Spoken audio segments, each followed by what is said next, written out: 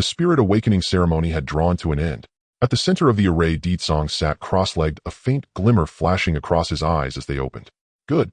The awakened talent was immortality. Good, good, good. This time he was going to make it big. He could not help looking forward to it, wondering what grade such an extraordinary talent would receive. After a brief pause, the assessment result appeared: talent grade E. Deetsong's smile froze on his face. Calling up his status panel, he carefully examined the talent. He had just awakened talent immortality. Self-healing was enhanced. Even fatal injuries would not easily claim his life. Soon after, a smile once again surfaced on his face. Ruined, he murmured, utterly at ease. A talent was the condensation of his 16 years of life experience and state of mind, a reflection of each person's unique true self. Even if his mindset changed in the future and his personality shifted, the talent already awakened could never be altered in the slightest. Immortality, mastery of all weapons, devourer of all things, unity of heaven and man, myriad laws, Tao body. Just from the names alone, everyone's talents sounded more formidable than the last. Yet what determined whether a talent was truly formidable was not its name, but its grade.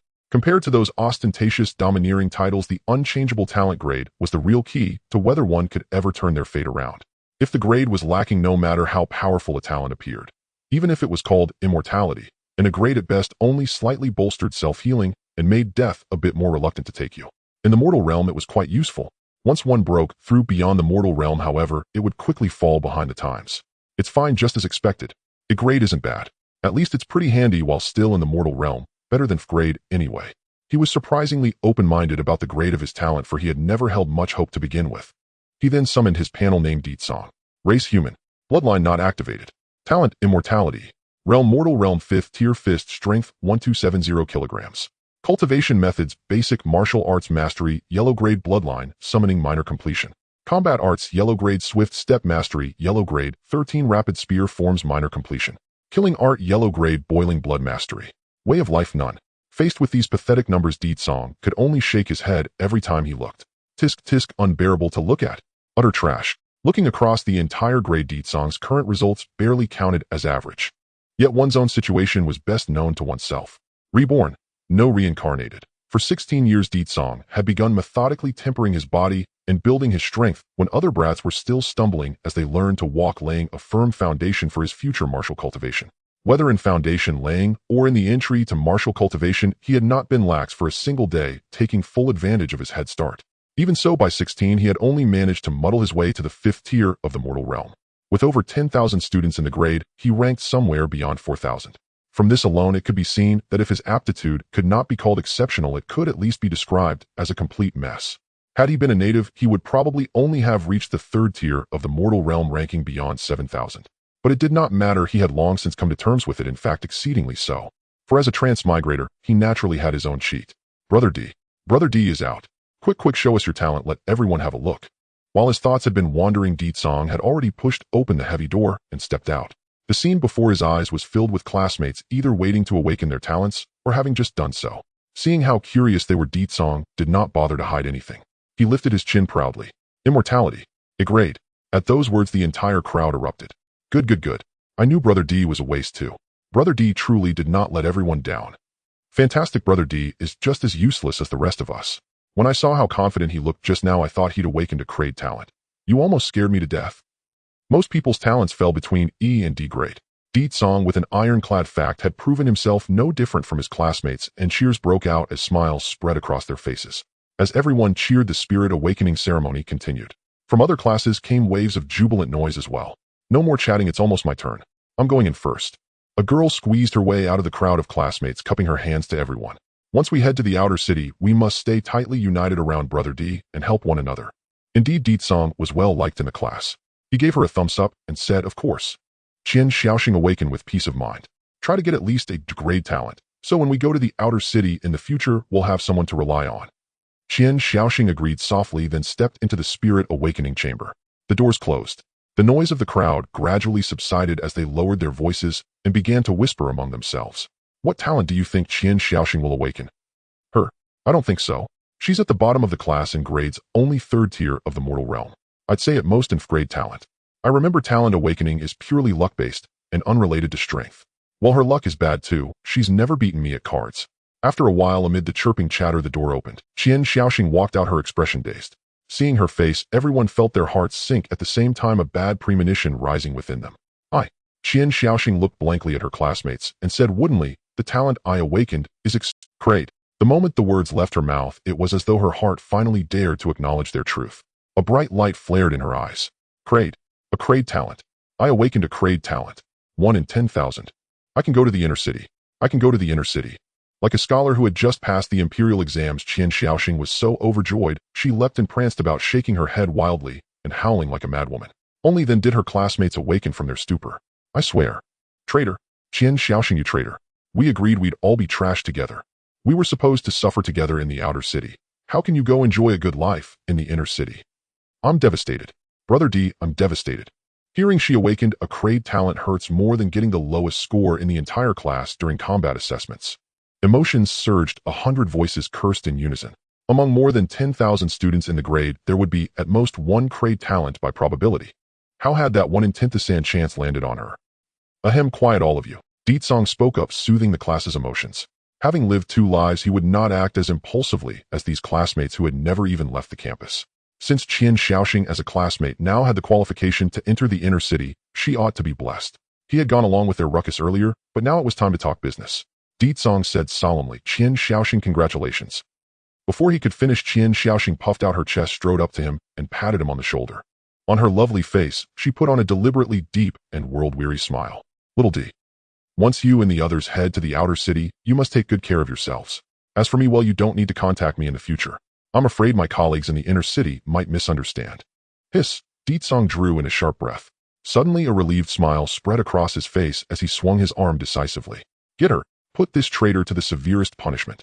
Instantly 2 girls at the 7th tier of the mortal realm shot out from the class, seizing Qian Xiaoxing by the arms from left and right. Qian Xiaoxing panicked, frightened out of her wits. "I came here to awaken my talent. What are you doing?" More girls leapt out, hoisting the howling Qian Xiaoxing, and finding a random pole on the training ground, began a frenzied aruba on her. Listening to the successive screams, all the nearby students' Deetsong included war expressions of deep sadness. Martial realms, mortal realm, extraordinary realm, shedding mortality realm, transcendent realm, perceiving spirit realm, sensing spirit realm, hearing spirit realm, seeing spirit realm, martial deity. Qian Xiaoxing has made it big. I wonder if we'll ever see her again in the future.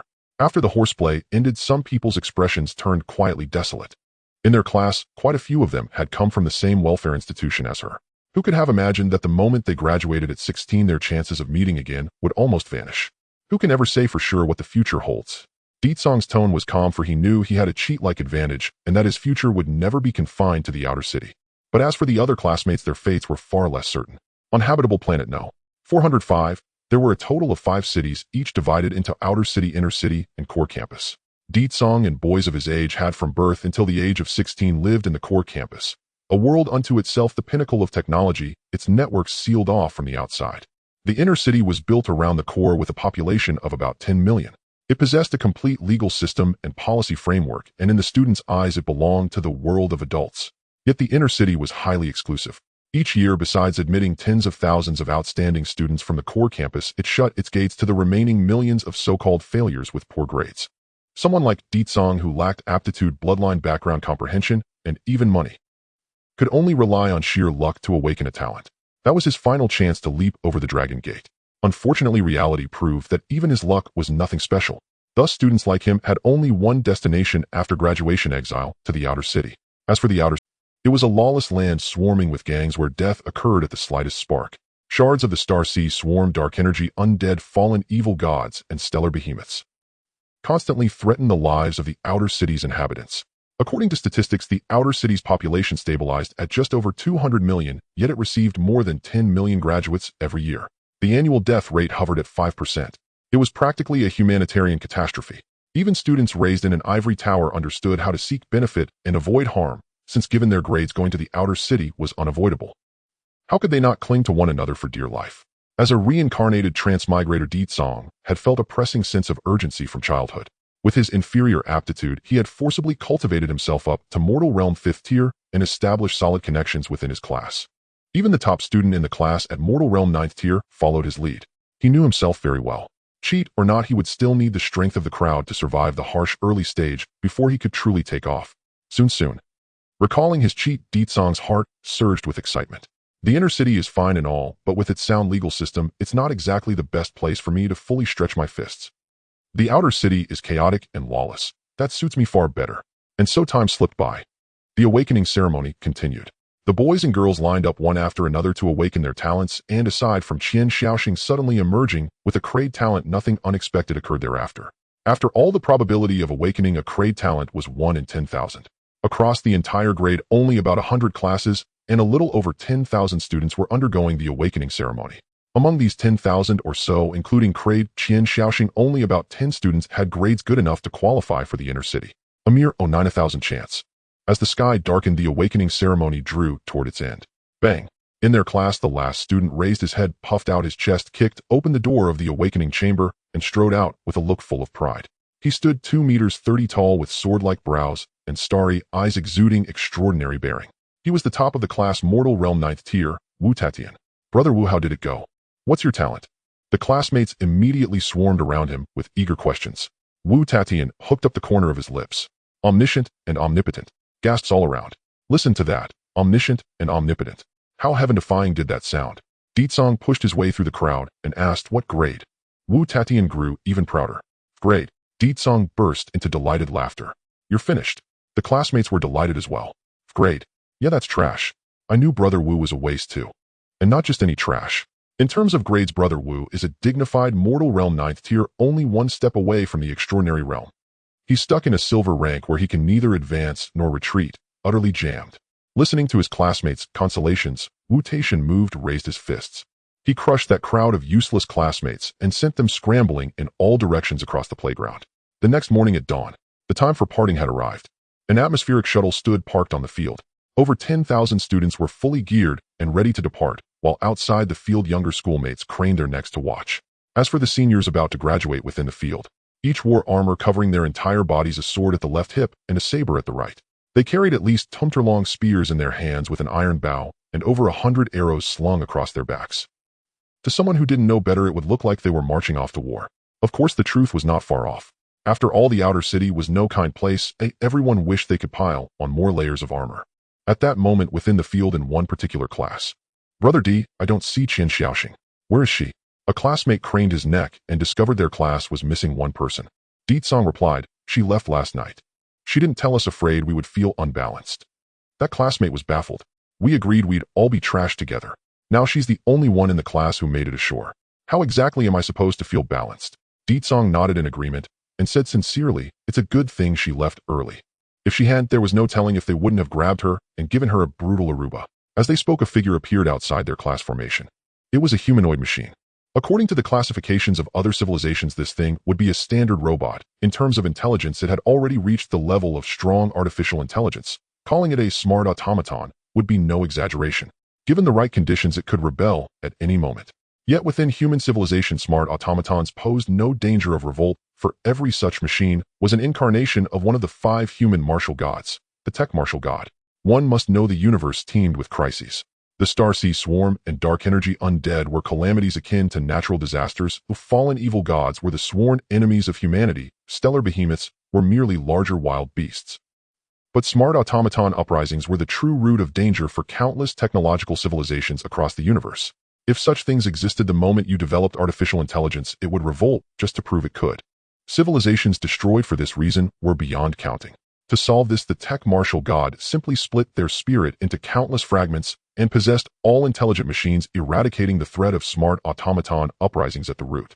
Thus, the robot who had arrived was far from a mere machine. She was one of the 5 martial gods. In the eyes of all the students, she also bore another nobler, more intimate identity. Mom, what are you doing here? The crowd stirred. Not only in this class. Over 100 smart automatons stepped onto the field, each drawing the attention of a different class. In an instant, everyone's gazes became clear and bright. Still calling me Mom? The smart automaton raised her hand and casually knocked on the head of a student in the front row. How many times have I told you? Use my job title while I'm on duty. Ah yes, the tech martial god was the mother of countless publicly raised students. When human infants left their incubation pods and opened their eyes for the first time, the first figure they saw was the incarnation of the tech martial god. Relying on countless smart automatons, the tech martial god took full charge of childcare, teaching, and upbringing. From infancy to adulthood, how could these publicly raised youths not treat the tech martial god as their real mother? By the way, the youths present were not only classmates, but also brothers and sisters. As for their biological father and mother's identities, those did not matter. Teacher, Deetsong stepped forward, addressed her by her title, and asked, "Why have you come? Are you here to see us off?" The smart automaton also stepped closer, her cold alloy palm gently stroking Deetsong's head. With a trace of reluctance in her voice, she said, "Of course I am. After all, once we part, I fear I may never see this group of little rascals again." The death rate in the outer city was indeed a bit high, and their chances of ever entering the inner city again were vanishingly small. The likelihood of meeting again grew. Beside them, Wu Tatian chuckled. "Don't worry, Mom. As the saying goes, since ancient times, who has not died? Odds are you really will never see us again." The smart automaton fell silent. Another classmate nodded. "Mom, if you're really reluctant to part with us, why not just keep us here? Then we won't have to go out and die." The smart automaton again had no words. Seeing that their remarks were growing more outrageous by the moment, Deetsong hurried to smooth things over. "Mom, teacher, don't listen to their nonsense. Even if you send us out to die, so what? Your children won't hold a grudge." The smart automaton was speechless. She glanced at the other classes. Their students clung to one another in tearful embraces, wails shaking the sky, the very picture of flesh and blood torn apart in a tragic farewell. Then she looked back at this class. There was not a trace of sorrow. They even had the mood to sling sarcastic jabs. "You are the worst class I have ever taught." She waved her hand and pointed at the atmospheric shuttle. "Get lost. Just seeing you lot makes my circuits overheat. I never should have fed you brats when you were nothing but piss and shit 16 years ago." In a fit of temper, she drove all 99 students into the shuttle with kicks and curses. Only after the hatch closed did the noisy atmosphere refuse to quiet down. "Mom, will we ever see you again?" A classmate voiced the question. "Don't forget, wherever there were smart automatons, there was the tech martial god." This atmospheric shuttle was also piloted by a smart automaton. Thus her voice rang out from the shuttle speakers. "I've told you. Use my job title while I'm working. Now you call me driver. If you manage to break through to the shedding mortal realm and pass the military entrance examinations, then you'll still have a chance to see me again." Hearing this, everyone looked at one another in silence. Mortal realm, extraordinary realm, shedding mortal realm. They were 16-year-old nobodies who hadn't even reached the extraordinary realm. To talk of aspiring to the higher shedding mortal realm was bordering on fantasy. "Then that's that." One classmate gave a thumbs up, a confident smile spreading over his face. "Mom, this is farewell forever." Buzz. Above the sky, the sound of shuttles surpassing the speed of sound echoed. The residents of the outer city looked up only to see from the inner city above the high walls. No, it was from the direction of the core district, even higher than the inner city, that thousands of shuttles were approaching. It's the shuttle transporting graduates. It's quite a bit later than last year. Is it to avoid our hunt?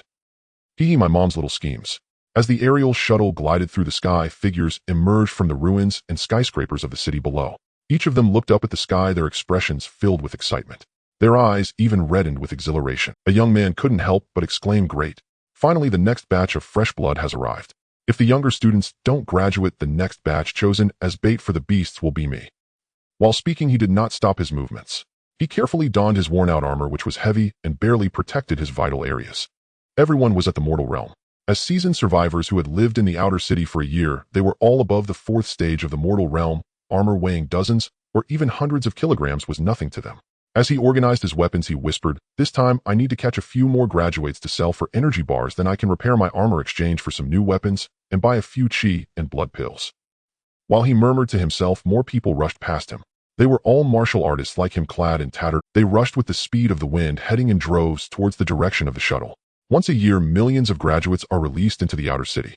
These discarded graduates from the inner city became the target of all major factions in the outer city, their arrival sparking a frenzy throughout the entire outer city. After a long while, at the edge of the outer city, in a desolate area. Unlike the towering walls of the inner city, the outer city did not have a real wall. The wall, made of bricks and concrete, was as flimsy as paper in front of the beasts. This desolate area, far from populated places and lacking many beasts, was the starting point for Deetsong, a class 99 people. Just like that, they were dropped into this wasteland. Meanwhile, the aerial shuttle ascended rapidly and flew away. What a broken start. Finally, a student in the crowd couldn't help but voice his thoughts. In this grand era of interstellar martial arts, they just throw us out with a set of armor and a few cold weapons to fight beasts. What else? Deetsong looked at this student with some surprise. "Do you really want to stay in school for a lifetime? But it shouldn't be so rash." That student retorted, "According to the process, I should be the bottom student in an ordinary martial arts school, suddenly awakening a golden finger just before the martial arts exam, embarking on a life of flaunting and slapping faces. From slapping the bullies in the monthly exam, joining the school team, to slap the top students hunting beasts in the wild, to intercept evil cultists revealing top-tier talent, and being prioritized for cultivation by the martial arts school, graduating and winning the martial arts exam championship, entering university, and shocking mentors and seniors shining during the sudden beast siege crisis. As he spoke, Deetsong rubbed his forehead, and the other students could no longer hold back. Short-lived. Have you read too many history books? Bro wants to replicate the life of the system martial god. At least in terms of grades, you are indeed at the bottom of the... I remember your talent is also grade right. Duan Mingue, nicknamed Short-lived, was in the third stage of the mortal realm, ranked 6th from the bottom in class, with grade talent in the myriad laws. He belonged to the lowest tier of martial artists, the waste of wastes. The classmates chimed in, making him blush and wave his hands, signaling them to stop. However, regarding the deeds mentioned by Duan Mingue, there are indeed records in history books. Those are the rising paths of the 5 great martial gods of humanity, the system martial god. After the teasing, everyone returned to reality. Suddenly, several agile black shadows flashed across the ground. In an instant, a student skilled in archery drew his bow and shot an arrow, hitting the target. Chirp! The target was pierced and pinned to the ground, emitting a sharp cry. Everyone focused their gaze. What appeared to be something the size of a mouse was a cockroach with mouse-like teeth. Oh, it's a cockroach mouse, one of the most common and weakest beasts in the outer city. A cockroach mouse was pinned to the ground, its sharp cries causing other cockroach mice to flee in panic, moving so fast that they almost left after images. I don't want that arrow anymore. The archer, realizing what he had shot, turned pale. Deetsong frowned. Did this attract? The commotion from the aerial shuttle was still too loud. He said, "All right, our top priority is to find a safe place away from both beasts and crowds. The shuttle's noise is too great. Sooner or later someone will come looking for us. Even if no one comes, it will attract the beasts. It's too unsafe." Deetsong issued the evacuation order. This place was not safe to linger. However, reflecting on Duan Mingwe's earlier words, he actually agreed to some extent. What a broken place. Broken world. Broken setting. Isn't this supposed to be interstellar martial arts? There are interstellar immigrants, shuttles, and intelligent machines. All sorts of high-tech are never lacking. Then let me ask you, where are the guns? Where are the cannons? After graduation, they just toss people into the outer city with a set of armor and a few cold weapons, and one might think they've traveled back to ancient times. Forget about the energy guns and electromagnetic weapons in sci-fi movies. There aren't even the most basic firearms. Oh no, high-tech is all used for cold weapons, such as the bow and arrow that person just used. Civilian bow, grade inferior, utilizing a force field as a bowstring. It doesn't harm the bow body when released, capable of withstanding a maximum pull of 5 tons, suitable for real combat and training for mortal realm martial artists. Yes, that's right, this is undeniably high-tech. A force field as a bowstring. The technological content is off the charts, and it can only be used for archery. Archery. If it could be made into a gun, it would have been slaughtering beasts long ago. Oh right, by the way, the panel is not his cheat. It's a companion divine object bestowed upon humanity by the system martial god. Everyone has it. Whether checking one's attributes or identifying other items, the panel can do it all. Besides that, it has even more functions. Digo, I need to tell you something. While the team was marching, a large hand rested on Deetsong's shoulder. Deetsong turned his head to see Wu Taitian. This top student of the class, a 9th-stage mortal realm expert, calmly stated, "I just had a sudden urge, and I think it's time to break through. Just find a random place for everyone to protect me and help me break through." Upon hearing this, Deetsong's eyes widened. Not just Deetsong, the entire class fell silent. Everyone focused their gaze on Wu Taitian. "Bro, are you kidding?" Deetsong couldn't believe it. "You want to break through? Right now? Here?" Wu Taitian remained unfazed, nodding yes. "Are you kidding me?" Before Deetsong could speak, Duan Mingue next to him broke down first. "In school, under your mom's protection, even if you fail the breakthrough, you just drop a few stages of chi blood. You say you're afraid to drop levels and don't dare to break through. On your first day after graduation, you suddenly feel the urge to break through. Moreover, during the breakthrough, without your mom's protection, if you fail, you'll turn into a beast. Now you dare to do it." Wu Taitian still remained unfazed, nodding. "Yes, I suddenly feel brave. Even if I turn into a beast from failing the breakthrough, my humanity will probably last for half an hour. If I truly fail, I will leave on my own and won't drag you down at all." At this point, everyone understood. Wu Taitian, as the best martial artist in the class, was only at the 9th stage of the mortal realm, not because he was afraid of breakthrough failures during school, but rather because he intentionally suppressed his level. If he broke through while in school successfully, he would have to go to the inner city. Then his classmates, the brothers and sisters he grew up with, would have to go to the outer city to die. Thus Wu Taitian, with his astonishing wisdom, devised a plan. Very simple: I can break through in the outer city. Although extraordinary realms are common in the inner city, they are rare in the outer city. If he achieved extraordinary status, he could protect his classmates and establish a territory in the outer city. This was Wu Taitian's plan. "You're amazing. You're wise. You're really good at ruining your own future." The whole class understood, and thus the insults were unending. This time the criticisms were heartfelt, unlike the previous envy and playful banter towards Qin Xiaoxing. Everyone was a waste and had long been prepared to meet their end in the outer city. If you Wu Taitian were a genius, you should have gone to the inner city to shine, not to ruin your future for us waste. Alright, stop talking so much. Wu Taitian turned around, pointing to a cave in a mountain several hundred meters away, and said, "That place is good, easy to defend, and hard to attack, perfect for my breakthrough." After saying that, he ignored what others thought, and took the lead, leaping forward swiftly. The others exchanged glances, looking at Ditsong. Just listen to that idiot. Ditsong rubbed his forehead. Scouts set up camp, arrange formations. Didn't we discuss the arrangements long ago? Do I need to teach you? Abandon the initial survival plan and fully assist Wu Taitian's breakthrough. As long as that bastard succeeds, we will have the qualification to survive in the outer city. With the command given, everyone immediately quieted down. They set up camp inside and outside the cave, laying traps. Then they waited. Waiting. However, the sky turned unpredictable. Several hours later, a feathered arrow flew and instantly pierced through the scout's left eye through the gap in his armor. Piercing through the skull, malice from the outer city had arrived. In the era of interstellar martial arts, failing a breakthrough does not lead to death, but causes bloodlines to run rampant, transforming into a beast. Deep in the wilderness, one will also be infected by the aura of star behemoths, becoming even more terrifying beasts. Many of the beasts in the wilderness of habitable planet 405 originate from humans who failed their breakthroughs. Name: Go Changchun. Race: human. Bloodline not activated. Talent: death returnee. Realm: mortal. Stage: level 6. Punching power: 1,446 kilograms. Damn. Go Changchun suddenly jolted awake, regaining his senses. Opening the panel, he saw that his talent had turned gray with a cooldown time of a full week. The time displayed on the panel was exactly half an hour ago. Yes, he had died. And then he was reborn. Reborn, relying on that pathetic grade talent. He could only be reborn for half an hour with a cooldown time of a full week. Oh, was that not pathetic enough? Dead. Just like that. Died so easily. Touching his left eye socket, Go Changchun was filled with disbelief, unparalleled fear, and resentment. Recalling the speed of the arrow and the moment he heard the sound after being shot, he calculated slightly. The arrow's speed was nearly 500 meters per second, surpassing sound. The archer must be at least mortal stage level 7, an advanced warrior. A single arrow pierced his eye, striking with pinpoint accuracy. But as long as the head wasn't instantly blown apart, one wouldn't die directly, especially since mortal stage warriors have quite robust vitality. Go Changchun lay on the ground for several minutes after being shot in the head before truly passing away. After the death return, he was filled with dread. No way. I absolutely cannot die so easily. I must live. As long as I live, I have an infinite future. Go Changchun's gaze gradually turned sharp as he murmured to himself, retreating swiftly to the camp to meet You died without even seeing your enemy. Hiss. Ditsong felt a headache coming on. The enemy's numbers were unknown, their realm unknown, their direction unknown, and their purpose unknown. Oh no, their purpose was probably quite clear. What purpose could the seasoned veterans in the outer city have for fresh graduates? The only thing he currently knew was the time. In half an hour, the enemy would launch an attack. Go Changchun was the first unfortunate soul on his side to die. Full retreat, defensive stance. Show intentions of negotiation and surrender by some time. Hold the cave entrance, hold out, until Wu Taitian breaks through. Ditsong quickly issued orders.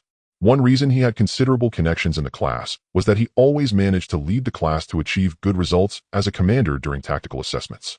During tactical courses and assessments, the chief examiner Ji Xia would simulate various situations in a virtual world, like encounters with unknown enemies, which they had experienced before. Ditsong just hoped there were no extraordinary realm experts among the enemies. If there were, what kinds of traps, formations, and tactics would be powerless against true experts? Yet, looking at the students who followed orders, a long-awaited smile surfaced on Ditsong's face. Although it was indeed extremely dangerous. But, intelligent enemy kill an intelligent life form, power 1, power 0. Don't forget, he was a transmigrator with a cheat. The cheat was simple and brutal: killing people increases strength. Intelligent life means humans, but not limited to just humans. After being reincarnated for 16 years, he stayed in the school district for 16 years without the opportunity to kill intelligent life. Only in the outer city, this lawless land, could his cheat truly function. So facing the upcoming battle, besides worrying about dying like cannon fodder, he couldn't help but feel a surge of excitement. Today, would he become a dragon or a worm? Time flowed on. Half an hour passed in the blink of an eye. An hour gradually slipped away. 2 hours drifted by leisurely. So where are the enemies? Ditsong looked at Go Changchun. The latter looked confused. I don't know. Could it be that the enemies hadn't noticed them at all? Was it his scouting that exposed them? But the facts proved he was. 2.5 hours later, footsteps gradually sounded outside the cave. Crowds. At this moment outside, the leader, a young man in tattered armor, skillfully removed nearby traps. and then looked towards the cave, which was less than 100 meters away. Outside the cave, a white flag was raised. It read negotiations. Everything can be negotiated. The young man, seeing this flag, couldn't hold back. How did you study your tactical classes? Tell me, how did you study it? No scouts sent. The camp wasn't set up. Traps were randomly placed. Everyone huddled in the cave. Damn it. Do you know how long I searched? Hurry up and come out, move it. His blood surged to roar like thunder. Only then did everyone in the cave finally perk up. Luckily, due to Go Changchun's death return, otherwise if they had sent out scouts properly, they would have had to fight 2 hours ago. Unlike now, they had searched the mountains for 2.5 hours before finally discovering this cave. They couldn't outplay the enemy from a distance, so setting up camp outside would be seeking death. It was better to retreat to the cave for urban warfare. Digo, what should we do next? Someone asked. Ditsong said, by time. Send someone out to negotiate, say we can surrender, but with conditions. Just as he finished speaking, someone stood up. He'll go. The one who spoke was Duan Mingyue. Facing everyone's surprised gazes, he resolutely said, I'm weak. Rather than huddling under your protection, I might as well do something within my capabilities. Fellow classmates, don't persuade me. After saying that, he stepped out of the team and left the cave. Everyone exchanged glances. Not, although your strength is lacking. But your eloquence isn't that great either. Sure enough, soon there was a commotion from above. There's nothing to discuss, put down your weapons, all come out and surrender. Then let go. Clang. This was the sound of weapons dropping to the ground. I even threw away the knife at my waist. Let go then. Clang, another sound. What about the bow and arrows on my back? Do you think I'm blind? Throw them. Clunk, the bow and arrows were also thrown. Take off your armor, take off your armor. Hey senior, a soldier can be killed, but not humiliated. No, I want to change armor because mine is damaged. What are you thinking? Oh, just take it off. The crowd heard the slow sounds of disrobing from outside. They also heard Duan Mingyue's defiant voice. I tell you, wanting us to surrender has conditions. If our class has 2 experts at mortal stage level 8. If it comes down to life or death. Outside, a burst of laughter erupted. The leading young man scoffed. Mere mortal stage level 8. Not to mention, I am at mortal stage level 9 with our 300 warriors, each at least at mortal stage level 3. You are not a match for us. They'll give you a chance. Obediently take off your armor and surrender, and I can ensure you get a job that doesn't require risking your lives or putting in hard labor. Outside the cave, after being mocked, Duan Mingyue returned unarmed. As soon as he came back, he lowered his voice, confirmed there are a total of 236 people outside, at most 20 archers hidden in the dark, only 1 at mortal stage level 9. Compared to us, they are mostly poorly equipped, and their discipline is extremely poor, unable to follow orders. No, they probably can't even form a decent formation. As long as we kill the leader, the rest will lose their backbone and probably fall into chaos. It's not a concern. Everyone's spirits were shaken. Indeed, this was Duan Mingyue's goal, to bring back intelligence about the external enemy under the guise of negotiation and surrender. According to Duan Mingyue's estimates, there were probably close to 250 enemies outside, at least all mid-level warriors. If they encountered such a scale of strong enemies during assessment, surrender would be the solution. But reality is not an assessment. For those outside, the classmates who once shared life and death were long gone. In a society riddled with crises, how much discipline could a temporary team guarantee? Saying 1 in 10 would. Duan Mingyue was at least a scout, and the accuracy of the intelligence he brought was quite high. Ditsong immediately made several gestures to the others. Soon, everyone carefully walked out of the cave. They looked like rookies who had never seen the world. It was obvious that they were from the bottom of the class in team assessments at school. Duan Mingyue stepped forward and said loudly, as promised, I've brought the people out. After we surrender, find us a job that requires hard work in the city. You can't go back on your word. The young man looked closely. Sure enough, they were from the class that ranked lowest in tactics, each of them confused and timid, a rare feast. This time they hit the jackpot. While putting on better armor, he said, of course you can inquire in the outer city. Alan Song, always keep my word as long as you obediently surrender. His words were cut off. Because the seemingly unarmed Duan Mingyue, only mortal stage level 3, had already entered within 3 meters of him. Then, explosion. Killing method, heavenly demon disintegration. Name Duan Mingyue. Race human. Bloodline not activated. Talent all laws, Dao body F. Realm mortal stage level 3, punching power 860 kilograms. Combat technique. Combat style. Way of life none. Killing method yellow grade, heavenly demon disintegration perfection. In this class, everyone referred to themselves as trash. Especially Duan Mingyue, who had practiced for 16 years, yet was only at mortal stage level 3. Among the trash, he was the lowest in the class. But he was self-aware. If he trained slowly, then specializing in combat styles would also be useless.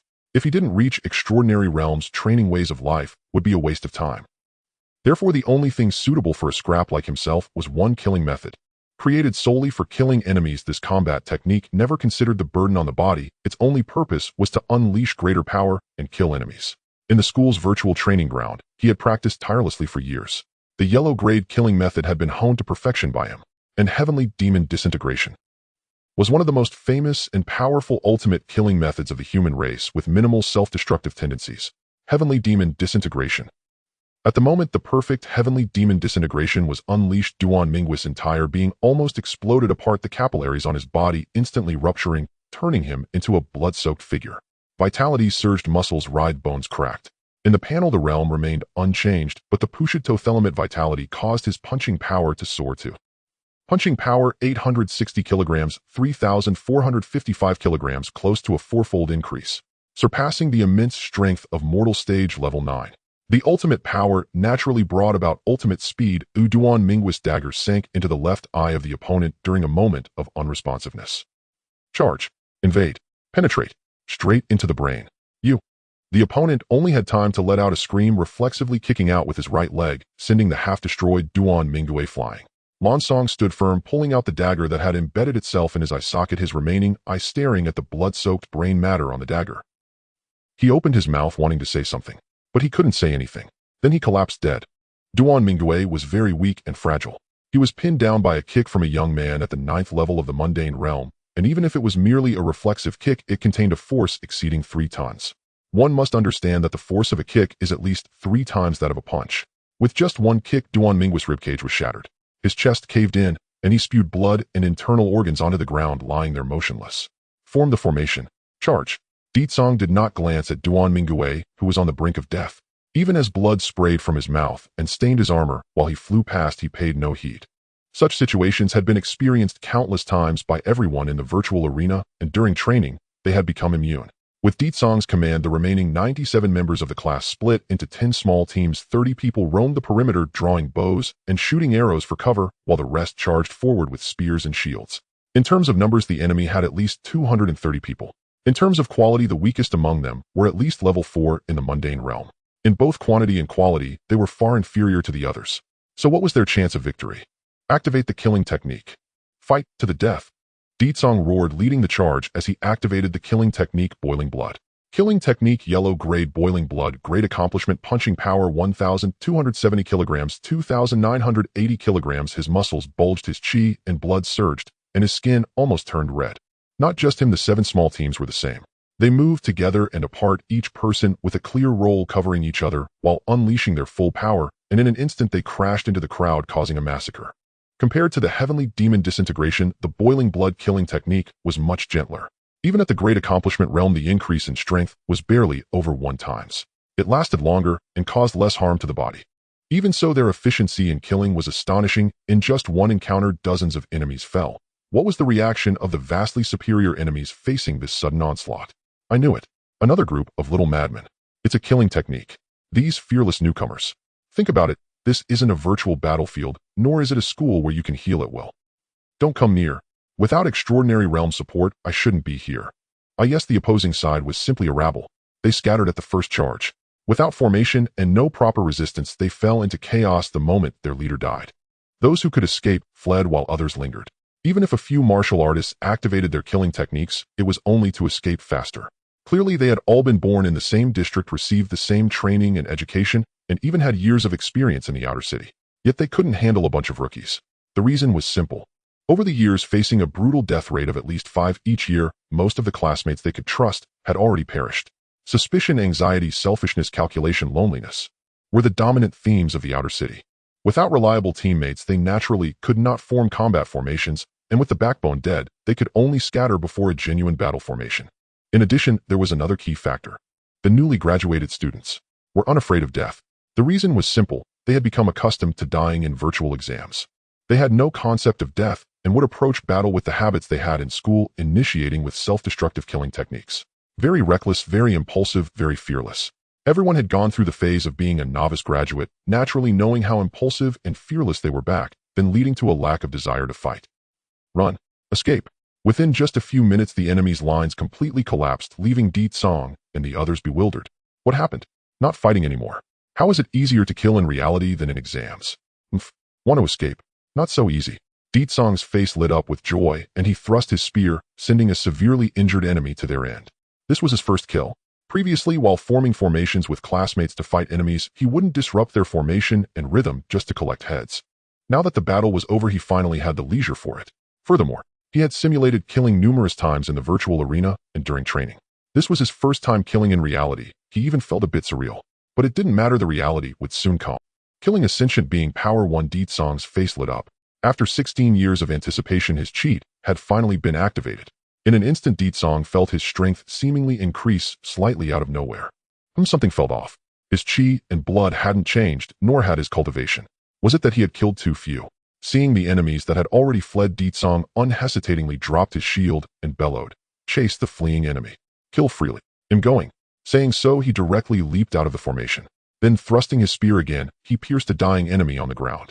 Killing a sentient being, Power 1. Indeed, this time the sensation of piercing the skull was somewhat easier. His strength had indeed increased. Scanning his surroundings, he saw dozens of enemies lying on the ground, most of whom were already corpses with only a few still gasping for breath. Song also showed no mercy, quickly circling the battlefield, his spear repeatedly striking down piercing heads. In the boiling blood state, he was simply tireless. Power 1, Power 1, Power 1. Like listening to celestial music, his spirit felt elevated. Seeing Song continuously claiming kills, everyone was no longer surprised. Go is at it again with the finishing blows. Forget it, he'll go capture a prisoner for interrogation. Everyone follow me, today we must scare them to death. In the boiling blood state, the classmates were excitedly shouting, each discarding their shields to lighten their load as they relentlessly pursued the fleeing enemies. Soon half the classmates had chased out. As for the remaining half, cough cough, I'm dying. Changchun was the first to exit the boiling blood state, immediately coughing twice and spitting out a mouthful of blood. That's enough chasing. What if they fight back? Can't we just wait for Wu Gu Wu Taitian to break through? Other classmates also began to withdraw from the killing technique mode. One by one, they coughed up blood and even collapsed on the ground in agony. None had self-healing abilities, and the side effects of the killing technique were quite severe. Changchun staggered step by step to the side of the cave, looking down at Duan Minggui. The latter's ribcage was caved and covered in blood, and his breath was faint. "Short-lived ghost, are you okay?" Changchun asked. Duan Minggui forced open one eye, staring silently at Changchun, as if to say, "What do you think?" The latter realized something and sat down beside him. Then he said, "I know a bit of medicine about treating injuries and setting bones." Duan Minggui's mouth bled and his eyes widened slightly. "Don't get your hopes up, you're done for." Changchun honestly replied, "Unless our class has a healing talent, it must be at least great." Upon hearing this, Duan Minggui resignedly closed his eyes again. In the class, there were many self-healing talents, but none who could heal others. As Changchun spoke, more and more classmates gathered around. Everyone's gaze was fixed on Duan Minggui, exchanging looks. From each other's eyes, they all saw confusion. "How should this be handled?" asked Digo. But Digo hasn't returned. A classmate instinctively shouted to the Duan Minggui is dying, what should we do? In the past, anyone who shouted like this would immediately have mechanical assistants rush over to check the situation. Yet now there was no response. "Is there any nanocell repair liquid? Bring a bottle." Another classmate rummaged through their medical kit. They found gauze, iodine, and alcohol inside. "Oh no, this is the end." A kilometer away from the cave at the end, Song pulled out the spear he had thrust into the enemy's abdomen, then drew his knife from his waist and beheaded him. The enemy's head fell to the ground, eyes wide open, refusing to close. Song. He stepped forward and crushed the enemy's head with a kick. Killing a sentient being, Power 1. The prompt from the cheat system appeared. Clearly, just chopping off the head wasn't enough to kill someone immediately. A 1 had to crush the skull. How meticulous, how had the 10th one. A smile appeared at the corner of his mouth. The cheat system displayed Song's results. Power 10. His strength had almost doubled. Of course, it was double under normal conditions, and not even a full double. After a little calculation, it was only about 1,000 kilograms. In other words, Power 1 punching Power 100 kilograms. Yet his chi and blood hadn't changed, and his realm hadn't improved at all. Even the values on the system panel remained unchanged. Punching Power 2,980 kilograms. Killing technique. In effect, the system panel's detection of the body was based on factors like chi and blood content, muscle strength, and bone density. However, the power boost from his cheat was unrelated to these factors. Thus, the system panel couldn't detect it at all. Furthermore, after a simple experiment, Song discovered that stronger power brought faster speed and the ability to withstand such power. Logically, his physique should also have been enhanced. But it hadn't. It was as if the power granted by the cheat came from thin air. Even after exiting the boiling blood state, his current strength surpassed that of a 9th-level mundane realm, and it could still continue to rise with no limits in sight. After understanding the mechanism of the cheat, Song looked toward the distant enemies. The closest one had already fled the forest hundreds of meters away. After all, they were martial artists, and their speed in fleeing was quite fast. Should we pursue? A classmate covered in blood approached and said, "If we don't eliminate them, they will definitely expose our position." Song pondered for 2 seconds, then shook his head. "No pursuit. If we chase further, we cannot ensure safety." He personally wanted to chase. The cheat had no limits. But doing so would endanger his classmates. They couldn't just kill monsters to level up. If he were alone, it would be risky. If the enemy gathered together and launched a volley of arrows, he would definitely perish. With that thought, he simply exited the boiling blood state. The next moment, the side effects of the killing technique, death, the book of 100 lives. Song's eyes widened, his whole body trembling. The discomfort from multiple side effects such as fatigue, torn muscles, broken capillaries, and depleted vitality surged through his body as the boiling adrenaline faded. However, in the next moment, talent immortal Song straightened his back and regained his composure. The side effects his body endured quickly healed under the innate self-healing ability of his talent. Aside from the genuine depletion of his vitality, all the injuries his body suffered soon returned to their original state. An ranked talent is still somewhat useful in the mortal realm. If it weren't for the fatal injury, he could recover. He felt that it was not as effective as a nanocell repair fluid. With that kind of thing, even a fatal injury could be saved. Let's go back first. He turned around and shouted to the scattered crowd. Before he finished speaking, a classmate in front of him spat blood all over Song's face. He also dispelled the boiling blood, swaying slightly as he was about to fall to the ground. Song was quick to react and helped him up. You. Isn't your talent self-healing? Looking at this guy covered in blood from the side effects, Song was anxious. If it wasn't a self-healing talent, why did you chase after us? Do you want to die? I. Accelerated self-healing Frank. I just need to rest for a few hours. A faint smile appeared on his pale face. Song finally breathed a sigh of relief. And Frank talent is not very useful in the mortal realm. At least it can't breathe vitality like he can. Looking at the other classmates. Nearly 30 people began to cough blood as soon as they exited the boiling blood state, looking pale and on the brink of death. They all had Frank healing talents. The others just coughed a few times, shivered a bit, and their complexion returned to. These were similar to Song, with a rank self-healing talents. Everyone gathered together to skillfully. Then a classmate with a smile said, "Report Digo, we eliminated 42 enemies in this pursuit, captured 2, injured 28 and 0 deaths. A great victory." With this statement, Song also breathed a sigh of relief. Good, no one died. Although in the future the probability of death will greatly increase, the classmates he was familiar with might not survive. But for now, no one dying is the best. If he could grow up faster and reach the level where he could protect everyone in the class, then they wouldn't have to die. Song thought this way. He glanced at the 2 unconscious captives and suppressed the urge to kill them directly, waving his hand. Returned to the city. Then everyone returned to the cave. The first thing they saw was the dying Mingue. Song. Do you believe me if I say I forgot this? You can't blame him. A Mingue's self-explosion in battle had been seen hundreds or thousands of times in virtual matches and training. It had become a habit, a kind of immunity. He probably thought the same way. But now everyone had achieved victory, yet there was no special effect announcing their win, and the scene didn't refresh for a long time. The depleted vitality and injuries had not healed. The crowd gradually came back to their senses. Here it seemed to be reality. When people die, they really die. Clearly everyone knew this, but the habits formed over a long time could not be changed overnight. Until now. Until this moment. What to do. This short-lived guy is really short-lived now. Digo. Think of a way everyone has one, he can't die. Is there no healing talent in the class? The crowd immediately fell into chaos. Some classmates with red eyes grabbed the 2 captives and slapped them, waking them up and questioning. You too, do you have healing talents? Can you perform medicine? How to heal after the heavenly demon disintegration? Answer me. The captives, awakened forcefully, looked very confused. One of them instinctively replied, No, even if we could, it wouldn't help. We only have Frank talents, no other battle groups except useless people. We just huddled together for warmth. The other one nodded in agreement. I don't believe it. A classmate grabbed the captive's collar, lifting him up. Then how do you treat injuries in daily life? Just wait to die. The 2 captives looked at each other. They had shed their confusion and their intelligence regained its dominance. But they still answered honestly, what else could we do? Every year with a death rate of 5, that can't be a joke. That's millions of people, and 90% of them come from graduates like you. We don't even dare to use lethal methods in fights. That would be too reckless. With these words, everyone's expression changed. They were really just waiting to die. In school, a shot of nanorepair fluid could revive minor injuries, but in the outer city, you'd just die? What kind of terrible place is this? Terrible place. Terrible place. The crowd fell silent, but then a faint voice spoke up. Digo. It was Mingue. Everyone turned their eyes towards him. He had opened his eyes with a glimmer of light, struggling to move his lips, saying, Come over. Song pushed through the crowd, knelt before Mingue, holding his hand, and saying, Mingue's eyelids trembled slightly. Then he said, You. In the future, let this group of useless take it easy. Otherwise, they really will die. Deetsong nodded heavily, gripping tighter. Duan Mingyue trembled again. He exerted all his strength to lift his head, glancing at his bloodied right hand. At this moment, it was tightly gripped by Deetsong. Then Duan Mingue's face showed a look of disdain. Super. Nantong. Then he tilted his head. Deetsong, this is how you die. Oh no, is this your last words? Deetsong wanted to be sad, and the classmates were already preparing to be sad, but Duan Mingyue suddenly blurted this out. It left everyone confused, and what they didn't know was, at the moment Duan Mingyue died, his consciousness began to sink. Sinking further. Suddenly, he became clear-headed.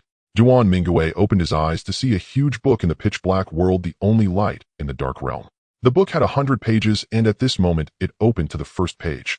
Book of 100 Lives. In the first life, your talent was subpar, your aptitude lamentable, your cultivation low, but you had a group of brothers and sisters willing to accompany you. On the first day of graduation, you sought a slim chance of survival and perished with the enemy leader, allowing your classmates to achieve victory with only injuries.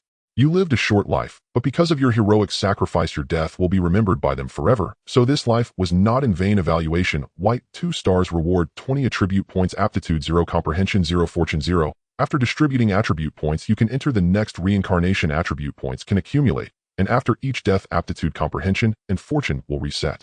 Sigh. So that's it. Duan Mingue's expression carried a hint of reluctance. He murmured, I have a backup, so I'm not afraid of death. But if you die, it's really death. In the next life, we will be strangers. I don't know if there will be another chance to meet. He knew the chances were slim. The human race occupies hundreds of river systems with countless outer river battlefields developed. The opportunity to meet again after reincarnation was negligible. This death might be a farewell.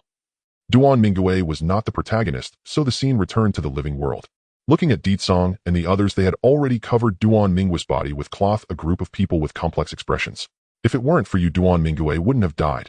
Go Changchun slapped the captive hard. His eyes were cold. Did we provoke you? Come tell me, why did you come to cap? What value do we as freshly graduated useless people have to you? The crowd's attention turned to them. Everyone's expressions were unfriendly, eager to devour the two. Yet the two captives, after waking up, surprisingly showed no fear. Value. The battered captive spat out a few bloodied teeth, saying, those with low cultivation serve as bait to attract alien beasts. Those with decent cultivation can be slaves to do hard labor. Only those with excellent cultivation qualify to join battle groups. Besides, talent is also very important. Frank goes unnoticed. A rank is worth a look. For example, healing talents are quite sought after. A drink talents are talents that various battle groups scramble for. Those looked down upon by the inner city lords are sought after in the outer city. The other captive added, the outer city is different from the previous life. There is currency. Do you know what currency means? With currency, you can trade in the outer city. As long as you have money, you can buy things that cannot be bought in school. For example, you new graduates could be sold for money. After hearing this, the crowd gradually showed looks of realization. Currency, wealth, resources. For everyone, these were merely theoretical knowledge learned in class, never expecting there would be a day for practical application. Before they could continue to inquire about the rules of the outer city, Go Changchun's cautious nature kicked in, his brows furrowed sharply. You two very calm, huh? Looking at the two captives, his expression grew increasingly dark, as if you think, come tell me, what else are you hiding? As soon as he said this, the two captives' expressions changed dramatically. However, they didn't become tense, but rather excited. We are hiding this. A loud shout came from behind. The crowd's expressions tightened, and they turned abruptly to see a classmate guarding the cave entrance being thrown out at high speed. His body bent backward, his spine violently breaking, and blood gushed from his mouth. Outside the cave, a tall figure stood firm. Killing my battle group brothers is one thing. But you rookie, are you tired of living? The newcomer was none other than Lan Song, the leader who had been stabbed through the head by Duan Mingyue. Name Lan Song. Race human. Bloodline Qingtian, Divine Dragon 001. Talent Resurrection of the Dead E. Realm Mortal Realm 9th Stage, Punching Power 2 tons. Techniques: Basic Martial Arts, Great Perfection, Yellow Grade Bloodline Call, Full Completion, Yellow Grade, Qingtian Transformation Dragon, Decision Minor Completion. Fighting Style, Yellow Grade, Explosive Step, Full Completion, Yellow Grade, Clear Wind Sword, Great Perfection, Yellow Grade, Heart Digging, Ghost Claw Proficient. Killing Technique, Yellow Grade, Boiling Blood, Great Perfection. Survival Technique, None. The young man's name is Lan Song. 5 years ago, after graduating with over 100 classmates, he was exiled to the outer city. Back then, he was only at the Mortal Realm 7th stage, considered excellent, but not top tier in his class. In these 5 years, most of the classmates he could once trust with their lives had perished, and those who survived were scattered throughout the outer city, probably never to meet again in this lifetime. Such experiences are numerous in the outer city. Fortunately, Lan Song's talent ensures he does not die easily. Resurrection of the dead literally means being able to revive after death. However, the limitations of the Exiled talent are many, such as only being able to revive half an hour after death. The revival only applies to himself in a cooldown period of 1 week. With this talent, he has escaped from death's grasp time and again. He has also accumulated enough resources. Over the 5 years, he not only raised his realm to Mortal Realm 9th stage, but also recently perfected the technique Bloodline Call and fortuitously awakened his bloodline, the Qingtian Divine Dragon. He is no longer a small fry. He has ambition and desires to advance further, as the small battle group he formed for warmth can no longer satisfy his needs. He needs more resources. He wants to form a stronger battle group. The annual graduation celebration is the opportunity. Capture graduates. Sell them for a big profit. Use the money earned to exchange for resources, grow stronger. Form a larger battle group. This is Lan Song's goal. And then he died. Killed by Immortal Realm 3rd stage's Duan Ming with a single stab. It can only be said that battles among those of the same realm are like this. If one is arrogant and does not regard their opponent being ambushed and killed, is only to be expected. Fortunately, his talent is resurrection of the dead. He has the capital to make mistakes. Lan Song revived from the pile of corpses, and after awakening, he no longer acted carelessly. He swiftly approached the cave entrance and delivered a kick that broke the spine of the guard. You must be tired of living. His heart surged with killing intent, his muscles bulging. As he grew taller, the sound of his blood flowing resembling a raging river. Dragon scales emerged on his body. Bloodline mode activated. In an instant, Lan Song's height surged to 3 meters, his body covered in dragon scales, and a fierce killing intent erupted from his pupils, as if a ferocious divine dragon was descending with a roar. At that moment, nearly everyone in the class was shaken to their core. Martial law. Bloodline suppression. There was no time to discern. The only one who could regain composure instantly was Di Tsong, who had just powered up and now considered himself the strongest. Everyone stepped back. He waved his hand to push aside his classmates, activating the boiling blood killing technique, plus the boost from the external aid power 10. Nearly 4 tons of immense power. The yellow great spear technique activated, quickly executing the final move of the 13 styles layering enhancement as he charged forward like a speeding car, instantly reaching Lan Song. The spear thrust forward, aimed at the vital points. This was a strike that surpassed the Mortal Realm 9th stage. It must. This power feels a bit strange. The spear stopped. Lan Song reached out and grabbed the spear shaft, halting it just a few centimeters from his chest. In the next moment, he charged forward swiftly, using a claw strike to deflect Di Tsong's spear, followed by a fierce dual claw attack aimed at Di Tsong's vital points. In a moment of desperation, Di Tsong quickly retreated and raised his hand to block. His right arm was directly severed into 3 sections under the sharp claws. Is it on? Di Tsong was stunned. Is this guy so powerful in the 2nd stage? Blood gushed out. No, not much blood flowed. The moment his arm was severed, his talent, Undying, activated, stopping the blood flow abruptly. But at this moment, Lan Song showed no signs of holding back. Instantly, he charged up, delivering a powerful elbow strike to Di Tsong's chest. The latter's chest caved in instantly, sending him flying like a kite, with a broken string spewing blood and fragments of internal organs. The treatment was not much different from Duan Ming's. Glancing at the half-dead Di Tsong, who had crashed to the ground, Lan Song turned to look at the others. At this moment, a group of classmates led by Di Tsong had reacted and were hastily grabbing weapons, fiercely activating their killing techniques, and charging forward. In an instant, there were enemies in front, to the left and to the right. How nostalgic. I remember I was once fearless like you guys. Boom. Immense power erupted, a gust of wind spread, and in the blink of an eye, Lan Song had burst through the encirclement, sending over a dozen people flying, spewing blood. He stopped and stood firm. Turning around, he revealed a sinister smile. A bunch of fools, worthless trash, who haven't even activated their bloodlines, dare to confront me. At this moment, Lan Song was filled with confidence, because what others couldn't see was that Lan Song's interface had changed after he activated his bloodline form. Bloodline activated. Qingtian Divine Dragon 001. Punching power 2 tons 10 tons. Bloodline form provides a more powerful enhancement than killing techniques. Otherwise, how could he have the confidence to form a battle group? Of course, even with the bloodline form, he did not dare to take on the spears and blades of Mortal Realm warriors hidden. His body is just a body, even with dragon scales. Compared to specially made alloy weapons, he still fell short. Watching Lan Song effortlessly escape the encirclement, his speed and power left everyone present in awe. Thus, no one dared to continue charging. They merely surrounded him. It's definitely the bloodline form. He's a martial artist who has awakened his bloodline. What do we do? Fight. Either surrender or retreat. Our small team will hold the rear. You guys run first. Hold the rear. If we can escape, it'd be a miracle. If he bypasses the rear guard to chase us, wouldn't we be done for? The classmates whispered among themselves. Their words were filled with pessimism about the future. Excellent tactics can indeed bridge the gap in combat power. But when the power gap is this vast, what hope is there to catch up? However, Lan Song's hearing was extremely sharp now. Noticing that this group of fearless juniors not only refused to surrender, but dared to fight back, he couldn't help but laugh in anger. Good. It seems you still have some defiance. You still want to resist. He stepped forward and kicked a large rock in half. Then with a swift motion he picked up the rock like a basketball and aimed at the crowd, delivering a powerful throw. Ridiculous. Under the extraordinary realm, I am invincible. The boulder charged towards the crowd fiercely. Everyone felt a sense of dread and hurriedly dodged. But while ordinary students fared okay for the weaklings, their reactions were too slow and they couldn't escape. They could only dive to protect their vital points, staring wide-eyed at the incoming boulder, gritting their teeth. Suddenly, a figure darted in front of the boulder, delivering a palm strike. Boom. Blood boiled and the boulder shattered into pieces. Dust and smoke billowed. But everyone could clearly see a giant figure 4 meters tall, nearly touching the ceiling of the cave, his robust body shielding the crowd behind him. Looking at the silhouette of the newcomer and his vaguely revealed profile, in the crowd, Gu Changchun felt this person was strangely familiar. As he helped Di Song up from the ground, he exclaimed, "You.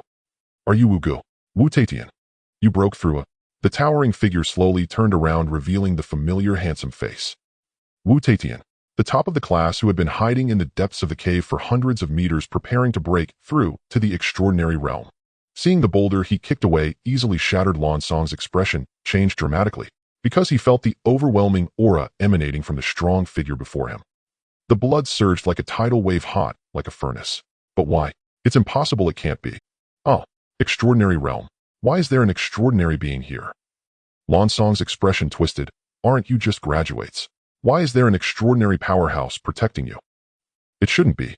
It can't be. His whole being was in disarray. Before him, Wu Taitian's formidable tall, giant figure slightly lowered his head, looking down at the young man covered in dragon scales. With a crooked smile he said, "Dragon bloodline. Invincible below the extraordinary. Senior in the face of a true extraordinary realm, you can at most be considered a mere chicken." Boom. He stepped forward. The ground beneath him collapsed and exploded under the immense reaction force. Wu Taitian's figure instantly lunged towards the young man, delivering a simple, yet powerful knee strike aimed at his chest.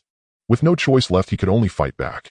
In that moment, Lan Song activated the boiling blood killing technique. Under the Qingtian divine dragon bloodline form, his blood boiled, and his power surged. With no choice left, he could only fight back. In that moment, Lan Song activated the boiling blood killing technique. Under the Qingtian divine dragon bloodline form, his blood boiled, and his power surged dramatically. Punching power, 10 tons, 24 tons. His claws were useless against such an assault, so Lan Song clenched his hardest fists to block Wu Taitian's incoming knee strike. He had already thought out an escape route. First block this attack, then use the force to retreat into the crowd, and finally gamble on taking hostages for a chance at survival. Boom. His thoughts were interrupted. Wu Taitian's knee strike hit Lan Song's fists. The surging immense force crushed the bones in his fists, then continued upward, smashing through his already mangled hands into his chest, collapsing his rib cage. Blood and fragments of internal organs erupted from his mouth. Lan Song was sent flying like a kite, with a broken string spinning through the air before crashing into the edge of the cave, creating a cloud of debris. Upon closer inspection, his breath was faint, life and death uncertain. Human civilization where everyone practices martial arts. What is known as the ability to transport qi and blood breaking through the limitations of the mortal realm may already be powerful enough in other inferior civilizations. Yet among the human race, it is merely ordinary. No, not even as useful as an ordinary person. Rather, they are pure waste that cannot even match cattle or horses. Above the mortal realm lies the extraordinary realm. These two realms, differing by just a word, are worlds apart. To break through from the mortal realm to the extraordinary realm is indeed a matter of life and death. Oh wait, failing to break through does not mean death. Instead, one merely transforms into a beast. Once transformed, humanity rapidly fades away, ultimately becoming a beast that can only live by instinct. For humans, it is no different from being dead. Of course, if one were in the most technologically advanced campus, students enjoying top-notch medical services would not become beasts even if they fail their breakthroughs. After being rescued, they would only suffer from qi and blood damage and regression in their realm. To regain their realm, one would need to invest considerable time. But students who are expelled to the outer city at the age of 16 are most lacking in time. Thus, many classmates, knowing they lack the confidence to break through, would rather maintain their 9th stage of the mortal realm than take a gamble to transform a bicycle into a motorcycle. The above are the reasons spoken by Wu Taitian. In other classes, the top students, unwilling to break through, express similar sentiments. Just excuses. In the depths of the cave, Wu Taitian closed his eyes. In the pitch-black space, nothing could be seen, relying solely on hearing and perception. A slight curve formed at the corners of his mouth as he muttered to himself, "If I let that group of waste in my class go to the outer city, they will probably be devoured in no time. Ultimately, it still falls to me to protect them." He sensed the data on the panel. Name: Wu Taitian. Race: human. Bloodline: frenzied blood. Qilin 0.01. Talent: omniscient. F realm. 9th stage of mortal realm. Fist strength 2 tons. Martial arts: basic martial arts. Perfect yellow grade. Bloodline call. Perfect yellow grade. Frenzied Qilin decision. Perfect methods. Yellow grade. Explosive step. Perfect yellow grade. Solid fist. Perfect yellow grade. Frenzied Qilin King Kong body. Perfect killing method. Yellow grade. Heavenly demon disintegration. Perfect living method. None. From the data on the panel, it is impossible to guess. Wu Taitian is a genius. Aside from his poor talent at the age of 16, he has already perfected 5 martial arts and activated his bloodline. His martial arts realm is also at the peak with no further ascent possible. Activating the bloodline increases the chance of breakthrough by 10%. If I can further elevate the corresponding martial arts to perfection, the chance of breakthrough can increase even more. According to the data, my chance of successfully breaking through is only 20%. But he looked at a martial art in the panel that had not even been graded yet, but was already perfected. Basic martial arts. Perfect. This martial art is the path of the mind martial god. After the mind martial god dissipated, very few martial artists could walk the path of mind martial arts using basic martial arts. I hope you can be the next one. The potential of mind martial arts is limitless, yet the cultivation conditions are extremely harsh. Basic martial arts has no upper limit, and to glimpse beyond perfection, one must forge their own path. Each person's mind martial art is unique, and the experiences of others are hard to assist you. The only support you can rely on is yourself. System martial god. Mind martial arts. The upper limit is immeasurable, and the lower limit is tragically low. Precisely because the mind martial god has dissipated, the path of mind martial arts for the human race has become so challenging that even the system has not formed. Wu Taitian murmured, his tone revealing confidence. The 5 martial gods of the human race: mind, system, technology, bloodline, talent. Among them, the path of mind martial arts is the hardest. Generally, if an ordinary martial artist has the opportunity to perfect basic martial arts and catch a glimpse of the mysteries of mind martial arts, they would only attempt to cultivate it. When they realize its extremely high difficulty, most would choose to give up. However, Wu Taitian did not give up. He speculated that this martial arts path might not be so difficult. There is no basis nor any rationale. He simply feels that he can cultivate it, and that's all. Although many have never traversed the path of mind martial arts. But they are them, and I am I. What those waste cannot achieve, I am martial arts genius can certainly accomplish easily. Is there a problem with that? The logic is sound without issue. With the support of mind martial arts, he believes his chances of breaking through should greatly increase, reaching 100%, perhaps a bit arrogant. But Wu Taitian could not find any reason for his breakthrough failure. Therefore, after adjusting his state, his breakthrough began. First, he utilized the resources obtained from all his classmates and their pure water. Wu Taitian swiftly chewed the eternally bland nutrient paste a few times before swallowing it, then downing a jug of water in quick succession. Next, he transported qi and blood, his stomach rapidly digesting the food at an incredible speed, transforming it into ample nutrients flowing into his limbs and bones. In cultivation, nutrients cannot be lacking.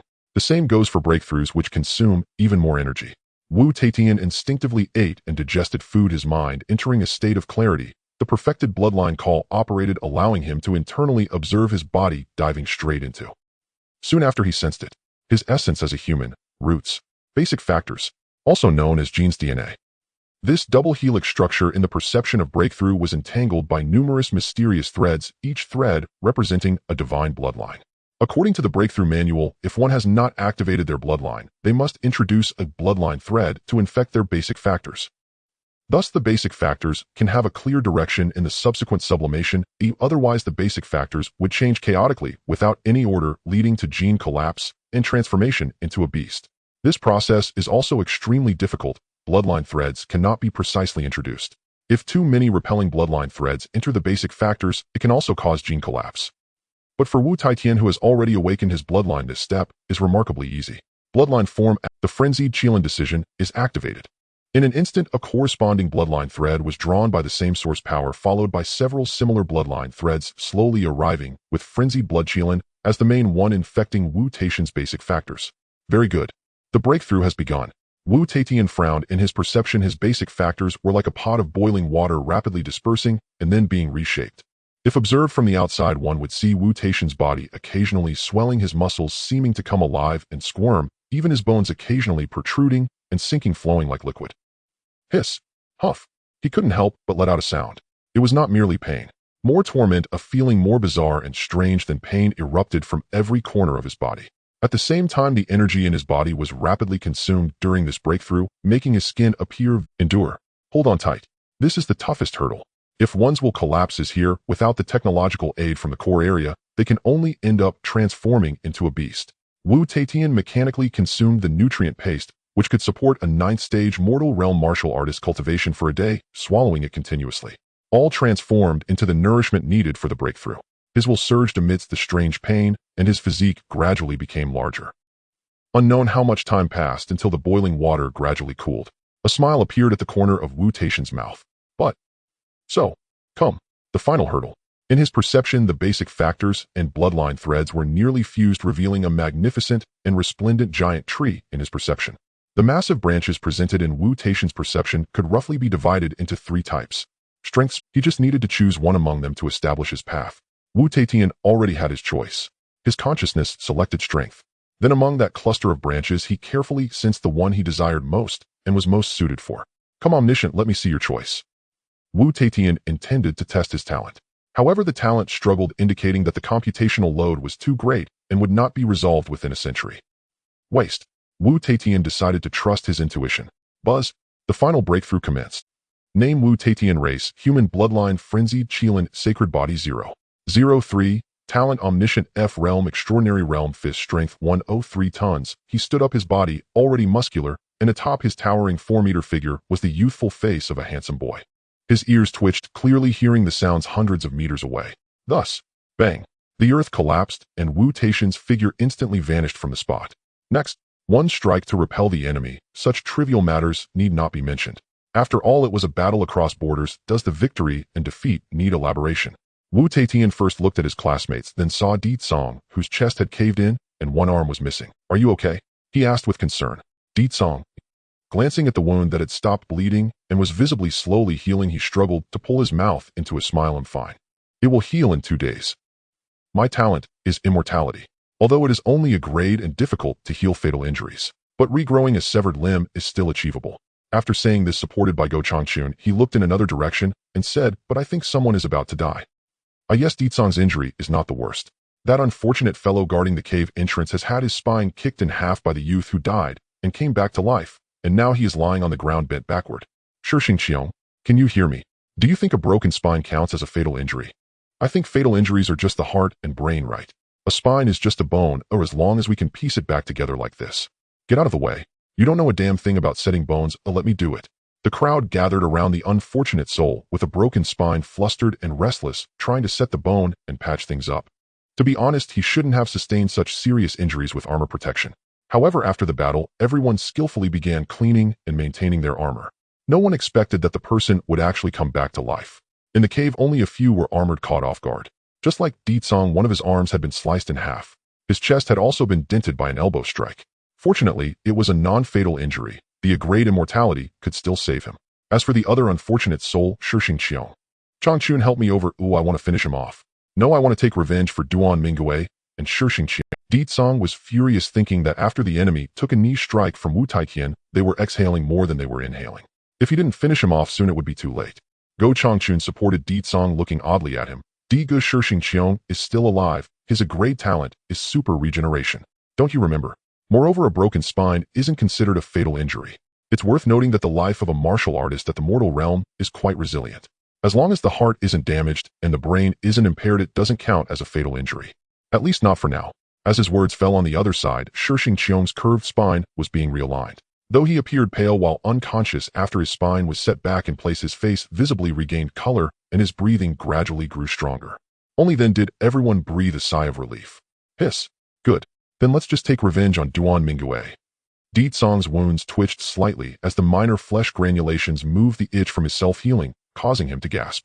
With his remaining hand tightly gripping the long spear, he moved to the side of the young man who had come to consciousness. Now the unconscious youth had shed his dragon scales and returned to human form. He was bleeding from all 7 orifices, looking as if he wouldn't last much longer. Ditsong wasted no time stabbing the long spear into the youth's eye socket, penetrating his brain. Despite his grievous injuries, he managed to send him off. Strength 1. Is that it, eh? Ditsong's he realized that his external ability was just as its description stated, killing an intelligent being grants one. The mortal realm compared to the awakened bloodline mortal realm had a vastly different combat power, yet the reward for killing remained the same. Diga, how do you feel? Are you satisfied now? Go Changchun continued to support Ditsong while advising, I know you're angry, Digo. After all, Duan Mingyue came from the same orphanage as us. Seeking revenge is only natural. But Diga, you also need to take care of yourself. What if he comes back to life and goes on a killing spree? You still need to keep yourself intact. Ditsong nodded and waved his hand, indicating he understood and that no further words were needed. Just as Go Changchun had said, Ditsong, Duan Mingyue, and Go Changchun. And at least 1/3 of their classmates all came from the same orphanage. They had played together since childhood, naturally forming a deep bond. Now that Duan Mingyue had sacrificed himself, although Ditsong had been prepared for it when it actually happened, he still felt a tightness in his heart. All right, help me sit down over there. I want to rest for a while.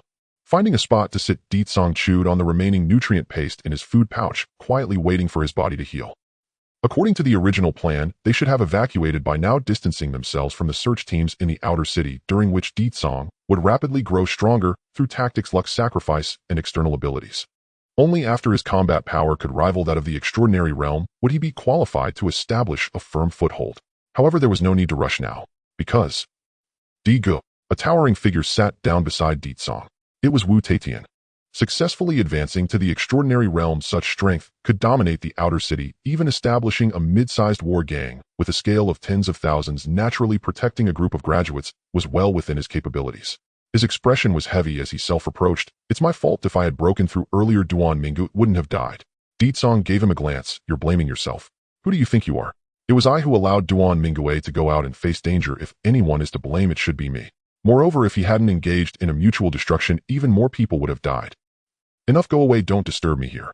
Once I'm healed, come with me to take a proper look at the outer city. He dismissed the overly responsible Wu Taitian. Ditsong continued to close his eyes and rest. While not really resting. The pain and itching of the healing wounds were unbearable. Black. So black. But in the darkness there seemed to be a glimmer of light. Thus he reached out, grasping at the light. In an instant, memories surged like a tide. Shixing Qiong suddenly opened his eyes. Name: Shixing Qiong, race human, bloodline not activated, talent super regeneration, E-realm mortal realm, level 8 punching power 1955 kilograms. Martial art, basic martial arts mastered, yellow grade bloodline call mastered, fighting style yellow grade, swift step perfected, yellow grade, wind/blade mastered, killing technique yellow grade, boiling blood mastered, living method none. What is this? A system panel for martial artists of the human race. I did it. Shixing Qiong's body was tense, his heart ecstatic. For countless years of cultivation, limited by talent, family background, resources, and luck, I was stuck at the peak of foundation establishment without making an inch of progress. The advancement of the immortal Dao system heavily relies on fortune, merit, and connections. Those immortal golden core and nascent soul old monsters have laid countless traps, making the ground riddled with pitfalls. Ultimately, I still desire progress too much. It's not that the immortal Dao system is bad, the martial Dao system is even broader and more expansive. Shixing Qiong thought, while also activating the cultivation methods from his memories. Sure enough, it was utterly useless. The entire world didn't have a shred of spiritual energy. However, his life force was quite vigorous, and in an instant he could transform it into spiritual energy, helping him embark on the path of refining qi. But why would he want to do that? After finally breaking away from the immortal Dao system and embracing the martial Dao system, he had no intention of going back for the rest of his life. Martial Dao truly deserves to be the main lineage of the human race. We mortal realm martial artists have been able to enjoy the care of technological martial gods since childhood. Even if we cannot break through the extraordinary realm, we can still eat and drink for free in school for our entire lives. This treatment is much better than that of the immortal Dao branch. Wait, remembering this, Shixing Qiong's joyful expression instantly stiffened. He abruptly sat up and surveyed his surroundings. In the cave, his classmates in this world were either resting or cultivating martial arts.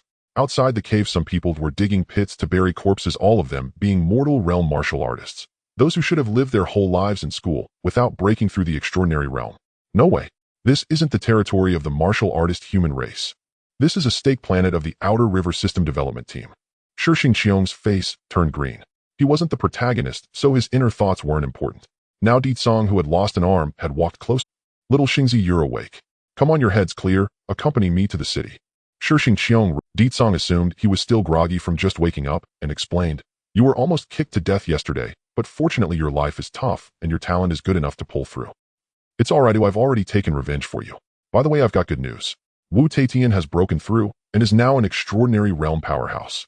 With him around, we won't have to hide in the outer city anymore. Shixing Qiong regained his wits and nodded. Oh, Diga, what happened to your hand? It was chopped off, but it's fine and healing quickly, Ditsong said as he rolled up his sleeve, revealing the severed arm within. It was evident that the wound of the severed arm had not only fully healed, but also a small hand like that of an infant was growing from it, stretching and clenching in response to Ditsong's thoughts. Ditsong sincerely said, using this hand to adjust the trajectory will make my cannon seem much larger. Shixing Qiong incredulously asked, here. This isn't a single bedroom in a dormitory, oh, everyone's around. In a public place, can't you hold it in a little? Ditsong replied, puzzled. Nonsense, I still need to pee wherever I am. Fair enough. Seeing Shixing Qiong nod, Ditsong continued. By the way, when Wu Gu broke through, he ate half of the food we brought, and then to stabilize his realm to replenish nutrients, he ate the rest. If we don't go to the city to buy some food, we might starve to death. Which makes perfect sense. Compared to the mortal realm, the appetite of an extraordinary realm individual is significantly larger. Pure nutrient paste can no longer satisfy the needs of an extraordinary realm warrior. While talking, the two had already donned their armor and stepped out of the cave. Outside, the towering figure of Wu Taitian resembled a small mountain towering over 4 meters. He looked at the newcomers and quickly broke into a smile. Xingzi, are you healed? Wu Taitian asked with concern. Shixing Qiong nodded and began chatting familiarly. Although he had awakened his past memories, he had no reason to abandon the feelings formed over the past 16 years. Rather, due to the limited capacity of the mortal realm brain, the compression of his foundation establishment memories from his past life was less than 0.1. Thus, the personality he developed over these 16 years would not be easily overshadowed. Moreover, he planned to forget his roots. The past life and its consequences could roll aside. Over here, seeing that the people who went out had gathered, the classmates also surrounded them. They all put forward requests for purchasing. Bring back more flavors of nutrient paste. I heard those 2 captives say that the outer city has more than just sweet and salty flavors. Water. We're short on water, don't forget. Wugu, I heard there's something called blood chi pill in the outer city, which is much more potent than the nutrient paste we eat. Could you buy a few to try? You can take those 2 captives to the city and sell them for some initial capital. Listening to his classmates' requests, Wu Taitian smiled and answered each one. Everyone was filled with excitement and anticipation. Only Go Changchun frowned uneasily, saying, Wu Gu, if you leave, what if someone else comes to attack? The extraordinary Watation is the pillar that allows everyone to establish their foothold in the outer city. They are well aware that without Watation, their entire class would be nothing. A slightly stronger micro-battle gang could easily wipe them all out. Just like that young man who awakened his bloodline. Without Watation, the whole class couldn't stand a chance. Therefore, it is perfectly normal for Go Changchun to have such concerns. That's true. Watation pondered for a moment and drew his battle knife. Coupled with his 4-meter-tall physique and arm span, this battle knife, suitable for the ordinary realm, now seemed quite diminutive. In the next moment, he swung the knife. Hundreds of tons of immense force applied, and the speed instantly broke the sound barrier. Whoosh! A 2-meter-tall giant stone was cleaved in 2 vertically. The cross-section was smooth without even a hint of excess cracks. This strike can only be executed by someone in the extraordinary realm. Watation pointed at the stone that had been split in half and said, if enemies come, just show them this stone. They will think twice. Go Changchun gave a thumbs up. Good idea. This way, everyone would know they were under the protection of someone from the extraordinary realm. According to the information provided by the 2 captives, extraordinary realm experts were sufficient to form a medium-sized battle gang, dominating a district and gathering tens of thousands of underlings. The desperate slave traders who went out to capture graduates would not dare to provoke them. Amid the crowd's farewell, the group quickly set off, heading to the nearest outer city gathering place, as indicated by the 2 captives. Junior. Oh no, big brother. Actually, people like us are everywhere. We aren't worth much in the outer city. Rather than selling us off, how about we stick with you, big brother? As they got closer to the city, the 2 captives pleaded even more. Watation said nothing and slapped each of them, skillfully delivering just enough force to knock out half of their teeth. Because of you 2, the situation has turned dire. Ditsong tore off their clothes and stuffed their mouths with them. And because you failed to inform us, you almost forced your boss into a massacre. You both are on the path to death. If you can't be sold, I'll skin you alive. He said this very nonchalantly, clearly intending to go through with it. Although everyone had just graduated from school, each only 16 years old, the interstellar martial arts schools were not meant to teach kindness. Everyone was remarkably skilled at killing and burying bodies, evidently having practiced countless times, nearly reaching muscle memory. As for Ditsong's moral principles formed before his crossing. Sorry, that was forgotten. Not long after they arrived at their destination. It was a city surrounded by towering walls. The walls were 10 meters high, built of reinforced concrete. From a distance, they appeared quite spectacular. Yet in reality, even a martial artist of the ordinary realm could leap over them with ease, let alone a strange beast. It was more of a decorative effect than any actual significance. As they got closer, Deetsong noticed the walls were riddled with damage, showing signs of many battles without any plans for repairs. Just let it rot here. The Letten Gathering Place, also known as Letten City, has a population of over 300,000, controlled by a large battle gang, which is said to have many experts with at least a couple of extraordinary realm members. The group that attacked us before came from here. Of course, they are just a micro battle gang that has gathered a few hundred people. They usually only dare to roam at the outer edges of the wilderness or take on the role of scavengers, and they have to pay a head tax to the higher battle gang. This information was pried from the two captives. Deetsong analyzed that with Watation's realm, taking everyone to establish a foothold in this gathering place should not be a difficult task. Upon reaching the entrance of the gathering place, they saw a group of martial artists standing guard next to the open iron. The crowd entering and exiting formed a long line, with strange-looking vehicles coming and going, hauling many armored boys and girls who had been stripped of their armor. Oh, these past few days have been really good days. We ran into graduates. Your haul is quite impressive. As per usual, the entry fee is 5 rations per person. The ration specifically refers to the nutrient paste. 1 ration is enough to meet a martial artist's energy needs for a day at the 9th level of the ordinary realm, making it the hardest currency to use in the outer city. Why has the price gone up? Someone immediately expressed dissatisfaction. Wasn't it just 3 rations per person before? The guarding soldier smiled indifferently and said, "It's a special holiday. Isn't it normal for prices to go up? You all went out and caught so many junior brothers and sisters, and the boss specifically raised the price to make some profit. Isn't that reasonable? Enough with the nonsense. Pay the entry fee or get lost. If you're capable, set up a tent outside. If others rob you, we won't take responsibility. Concealment, decency, and shame. That doesn't exist. It's clear the price increase is just to squeeze more money out of you. If you can, feel free not to pay." They went out and captured so many juniors, making 5 rations from each person for the entry fee. Adds up to many people, although reluctant, had no choice but to pay up. Just as they finished paying and were preparing to enter wait. The captain of the guard spoke up, blocking this batch of merchants. He naturally said, "What about our share?" The leading merchant was furious. "The entry fee has already gone up to 5 rations. What more do you want?" The captain of the guards paused and then said, "Bribery. The entry fee is set by the boss and must be handed over entirely. What does that have to do with us? But my brothers and I are guarding the gate. How can we progress on just that meager salary? Hurry up and stop dawdling. There are 12 of us brothers, and each of us should at least get 1 ration. As captain, is it too much to ask for 2? What are you standing there for? Pay up. 1 ration each." The merchant thought for 2 seconds and then nodded. All right, that's not too expensive. In fact, he had long been accustomed to such matters. Without giving benefits, how can they make progress?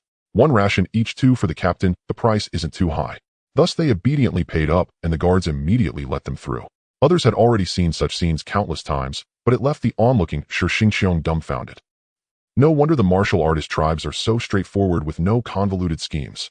In contrast, those cultivators from my hometown still have to pull a whole bunch of tricks when they bribe or extort. The efficiency is too low. But suddenly he thought of something. It seems perhaps that everyone here is out of money. Time passed, and the line into the city continued to move. Soon it was Deetsong and his group's turn. "We have no money." Before the guards could say anything, Deetsong volunteered. The captain of the guards frowned. "No money, then get lost." His words abruptly halted, because a towering figure blocked the sunlight, standing before the captain of the guards and looking down. The formidable tall giant looked at the ordinary realm guard, who was only half his height, and kindly said, "Who are you telling to get lost?" As he spoke, Watation's blood surged, resembling a roaring river. The erupting momentum suppressed everything within 100 meters. At this moment it felt as if all things fell silent and the winds and clouds stilled. The guards' arrogant expressions froze quickly, melting away into sycophantic smiles. "Sir, please come in. You are an extraordinary realm expert. How could we charge you an entry fee?" The guards immediately cleared a path. Watation relaxed his brow, retracting his imposing aura. After saying that, he extended his hand towards the guards, saying, "You just spoke rudely to my brothers. Give some compensation." The guards. The captain of the guards smiled brightly. Of course. Of course." Soon the group entered. They hadn't even sold the captives yet, and a backpack full of nutrient paste was already in their possession, amounting to at least 100 rations. The students genuinely marveled. So this is how easy it is to make money. Can extraordinary realm experts really do as they please in the outer city? Deetsong sighed with regret. He had initially thought to use this conflict to make a killing and gain some power. Instead, Watation's mere appearance ended all the conflict. Deetsong was speechless, gazing at this formidable tall giant. Brother Wu, if you keep acting like this, how are we to pretend to be pigs eating tigers in the future? How can one act cool without hiding their true strengths? He lamented. How about this later you find a technique to shrink your body and practice it maintaining a normal person's physique? Shrink technique. Let me search for it. Watation nodded and opened the panel to search for relevant techniques. Surprisingly, there were indeed many. In the interstellar martial arts era, various techniques were displayed on the system panel, encompassing the 4 levels of heaven-earth and the myriad realms, allowing the human race to choose freely. It even included various insights and cultivation experiences. They were free, costing nothing. It is said that before the rise of the system, martial god low-level techniques were incredibly expensive, while high-level techniques were monopolized by various noble families. Martial artists with talent could not find corresponding techniques. It was extremely difficult to stand out. After the rise of the system martial god, all human techniques were gathered and made open source, benefiting every human being. Of course, being able to see is one thing, understanding is another. For those in the ordinary and extraordinary realms, they could only comprehend low-level techniques. Even if higher-level techniques were placed before them, they wouldn't understand. Fortunately, there were quite a few low-level shrink techniques and disguise arts. Watation began to carefully select. He was someone who preferred not to think too much and had a strong sense of autonomy. Anything he deemed unimportant would be left to others to solve.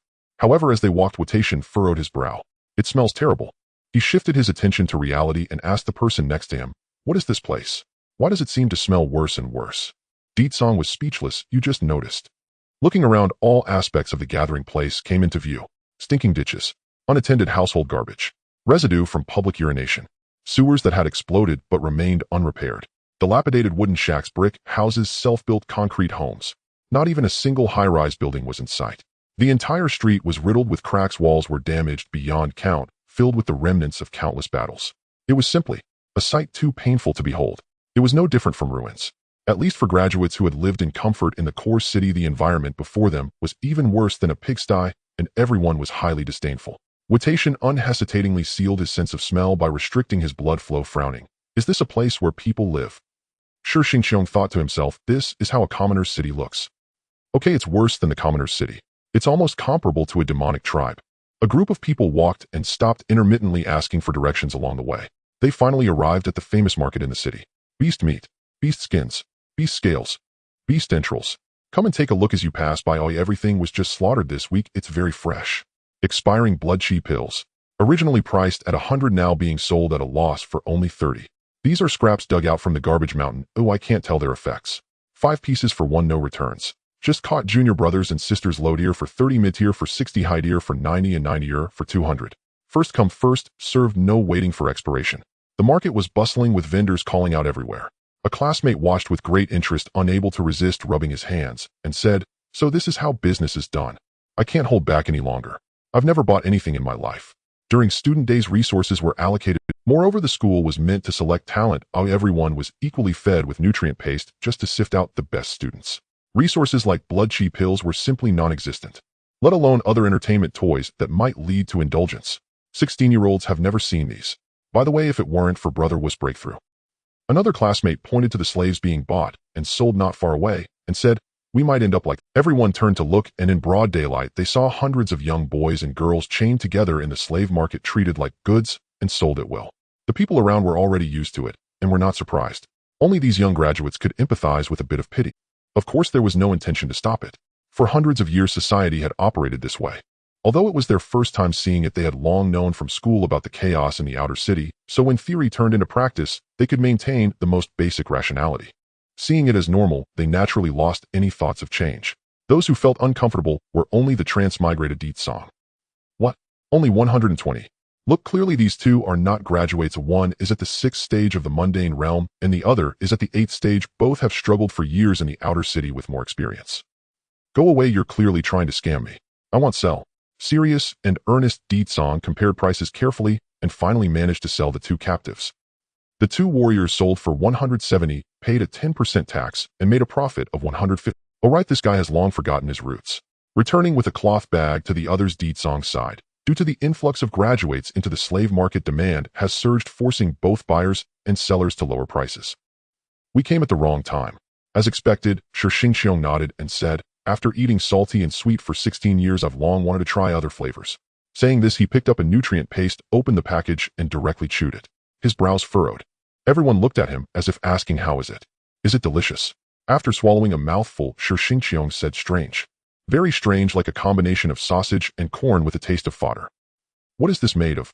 As soon as he said this, everyone looked puzzled. Sausage? Corn? What is that? Shi Xingqiong's expression stiffened.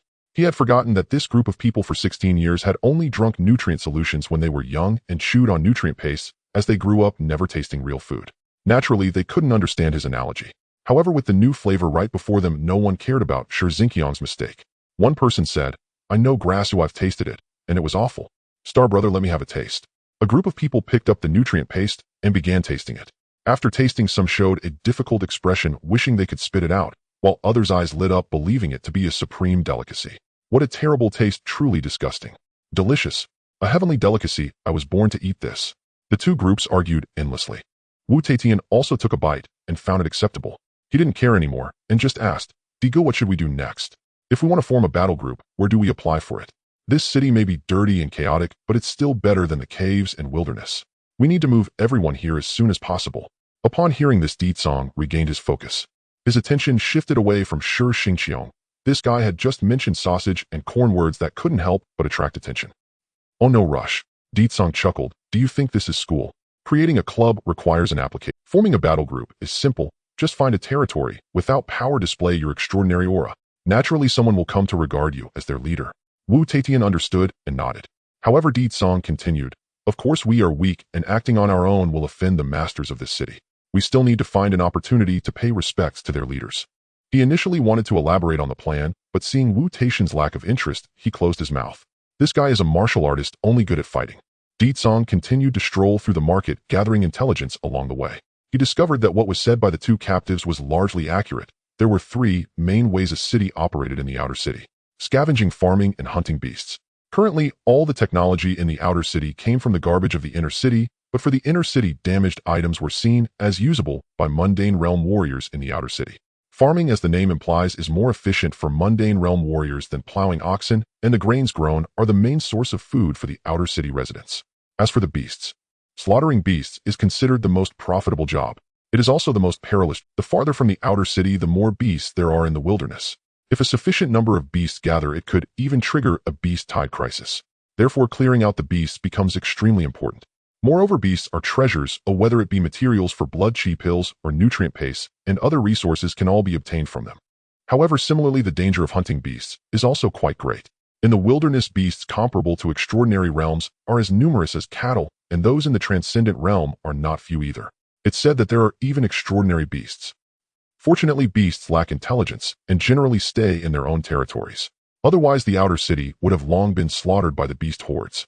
As for Lutin City, it is controlled by a large battle group with a population of about 300,000, which can only be considered a small city in the entire outer city. Among them, there are countless micro and small battle groups, only 2 medium-sized battle groups, which have significant ties with the large battle group that controls the city, thus have not been merged. From this, the best route for them is not to establish their own battle group, but to join someone else's battle group. No way. I oppose. After Di Tsong proposed the idea, a classmate immediately said fiercely, how can a man of great stature stay beneath others for long? Brother Wu, a real extraordinary realm, has the potential to be a leader. Isn't it a waste to be someone's little brother? Looking at the person's righteous demeanor, Di Tsong was quite speechless. A proper extraordinary realm, how can there be a reason to be someone's little brother? At least be a third or fourth in command. With Brother Wu shielding us, we won't have to worry about development. As for whether joining would lead to getting caught up in power struggles, which could put them in danger, Di Tsong didn't mind at all. In fact, he hoped for more danger. It would be best to have some gang wars. Di Tsong promised he would definitely charge to the front and fight fiercely. However, that classmate remained stubborn, saying, in any case, I still advocate that our class should establish our own power, even if we start small with a small battle group. If that doesn't work, can I use Brother Wu's name to summon 1,000 people and form a small battle group? I will manage it entirely and will not make things difficult for everyone. As long as Brother Wu is willing to nod and let me borrow his name.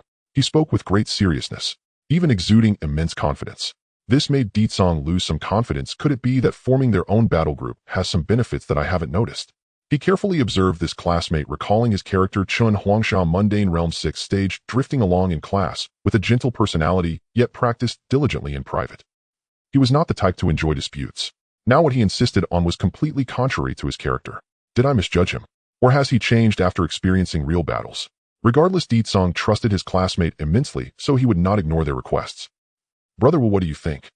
Song asked tentatively. After all, the name he wanted to borrow was Wu Taitian. I'm fine with it. Diga, you know I don't understand these things, so you handle it, and just let me know once a decision is made. His eyes were clear, and his words were sincere. Song, I let you go to the inner city to develop, but you treat it as if it's none of your business.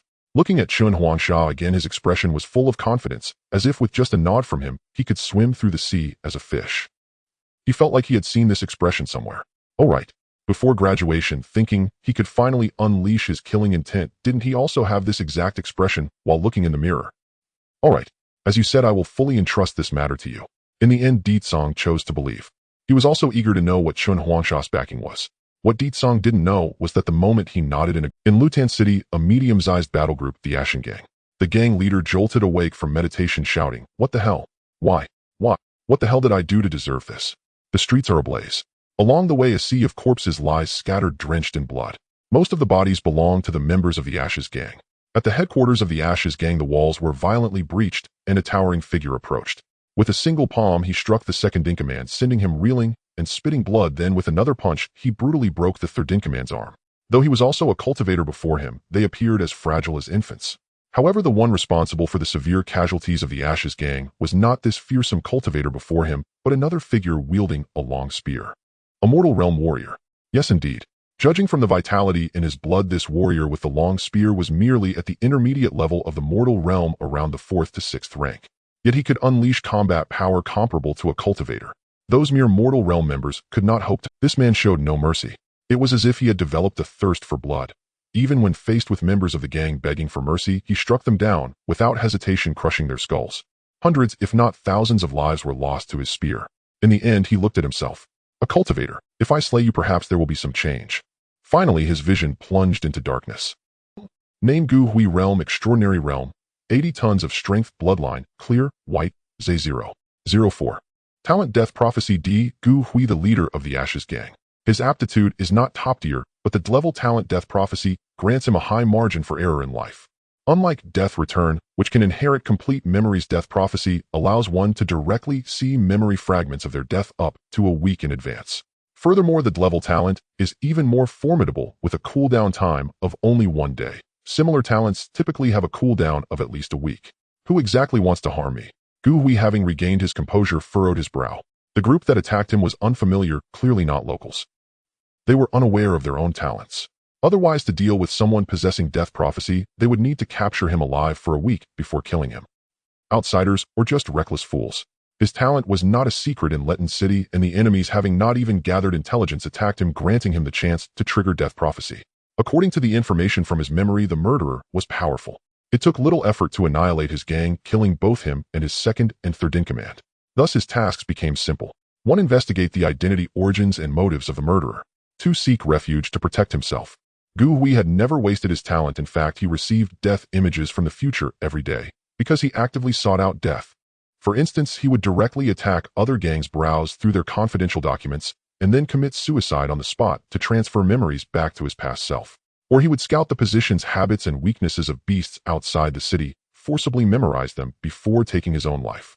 In short, since awakening his talent, Gu Hui was either dying or on the path to death.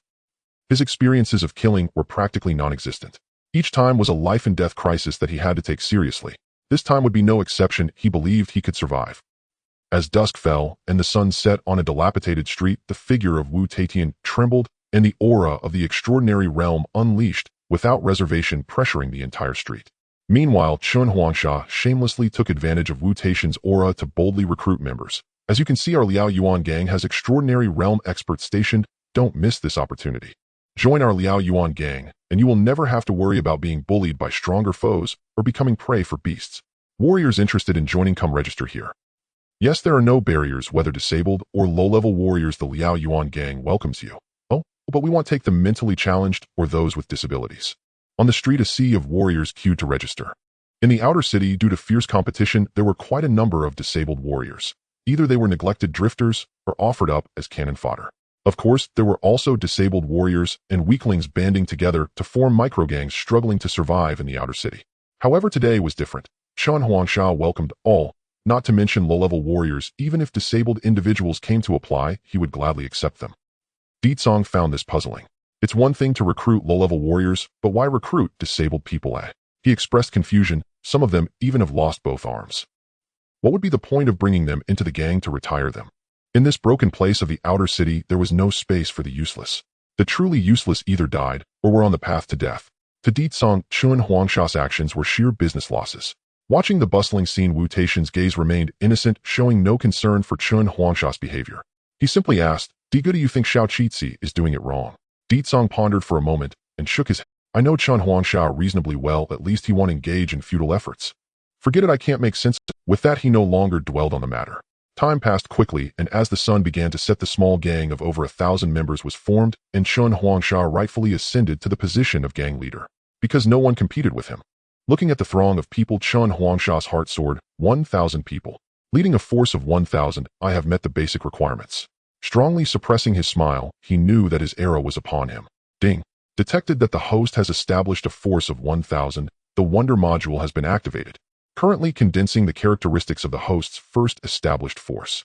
Please note the number and quality of characteristics are linked to the host's realm. Currently, the host has only one characteristic effective only for mortal realm force. Liao Yuan gang population, 1,000 characteristic cultivation speed, 10 limited to mortal realm wonder none to be constructed wonder blueprint, 10,000 blood furnace bloodline, favorable mutation probability, 10 formless tower comprehension, 10 hall of transmission cultivation efficiency 10. What are you grinning about? Ditsong approached Chun Huangsha, speaking suddenly. The latter jolted, quickly suppressing his rising smile, saying ahem. Digu, I feel the Liao Yuan gang seems a bit too plain. Perhaps we should build a few iconic structures. Ditsong stared at him in disbelief. Do you even hear what you're saying? With 1,000 or 800 people eager for food, most can't even provide tomorrow's meals. What do you have to build? Upon hearing this, Chun Huangsha coughed twice, his expression shifting from excitement to helplessness. Digu, you were right. I was too ambitious. Let's hold off on the wonders for now. With that, he continued to lower his head in thought, pondering future paths. He also did not stop recruiting members. While Chun Huangsha's matters reached a pause, Ditsong looked around, observing the dilapidated walls and houses of the street. The smell of rotting garbage filled his nostrils. The stark contrast with the immaculate campus was like heaven and earth. For a moment, he thought of the slums depicted in films of his previous life. It was quite similar to this feeling. The outer city is truly no place for humans to dwell. As the sun set and night fell, this planet has no moon, but as humans of the interstellar age, coupled with being vigorous mortal realm warriors, they could see at night, using starlight, not to mention the scattered lights in the city. At this moment, on the wasteland at the end of the street, flames leapt, and Ditsong absent-mindedly poked at the fire. He said, according to the members of the Liao Yuan gang, their professions are mostly scavengers, and their daily activities take place at the garbage dump 30 kilometers outside the city. That garbage dump has tens of thousands of scavengers coming from other cities every day, and there are often beasts appearing there to hunt. In that garbage dump, hundreds of scavengers die at the hands of beasts every day, resulting in nearly 100,000 deaths in a year. However, only low-level warriors and disabled people take on such a garbage profession. Middle-level warriors are rare, and high-level ones are even more scarce. Chun Huangsha, sitting nearby, casually remarked that death rate is quite low. With a population of 200 million in the outer city, millions die each year. All the garbage dumps combined account for only about 1 million deaths a year, and most of the dead are low-level warriors and disabled people. In contrast, hunting beasts and inter-warrior conflicts make up the majority of the death toll. However, scavenging jobs will at most let them survive by eating 1 meal a day, or I need to think of another way to make. Chun Huangsha, seemingly not taking this matter to heart. In fact, this was quite normal. The outer city was filled with people, and when one died, they could recruit more, and many wanted to join. However, as the first gang, everyone felt a sense of responsibility, and they engaged in a brainstorming session. Of course, their methods boiled down to 3: scavenging, robbery, and hunting beasts. Time passed. Suddenly, Wu Taiqian, who was not participating in the brainstorming and was focused on his training, frowned and abruptly stopped his training stance. As he halted, the whistling winds of fists and boiling blood around him also retracted, making everyone, including Ditsong, feel something was off. Swish! In an instant, everyone gripped their weapons and stood forming a battle formation. Oh ho! You little ones are quite cautious. Suddenly, a woman's light laughter echoed from the darkness. In the next moment, the wind stirred. A figure appeared at the center of the crowd's formation in the blink of an eye. The blood and cheese surged like roaring rivers. Including Ditsong, the surrounding classmates tensed their muscles. This kind of might was not the slightest bit inferior to Wu Taotian. Extraordinary realm. Damn, this is an extraordinary realm powerhouse. Among those present, only Wu Taotian remained composed, his gaze fixed on the shadow that had suddenly appeared. Though the figure was swift, it could not escape his perception. Graduates breaking through to the extraordinary realm in the outer city. A lucky little fellow, there are always a few every year. The figure in the center of the crowd spoke. Everyone lowered their weapons and slowly turned around, finally seeing her clearly. She was a young woman standing over 2 meters tall, with long, powerful legs that were curvy, yet muscular. Extraordinary realm speed type. As everyone appraised her, she fixated her gaze on Wu Taotian, scanning him from top to bottom, before suddenly licking her lips. Not bad, very good. Qilin bloodline with a compatibility of 60 with my wolf bloodline. If we interbreed, the probability of producing intelligent offspring can reach at least 20. As everyone knows, the Qilin is a chimera of various animals, and it indeed has connections with wolves, thus the theory of this woman holds validity. No, that's not the main point. Wu Taotian frowned. I don't want to start a family. The woman chuckled in response. Do you know who I am? Perhaps sensing the innocence in Wu Taotian's eyes, she didn't wait for an answer and introduced herself directly. I am Cang Lian, the leader of this gathering place, and also the head of the Letin war gang. Look at you, just graduated, utterly oblivious to the rules of the outer city. Extraordinary realm powerhouses entering others' territory must pay their respects. Not only that, but you also formed a war gang on my territory. Even if they are merely trash and cripples that I look down upon, they are still my assets. You think you can just take them without even a greeting? I see you're tired of living. As she spoke, she had already approached Wu Taotian, looking up at the small giant, and yanked his collar. With immense strength, she was about to pull him over the bow. The clothes were torn apart, revealing Wu Taotian's robust muscles as an extraordinary realm powerhouse. Cang Lian was taken aback because he did not budge an inch. Wu Taotian, are you crazy? In the next moment, he threw a punch. The surging qi and blood unleashed 100 tons of force, fiercely imprinting on Cang Lian's face. Her body spun and flew out. Boom. She was forcefully propelled dozens of meters away, crashing through walls and demolishing a house. The entire process occurred in an instant. Even Di Cang was left stunned. Wu Ge, what are you doing? As the saying goes, a strong dragon does not suppress a local snake. We are at best strong snakes while they are local dragons. How dare you suddenly strike?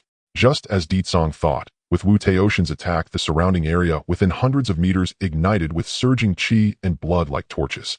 On the rooftops around, hundreds of figures appeared. Each one was a high-level martial artist, at least above the 7th rank of the mortal realm. There were even 8 directions rising with overwhelming qi and blood that belonged to extraordinary realm powerhouses. The Letin war gang is a large war gang, and generally large war gangs possess nearly double-digit extraordinary realm powerhouses. Are they all here? There's a saying that goes, even a lion uses all its strength to catch a rabbit. The opposition clearly sent out their elites, showing no intention of holding back. Stop. Don't harm the people that this old lady has set her eyes on. Bang. A large amount of rubble flew, and Cang Lian stepped out from the collapsed house, appearing completely unharmed. No, her features and body even became somewhat blurred, as if wrapped in a powerful wind. The instant she spoke, the surrounding hostility quickly receded, with no one daring to speak. Cang Lian laughed. Indeed, just a newly promoted fledgling, still using qi and blood to fight, as an extraordinary realm, not even understanding how to use qi force.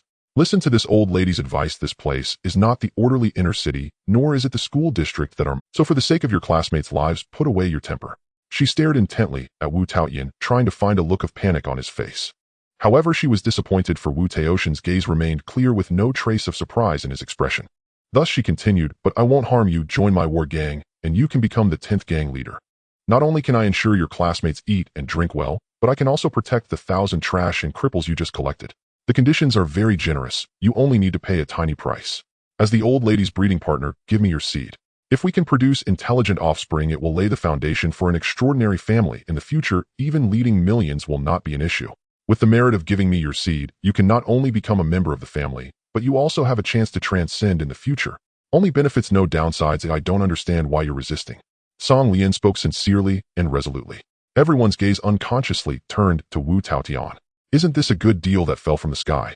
Cheng Huangsha quietly said, as long as Wu Gu agrees to that woman, we'll be rich. Oh, what resources won't we have in the future?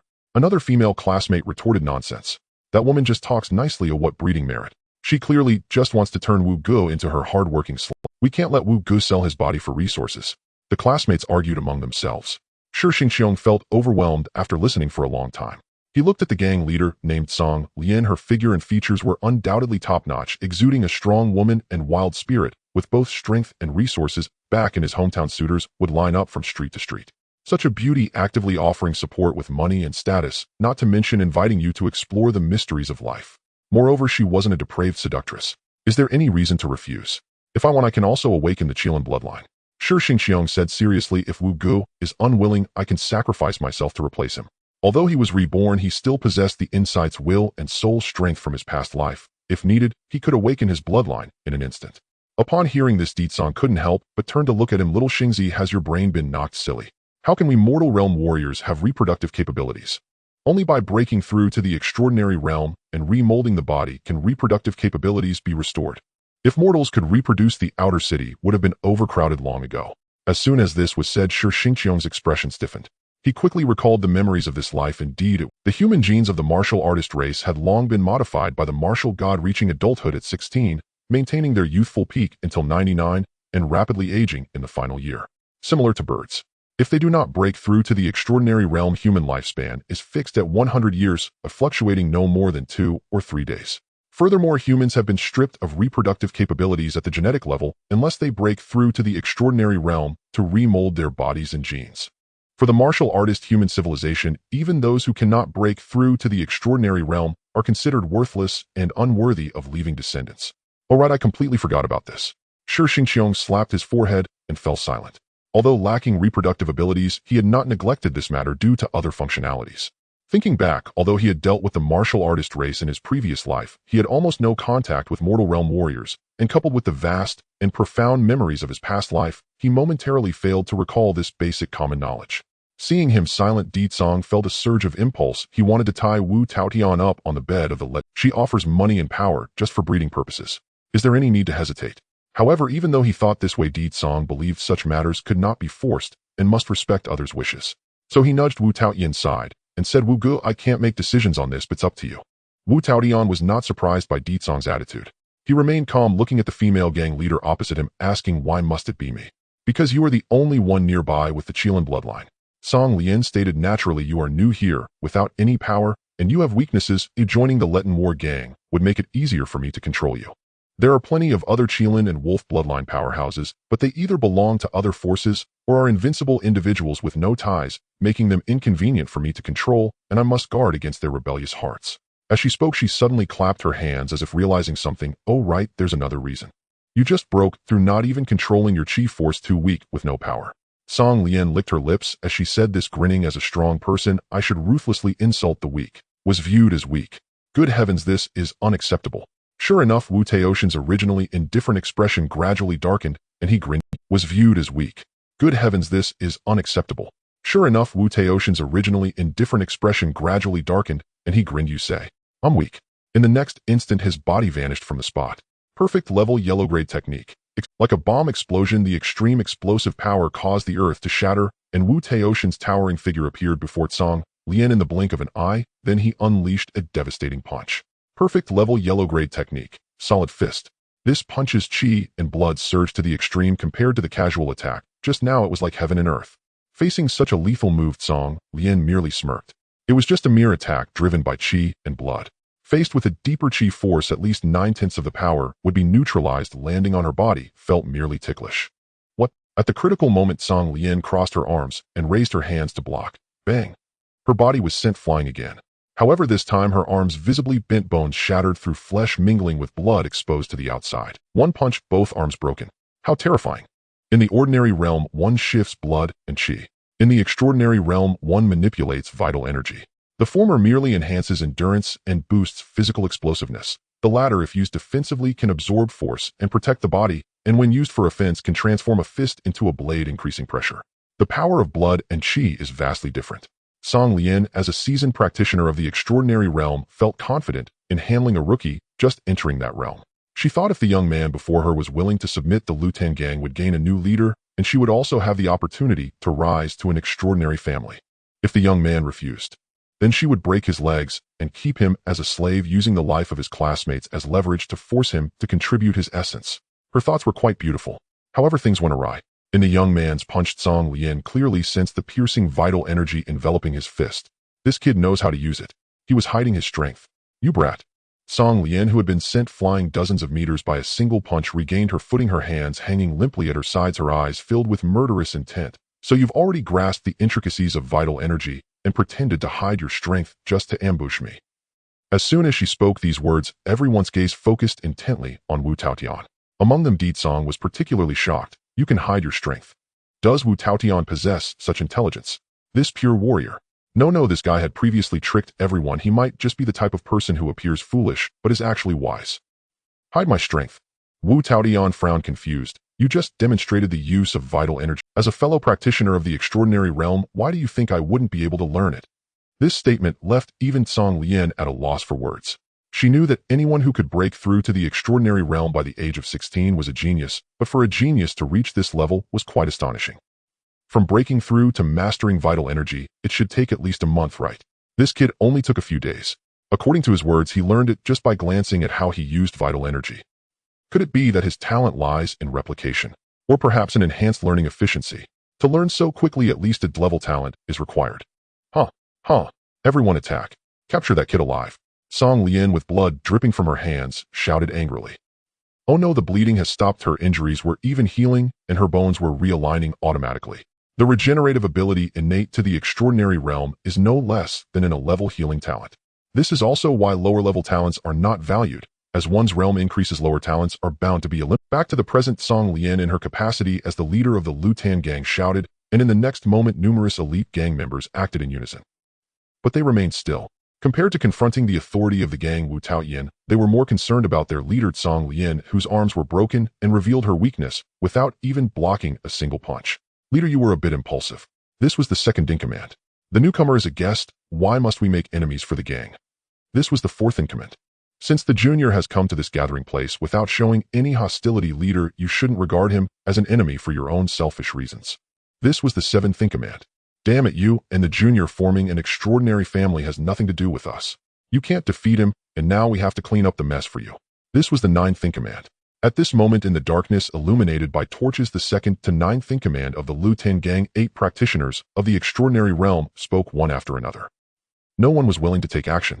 The reason was simple: the foundation of an extraordinary family lies in bloodline, and even if Song Lian established a family, what relevance would it have with outsiders like them?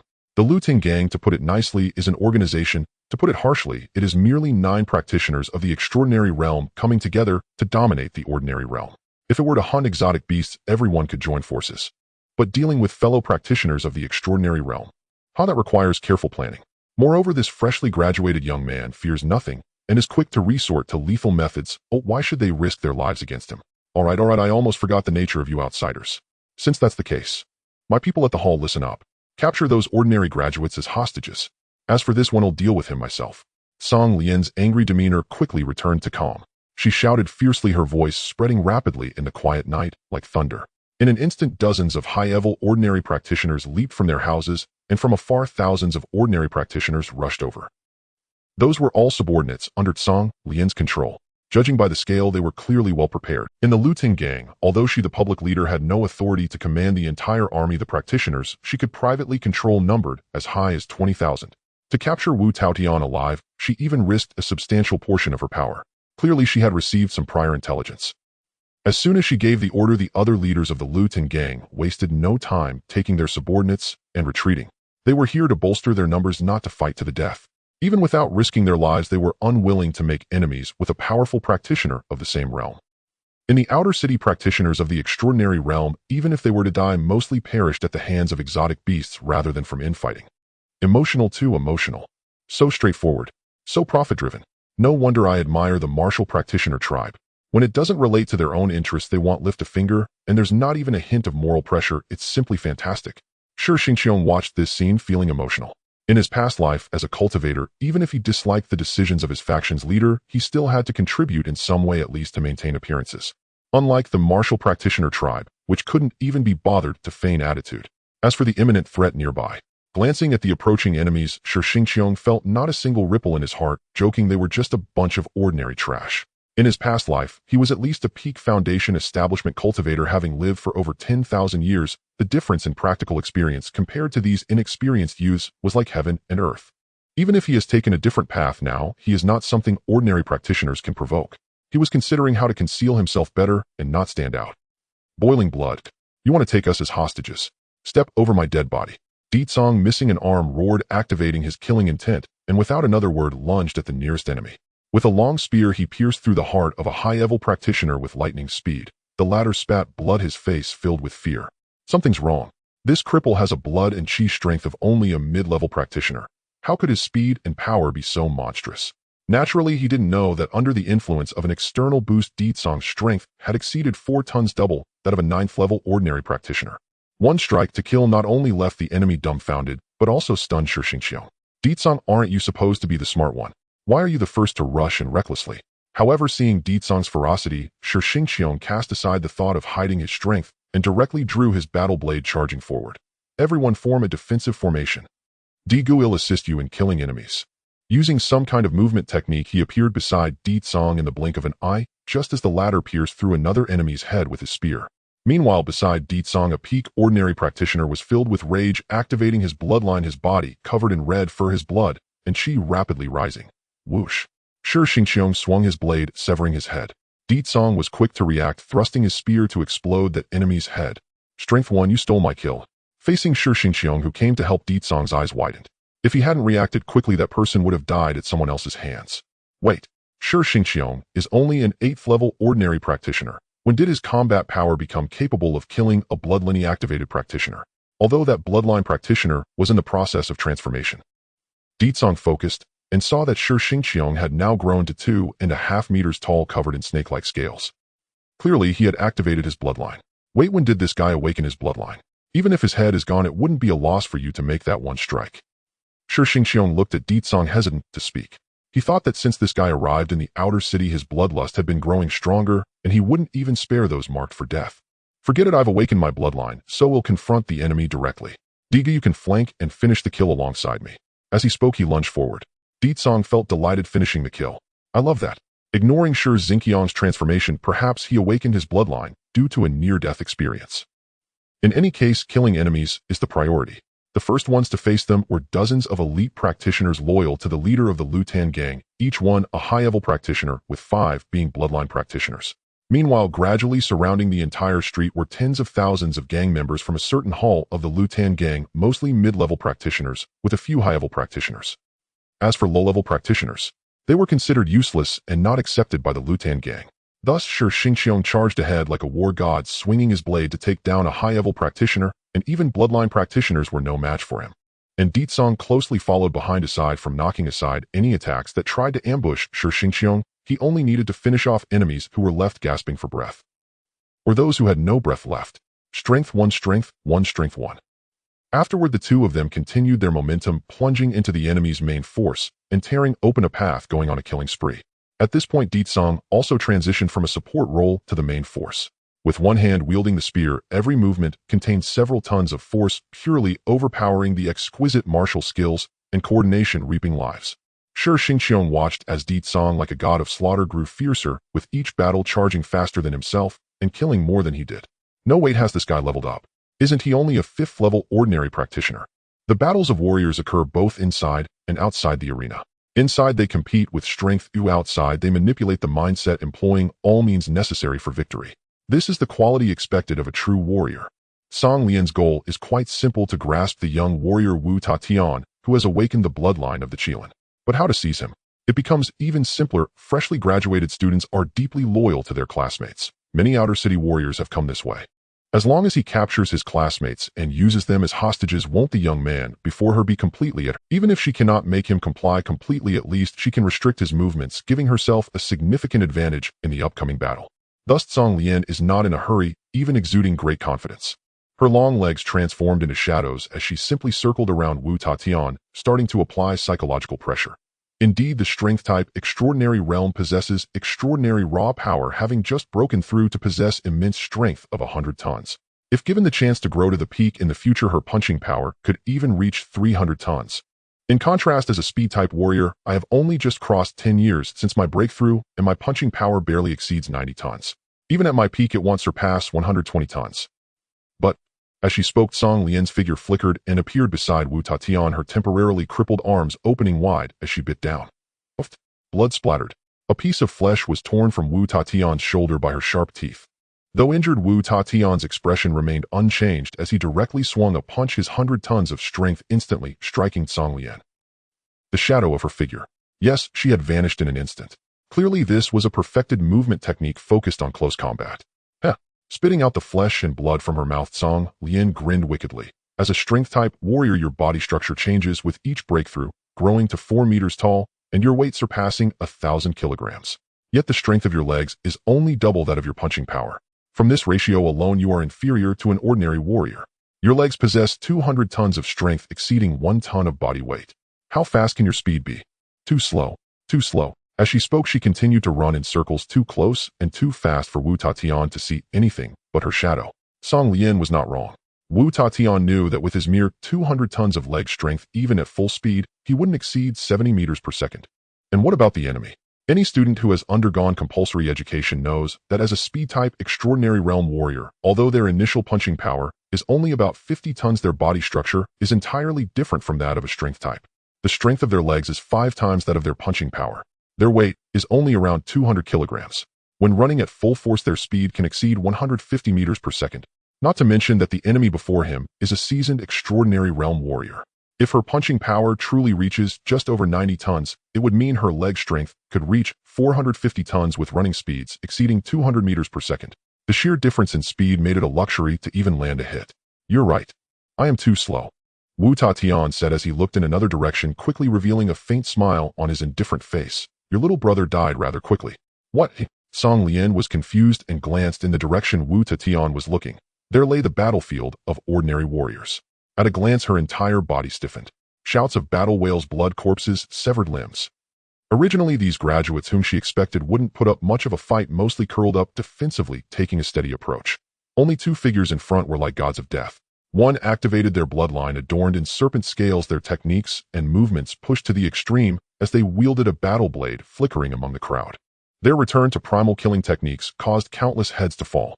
The other was a disabled warrior with a severed arm. Ferocious, fierce, fearless. Their attributes were extraordinary. With each gesture, over 20 tons of strength erupted. Even bloodline warriors could not withstand him, let alone ordinary warriors.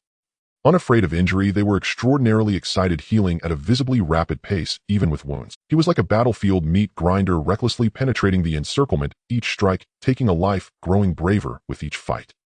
And what about her side? Ordinary warriors were fine, losing them was no loss. The key was the elite. High-level warriors and bloodline warriors, yet hardly one remained. Gah, my hard work. Song Lian's face visibly turned red. Don't kill them. You mustn't kill them. But the next moment, an even more powerful punch, too fast to imagine, roared in from Wu Tatian's direction. What are the speed? Extremely fast. Heavenly demon disintegration. At this instant, the perfected killing technique erupted. Wu Tatian's body bloomed, like a flower gushing forth a torrent of blood, his speed and strength surging, exploding, intensifying.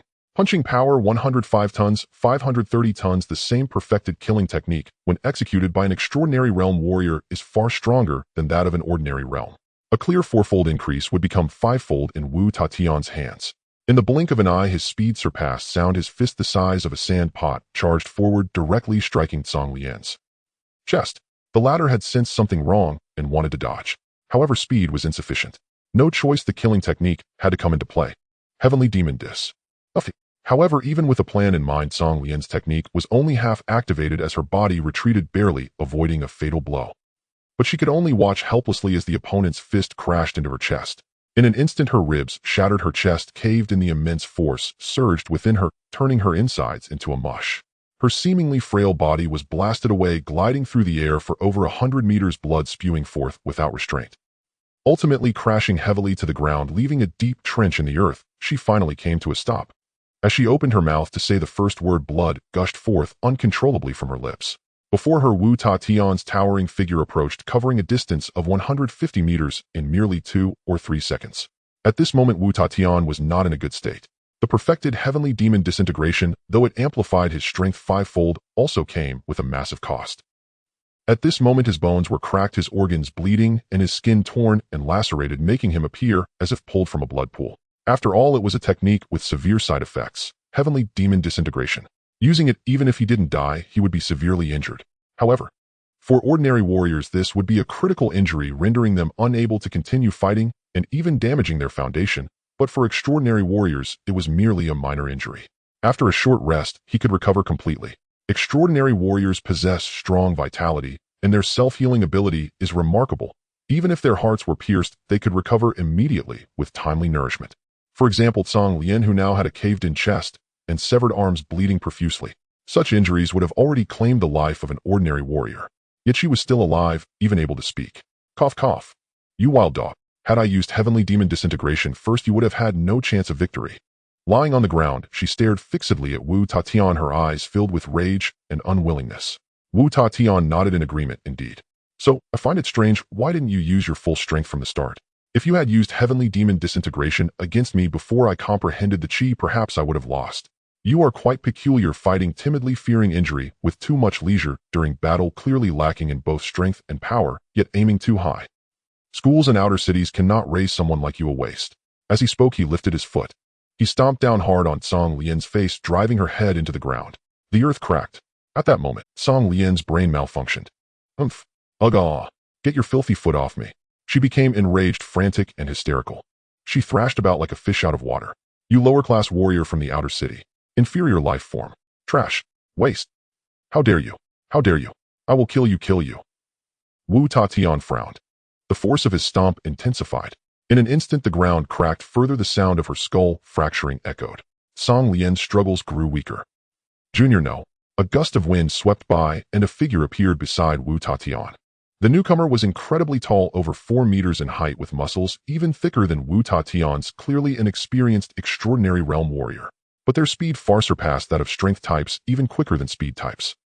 The newcomer was the third in command of the Lutan gang, also referred to as the third gang leader. He said, "The woman you are stepping on is actually the daughter of a noble family from the inner city who committed a crime.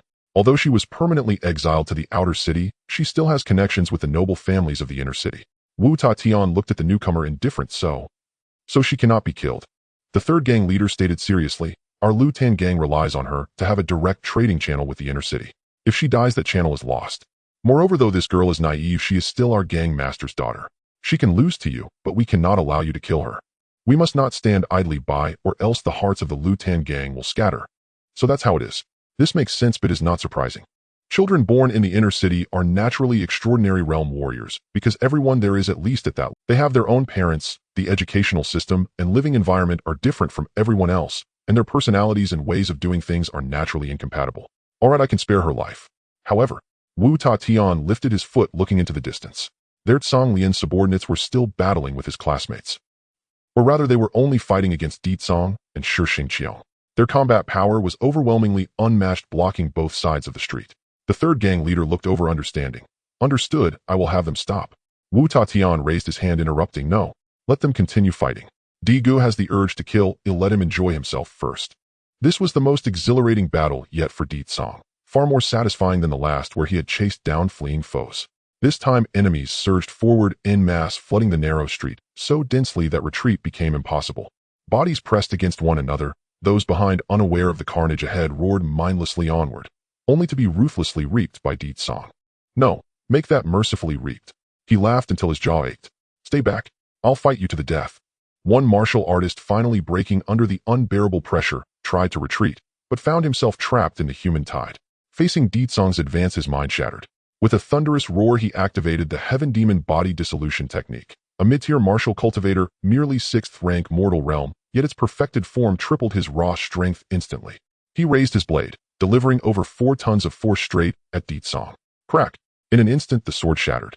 Di Cang's discarded spear, still carrying lethal momentum, struck with dozens of tons of crushing power and detonated the man's skull. Fighting to the death. So you finally grasped the concept. I'd begun to think you were wooden dummies. Truth be told, the outer city's environment truly forged resilient warriors. Graduates would have swarmed him with lethal techniques the moment combat began, unlike these seasoned veterans who held back their deadliest arts until life itself hung in the balance. Indeed, most martial artists never even had time to unleash their killing arts before falling beneath Di Cang's blade. Incidentally, his own killing art, Boiling Blood, had long since been deactivated. The marginal power boost it granted paled beside a mere 1/10 of his external enhancement. Keeping it active would only waste precious stamina. Had he not feared these enemies might break through and threaten his classmates behind him, Di Cang would have charged headlong into the throng without restraint, doubling his slaughter rate in an instant. Even so, foes fell like wheat before a scythe. With every corpse added to the pile, Di Cang's strength swelled, making each subsequent strike ever more effortless. He's beyond the mortal realm. He must be concealing his true cultivation. Loose arrows, kill him now. Opposite him, enemy ranks could no longer contain their panic. They'd withheld archery earlier, on orders from their leader who demanded capture alive. But now survival demanded absolute commitment. Even if he wasn't truly beyond mortal, he was perilously close. What meaning do numbers hold for a mortal realm cultivator when facing one who transcends the realm? Though Deetsong himself remained within the mortal realm, his displayed cross-realm combat prowess left no doubt. And thus, arrows rained down from the enemy's rear like a storm. Launched by mid-tier martial artists, those arrows pierced the air faster than sound itself. Deetsong looked up. Countless arrows streaked toward him like falling stars. A day ago, such a barrage would have reduced him to scattered flesh and bone. But today was different. He glanced at the augmentation granted by his external enhancement. Strength 566. A 56.6-ton increase in striking force. No less formidable than the opening burst of an agility type beyond mortal realm expert. How amusing. He cast aside his spear, kicked aside a shield bearer's corpse, and snatched up a 200-kilogram alloy shield, lifting it effortlessly with one hand. In that instant, the arrow storm descended, each shaft striking with enough force to embed 2 or 3 centimeters deep into solid steel. Yet, this was a high martial world.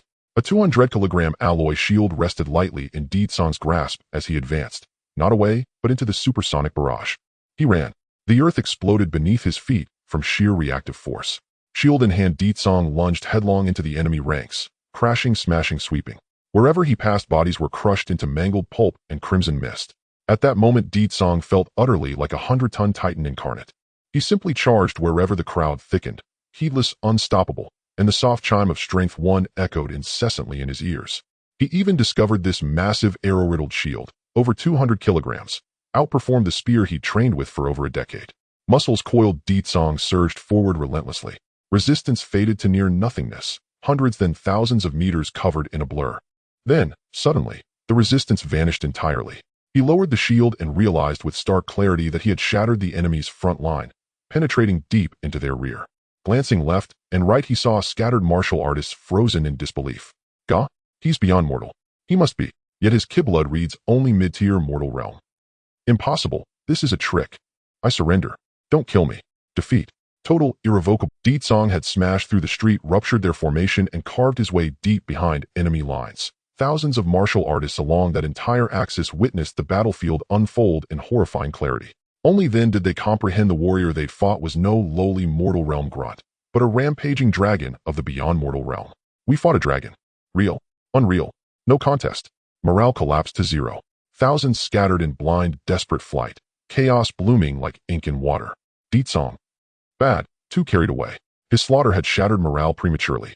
With no more warriors forced to fight to the death, his harvesting campaign ended abruptly. No, not yet over. His gaze locked onto the far end of the street, 1,000 meters away, Shixingqiong's battlefield. Xiaoxingzi. Don't fear, I'm coming. Roaring, Deetsong bolted forward, shield held high, reaching nearly 100 meters per second. In mere seconds, he crossed the distance. Meanwhile, on the other battlefield, Shixingqiong danced amid chaos. His warblade carved arcs of grace, turning encirclement into ballet. Even under siege, he moved with serene elegance. Assaults from all directions posed no threat. They aided him.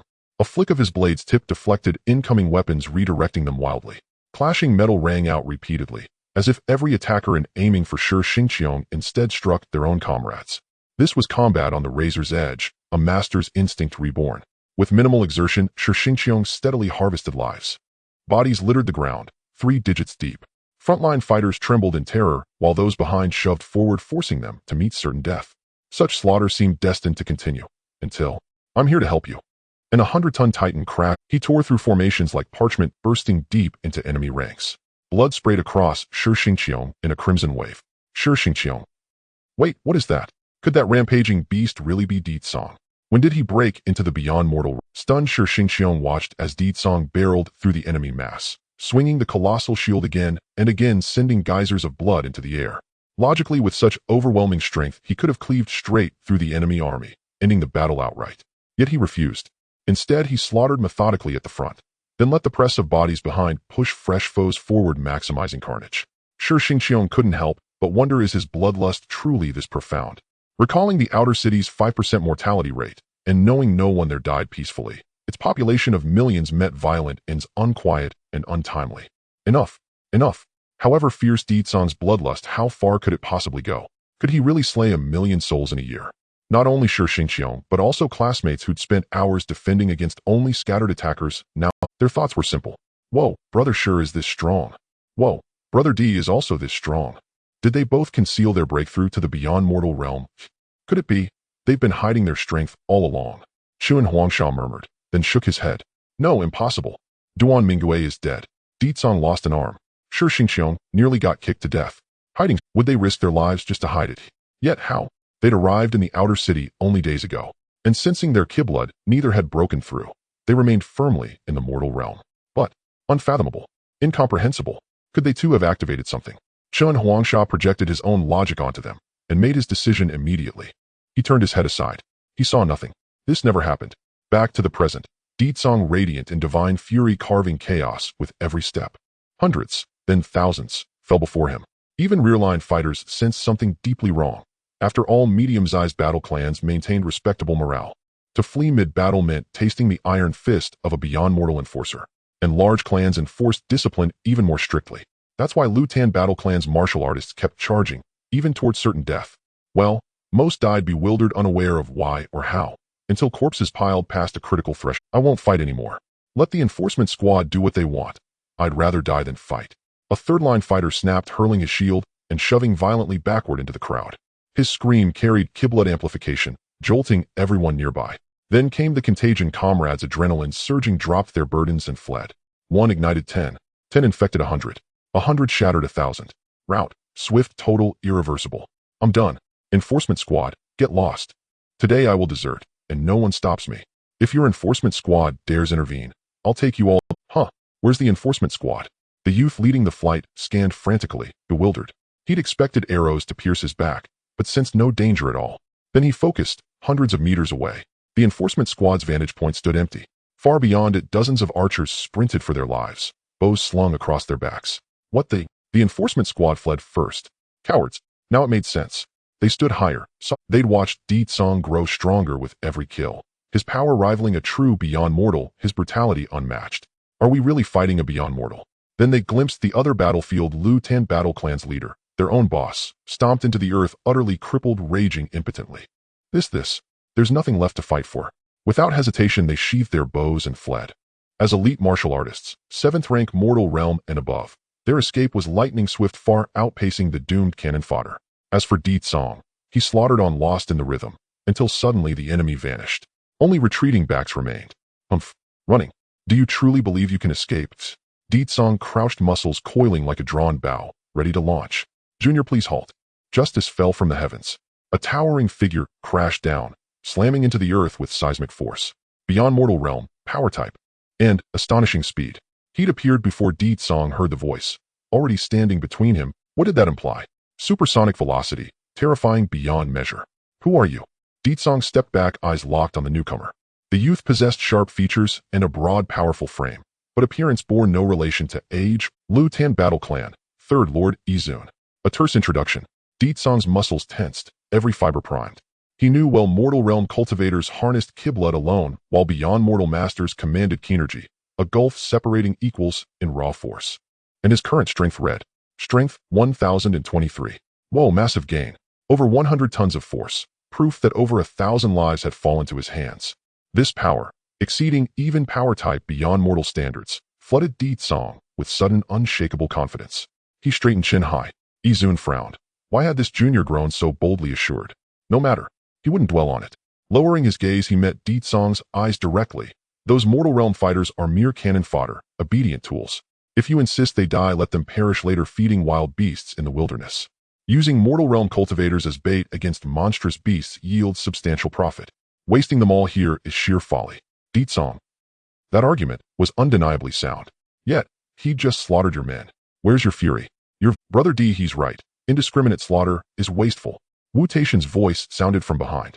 Turning, Di Tsong saw the towering figure stride forward, halting beside him, gaze unwavering upon 3rd Lord Izun. As if braced for sudden violence, Wu Tatian continued, Senior brother, he says our Liao Yuan battle clan may coexist with Lutan, and offers compensation for emotional distress. You're serious? I just massacred your clan, yet you 3rd Lord feel no outrage, bear no grudge. And offer compensation for emotional distress. Does this clan even possess cohesion? Di Tsong's lip twitched as he stared incredulously at Izun. Izun nodded, confirming Wu Taishan's words. Our leader acted alone, against counsel. Compensation will come solely from her personal assets. She is an exile banished from the inner city, a woman whose mind is fractured. Please forgive her. Deetsong thought, what purpose does this clan serve? Each fights for themselves. Why not simply dissolve the clan altogether? Izun, however, showed no self-awareness. Turning to Wu Taishan, he added, by the way, in 1 week we depart the city for wilderness beast hunting. Please ensure Liao Yuan battle clan prepares accordingly. 1 beyond mortal cultivator, and 10 expendable decoys trained in 10,000 beasts hard art. Do not forget. With that he blurred, vanishing without a trace. Faster than sound, yet silent. No sonic boom. Unnatural. Beyond explanation by mere martial techniques. Victory. We won. In the darkness, martial artists hidden in the houses along the street quietly opened their windows one by one to peer out and take measure of the scene. They were all members of the Liao Yuan Zhanbang. Yes, mostly low-ranked fighters and the disabled. As for mid- and high-tier practitioners, only a scant few remained. When the battle began, as members of Liao Yuan Zhanbang, they fled at top speed, slipping away to hide in safe places and observe from the shadows. None of them had come out to fight. We won. We really won. Liao Yuan Zhanbang has won. Our Zhanbang's extraordinary realm fighters are so strong. Wonderful. Finally, there are powerful ones willing to shield us. Houses opened and 1,000 members poured out exuberant in celebration. They were deeply moved, some with tears in their eyes. As cast-offs, they had lived on the edge of survival. Many could not be sure they would see the next sunrise. For Liao Yuan Zhanbang to win this battle, indeed to secure recognition of its legitimacy from Letten Zhanbang, was itself a victory. From now on they would have shelter. What a bunch of worthless layabouts, Chun Huangsha muttered, scowling as he watched the members shouting late into the night. What utter rubbish. They were useless during the fight, and once it was over and victory achieved, they rushed out to celebrate. Truly, what were you going to send them to the battlefield? A classmate asked. At that, Chun Huangsha shook his head vigorously. Ridiculous, putting these wastes on the battlefield. It's already fortunate if they can look after themselves. Chun Huangsha felt no protective sentiment toward Liao Yuan's refuse. He had recruited them merely to meet the formal requirements for forming a force. Beyond that, he cared little. Oh, and they would have to help him build wonders. That was another large expense. After the battle, Deetsong's expression, there was no mystery. His performance had been absurd. Everyone had seen it. A fifth-tier Fan Jing with a grade talent, an utterly ordinary configuration, had produced results comparable to the extraordinary realm. Any sane person would find it preposterous. He wondered whether he could pin this on Weixin Wudao. After all, Weixin Wudao was mysterious and demanding. Overstepping one's level was commonplace for its practitioners. As he thought this, classmates gathered around. May I explain? Sure. Xingqiong spoke first. Xiao Chun Letten Zhanbang has asked Liao Yuan Zhanbang to select 10 fighters to cultivate one show Exiled as bait for the beasts. What do you think? He had skipped right over Deetsong's worries. Chun Huangsha replied indifferently, grant it to them. Sheltering those useless people is already our greatest favor. If not them as bait, are we to use our own people instead? That was what he said. One could even say it was one reason for forming the Zhanbang. No one asked why Deetsong had unleashed such terrifying power, nor why Xingqiong was so anomalously strong. It left Deetsong a little lacking in confidence. Were they truly unconcerned? In any case, everyone's attention had shifted to another matter. Cultivation method 1 Shou Exiled. Yellow rank technique. By practicing countless animal forms and emulating their spirits, one attains the might to suppress beasts. A master can subdue animals by sheer presence, but against greater creatures the same display becomes insolent provocation. This method looks simple. I can practice it, Wu Ta-Tian said first after reading the panel. I won't allow it. Deetsong glared. Let the cannon fodder do the deadly work. Your life is worth far more than theirs. The fool still intended to take the risk himself. An extraordinary realm cultivator was undeniably powerful, but what were they before the beasts? Such suicidal thoughts had to be snuffed out at once. As for Wan Shou Exiled, its principle was simple. Enter through Xingyi fist, imitate various animals' presence, and so achieve the suppression of beasts. Of course, if one's strength is insufficient, wantonly emitting that presence becomes provocation rather than suppression. As the saying goes, 2 tigers cannot share a mountain. Mindless beasts, when provoked, naturally rush toward the source. Once they plunge into the trap, the Zhanbang can harvest them with ease. It sounded simple, yet a single presence was useless. It required hundreds of fighters to merge their aura and jointly emit the beastly pressure needed to attract beasts from the vast wilderness. Most traps only affect micro-beasts. If a small-sized beast is drawn in, survival becomes a desperate. For the bait, casualty rates were too high. Yet that was precisely the goal of many Zhanbang. The bait was not merely bait. They were the trap, the poison. It was also a mechanism used by gathering centers to eliminate the useless. Listen, hunting beasts is far too dangerous. By statistics, in this outer city alone, more than 5 million die from it each year. Even extraordinary realm cultivators can perish. Yet hunting beasts remains a vital economic source for the outer city. Besides, if beasts are left unchecked, they will eventually besiege the city and kill even more people. Therefore next week Liao Yuan Zhanbong must participate in the hunt. Besides the 10 bait, I will go together with Wu Tatian. Di Tsong issued the order out of habit. However, you're coming. Wu Tatian widened his eyes in disbelief. No, you cannot come. You are too weak. Di Tsong, are you serious? My pugilistic strength now rivals strength-type extraordinary realm cultivators. I'm weak. You still call me weak. Come on, let's spar. You won't let me go? If no one watches and you mix with a group of unknown extraordinary realm people, are you not afraid some might strike at you during a hunt leaving you to die alone? This brawler certainly had nothing in his head. Di Tsong turned and stepped forward to show his 100-ton strength, but with a crack the ground split. The fissure opened beneath the foot he had planted. He looked down and discovered his war boots had been damaged in the earlier fight. His force had broken through the soles, and he was standing barefoot on the earth. Excessive force had split the ground. Bro, I wasn't lying. You can't do it, someone said pointing at Shi Xingqiang. Let him go, he's more reliable than you. Di Tsong. The next morning at dawn the Liao Yuan Zhanbang's quarters had been cleaned up thoroughly. No matter how useless the members were, at least they could handle logistics and tidy the battlefield. As for the others, Di Tsong's arm had mostly regrown, the new skin was tender like an infant's, and he appeared considerably more normal. He was carefully practicing his fists and cultivating. During practice his body would quake from time to time, and the next moment the earth would split as boulders flew under his immense force. Di Tsong's expression stiffened, the power was too great. Yes, yesterday he had opened a massacre and thousands had fallen by his hand. The external aid had granted him 100-ton strength. But his external aid was crude and blunt.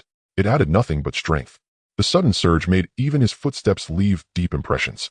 To master such overflowing power was extremely difficult. He could only bind and control it bit by bit.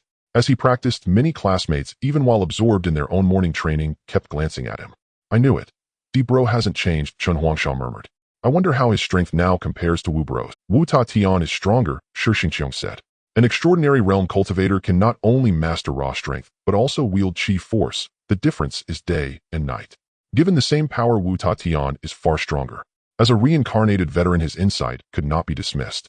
Shi Xingqiang paid more attention to Wu Tatian than to Di Tsong. Why was this youth so certain he was more dependable than Di Tsong?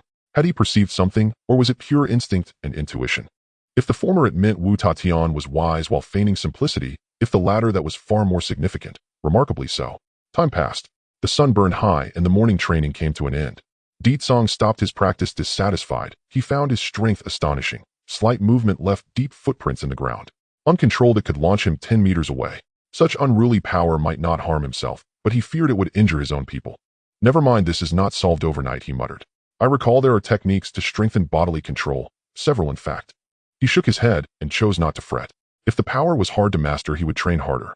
Di Tsong ate a nutrition paste, sipped plain water now and then, and moved among his classmates. He said, now that we have established a foothold in Letten City, I'll go back and bring everyone over. The wilds outside are unsafe. Although Letten City and its surroundings belong to the outer city, many beasts still roamed there. They simply avoided populous gathering points. If you pitched a tent outside, you would be attacked. Nobody objected. Given Di Tsong's strength, he could safely traverse beyond the city. Bro, you're going alone. As he prepared to leave, a male classmate approached. If it's convenient, can you take me along? Di Tsong looked at the newcomer. Mo Hung, a fourth-year Fanjing, famed in class as a training fanatic, yet hampered by poor aptitude and low comprehension, his results even trailed Di Tsong's. Though in total training hours since childhood, he could not match Di Tsong, reaching fourth-year Fanjing at 16 despite a longer cultivation path than peers testified to his determination, if not raw talent. He'll take you along. Fine, keep up. Anyone else want to return with us? Di Tsong did not hesitate to. He asked around. After a circuit, he discovered only Mo Hung wished to leave, the rest intended to stay. Permission granted, Mo Hung was delighted. Lightly equipped with a war blade at his waist and a quiver on his back, they left the city and gradually put Letten City behind them until it vanished from sight. The surroundings were desolate. Cockroach-rat creatures scurried nearby, most revolting. Mo Hung, however, grew more excited. He scanned the area as if searching. What are you looking for? Di Tsong. Mo Hung answered, beasts. Not those cockroach-rat trash, but true beasts. In any case, I must kill one to test myself. Di Tsong was puzzled. Why? Very well. When we find one, I'll let you have at it. He had intended to press for, but seeing Mo Hung's expression and recalling how these people had witnessed his abnormal power, yet kept silent, Di Tsong decided not to pry into their secrets. Di Tsong resolved not to ask about others' private affairs. Wu Tatian was another story. Shi Xingqiang had truly been a surprise. He still could not grasp why Chen Huangsha had formed a Zhanbong, and now Mo Hung openly sought to slay beasts. Kill. Kill as you please until full. If you cannot finish them, call for help, and I will maim the beasts for you. Deetsong understood these beasts were not mere mundane animals of old. Before the beasts, even an elephant from a former life would be childlike. Emohung, only a fourth-tier Fanjing if faced with a micro-beast Hedon, could at best bring mutual destruction. As for the cockroach-rats, though they were beasts, they did not count in the statistics. Time passed. They returned to the original forest without encountering any beasts. After all, this area still belonged to the outer city, not the true wilderness. It was not a domain where beasts prowled. Never mind, perhaps we'll meet some on the way back to the city, Deetsong said, offering mild consolation to Emohung's disappointed sigh. As they spoke, they stepped out of the woods and came before the cave entrance. Suddenly, their words stopped. Before them lay a scene of ruin. The ground had been crushed and trampled by tremendous force. Broken weapons lay scattered. Even the stone Wu Ta Tian had cleaved in two as a warning to intruders. Was shattered into rubble as if struck by a mighty blow. Blood stained the area, yet no living figure. Seeing the aftermath, both felt their blood surge and their faces filled with dread. How dare? How could anyone do this? Emohung's eyes reddened as he ground his teeth, knowing there was extraordinary realm protection who would dare act so. Deetsong frowned, inhaled sharply, and said, "No, there is an animal scent." The attackers were not warriors, but beasts. No sooner had he spoken than a sound came from the cave at the Their eyes turned. Accompanied by heavy footsteps, a creature some 4 meters long and weighing several tons, as sturdy as a rhinoceros, stepped out from the cave's shadow. A rhinoceros? No, it was a wolf. A wild wolf clad in black scales as large as a rhinoceros. A colossal alien beast. Its massive form radiates a fierce, killing intent. There's no doubt about it. Deetsong's expression darkened as he tightened his grip on the spear. Damn it, how can there be such a dangerous alien beast outside the city? What are the warriors of the outer city doing? It's just a wolf, merely a wolf. But it is an alien beast. Its body, the size of a rhinoceros, grants it a weight of several tons. The black scales on its body are the most striking feature of this wolf. Its unique structure provides incredible defense, rendering it impervious to blades and spears. Micro-alien beast, iron scale wolf. An alien beast polluted by the aura of a stellar giant beast, inheriting the bloodline of the abyssal demon wolf. The scales on its body granted extremely high defense. It is a social creature. As Deetsong and Emohung stared at it, the information about this wild wolf popped up on the panel. An alien beast. Indeed, it is an alien beast. Moreover, it has inherited the bloodline of the abyssal demon wolf. It is known that any animal infected by the aura of a stellar giant beast may transform into an alien beast, but that is all. However, if that warrior were to fail his breakthrough and transform into an alien beast, then this alien beast would possess a divine bloodline. If it were to give birth, its offspring would naturally inherit part of the divine bloodline. Its power is far more terrifying than that of a mere animal alien beast. Just like this iron scale wolf, in an instant it moved. The beast's perception allowed it to instantly gauge the strength of its prey, a frail body, weakened vitality. Like those previously encountered upright apes, they are all worthless trash. The iron scale wolf shot forward like an arrow, its massive body weighing several tons surprisingly burst forth at a speed exceeding 20 meters per second. In just a few seconds, it effortlessly closed the distance of several dozen meters. Go, get out of the way. Without hesitation, Emohung immediately sidestepped to avoid it. His expression was filled with trepidation. Not running away was he supposed to confront the micro-alien beast Hedon. Previously, in the virtual training ground at school, Emohung had simulated many micro-alien beasts and fought against them. It can be said that no one in the class understood alien beasts better than him. Just by sight, Emohung could tell that this iron scale wolf weighed at least 4 tons. Its physique could run at 20 meters per second, proving its strength to be at least 80 tons. Any martial artist daring to confront it Hedon would only end up dead from a single blow or a bite. Against such alien beasts, martial artists should fully utilize their agility, using their speed of nearly 30 meters per second to evade and maneuver. He pushed off with his legs, dodging 10 meters away. Then he widened his eyes in shock.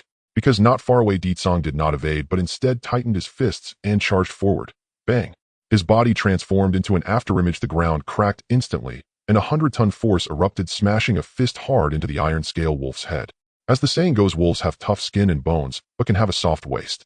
However, under Deetsong's punch, even the iron scale wolf's hardest skull, along with its proud iron scale defenses, crumpled, shattered, and pulverized under the unreasonable immense force.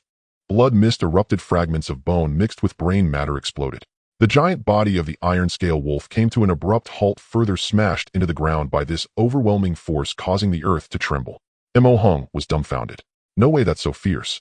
Previously, Deetsong hadn't used his full strength when he was crushing opponents, but now, witnessing numerous classmates' uncertain fates, he unleashed his full power without holding back, one punch directly exploding the iron scale wolf's head. The latter did not struggle at all and died on the spot. Deetsong huff. The external system did not respond as alien beasts are not sentient beings. However, Song had no mood to care about these matters now. He kicked aside the corpse of the iron scale wolf and proceeded towards the cave with a grim expression. A mere iron scale wolf poses no threat to everyone. It is too heavy and too slow, inferior to martial artists. However, the iron scale wolf is a social creature. A woo. As expected, when he stepped to the cave's edge, a long piercing wolf howl came from the depths of the dark cave. Then the ground trembled as if a herd of rhinos were stampeding. Of course, it was not rhinos running, but a pack of wolves. Iron scale wolves. A second iron scale wolf leaped out of the cave, opening its massive mouth. Die.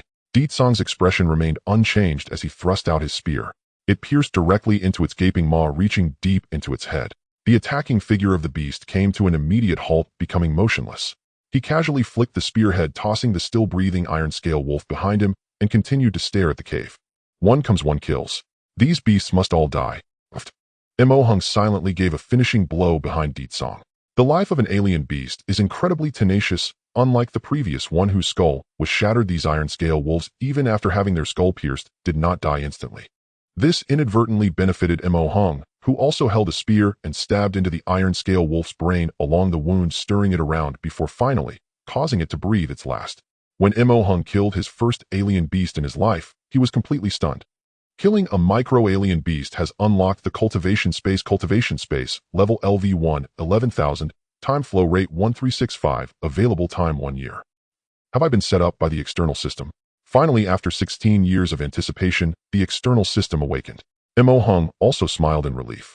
Having practiced day and night, enduring countless hardships, he thought that upon awakening the external system, he would welcome an easy life. Instead, what awakened was a cultivation external system. In the cultivation space, could he cultivate without eating or drinking, treating a day as a year? Where's the spirit time chamber? He thought he would reap the rewards after suffering, but unexpectedly, there would still be endless hardships ahead. Looking at Gu, who had been killing people for a whole night, his strength was skyrocketing. Then looking at himself. What a garbage external system. Fine. Having one is better than none.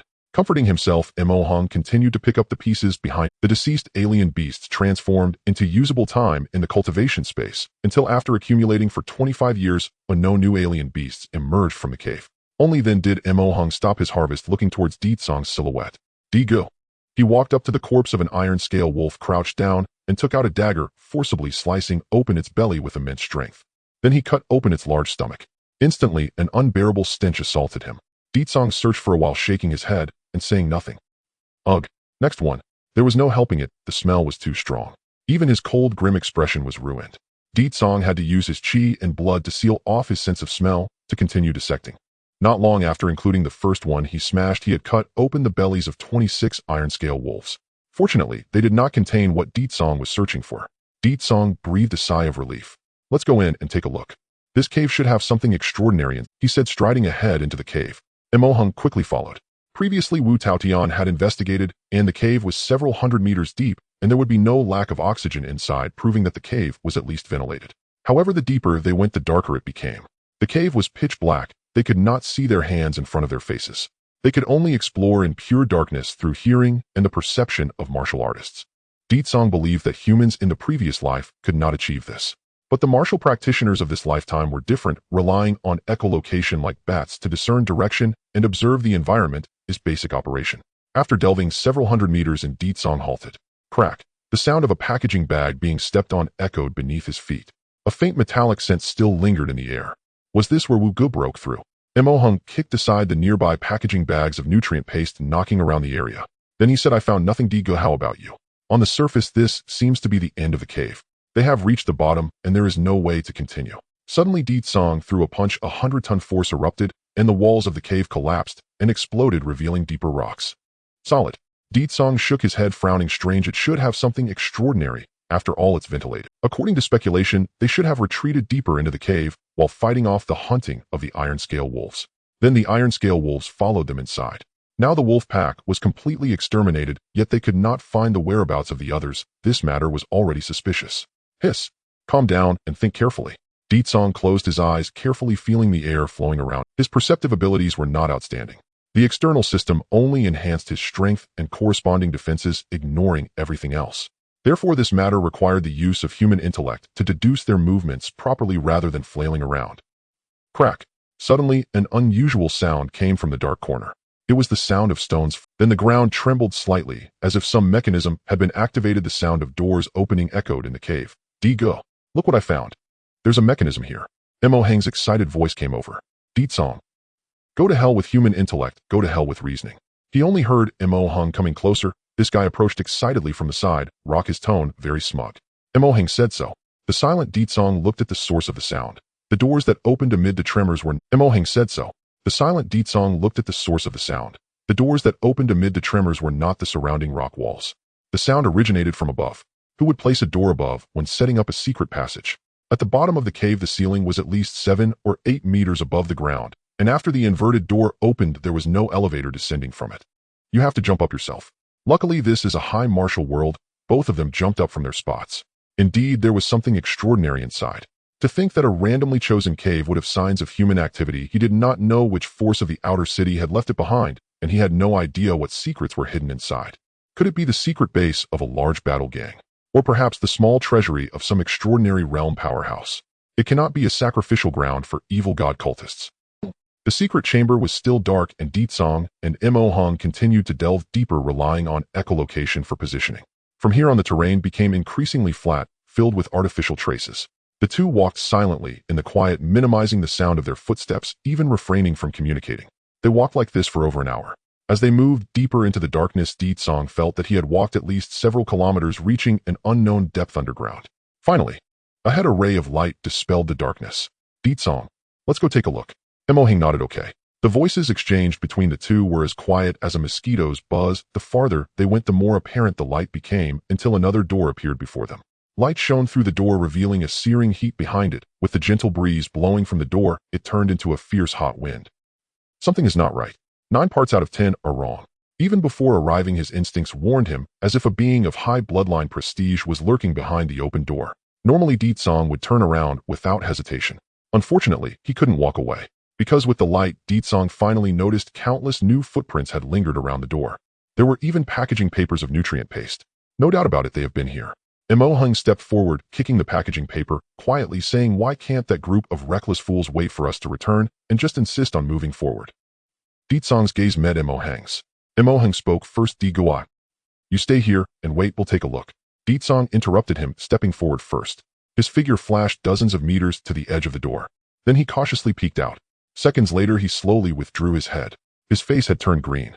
Eyes. Song took a deep breath, trembling as he pointed below. There's an eye in the lava. An eye? Mo Hung, who had followed up, was puzzled. Isn't it just an eye? Why are you so scared? I'm super. When he mimicked Song to peek out, he was shocked to find that the door hung like a cliff on the precipice, and below the cliff was surging flames and lava. As for the rooms, stairs, and facilities built along the cliff, he did not notice. Mo Hung's attention was completely captivated by the scene below. At the end of the swirling lava and sea of fire, a massive, indescribable crimson eye was gazing back at him through the intense flames. It was as if a monstrous entity lay buried deep underground, with only one eye breaking through the confinement of the lava and earth presenting itself before him. Roughly calculated, just this crimson eye alone had a diameter of at least 1 kilometer. From this, one could estimate the physique of its owner. A colossal alien beast. He could not hold back, and with a grim expression, he blurted out, "Heavens! There's a colossal alien beast on our planet. Alien beast levels: micro, alien beast small, alien beast medium, alien beast large, alien beast colossal, alien beast giant, alien beast mega, alien beast celestial, alien beast stellar, giant beast." Outside the door lay a massive pit resembling the mouth of a volcano. Song and Mo Hung stood on the rock walls several kilometers in diameter, and when they looked down, all they could see was the searing flames and molten lava below. A gigantic blood-red eye akin to an abyss was buried deep underground. Whatever flames or lava approached that blood eye were instantly blown away. No, even the surging flames and lava around it were closely related to the essence of this blood eye. Staring at that blood, I felt like gazing into an abyss. Those scum from the inner city deserve to die. Mo Hung couldn't help but curse. I don't know which transcendent managed to fail their breakthrough, ending up transformed into a beast. So what if he failed? How could it drag us into this mess? He broke through within the planet, and that's against the law. Mo Hung stated that it was obvious this disaster was caused by the inner city. Yes, after failing the breakthrough, the divine bloodline went berserk, and combined with the aura of the stellar beast, transforming into a beast was quite normal. Only a transcendent power could fail their breakthrough and turn into such a terrifying super-large beast. Since there were no transcendent beings in the outer city, it must have originated from the inner city. The inner city knew that there was a super large beast within the planet, yet they concealed this secret. It's as if they do not value the lives of billions on this planet. Deetsong couldn't help but voice his condemnation. After all, he truly lived on the habitable planet number 405. Looking down at the blood eye, even though it did not close its eye, it showed no reaction to the arrival of Deetsong and Imohang. It seemed as if it were sleeping, breathing evenly in a deep slumber. Fortunately, this creature was in hibernation. Deetsong shook his head, looking around. Indeed, the rock walls in all directions were riddled with openings, all showing signs of being artificially constructed. It was just that no one was present now. It seemed as if they had abandoned this super large beast. Was Imohang's path merely one of the many openings, or had some powerful warrior created an escape route? Diga, look. Imohang's voice came through. He pointed at the surrounding rock walls and said the nearby rocks have impressions from being pressed down. Indeed, Deetsong focused his gaze and confirmed it was true. Surrounding the rock walls were not only recessed handprints, but also footprints in some places, indicating that someone had recently trodden here. Let's check out the stairs. With that, Deetsong lifted Imohang and leaped out. This light jump sent them several dozen meters away. The two landed on a piece of alloy steel plate embedded in the wall, half of it sticking out. This was the staircase. It appeared that someone had forcefully driven several tons of alloy steel into the rock wall, leaving the protruding half to form the steps of the staircase. The construction method was quite crude, brute force used to drive it in. One could only say that the martial artist race, due to their excessively strong physical capabilities, there was no need to construct stairs in the conventional sense. Being able to stick a piece of alloy steel into the rock wall already showed some logistical need. Otherwise, everyone could run directly on nearly vertical rock walls, so why would they need stairs? Of course, the martial artists of the inner city were at least of the transcendent realm. Thus, the design here never considered ordinary realm warriors. Therefore, ordinary realm beings would need to press their bodies against the wall using their meager strength of about a ton to slowly climb past. The nearby cave was merely a few hundred meters away. Deetsong leapt a few times and easily arrived. The first cave was empty. As with the path they had taken, the cave led into an unknown darkness, merely an unremarkable passage. He noticed that the traces of people had stopped here only to depart later. This shouldn't be, Imohang murmured. With so many artificial traces around, and the inner city knowing there is a super large beast here, why is there not a single person in sight now? This place resembled a large underground base filled with the style of the martial artist race. But now this underground base built against the rock wall was completely deserted. Deetsong observed for a long time and frowned. There aren't even any monitoring facilities. Is it to conceal something? Although this place was filled with artificial traces, there were clearly no technological creations. Evidently, it was to cut off monitoring by technological martial gods. Otherwise, the moment they intruded, it should have triggered an alarm from the base's owner. Everything about this matter felt off, but it had nothing to do with his current self. Thus, Deetsong continued to He jumped along the rock wall for several kilometers, passing through 3 caves before finally stopping in front of the 5th cave entrance. The 10-meter-high cave entrance stood a massive door which was now pushed open slightly. The traces extended from here into the door. He could even faintly hear sounds coming from within the door. Without surprise, Deetsong slipped in through the gap and immediately saw several acquaintances. Illuminated by the radiant pearls, the scene inside the cave was laid bare. The room, hundreds of square meters in size, had a ceiling covered with unknown luminescent stones that emitted light, continuously surrounded by disordered tables and scattered documents. Most eye-catching was a wall with a blackboard filled with dense formulas and hasty notes. Inside the room, there were even 3 familiar classmates. Digu, how did you all get here? No, why are you and Imohang here? In the room, the 3 classmates who had heard the commotion paused in their actions of reading documents and turned to see Deetsong and Imohang enter. The one who spoke was Go Changchun. You guys are alive. Imohang stepped out from behind Deetsong, assessing Go Changchun and the others. I thought you guys had been eaten by a pack of wolves. Go Changchun replied. Can't you hope for something good? Before Deetsong could ask, he slowly recounted the events of recent days. In short, everyone had bad luck. Just after Deetsong and the others had left, 2 batches of slave-capturing teams from graduation arrived, but they were intimidated by the scars left by Wu Taitian. These 2 batches of slave-capturing teams did not have the courage to act. However, the commotion they caused attracted scouts from the wolf pack. Soon after, the iron-scaled wolves came sniffing around. Fortunately, we discovered this secret passage early in the cave, and when we saw we couldn't fight back, we withdrew. Those silly wolves couldn't match our agility. Go Changchun laughed heartily, then showed a puzzled expression. But it's strange the people from the inner city secretly dug a tunnel in the wild. How coincidentally did we discover it? Imohang couldn't hold back and said, Old Go, are you having paranoid delusions again? This was a recurring issue with Go Changchun. He was very cautious about life, always feeling that there were schemers out to harm him. In an environment where everyone practiced martial arts, he seemed a bit too timid. Deetsong interrupted their chatter, saying, All right, let's not talk about this for now. Where are the others? Why are only the 3 of you here? Go Changchun replied, the original exit was blocked by that pack of silly wolves, so we naturally had to seek another way out. They had split up to search for other exits. How many caves had been excavated along the rock wall? Even if each one was several kilometers long, they would surely find a few safe exits. Time was on their side. They could afford to wait. At this point, Go Changchun laughed and said, but since you two could come here, that means that pack of silly wolves has likely left. What about Wu Taitian? Didn't he come with you? Without a transcendent being escorting them, Go Changchun felt uneasy in the outer city. Wu Taitian is in Letten City, only we came here, Ditsong casually said. Don't worry, I'm not the same as before, protecting you all isn't a problem. By the way, what are you guys looking at? He glanced at the materials the other two were holding. One classmate with a grim expression handed over the document and said, it's not looking good. According to the records, this place has been around for hundreds of years. Originally, this beast had been in a deep sleep, but recently, for some unknown reason, it seems to be waking up. 3 years ago, a great talent prophet in the inner city issued a warning stating that this super large beast would likely awaken within 10 years, and when it does, the entire habitable planet, 405, would face a catastrophic disaster. At this, Ditsong's eyes widened in shock. What? He quickly calmed down. No.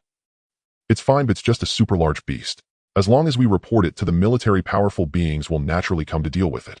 As long as the people on the planet evacuate to space or shelters in advance, the human race is strong, can act without restraint. A mere super large beast is no big deal. Ditsong had long remembered a similar handling procedure. This was the standard method outlined in textbooks. Thinking of this, he felt less worried and even began to contemplate whether he could use this opportunity to join the military in the future. Digo, I'm afraid things aren't that simple. Another classmate holding the document spoke up. It seems the inner city is trying to cover this up. I can only understand a little of the theory in this research. They are not trying to seal this beast, but instead stimulate it to wake up at a specific time. Ditsong took the documents handed over by the two and frowned as he read. All right, with so many technical terms, it was giving him a headache. Fortunately, millennia of development had made human technology sufficiently advanced, and there were countless methods to directly transfer knowledge into people's brains at school. Thus, Ditsong's mind was filled with theories that might never be useful in his life. Relying on the education from school, he managed to barely understand the contents of the documents. The more he read, the more alarmed he became. I can't believe it. What kind of joke is this? Have the people in the inner city gone mad? The documents were filled with research aimed at stimulating this beast's awakening. The inner city was keeping it in a semi-awake state, hoping to make it awaken and break free at a critical time. What kind of disaster would the awakening of a super large beast bring to this planet, and how could people prevent it? There was nothing written above.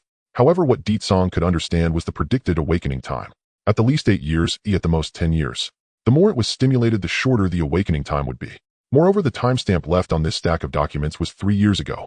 This meant that in the worst-case scenario, a super large beast could awaken in 5 years, bringing about a catastrophic disaster for this planet. We need to report the situation here to the military. Let those scum in the inner city go wild. Ditsong took a deep breath and set the documents down. This was hellish. He thought he could slowly develop using his cheat and eventually become a divine being above, standing at the pinnacle of the human race. But now you're telling me that everyone would be dead in 7 years at most. Go Changchun cautiously reminded him. The communication between the inner city and the military is controlled by the higher-ups. If you want to bypass them to report to the military, you have to wait for the Army's 10-year recruitment. And recruitment will not only be held in the inner city, but the conditions for recruitment are at least for transcendent realm warriors or those with great talent. People like us from the outer city are looked down upon by the military. Hiss. That made sense. The outer city was filled with ordinary realm waste, but the military didn't even look at transcendent realm beings. Wouldn't the recruitment place have to be in the inner city? Otherwise, do you think everyone is qualified to participate in the exploratory wars? Does it have to be through recruitment? Imohang proposed, couldn't we take the evidence to report it when the army comes? Ditsong shook his head. Not possible. Those scum in the inner city wouldn't give us a chance to get close to the military, and the army wouldn't pay attention to the weak. Unless we pass the recruitment assessment and earn the military's imprint, we won't be qualified to report to the upper echelons of the military. When will the military have recruitment? Ditsong asked. Go Changchun replied. I don't know, the school didn't. Ditsong said. That's true. He decided to try to see if he could contact Qian Xiaoxing in some time. Although the outer city and inner city were isolated, they were not entirely cut off from communication. For example, the leader of the Letten gang, after learning the military recruitment time through the inner city's news, he wanted to enlist. The military's requirement was at least the transcendent realm. But the military did not rigidly adhere to realms. They would also provide assessments that only those of the transcendent realm could pass to filter out talent. The transcendent realm was not a rigid requirement. As long as one was strong enough, they could also pass the assessment. Of course, aside from saving the world, he naturally had his own trivial selfish motives for wanting to enlist. Exploratory wars. The enemies of the human race are other civilizations. My goodness. How many intelligent lives could that involve? After joining the military, wouldn't he be able to progress rapidly? Just thinking about bravely fighting enemies, achieving great military feats, and upgrading through his cheat to a brilliant future made Ditsong unable to contain his excitement. As a member of the martial artist race, he yearned to contribute to humanity. Enlisting can wait. This base, built to observe a colossal aberrant beast, now stands completely abandoned. The inner city still retains its access corridor. No one knows whether they intend to demolish this derelict site to erase all traces. Perhaps they have other considerations, but such matters are not for Ditsong to ponder now. Focused on the present, he feels reassured his classmates have not perished in the wolf's jaws, and remarkably, they remain very much alive. The 5 of them sit inside this cavern, poring over documents left behind in the inner city, awaiting their return. Thus several hours pass. Brother D, look. The records state that although this aberrant beast below remains dormant, its eyes are fully capable of perceiving everything around it. No, it's not just its eyes. It possesses specialized sensory organs. In short, it can gauge the strength of nearby life forms. If it detects the aura of a powerful cultivator, it may awaken prematurely. Could it be that we... Fortunately, the classmate sighs in relief. Only the presence of a transcendent realm expert, or a concentrated gathering of numerous profound realm cultivators, would provoke any reaction. As for us, mere mortal realm cultivators, we're likely no more noticeable to it than dust motes drifting in sunlight. Ditsong sits at the cavern's mouth, gazing down upon the colossal slumbering kilometers below. Is that so? No wonder the access corridor was placed in the outer city. This place couldn't muster even a handful of profound realm experts. Still, not quite right. Would destroying the corridor upon departure cost them their lives? Why evacuate entirely? Not a single soul left behind. After all, this is a colossal aberrant beast. If left unobserved, what if it awakens prematurely? Ditsong nearly curses aloud. The scum of the inner city truly have no conscience. Just as Ditsong reflects, movement begins to stir around him. He turns his head, and from crevices along the surrounding rock face emerge several familiar figures. They are precisely the classmates who ventured ahead to scout.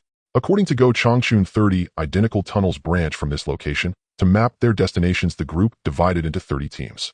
Now those who completed their explorations begin returning one by one, and spot Ditsong seated calmly at the cavern's entrance. Brother D, why are you here too? I know. You and Brother Wu must have spotted our markers, slaughtered the iron-scaled wolf pack, then activated the mechanism to pursue us. The group exchanges rapid-fire remarks as they scale the cliffside. Hearing them, Ditsong's gaze flickers uncertainly. Did we actually leave markers? Emohung merely opened the mechanism by chance. I suspected you might be inside, so I came looking. Where's a female classmate leaps nimbly from the cliff wall, soaring over 10 meters, to land beside Ditsong. The moment her feet touch ground, she scans the surroundings intently. Wu Tatian didn't come, Ditsong replies. She frowns. He didn't. But how did you get past that pack of iron-scaled wolves without him? Inside the chamber, Emohung interjects. What if, just possibly, we too handled the entire pack ourselves before arriving? At these words, the 3 newly returned classmates exchange stunned glances. Emo, have the aberrant beasts addled your mind? Your cognition seems severely impaired. Ah, of course. The iron-scaled wolves must have already departed. Lucky for you. You'd never survive an encounter with that pack. They hunt in coordinated swarms far beyond the reach of mortal realm martial artists. They chatter animatedly, piecing together theories. After all, they know Ditsong and Emohung's capabilities. Evading or escaping iron-scaled wolves poses little difficulty, but slaughtering an entire pack, that sounds like pure daydreaming. Emohung spoke truthfully. We eradicated the pack. Since concealment is futile, and Ditsong never intended to hide it, he shifts focus. That's irrelevant. Did you ascertain the terrain? Where does the tunnel end? The girl nods matter-of-factly. That passage stretches roughly 20 kilometers. The exit opens onto wilderness, a waterfall cave far from any city. Aberrant beasts were nearby. We didn't investigate thoroughly and withdrew immediately. Wilderness. So the tunnels extend beyond the outer city. Could any lead directly to the inner city? Wait, Brother D, hold on. You too wiped out the entire wolf pack. A cry of utter disbelief erupts from behind. Turning, they see Go Changchun approaching, face frozen in shock. Impossible. Those were iron-scaled wolves, and a full pack. Mortal realm martial artists flee at the mere sight of them. How could the 2 of you annihilate them all? What's unimportant? This is clearly the most important thing. Emohung steps forward with a sigh, clamping both hands around Go Changchun's neck. You talk far too much. Then tell me, back at the orphanage as children, didn't you claim you'd achieve immortality and gain an extra year of life for every year lived? Before he finishes, Go Changchun's expression contorts violently. Driving his elbow into Mo Hang's flank, he exploits the momentary slackening of grip to wrench free, then whirls and clamps a hand tightly over Mo Hang's mouth. Enough, I understand. Shut up. I fully accept that you and Brother D eradicated the wolf pack. No doubts whatsoever. Let's drop this topic entirely. Di Tsong stares silently at the luminous stones embedded in the ceiling, musing how peculiar. They emit light without any trace of technology. What principle governs this phenomenon? A faint prickle stirs across his skin. Before he can unravel the mystery, another team returns. And then another, team after team. After brief recaps, each reports their findings. The tunnel terminates in the suburbs. Exhausted, I covered at least 30 kilometers. Nothing extraordinary. The exit is merely... Di Tsong pulls out paper and ink, sketching a map.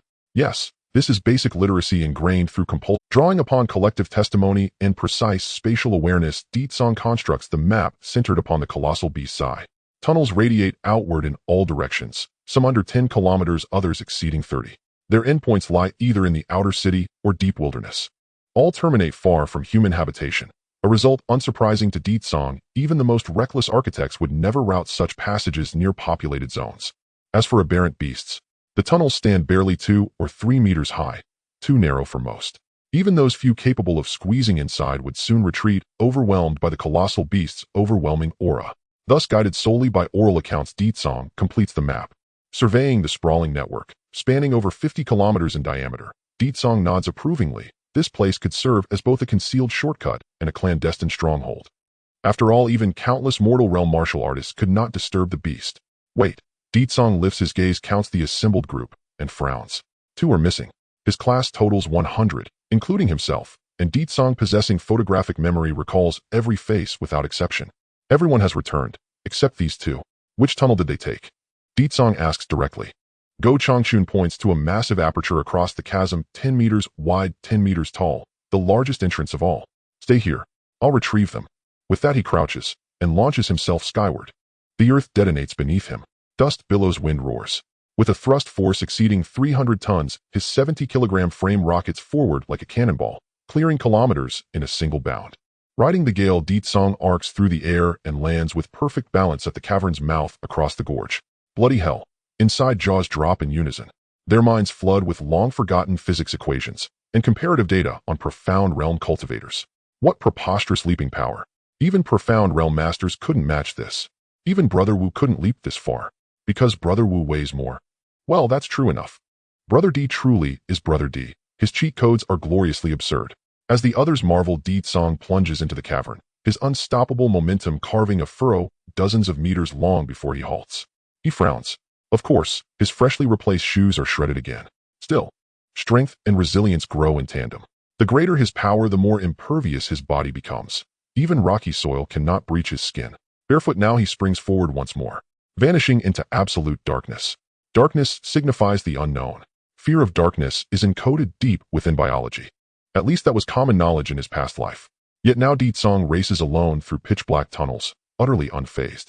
Is it because martial cultivation has emboldened his spirit, or because shedding blood has extinguished all fear, or simply unwavering confidence in his own strength? None of the above. The answer is simple: primal human instincts no longer suit the interstellar age, especially not for martial humanity. Across millennia of starfaring, the martial gods reshaped human genetics entirely. Today's humans enjoy extraordinarily prolonged prime years and drastically shortened senescence. Fire aversion, nyctophobia, acrophobia, even fear of death itself. Such instincts have been almost entirely excised from the genome. Conditions like claustrophobia or thalassophobia exist only in history textbooks.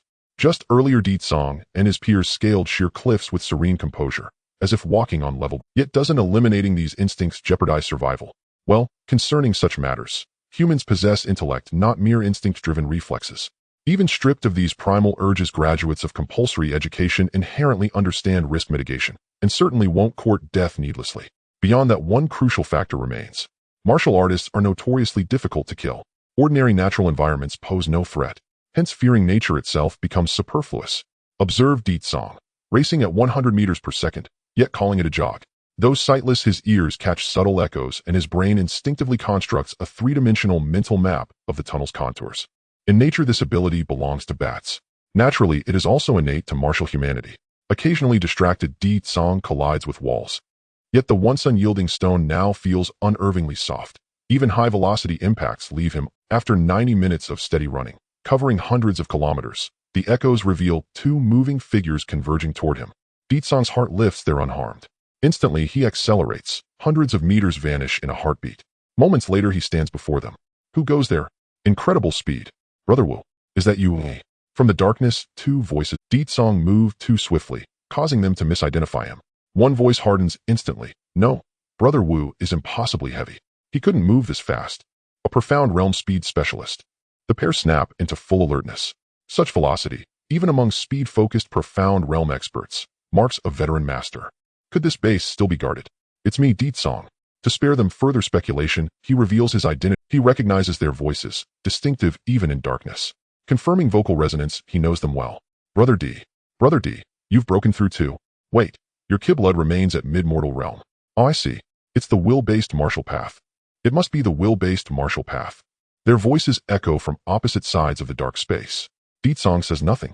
Indeed, it is the will-based martial path. He dismisses the matter and asks directly, "You've been gone far too long." Everyone grew anxious. What happened? This tunnel is absurdly long. It's unnatural. Such extraordinary length, and its orientation, points unmistakably toward a singular possibility. Brother D, you may find this hard to believe. One classmate says just 10 kilometers ahead, the tunnel is the inner city's sewer system. Can you imagine? This passage leads straight into the inner city, exactly as suspected. I knew not all tunnels could terminate solely in the outer city or wilderness. At minimum, this base was constructed by inner city elites. Yet it connects only to sewers. Clearly, this facility was built in profound secrecy, even within the inner city itself. Divine providence. Deetsong's eyes gleam. Qian Xiaoxing is also in the inner city. We'll devise a way to contact her, and use this tunnel for covert operations. Yes, smuggling. Although it sounds rather lowly, it is a necessity. Speaking of which, I want to establish a legitimate large-scale battle gang in the outer city similar to the Lutan war gang. At the very least, there must be a direct smuggling route to the inner city. Without the technology and resources of the inner city, the warriors and wild people of the outer city are hardly different. To ensure the integrity of this smuggling route, Deetsong specially went to investigate the endpoint. Just as observed with two classmates after reaching the end, he pushed aside the mechanism, revealing a broad view. A pungent stench assaulted him. It was definitely the sewer. Shielding his sense of smell with his vital energy, Deetsong ran straight to the sewer's exit, stopping at the edge of the light. He saw towering buildings reaching for the clouds. The sky was tinted with a light blue energy shield. Everything felt completely out of place compared to the shabby backward outer city. Indeed, although it was his first visit, Deetsong could clearly sense that the inner city looked exactly like this. It feels inferior to the campus. Deetsong casually commented. This statement was useless. The campus was crafted by the technological deities, and in terms of technological advancement, it was the best in the planet. The inner city doesn't even qualify to engage in petty schemes. Overall, in terms of both technology and environment, the inner city is advanced by countless years compared to the outer city. However, Deetsong had no intention of sneaking in to observe. After all, he was merely a mundane realm warrior, and he would stand out too much in the inner city. Having deeply memorized the location and the direction reflecting the inner city, Deetsong finally turned around and proceeded back along the deep tunnel. Directly to the inner city. What are you joking about? Would the inner city leave such a huge flaw? After returning, Go Changchun listened to the three's accounts. He was very surprised, then tugged at his hair, pondering. No, there are problems with this matter no matter how I think about it. There's something fishy. Can we change to another smuggling route? What if the owner of this base returns on a whim one day? Wouldn't we all be doomed? As the saying goes, wealth and danger go hand in hand, and life can be easily lost in peril. Go Changchun's instinct for self-preservation was already maxed out. He would rather accept a low yield for safety than risk a high yield. Old Go, what are you thinking? The beast beneath will awaken in, at most, 7 years. Our only chance of survival is in these few short years. Isn't it normal to take risks? If we don't take risks, whether that bunch of scum in the inner city dies or not is uncertain, but we outer city trash will definitely kick the bucket. Rather than wait for death, it's better to take a big gamble. His words garnered agreement from everyone. Go Changchun thought for a moment and felt that this reasoning seemed correct. He then stopped opposing, but began to think about what to do in case of unexpected events. At the very least, he needed to leave some backup options. After the group reached a consensus, there was nothing more to say. Everyone returned the same way. This time, due to their familiarity with the route, their speed was much faster than when they came. Just out of the cave, they were stunned by the sight before them. Outside the cave there were wolf corpses scattered everywhere. Each iron scale wolf was about the size of a rhinoceros, and in direct combat their strength far surpassed that of mundane realm warriors, yet they were slaughtered with such ease. Most had their heads pierced through with signs of follow-up attacks. Digu impressive. One female classmate stepped forward, her eyes shining with excitement. By the way, Digu, I know these corpses can be sold for quite a bit of nutrient paste in Lutin City. However, if you trust me, could you give me these corpses? They will be of great use to me. Ditsong. Just corpses, what do you want them for? Ditsong assessed the female classmate speaking by Aoshua 7th stage of the mundane realm, ranked 5th in the class, lively personality, fond of studying bloodlines, and rumored to have recently perfected the yellow grade bloodline call. Forget it, they are all classmates. As the saying goes, classmates are the closest people to you, so in response to Bai Aokshu's request, Ditsong naturally agreed. Here you go, he said. After all, the beast corpses were of no use to him, and Mo Hung only cared about killing the beasts regardless of their corpses. Bai Aoshua cheerfully walked over to the wolf corpses, while everyone discreetly turned their gazes elsewhere. In less than half a minute, Bai Aokshu's voice rang out again, all done. Everyone turned back upon hearing and found that all the wolf corpses in the open area outside the cave had vanished. Ditsong asked, all done? Bai Aoshua nodded, then reached into her clothes and immediately took out a black pill. Her expression contained excitement and anticipation, and under everyone's gaze, she placed the black pill into her mouth. The next moment, her skin turned red, steam erupted from her body. She shook like a leaf. I'm fine, she shouted, stopping everyone from approaching. Don't worry about me, you'll be fine soon. Thus the group, who was ready to rush in to save her, stopped in their tracks. Everyone nervously watched the peculiar scene before them. Old Go, what do you think that is? Mo Hung casually asked. Go Changchun. Steam Maiden? Who knows, I can't understand it anyway. Time passed, and after half an hour, Bai Aokshu's state of steaming finally ceased. She gasped heavily, yet the brilliance in her eyes grew ever more vibrant. Ha! I did it. Bloodline mode activate. The next moment, black fur and scales instantly emerged on her body. Her height rapidly grew close to 3 meters, and her entire aura became immensely powerful. Everyone's eyes bulged out. What the heck? Bloodline mode. She actually activated her bloodline. What was that pitch black pill she ate? No answer. Bai Aoshua kicked out her strength in bloodline mode, rivaling that of the heavenly demon, transforming her into a blur. With a single kick, she unleashed nearly 10 tons of force. Under the immense power, she covered 50 meters in just a second. After running back and forth a few times, Bai Aoshua finally hit the brakes and returned to the group. So refreshing. So exhilarating. Is this the feeling of activating a bloodline? It's so thrilling. She was beyond excited. After quite a while, she exited bloodline mode, and upon regaining her strength and physique, she couldn't help but frown at her now weak feeling. The human body is so weak. If it weren't for the fact that bloodline mode consumed a lot of stamina, she would have preferred to keep it active, making bloodline mode her permanent state. Goodness. Faced with the classmates' extraordinary behavior, Ditsong was no longer surprised. In the campus, everyone was just like normal people. But in the outer city, one by one began to let loose right. With such occurrences happening consecutively, Ditsong couldn't help but ponder this class, so many talented individuals gathered together. It must be intentional. Looking at the cave not far away, a seemingly ordinary place with a little exploration unexpectedly revealed a disaster that could threaten the entire planet. Is it really such a coincidence? Is it fate in the dark? No, since awakening my talent through the spirit awakening ceremony, luck and fate have become irrelevant to the martial artist race. Then the only possibility left is martial god. Oh mom, what do you want us to do? Just say it directly, why go through so many twists and turns?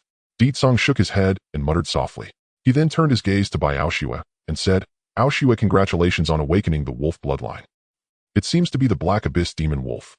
The bloodlines that martial artists can awaken are at least divine grade, and the Iron Scale Wolf carries the bloodline of the Black Abyss Demon Wolf. The latter nodded. That's right. Go Changchun asked from behind Ditsong, what was that pill you just ate? It was mud scraped off my mother. What? Do you want some? Bai Aoshua said, tossing out another black pill. Go Changchun caught it with disdain. Upon closer inspection, what a load of rubbish. This thing faintly emitted a medicinal scent. It was clearly a pill. I want to ask where this pill came from. I also don't want to dwell on why the wolf corpses disappeared right after you awakened the wolf bloodline. Can one awaken a bird bloodline? The wolf bloodline is too slow. If danger arises, I can't fly, which is very insecure. Wow, he even has demands. You can eat it or not. Mo Hung snatched the pill from Go Changchun's hand, swallowing it without a second thought. Then another round of steam erupted from him. Bai Aoshua was very generous, not hiding at all, distributing pills openly. She handed out 4 pills for over 20 wolf corpses. 5 wolves, 1 pill. When it was Ditsong's turn, he shook his head and said, thanks, but I don't want to activate the wolf. Aoshua, if I want to precisely control the strength of my body, which bloodline is the most suitable? He didn't lack that bit of strength from bloodline enhancement. Ditsong was more concerned with control. His external abilities only contributed to strength and ignored everything else, thus control became a flaw. Precise control of the body. After Bai Aoshue distributed the unwanted pills to others, she pondered. She thought that in terms of precise control of the physical body, the most adept animal. Isn't it humans? After all, everyone is stronger in this aspect than animals. Common animal bloodlines, including phoenixes, cheilants, dragons, etc., are actually not suitable for fine control of the body. Wait, I've hit a dead end. The divine realms of the human race are as numerous as the stars, and there are more than just animal bloodlines. Bai Aoxu's inspiration struck. She had read extensively, and her research on bloodlines was indeed the best in the class. Animal bloodlines are suitable for combat. However, there are also bloodlines suitable for logistics and work. Superbrain. Human brains can't compete with intelligent machines, but there are also bloodlines that enhance the brain, enabling thought processes comparable to artificial intelligence. The superbrain bloodline is usually used for technological modifications, so awakening such bloodlines won't enhance attributes like strength, speed, or physique. When Bai Aoshue spoke about bloodlines, she was truly eloquent. She recounted, for example, the time-perceptive superbrain can slow down one's perception of time by 100 times, making everything in the world appear as slow motion. Of course, you yourself are also in slow motion. And there's the multi-thinking superbrain. It can open up independent thoughts, truly achieving multitasking, and can connect among themselves, increasing a person's flexibility by more than 10 times.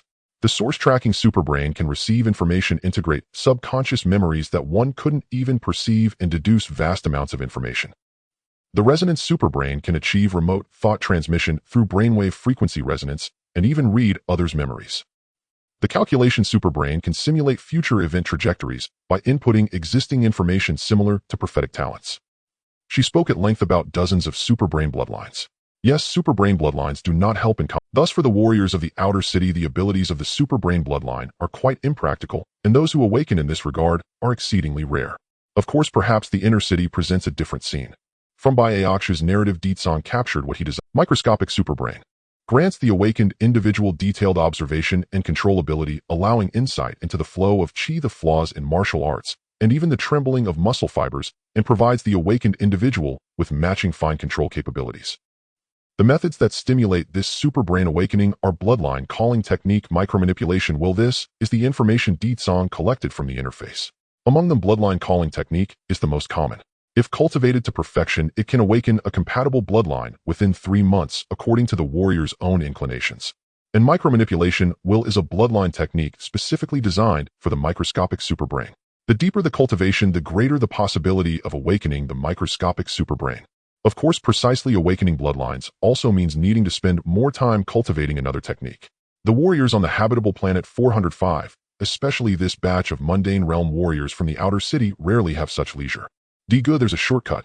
Bai Aoshue whispered, if I have complete corpses of 100 miniature beasts, I can remove impurities and refine a bloodline pill without inclination. If I have 1,000, I can specifically formulate the awakened bloodline. Bloodline pill. Alright, due to the rapid and obvious transformation, Bai Aoxu's abilities cannot be hidden, so she didn't pretend anymore. Bang, bang, bang. On the training ground, Wu Taitian was engaging in combat with someone. His opponent was none other than Shi Xingqiu. It was to be expected, as a person of extraordinary realm. Wu Taitian was adept at guiding ordinary realm martial artists in their training, resulting in remarkable efficiency. However, it seemed they were not merely instructing each other in training. They were actually in a real battle. Although Wu Taitian was not using more advanced energy techniques, at that moment steam was billowing from his body and his blood energy surged. 100 tons of immense power surged forth without reservation. Explosive steps, fierce fists. These were all perfected yellow-grade martial skills. In Lutan City, any ordinary martial artist in the ordinary realm facing Wu Taitian's attacks would be turned into mush on the spot. Yet the situation on the training ground was not as such. In fact, Shi Xingqiu seemed to have the upper hand. Across from him, Shi Xingqiu had not even activated his bloodline mode, and facing Wu Taitian's aggressive onslaught, he merely waved his hand. Each move seemingly slowed, deflected Wu Taitian's surging violence, countering his attacks back onto him. It was as if he had calculated Wu Taitian's subsequent attacks even dozens of moves ahead. He seemed to control the entire direction of the battle like a prophecy. Is Shi Xingqiu really this formidable? The classmates who had just returned gasped. Especially Go Changchun, whose eyes widened. His blood energy is merely in the ordinary realm, while Wu Gu is extraordinary. Is it also a matter of mindset martial arts? Beside him, Mo Hung shook his head. Don't ask me, I can't understand. If it were an external aid, at least it would be traceable. But sure, Xinqiang's situation was not like that at all. He only saw sweat and effort. So that's how it is. In the midst of the fight, Wu Taishan's gaze was exceptionally clear, as if he had realized something. Controlling the direction of power flow allows one to master the opponent's attack direction and strength, enabling preemptive interception. I understand now. In the next moment, his fierce fist suddenly softened, transforming from a fist into an open palm. Yellow-grade fierce fist perfection sublimation technique, harmonizing strength and gentleness. With this realization, Wu Taishan's martial skill crossed a threshold. From perfection to sublimation, it was no longer merely an improvement in proficiency. After sublimation, the martial skill could be considered half-step profound grade, and the sublimation technique Wu Taitian comprehended was not fixed, but rather unique to himself. In an instant, Wu Taishan's fist transformed into a palm, swiftly darting out from Shi Xinqiang's grasp, delivering a powerful blow to his chest. Bang! In the next moment, Shi Xinqiang flew into the air. The latter released force midair, flipping several times before landing 8 meters away unscathed. Yet Shi Xinqiang's expression was completely bewildered. What just happened? You. Shi Xinqiang looked. All he saw was Wu Taitian striking a martial stance, a seemingly ordinary pose that appeared to hold countless changes. The myriad shadows of attacks Shi Xinqiang had previously predicted gradually blurred, leaving only a few. It was as if he had been cloaked in a layer of mosaic. This made it difficult for Shi Xinqiang to predict Wu Taishan's next move. You just mastered that. No, I was just about to teach you a couple of key points. He felt it was strange. That was a realm he had reached after thousands of years of combat in his past life. Wu Taitian, having just fought with him, casually entered that realm. No, it's not just entering the realm. Mastering it. Isn't that hard? Just make the movements a bit elusive, not straightforward, and it will be hard for you to predict. It doesn't seem difficult at all. Wu Taitian said honestly. Hearing this, Shi Xinqiang smiled in relief. What the hell, I'm done fighting. I'm going to be drained dry at this rate. He unilaterally announced the end of the battle.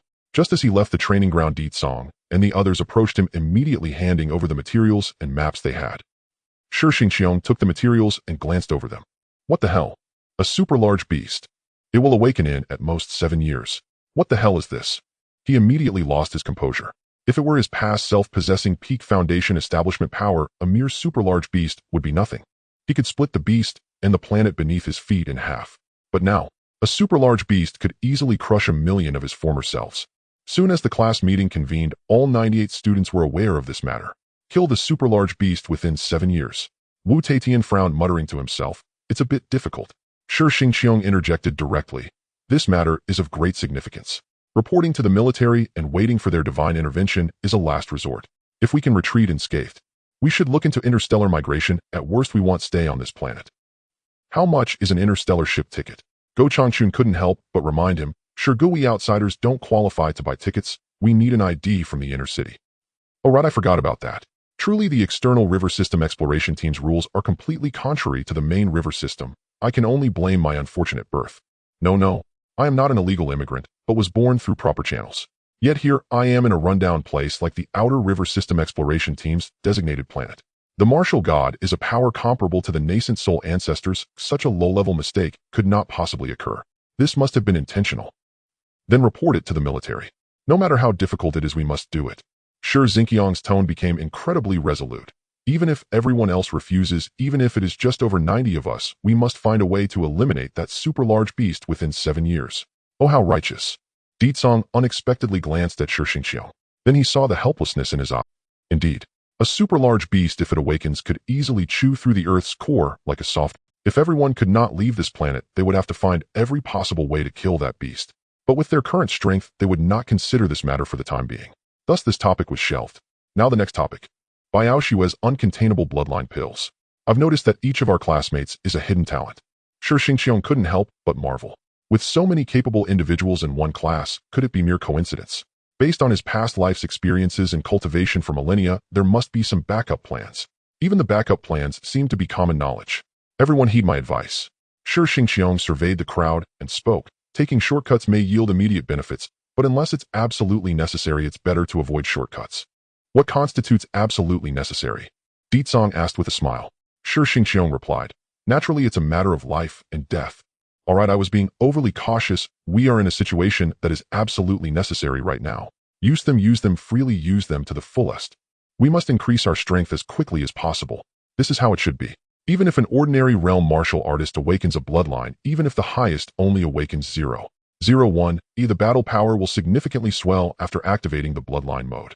If the entire class can activate their bloodlines, their foundation would not be inferior to that of a large battle. It just so happened that Chuan Huangsha formed a battle group, and the endless bloodline pills could also be distributed and traded.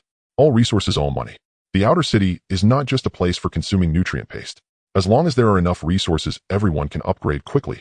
Ditsong turned to Baoshue and said, "If you need any materials in the future, just say so. We will do our best to get them for you." Baoshue nodded. "I won't hold back. You don't need to go into detail about what pills you can refine. Oh, just lay out." Ditsong added. Baoshue readily agreed. Everyone had their secrets. If it weren't for the imminent crisis of the super large beast, they would plan to turn a blind eye to their classmates' anomalies. The meeting continued. "Here are 100 chi blood pills. There are still 20,000 nutrient pastes in the warehouse as compensation from the Lutan battle group." Wu Taitian took out a box. Opening the box, it was filled with perfectly round red pills. Chi blood pills. These pills could support the training of extraordinary realm powerhouses equivalent to nutrient paste for the extraordinary realm. Eating one would suffice for 3 days of training. Ordinary realm martial artists could drink it in water to speed up the efficiency of blood circulation and limit breaking speed, upgrading rapidly. Adding on the 20,000 nutrient pastes. The compensation seemed ample, but if it were to be distributed as a basic salary to the members of the Liao Yuan battle group, it wouldn't last long. After all, the Lu Tan battle group was ultimately a large battle group. Although labeled as compensation, they didn't really offer much in terms of resources. The formula for chi blood pills is quite simple. I can refine them too. Baoshue suddenly spoke up.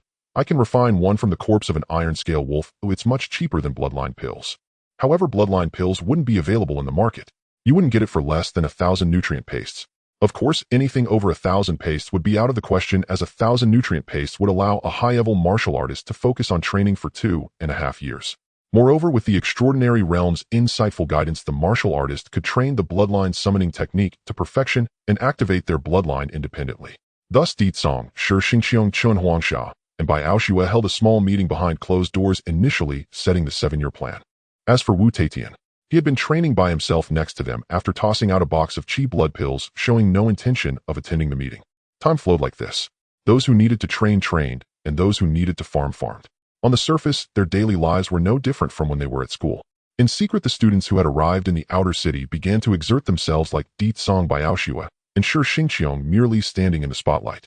Among them, the one who trained the hardest was Mo Hung. Name: Mo Hung, race human, bloodline black, abyss demon wolf 0.01 talent, heaven's reward for diligence, F realm, ordinary realm stage, 5 fist strength, 1,301 kilograms. Techniques: basic martial arts, great accomplishment, yellow grade bloodline summoning technique, great accomplishment, fighting style, yellow grade gale phantom perfection, yellow grade blood god spear, great accomplishment, killing technique, yellow grade boiling blood perfection, way of life, none. Mo Hang opened his eyes, a hint of confusion flashing in his gaze.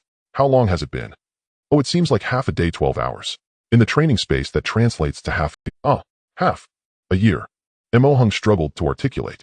In half a year, his realm had risen by 1 stage, his Gale Phantom had reached perfection, and his killing technique, Boiling Blood, had also reached perfection. Meanwhile, the technique, Bloodline Summoning Technique, had automatically progressed from small accomplishment to great accomplishment after awakening the Black Abyss Demon Wolf bloodline, thanks to the bloodline pills. But half a year of training. It truly was unbearable. The training space required no rest. With a single thought, one could restore blood and spirit, and the training efficiency was several times higher than in the outside world. However, after half a year, the vast majority of the time had been spent in training. The remaining small portion was spent battling the Iron Scale Wolf, which manifested in the training space to verify the results of his training. How to put it? This broken external aid truly made him suffer endlessly. Although the results were remarkable, the suffering was genuinely painful. Mo Hung thought that if he continued training like this, his mental state would definitely have problems, so he decided to go out for a stroll, only to bump into Ditsong, who had just returned to the city. Ditsong was not alone. He was followed by a group of useless martial artists from the Liao Yuan battle group, each pulling a cart loaded with the massive corpses of beasts. All were the spoils of Ditsong's hunting expeditions outside the city. In the outer city, while there were beasts in the suburbs, they were at most merely micro-sized beasts. He could earn dozens of beast corpses in a single round trip out of the city. "Xiaoheng, you don't look quite right." Ditsong looked at Mo Hung, frowning. "Have you been pushing yourself too hard in training?" "It's fine, you don't need to rush. Training should be balanced. No point in hurrying. As for that super large beast, we will find a way. Don't take it to heart." Mo Hung, am I looking unwell? Training indeed has been intense, but it's not as Ditsong. Gotta go, I will take it easy. Mo Hung nodded, but he didn't take it to heart. So he returned to the routine of 3 points in a line. Mo Hung trained for 18 hours a day, when converted to the training space that meant 270 days. As for the remaining 6 hours, he had to switch gears in reality. Otherwise, he would go insane. A week later, when Mo Hung returned from the training space again.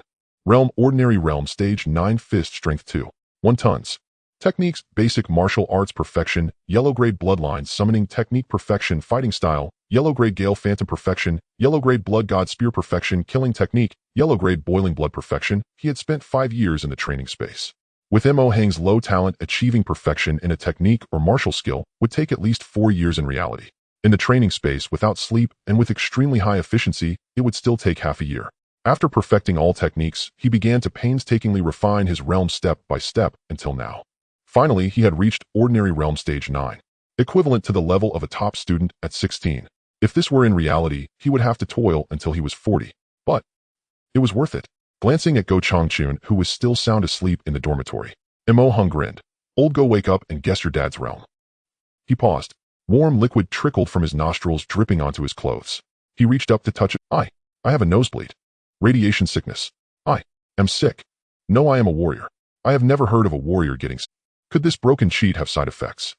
Mo Hung muttered to himself, feeling incredulous. To be honest, he had indeed felt a bit unwell in recent days. He thought it was just psychological. Could it be that staying in the training space for too long would really... Cough, cough. Shut up, Mo. I've been practicing lately, and have gotten out of breath, feeling quite unwell, so don't disturb me. From the bed, the sound of Go Changchun's coughing could be heard. Mo Hung immediately sensed something was wrong. He pulled back the covers to find Go Changchun's chi and blood were low, his face pale, and there was even a trace of bright red in his cough. I spat blood. Go Changchun was startled and sat up. But as soon as he sat up, he felt weak and powerless. Seeing this, Mo Hung's vigilance heightened. There was a problem, a big problem. Was his own nosebleed not a side effect of the training space? Was it the bloodline pill? But Go Changchun hadn't taken the bloodline pill, so why was he sick too? Moreover, warriors have high body temperatures during cultivation, enough to kill any virus. With their outrageous immunity, it was almost impossible to get sick. Without any hesitation, Mo Hung immediately reported his and Go Changchun's conditions, and soon Di Tsong rushed over with others. You and Go Changchun are also sick. Di Tsong's first question left Mo Hung dumbfounded. Also, besides himself, others were sick too, and they had the same symptoms. In the past few days, Mo Hung had been practicing like crazy and hadn't paid much attention to the outside situation, so he was unaware of what was happening outside. As for Go Changchun, he truly thought it was a mistake in his cultivation. He intended to rest for a couple of days, but unexpectedly his condition kept deteriorating. While talking, the bewildered duo was also moved out of the dormitory. When they arrived at the sick room, they realized how dire the situation was. The room was already occupied by over 10 classmates. Every one of them had a pale face, some even showing signs of skin rot, occasionally coughing up blood. We haven't found the cause of the illness. Moreover, everyone infected is from our class. I suspect someone is targeting us with poison. Oh, it might be the work of the Letten War Group, since they have suffered losses. Di Tsong's expression was serious, his tone revealing a hint of murderous intent. Just after bringing the classmates back, everything was steadily improving. But then this happened. He swore if he found out who was responsible, he would unleash a bloodbath, making it rain blood. Letten City. Are there no doctors? Go Changchun leaned against the wall, weakly asking. There are plenty of doctors for injuries, but as for healing diseases, warriors don't get sick, do they? Di Tsong was speaking the truth. Warriors were quite resilient. If it were knife wounds, fist injuries, arrow wounds, internal bleeding, or fractures, there were indeed many experienced doctors. But for healing diseases, it was still quite uncommon. However, there was no lack of solutions. Make way. The doctors from the Letten War Group have arrived. The crowd parted as Wu Taishan's 4-meter giant figure made way, followed by several young people in white coats. Of course, they appeared young, but their ages were unknown. After all, in the outer city, doctors with healing talents were quite sought after. They were recruited by the war groups and didn't have to fight in the wild, allowing them to live longer. Wu Taitian, leveraging his extraordinary status, specially hired several doctors from the Letten War Group, and it was said that each of them had great healing talents. Where are the patients? Let me take a look. A female doctor curiously spoke, squeezing in first. Sick warriors were indeed a rare sight. She wanted to see for herself. Holding advanced equipment from the inner city, after checking with the other doctors, her brows furrowed deeper and deeper. Something's not right. White blood cells are abnormal, immunity is declining, intestinal mucosa is damaged, cancer cells exceed the threshold, and the central nervous system is damaged. This doesn't look like it's solely caused by a virus. While they were talking, Wu Taitian was also observing close. From their micro-expressions, it was clear that these doctors were clueless about the current situation. Perhaps it wasn't the Letten War Group that poisoned them. No, they still needed to observe closely. It's radiation. A male doctor opened a classmate's DNA projection frowning and saying, his DNA is already riddled with holes. It's evident he has been exposed to large amounts of radiation for a long time. Did you encounter a radiation beast? Radiation. Everyone exchanged glances. Yes, there are such things as radiation beasts in this world, and even the warrior race has a special radiation bloodline. However, Ditsong had not encountered such creatures. After receiving a negative response, he continued measuring everyone's DNA with the inner city's equipment and soon arrived at the identical conclusion. Everyone had radiation sickness. Every person's DNA was already riddled with holes. The fact that symptoms only appeared now indicated that the warrior race was extremely resilient. If it were the primitive humans from Ditsong's past life, they would have already perished. What the hell, radiation? This is ridiculous. Where did the radiation come from? Could it be intentional target? Go Changchun was stunned. He valued his life above all and thought that awakening the death return talent would enhance his survival ability. Little did he expect to suddenly be affected by radiation. And the ones falling were his own people. This was unpredictable. Wait. Suddenly he was struck with inspiration and a light bulb went off in his mind. He recalled the base observing the super large beasts. And that room full of data. You must know to prevent the surveillance of technological war gods, that place had no electrified high-tech equipment. Even the lights were replaced with a type of naturally glowing stone. Damn, the inner city's trash really doesn't regard life. Using radioactive materials for lighting. How could you even think of that? Go Changchun sighed, deeply looking at Ditsong, and made a meaningful gesture. Ditsong understood and dismissed the doctors, calling everyone together. He then received Go Changchun's speculation. In an instant, Ditsong understood. So that's it. No wonder the ones falling sick are all classmates, and if you count them, they all have the commonality of having entered the base. No wonder I felt a slight itch in that room. It turns out it was due to radiation. Ditsong was filled with regret. He had been careless. He should have thought of it sooner. After all, radiation was known in the warrior race as the weak retreat device. Those warriors without awakened bloodlines had fragile DNA that crumbled before radiation. As for those who activated their bloodlines, even if it was just 0.01, it was a divine-level bloodline. Their DNA was extraordinarily resilient. How could mere nuclear radiation shake it? Of course, Mo Hung was rather unfortunate. Although he awakened his bloodline with a bloodline pill, he had already contracted radiation sickness before that. The bloodline delayed his symptoms, but did not cure him completely. As for why the inner city dared to use radioactive materials for lighting, no need to ask. They were all at least extraordinary who didn't have a divine-level bloodline. And it was only more dense and resilient than the ordinary. Wait a minute, Digo, weren't you there too? Mo Hung asked curiously.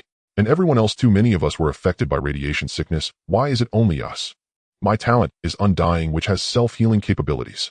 Ditsong explained. Others are similar. Grade self-healing ability is enough to survive radiation. In the moment high-energy particles shatter DNA, it can restore itself to its original state. For self-healing talents, healing such minor wounds is far easier than treating severed limbs. Well, that's true. In any case, don't worry, nuclear radiation is a minor illness that will only trouble those from primitive civilizations. Just follow the medical advice. Ditsong smiled at everyone, offering some comfort. Until they left the sick room, his expression darkened. 100 meters away from the sick room, in another room. Can it be cured? Ditsong took a deep breath, trying to keep his expression neutral. The illness has persisted for too long. The DNA has completely disordered. With our talents, we cannot cure it. The male doctor who discovered the cause said, my talent can regenerate severed limbs, but that relies on the self-repair of the cells. However, the DNA ruptures have already harmed the essence.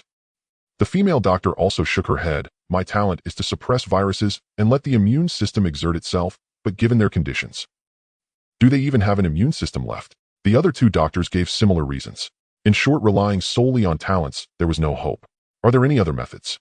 Ditsong rubbed his forehead and asked, your war group and the inner city have trade relations. Is there no advanced medical equipment? For example, nanorobots. I remember they can repair genes, and even if only the brain remains, they can cause a rebirth. The male doctor shook his head. Such life-saving devices, even if they exist, would never be brought out. Besides, even if they did, the quantity would be insufficient. You have 18 patients. The nanorobots needed to cure them are exorbitantly priced. This kind of technology is tightly controlled in the inner city, and very few make it to the outer city. Damn. Ditsong suddenly felt an impulse to raid the inner city. Clearly, for the inner city, radiation sickness was just a minor illness, but warriors in the outer city faced this minor illness and could only wait silently for death. Are there any other methods? Ditsong asked. If there were truly no options, then it would be robbery. Perhaps sensing the murderous intent, the female doctor quickly spoke. There are several methods. The first is to break through to the extraordinary realm. As long as the breakthrough is successful, it can fundamentally reshape the body and the radiation sickness will resolve itself. Ditsong. That's nonsense. Next one. Then she continued, the outer city has a population of over 200 million. Even if Letten City doesn't have it, other cities must have people who have awakened talents specifically targeting bloodlines. Such talents can definitely repair genes. Deed song that makes sense. Keep it as a backup. Did it change from robbing the inner city to robbing other outer city gathering places? The difficulty was significantly reduced. The male doctor also contributed an idea, another method. A hibernation device can put the patient in frozen hibernation until you find a cure, then thaw them out. The hibernation device is available in Letten City. Renting it costs 1 chi and blood pill per day. 18 hibernation devices can definitely be produced. Deed song, you're kidding. That's a good idea, keep it in mind. Don't forget, this is the interstellar era. Cryogenic chambers and hibernation pods are abundant. The charm of technology is undeniable. Soon the doctors exchanged ideas, and Deed song found that there were indeed many methods, but either unrealistic or outrageously expensive. Not long after, the doctors collected their consultation fees and left, leaving Deed song and the others sitting in the room in a daze. You all heard that right. He gathered everyone except the patients and said, "Does anyone have any other methods? Speak up." He knew there were many talented individuals in his class. Perhaps they might have a solution. Chun Huangsha muttered softly to himself. How about building a hospital miracle? No, no, no, while it enhances self-healing, it can't repair genes. Shijixing lightly tapped his temple. If we could absorb spiritual energy. No, to repair life factors requires peak alchemy techniques, which is too far off. A crowd was racking their brains. Among the crowd, Baoshua quietly raised her hand. She said, Di go. I think I might have a solution. Deed song was immediately puzzled. Can pills repair genes? Baoshua replied in dissatisfaction, no. The bloodline pill itself acts on genes, stimulating us to awaken our bloodlines. That made sense. Deed song nodded in understanding, urging her to continue.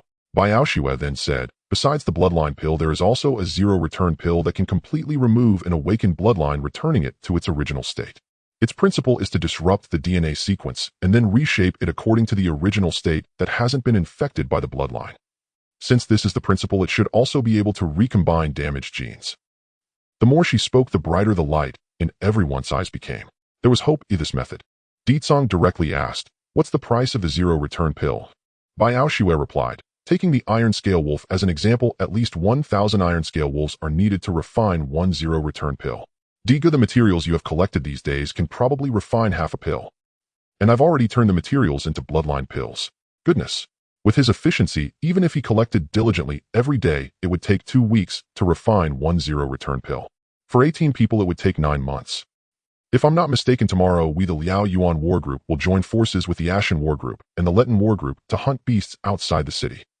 Deed song looked at Wu Taitian beside him and said, tomorrow you and Shijixing plus half of the members of the Liao Yuan War Group must go outside to join the hunting team. Wu Taitian opened his mouth to speak. This is non-negotiable. The situation is urgent, and we must take extraordinary measures. Deed song, fearing that he would refuse, hastily added. Wu Taitian fell silent. However, Chun Huangsha spoke up. Diga Wu Go means, would sending half the people be too few?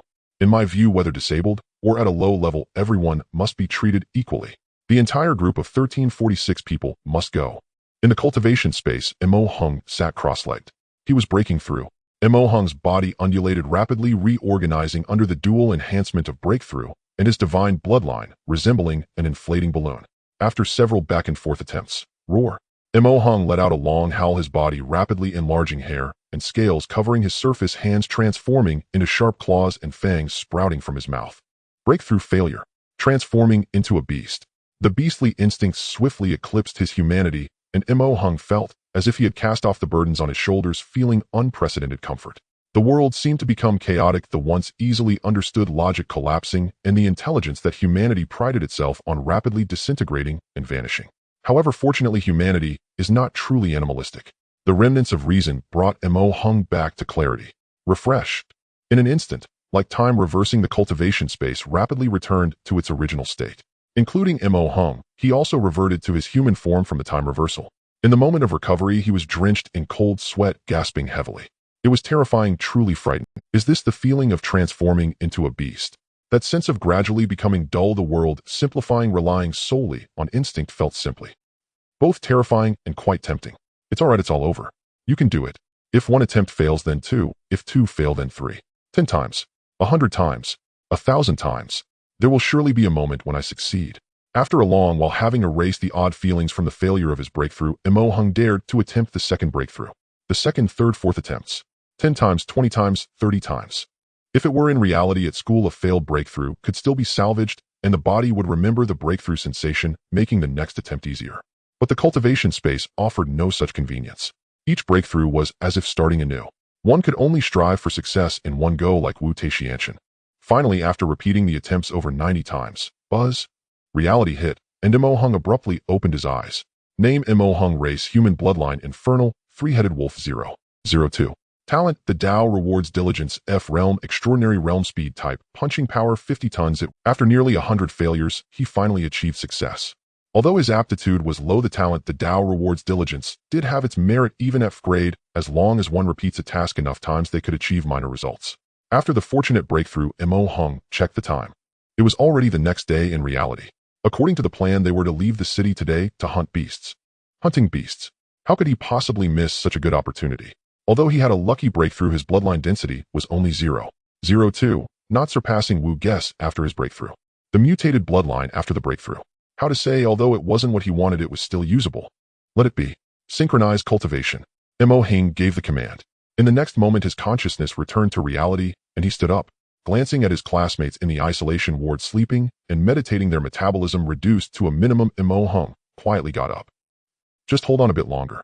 I will find a way. Having said that, Mo Hung disappeared from the room. His figure moved like the wind, becoming a fleeting shadow. In no time, he arrived before Ditsong. It was already morning, the dawn light dimly brightening, and the Liao Yuan battle gang had gathered and was preparing to head out of the city. A figure suddenly appeared before Ditsong. Who? Mo Hung. You've advanced to the extraordinary. To be fair, he thought it was an assassin and almost acted. Upon closer inspection, he realized it was that kid Mo. Wait a minute. He was only at the 4th stage of the ordinary realm, and he had just been isolated due to radiation sickness. How could he appear in front of him as an extraordinary realm? Sensing the immense vitality and heavy aura from Mo Hung, as well as his speed surpassing 100 meters per second, Ditsong could only speculate. Mo Hung stuttered for a while before saying, actually, in short, I broke through. I want to join too. I want to hunt beasts. It had been a long time since he spoke to someone, and he felt a bit dazed. Fortunately, after a brief pause, he became normal again. On the other side, Ditsong stared at Mo Hung, remaining silent for a while. All right, you can come along. With Wu Taixianshan, Shi Xingqiong plus you and me, the 4 of us will have to kill 17,000 beasts in this hunting operation no matter what. Without asking any unnecessary questions, Ditsong directly agreed. Mo Hung was startled. 17,000. Is the shortage that large? The class had no secrets. Even the patients knew they could use zeroing pill to cure radiation sickness, but they were unaware of how many materials were needed for a single pill. Mo Hing thought it was only a matter of a few hundred or 1,000 micro beasts. Who would have thought Ditsong would mention 17,000? Ditsong nodded with a hint of anxiety. No kidding, is the shortage that big? Does it require the entire gang to mobilize? He was indeed a bit anxious. You see, the city of Leton manages the sustenance of 300,000 people, and to produce enough nutrient paste for them to eat for a month, at least 100,000 beasts need to be harvested. If the Liao Yuan battle gang could take down 1/10 of that, it would be an extraordinary achievement. Even so, there would still be a shortfall of 7,000. Now that they could have one more person to help, Ditsong had no reason to refuse. Time passed. Outside the city gate, tens of thousands had gathered. The hunting activity in Leton City occurred. In a city of about 300,000 people, at least 10,000 martial artists would participate in this activity. Most of them were mid to low-level martial artists, all of whom had cultivated the technique heart of 10,000 beasts. When this group of people gathered, even Ditsong felt a sense of illusion. It was as if countless beast overlords had gathered, roaring fiercely in all directions, driving away any intruders who dared to step into their territory. Such strong martial will. Feeling the vaguely forming shadow of a beast king, Ditsong couldn't help but say, under the influence of this momentum, the strength of ordinary realm martial artists would at least drop by 30%. Just a gathering of ordinary realm martial artists had such imposing power. One could only imagine how terrifying it would be when hundreds or thousands of extraordinary realm experts formed a military formation. Of course, military techniques can't be learned casually. At least waste like him from the outer city wouldn't be able to learn them. As Ditsong compared in his mind, he heard a distant question. You Liao Yuan battle gang. Have you mobilized everyone from the gang? Upon hearing this, Ditsong turned to look.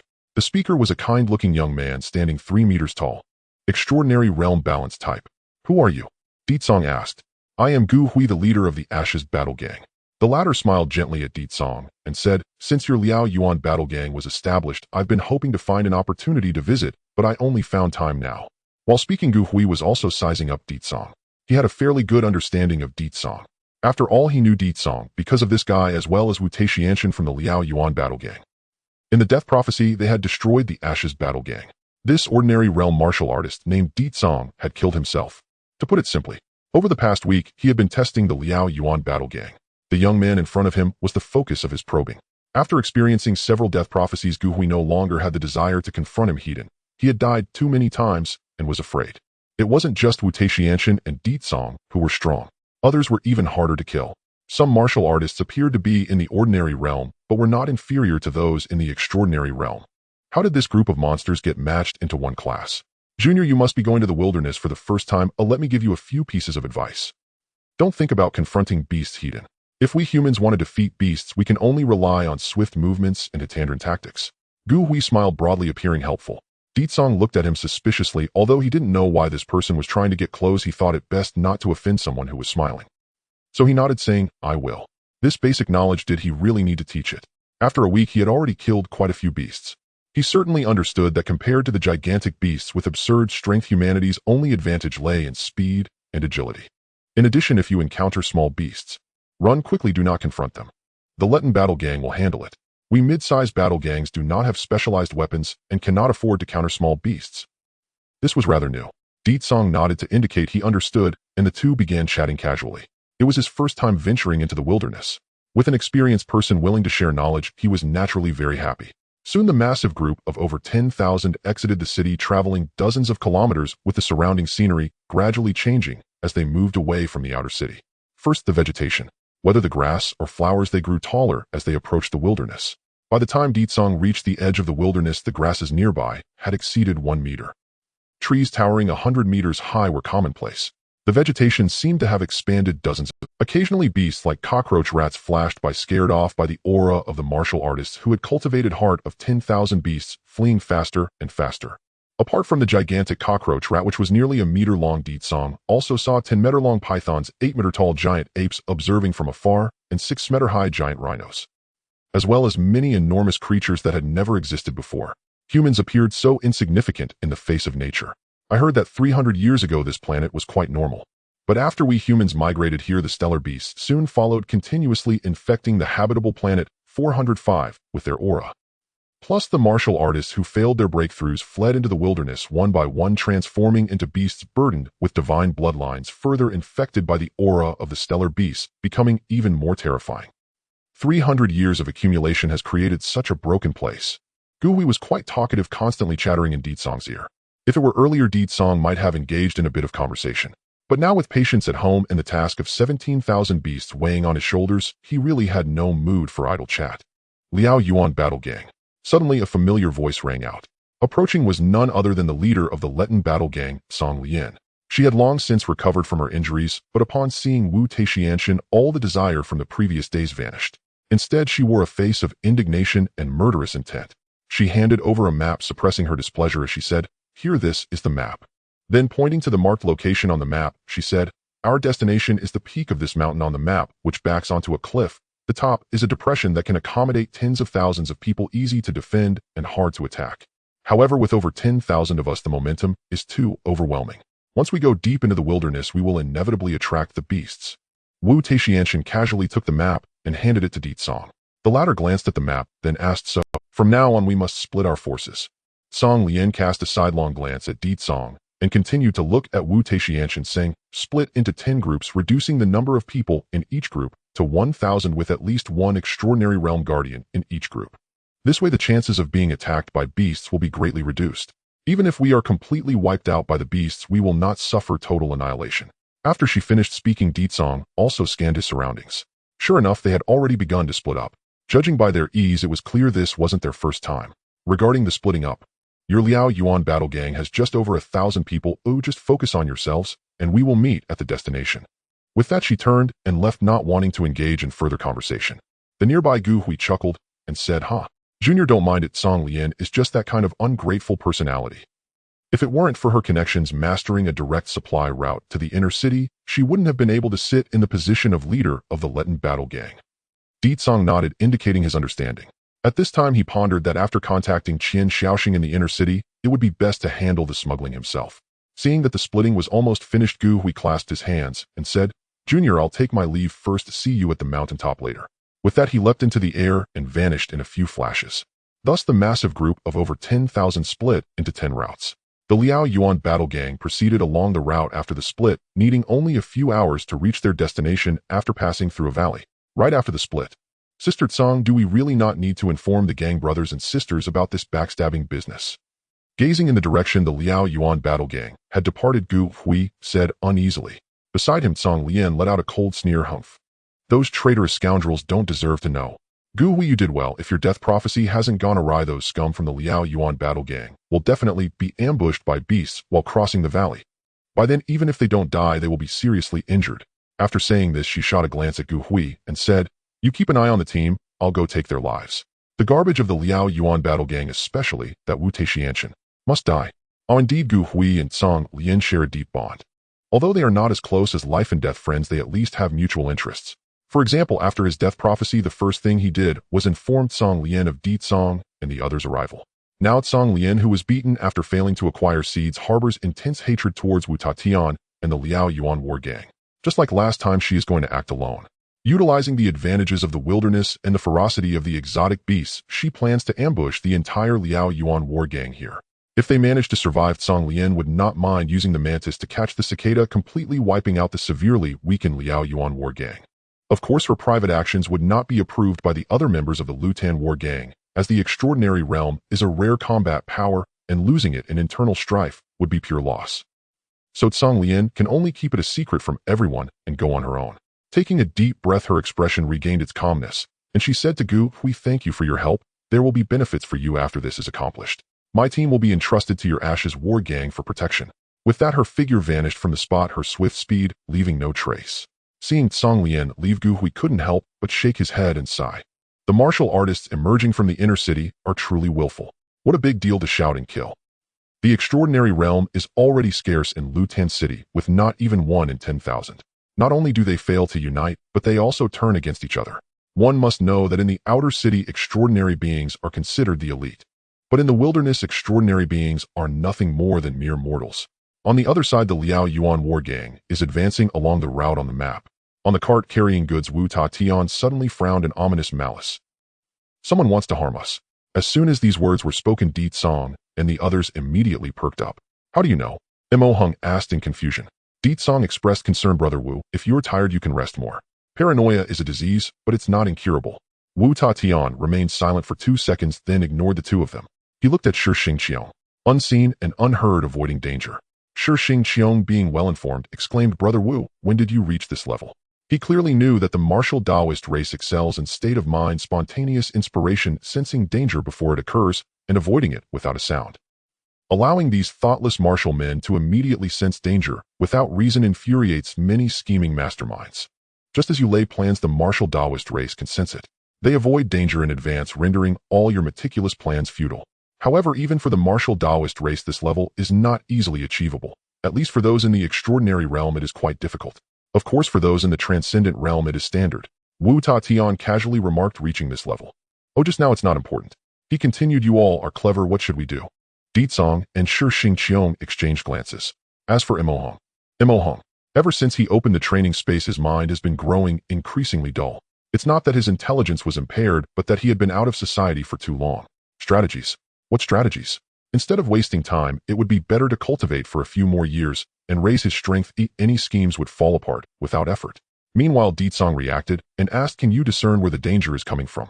Is it human or beast? Wu Tatian closed his eyes for a long time, then opened them and said both. Thus, Shi Xingqiang picked up the conversation. Exotic beasts cannot cooperate with humans. It must be that humans want to use exotic beasts to eliminate us. Di Cang, you are the fastest. Go scout the area nearby. See if there are any traces of exotic beasts, especially pack or small exotic beasts. Di Cang nodded in response. He was thinking the same thing. Although Mo Hung is also a speed-type extraordinary being, he has just broken through, and his pure speed cannot match his own. Therefore, the only one suitable for scouting is himself. Di Cang jumped off the cart and landed on the ground, bending his knees. The next moment, immense power erupted. He leaped like a rocket, shooting into the sky. The earth rapidly shrank in his view. In just a few seconds, he had reached an altitude of 1,000 meters, overlooking the wilderness. At an altitude of 1,000 meters, he could see 100 kilometers of scenery. However, the farther away he looked, the less clearly he could see, as the enhancement only increased strength and ignored everything else. But Ditsong is after all a martial Taoist. His vision is sharper than that of a hawk. Looking down, the scenes within 10 kilometers held no secrets for him. Then gravity took effect, and Ditsong naturally fell under the pull, ultimately crashing into the wasteland, leaving a pit several centimeters deep. What did you see? Shi Xingqiong asked, also with a hint of envy. Though he was not weak in combat, he lacked the physical qualities of an extraordinary being and had no qualifications to jump that high. At 6 o'clock, 10 kilometers away, there's a canyon on our path. It seems there are a bunch of beasts. I couldn't see clearly. I'll scout again. With that, Ditsong shot up again. Mo Hung murmured, 10 kilometers isn't far. Wait, I'll go take a look too. With that, he jumped up as well. This time Ditsong didn't jump too high, just about 500 meters. As he stopped, he saw Mo Hung quickly following him, then grabbing his shoulder. Like a curious child, he asked, Where's the beast horde? Ditsong pointed to the canyon ahead there. The canyon is flanked by mountains hundreds of meters high. A 500-meter jump is more than enough to see the scenery above the canyon clearly. Ditsong could barely see moving dots up there. As an extraordinary being, Mo Hung, however, could see it all. Many exotic beast, windsurfing lion, an exotic beast tainted by the aura of a giant star beast inheriting the bloodline of the wind saint lion. Even carrying an average weight of 25 tons, it can explode with terrifying speeds of 50 meters per second, living in packs. Many exotic beast, giant barbarian elephant, an exotic beast tainted by the aura of a giant star beast inheriting the bloodline of the divine prison giant elephant. Its long and flexible trunk can lift objects weighing as much as its own weight, living in packs. He saw clearly, and the data panel also appeared. Thus, information about the exotic beasts was revealed. After they landed, Ditsong was still contemplating whether to get closer when he noticed that Mo Hung's expression looked somewhat unpleasant and excited. On the left is the windsurfing lion, estimated to be over 1,000 heads. On the right is the giant barbarian elephant with at least 700 heads. If we unknowingly enter the canyon and get surrounded by these exotic beasts, we can escape, but the Liao Yuan war gang would be completely annihilated. Mo Hung couldn't help but rub his hands together, saying the canyon is our only path. If we want to pass, we must completely eliminate the exotic beasts. No worries, leave it to me. Within 3 days I will definitely wipe them out. Ditsong suddenly realized, oh right, he is in the extraordinary realm. His vision is far superior to his own. Not only could he clearly identify the types of exotic beasts, but he could also estimate their numbers. You want 3 days to eliminate them all? Ditsong directly rebutted his idea.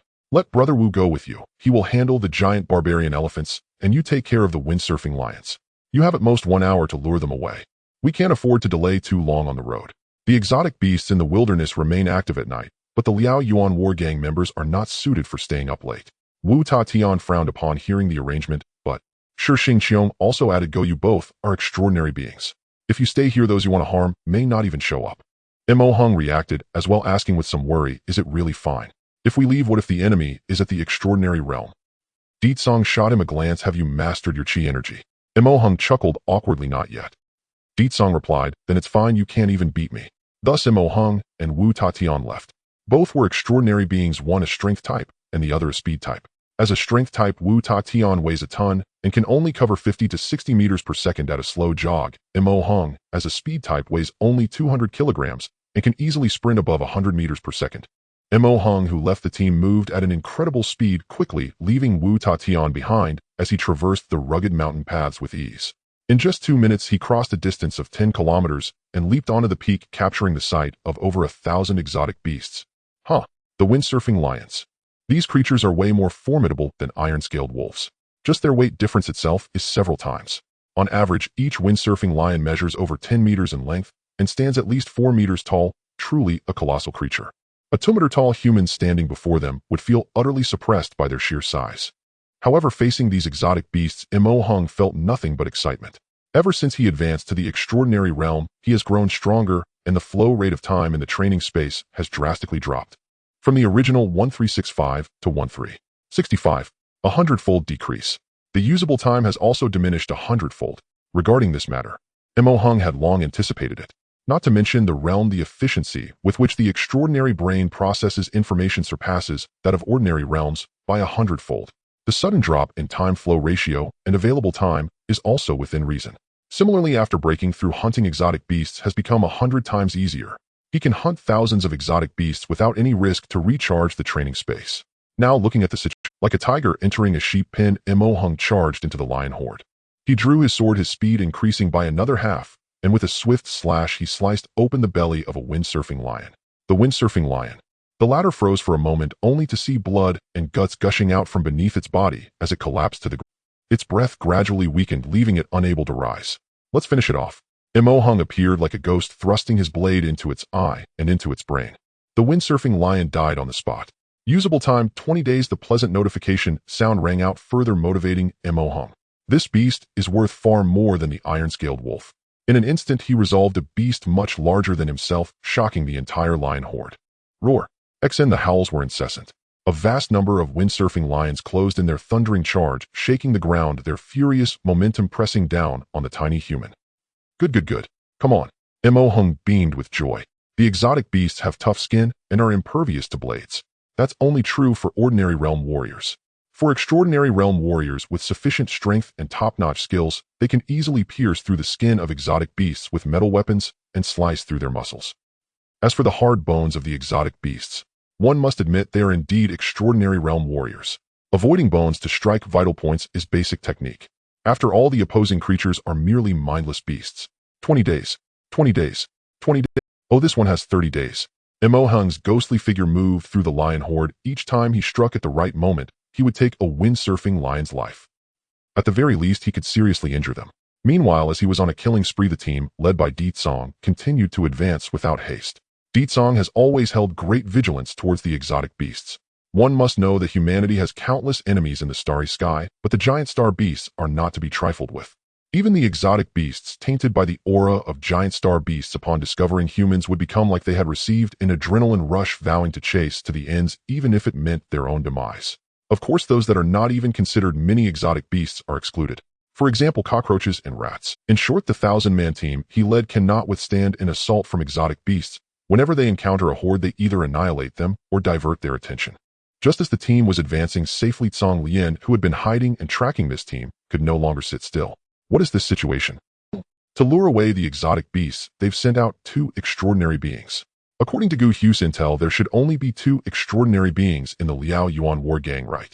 Of course, that little fellow named Di Tsong also possesses strength comparable to the extraordinary realm, probably having awakened a pure strength-type talent, which is a grade talent. A grade talent can in certain aspects rival the extraordinary realm. For example, speed, strength, self-healing, and reflexes. However, this alone is not enough to make Tsong Lien wary.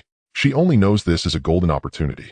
The bumpkins from the outer city can only rely on inefficient methods like the heart of the beast to attract exotic beasts. It's truly laughable.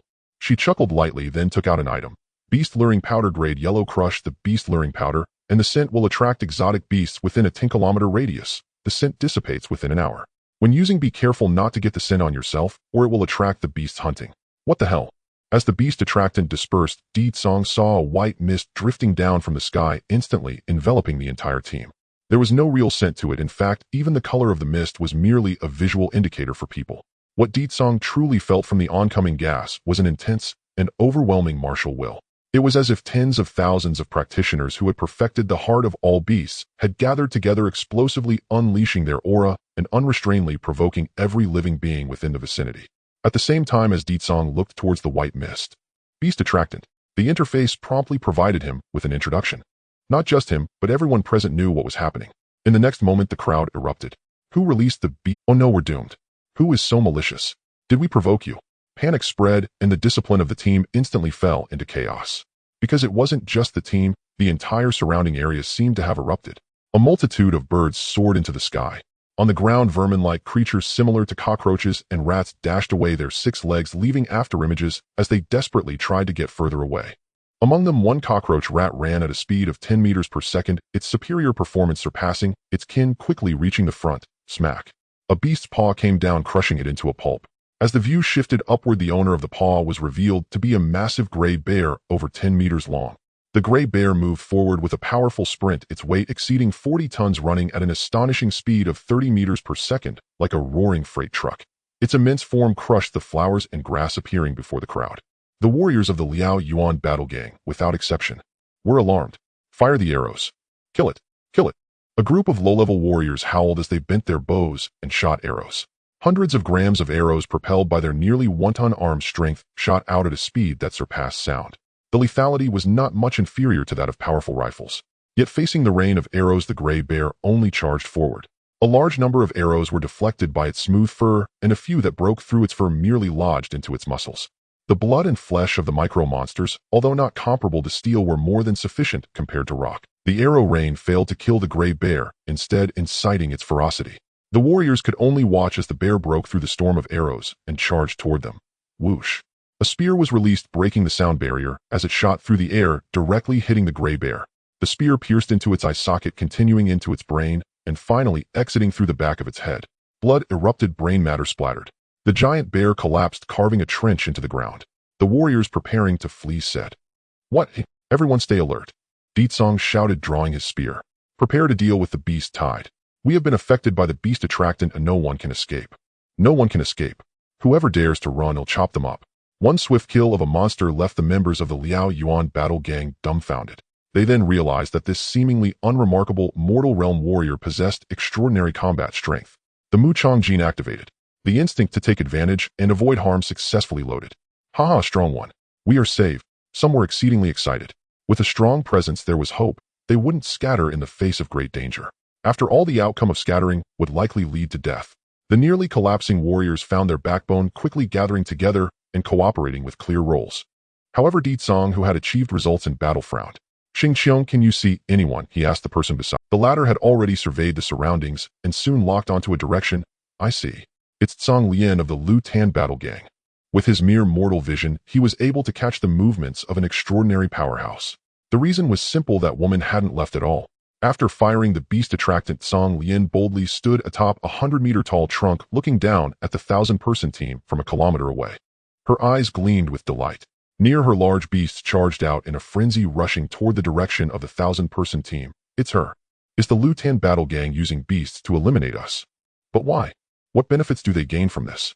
Although the Liao Yuan battle gang was essentially seizing territory, having more extraordinary allies would yield greater rewards in the wilderness. What is a mere piece of territory worth? Logically speaking, the Lu Tan battle gang should not be this united. Deetsong forcibly interrupted his thoughts. Because the beasts had already arrived in front of him. What a pity! It's just a group of beasts. These mindless wild creatures could not enhance their strength. Naturally, their corpses would be quite useful. As the rain of arrows fell, Deetsong leaped up, stepping onto the cart, carrying weapons, picking up a spear from above. Throwing. A pure burst of immense force erupted, and the supersonic spear shot out, instantly penetrating the brain of a beast within the rain of arrows. Each spear could take down a beast weighing dozens of tons. Even if they died on the spot, their gigantic bodies, sliding along the ground, could carve out a terrifying trench. Each spear could take down a beast weighing dozens of tons. Even if they died on the spot, their gigantic bodies, sliding along the ground, the number of weapons far exceeded that of the beasts, but Deetsong's rate of throwing spears was limited. The outcome was self-evident. The first beast to break through the rain of arrows appeared. Razor-horned, giant rhinoceros. Hurting. The ground trembled. The frontline warriors stared in shock, calculating its shoulder height, body length, tonnage, and speed with numerous formulas flashing through their minds. 15 meters long, 8 meters tall at the shoulder, weighing nearly 50 tons, and running at a speed exceeding 40 meters per second. It was as fast as a 9th-stage mortal realm warrior. Such a massive body, what absurd tonnage. Charging with full force, its impact energy exceeded 4,000 tons. 4 low-level warriors like themselves, let alone taking a hit, even merely grazing against it, wouldn't run. Without the extraordinary warriors urging them on, the mortal warriors dared to flee. The first row of warriors screamed, immediately dropping their weapons and sprinting sideways. His cry was enough to trigger a complete rout. No warrior dared to remain foolishly standing still to intercept. The 1,000-person team instantly scattered, each person wishing they had 4 legs to escape frantically to the sides. The razor-horned giant rhinoceros puzzled. Angered, it targeted the group of practitioners training the heart of all beasts, based on the level of provocation, aiming its pointed horn toward the warriors. In an instant, wails rose and blood splattered. The scene was horrendous for those trampled by the giant rhinoceros, but its momentum didn't diminish. It turned with a blunt angle, charging toward Deetsong, who was standing high and throwing spears. Deetsong sighed as he saw the giant rhinoceros charging. "I tried my best." In the next moment, he held his spear in his left hand and scooped up the starry sky with his right. He took off running. Roar! On the prairie above the canyon, a giant mammoth 10 meters tall and weighing 100 tons aimed at its prey and swung its trunk. As a micro beast, its trunk, made of hundreds of thousands of muscle fibers, could unleash a force surpassing its body weight.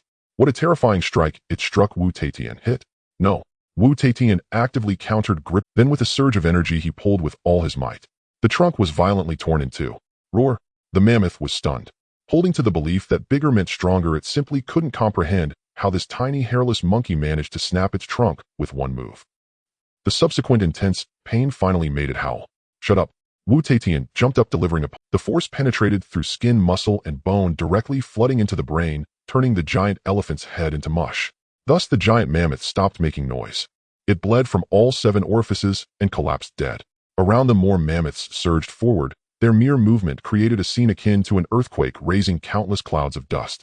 Wu Taitian remained expressionless. To him, bullying beasts was no fun. He leaped, hopping atop the heads and backs of the many mammoths, occasionally letting out roars to attract more attention. Then he planned to lead them away. As an extraordinary being, even if only a powerhouse of strength, his speed and agility easily surpassed these mindless beasts. However, suddenly, Wu Taitian turned his head sharply. He clearly saw 10 kilometers away. Hundreds of beasts galloping. Udit Song was sprinting with the starry sky at an incredible speed. Fleeing. At their speed, the beasts couldn't catch up. The micro-beasts posed no threat to them. But Wu Taitian spotted another familiar figure. Who was it again? Oh right, the leader of the Lu Tan battle gang. When Wu Taitian's gaze fell on her from over 10 kilometers away, she immediately sensed it and looked over. The two locked eyes across the distance. Then, Song Lian flashed a pleased smile, pointed at the fleeing Deet Song and starry sky, then made a slashing motion across her neck. In the next moment, she suddenly shot out. With a strong aura of killing intent, she boldly charged toward the two. Wu Taitian. He remained expressionless, snapping off a giant mammoth's tusk, and only taking the sharp tip, weighing in at about a kilogram. But its strength was no less than metal. That would suffice. Next, Wu Taitian did something very simple. He stood on the back of the giant mammoth, unaffected by its thrashing. Then he positioned himself and aimed, throwing. The explosive force of 100 tons erupted, sending the sharpened tusk flying out at a speed exceeding Mach 4, piercing through the air. Swish! Song Lian was fast. As an established speed-type extraordinary being, she not only mastered perfect movement techniques, but also wielded powerful energy, her legs' explosive power exceeding 350 tons. At full speed, she quickly surpassed the leisurely jogging Deet Song and abruptly halted right in front of him. I remember both of you. You killed quite a few of my subordinates, so let's start with your lives. Just as she began speaking, her words were interrupted. Xing Qiong, I rely on you. Without hesitation, Deet Song directly through the starry sky. Starry sky. You really trust me, huh? In the air, Starry Sky flew toward the leader of the Lu Tan gang, activating his bloodline in the process. Upon landing, the heavenly demon disintegration occurred. With a force of nearly 40 tons, it struck toward Song Lian's neck. Simultaneously, his body instantly disintegrated, skin bursting, muscles tearing, bones cracking, and internal organs sustaining damage. As a killing technique, the heavenly demon disintegration was indeed powerful. However, the side effects were significant. 1 strike would severely injure, 2 strikes would bring one to the brink of death, 3 strikes would be fatal. Is that it? A dying struggle? Song Lian sneered. The extreme burst of a bloodline warrior was nothing impressive. She immediately swung her blade, cutting at an even faster and fiercer speed, clashing with the battle blade of Starry Sky. Bang! Starry Sky's blade shattered into 2 pieces. How could a mortal realm warrior's blade compare to the specialized weapon of an extraordinary realm powerhouse? But the shards of the broken blade, as if controlled, flew toward Song Lian at the moment of shattering, propelled by the force of their collision. Moreover, the direction of the shrapnel was precisely aimed at her eyes. Coincidence? Surely this couldn't be within the calculations of this little brat. Song Lian wondered, but didn't take it to heart. She immediately halted, bending down and tilting her head. 2 shards whizzed past her face. Song Lian emerged unscathed. A cold smile surged within her. No matter how brilliant your awareness and maneuvers are, I can easily break them with mere numbers. How could a mere bumpkin mortal realm warrior understand the might of an inner city warrior? Bang! A white tusk fell from the sky, having endured the air resistance and gravitational potential over a distance of several kilometers, striking Song Lian squarely in the face. Her smug smile froze. Her thoughts became disordered under the sudden impact. Even the energy barrier she maintained around her body was thus breached. In the next instant, the spear lunged. With 100 tons of explosive power, the spear in Deet Song's hand pierced through Song Lian's mouth, then burst out from the back of her head. Blood gushed forth, brain matter splattered. The spear released, Song Lian's body flew out several dozen meters, her eyes dimming as the light of life quickly faded. There was no resentment or anger. Her expression seemed to ask what happened. Soon she could no longer even think. Power 1. 3 moves. The first move, a feint. Sure, Xingqiong struck first, shattering the blade during the clash, sending iron shards flying towards the enemy's eyes to divert her attention. The second move, a surprise attack. Wu Taitian from over 10 kilometers away threw an ivory piece with great force, which carried immense kinetic energy and sharpness, breaking through the enemy's chi defense and causing a ringing in their brain. The third move, a lethal strike. Ditsong's spear pierced forth the unadorned value, striking at the perfect moment, penetrating the enemy's mouth and back of the skull. With these three moves, Song Lian's full strength had not even been unleashed to a third. She died without a chance. Well done. Ditsong gave a thumbs up. As before in class, Wu Taitian was indeed reliable. This guy could always pull off incredible feats, turning danger into safety. In simple terms, if it's theoretically possible, he can almost always accomplish it. Occasionally, he can even achieve what should be impossible. For example, throwing the ivory across a distance of over 10 kilometers, factoring in wind direction, air resistance, gravitational potential, and the target's trajectory. Hitting accurately was nearly impossible. Yet Wu Taitian did just that. Looking over to the other side, far over 10 kilometers away, Wu Taitian clearly saw Ditsong's movements. Noticing they had escaped danger, he changed direction, distancing himself from the giant savage elephants. He thought the Liao Yuan battle gang could still manage one more rescue. After all, with warriors fleeing all over the mountains, the bizarre beasts would struggle to chase them down. The agility of the warriors was indeed formidable. The absurd weight of the beasts brought about an even more absurd inertia. With just a turn, a warrior could evade a deadly strike. Thus, Wu Taitian headed back toward the Liao Yuan battle gang, while the hundreds of tons of weight from the giant savage elephants could not catch up with him. Hundreds of giant savage elephants were left far behind. Meanwhile, on Ditsong's side, after Song Lian's death, the system responded in due time. Strength 1, what nonsense. Ditsong couldn't hold back any longer, cursing. She was at the extraordinary realm. Extraordinary? How can she be compared to the trash of the ordinary realm? The system remained silent. Let alone self-awareness, this thing was rigid to the extreme, lacking even a hint of intelligence, and naturally would not respond to Ditsong. What are you talking about, Digo? Shi Xingqiong spat out a mouthful of blood as he approached. His disintegrating body had stopped bleeding and was visibly recovering at a slow pace. The A-level self-healing talent was kicking in. Stop shouting. Let's go. Those beasts are coming. He hurriedly reminded Ditsong not to forget the main issue. As for the ordinary realm challenging the extraordinary realm, to him, that was to be expected. Hearing this, Ditsong turned to look behind Shi Xingqiong. Dozens of massive beasts turned their bodies and charged toward the two. It was the heart of all beasts. Shi Xingqiong had trained in the heart of all beasts, and combined with the scent of the beast attractant, it deeply attracted these beasts. With a thought, Ditsong considered that since they had already killed Song Lian from the Letin battle gang, he might as well go all out. Carrying Shi Xingqiong, he swayed slowly, attracting the attention of numerous beasts. The beasts, lacking intelligence and driven by instinct, quickly became enveloped by the herd. Ultimately, over 70% of the beasts were drawn to Ditsong and Shi Xingqiong. As for the other beasts still approaching, Ditsong could not manage them. Life and death are fated. I have done my utmost.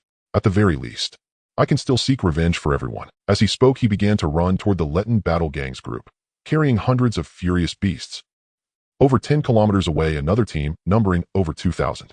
A ninth-tier ordinary realm warrior activated his bloodline, feathers of a bird spreading across his body as he climbed a 100-meter giant tree, surveying from above. In bloodline mode, his vision rivaled that of the extraordinary realm.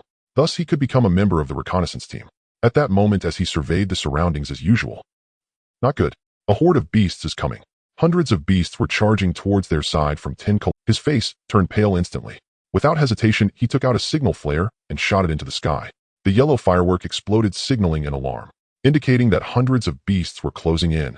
Damn it, I knew over 2,000 people couldn't gather in one place. It must be too many people attracting the beasts. Ancient Gray cursed a few times before taking off.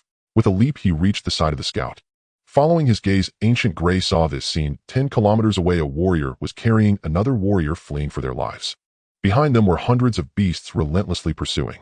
In the further distance, beasts were rampaging and a team was being routed. Wait a minute. Isn't that the Liao Yuan battle gang's team? Where did that woman Song Lian go? Why isn't she? Are they just going to let those two warriors attract the beasts away? If this continues, everyone will suffer. Thinking of using beasts to kill. Dream on. Ancient Gray first ordered the entire army to form a defensive line. Then he took down his battle bow from his dragon tendon battle bow, grade mediocre, a battle bow crafted from materials of dragon-type exotic beasts in the outer city of the habitable planet No. 405, capable of withstanding up to 100 tons of pull. There was no choice. The high-tech force field bow, fresh out of the academy, could only withstand 10 tons of pull and was eliminated at the extraordinary realm. In the outer city, strong warriors had to find ways to craft their own weapons. Among them, the dragon tendon battle bow was a weapon Ancient Gray purchased from another city. Although it could withstand 100 tons of pull, its craftsmanship was too poor, making its precision and durability unimpressive. Thus, it could only be considered a mediocre bow. However, it was sufficient for hunting exotic beasts. In the outer city, warriors who could hunt exotic beasts in the wilderness almost all had good archery skills, and Ancient Gray was no exception.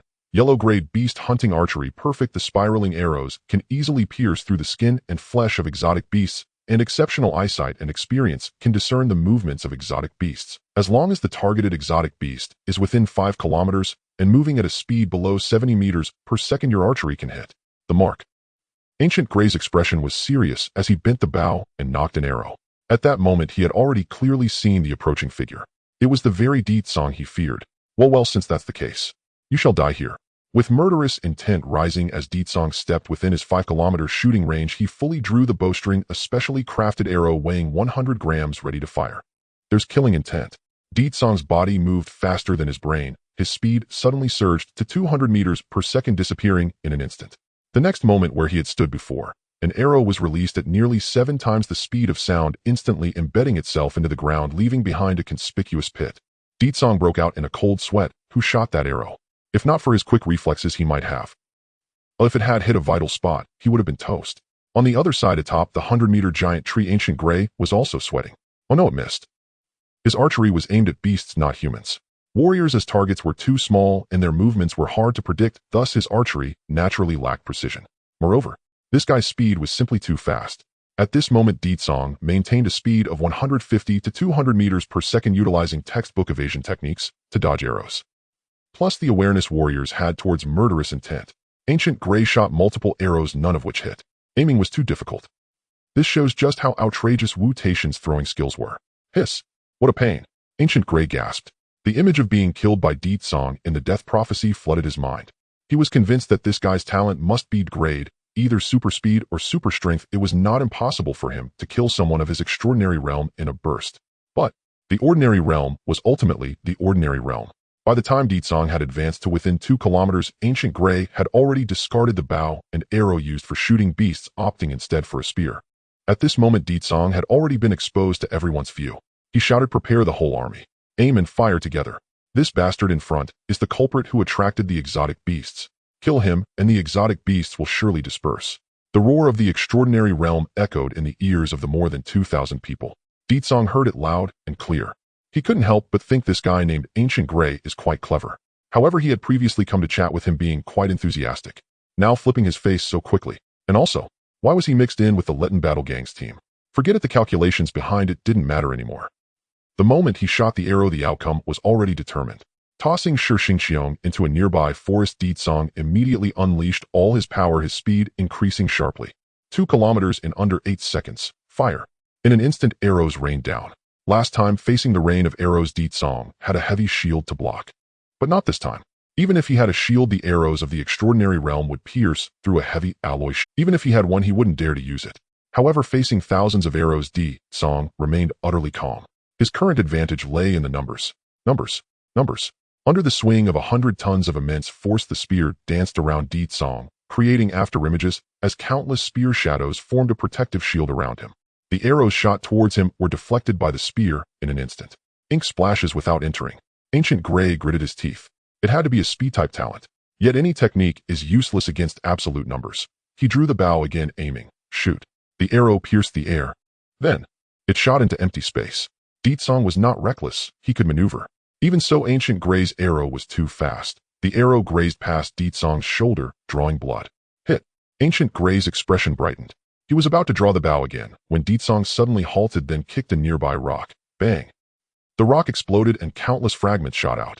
A large number of stones quickly reached sonic speed, rushing towards the enemies within a kilometer in a fan-shaped spread.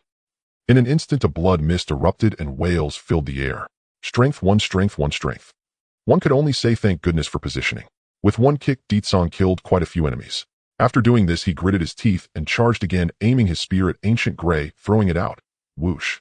The spear pierced the air, and Ancient Gray immediately dodged to the side. Deet Song was just an ordinary realm warrior. His accuracy was actually worse than Ancient Gray's. Naturally, this spear did not harm Ancient Gray in the slightest, but it charged straight into the enemy ranks, piercing countless foes. Strength, one strength. The distance between both sides was now under 500 meters. This guy. Ancient Gray's hair stood on end, gritting his teeth.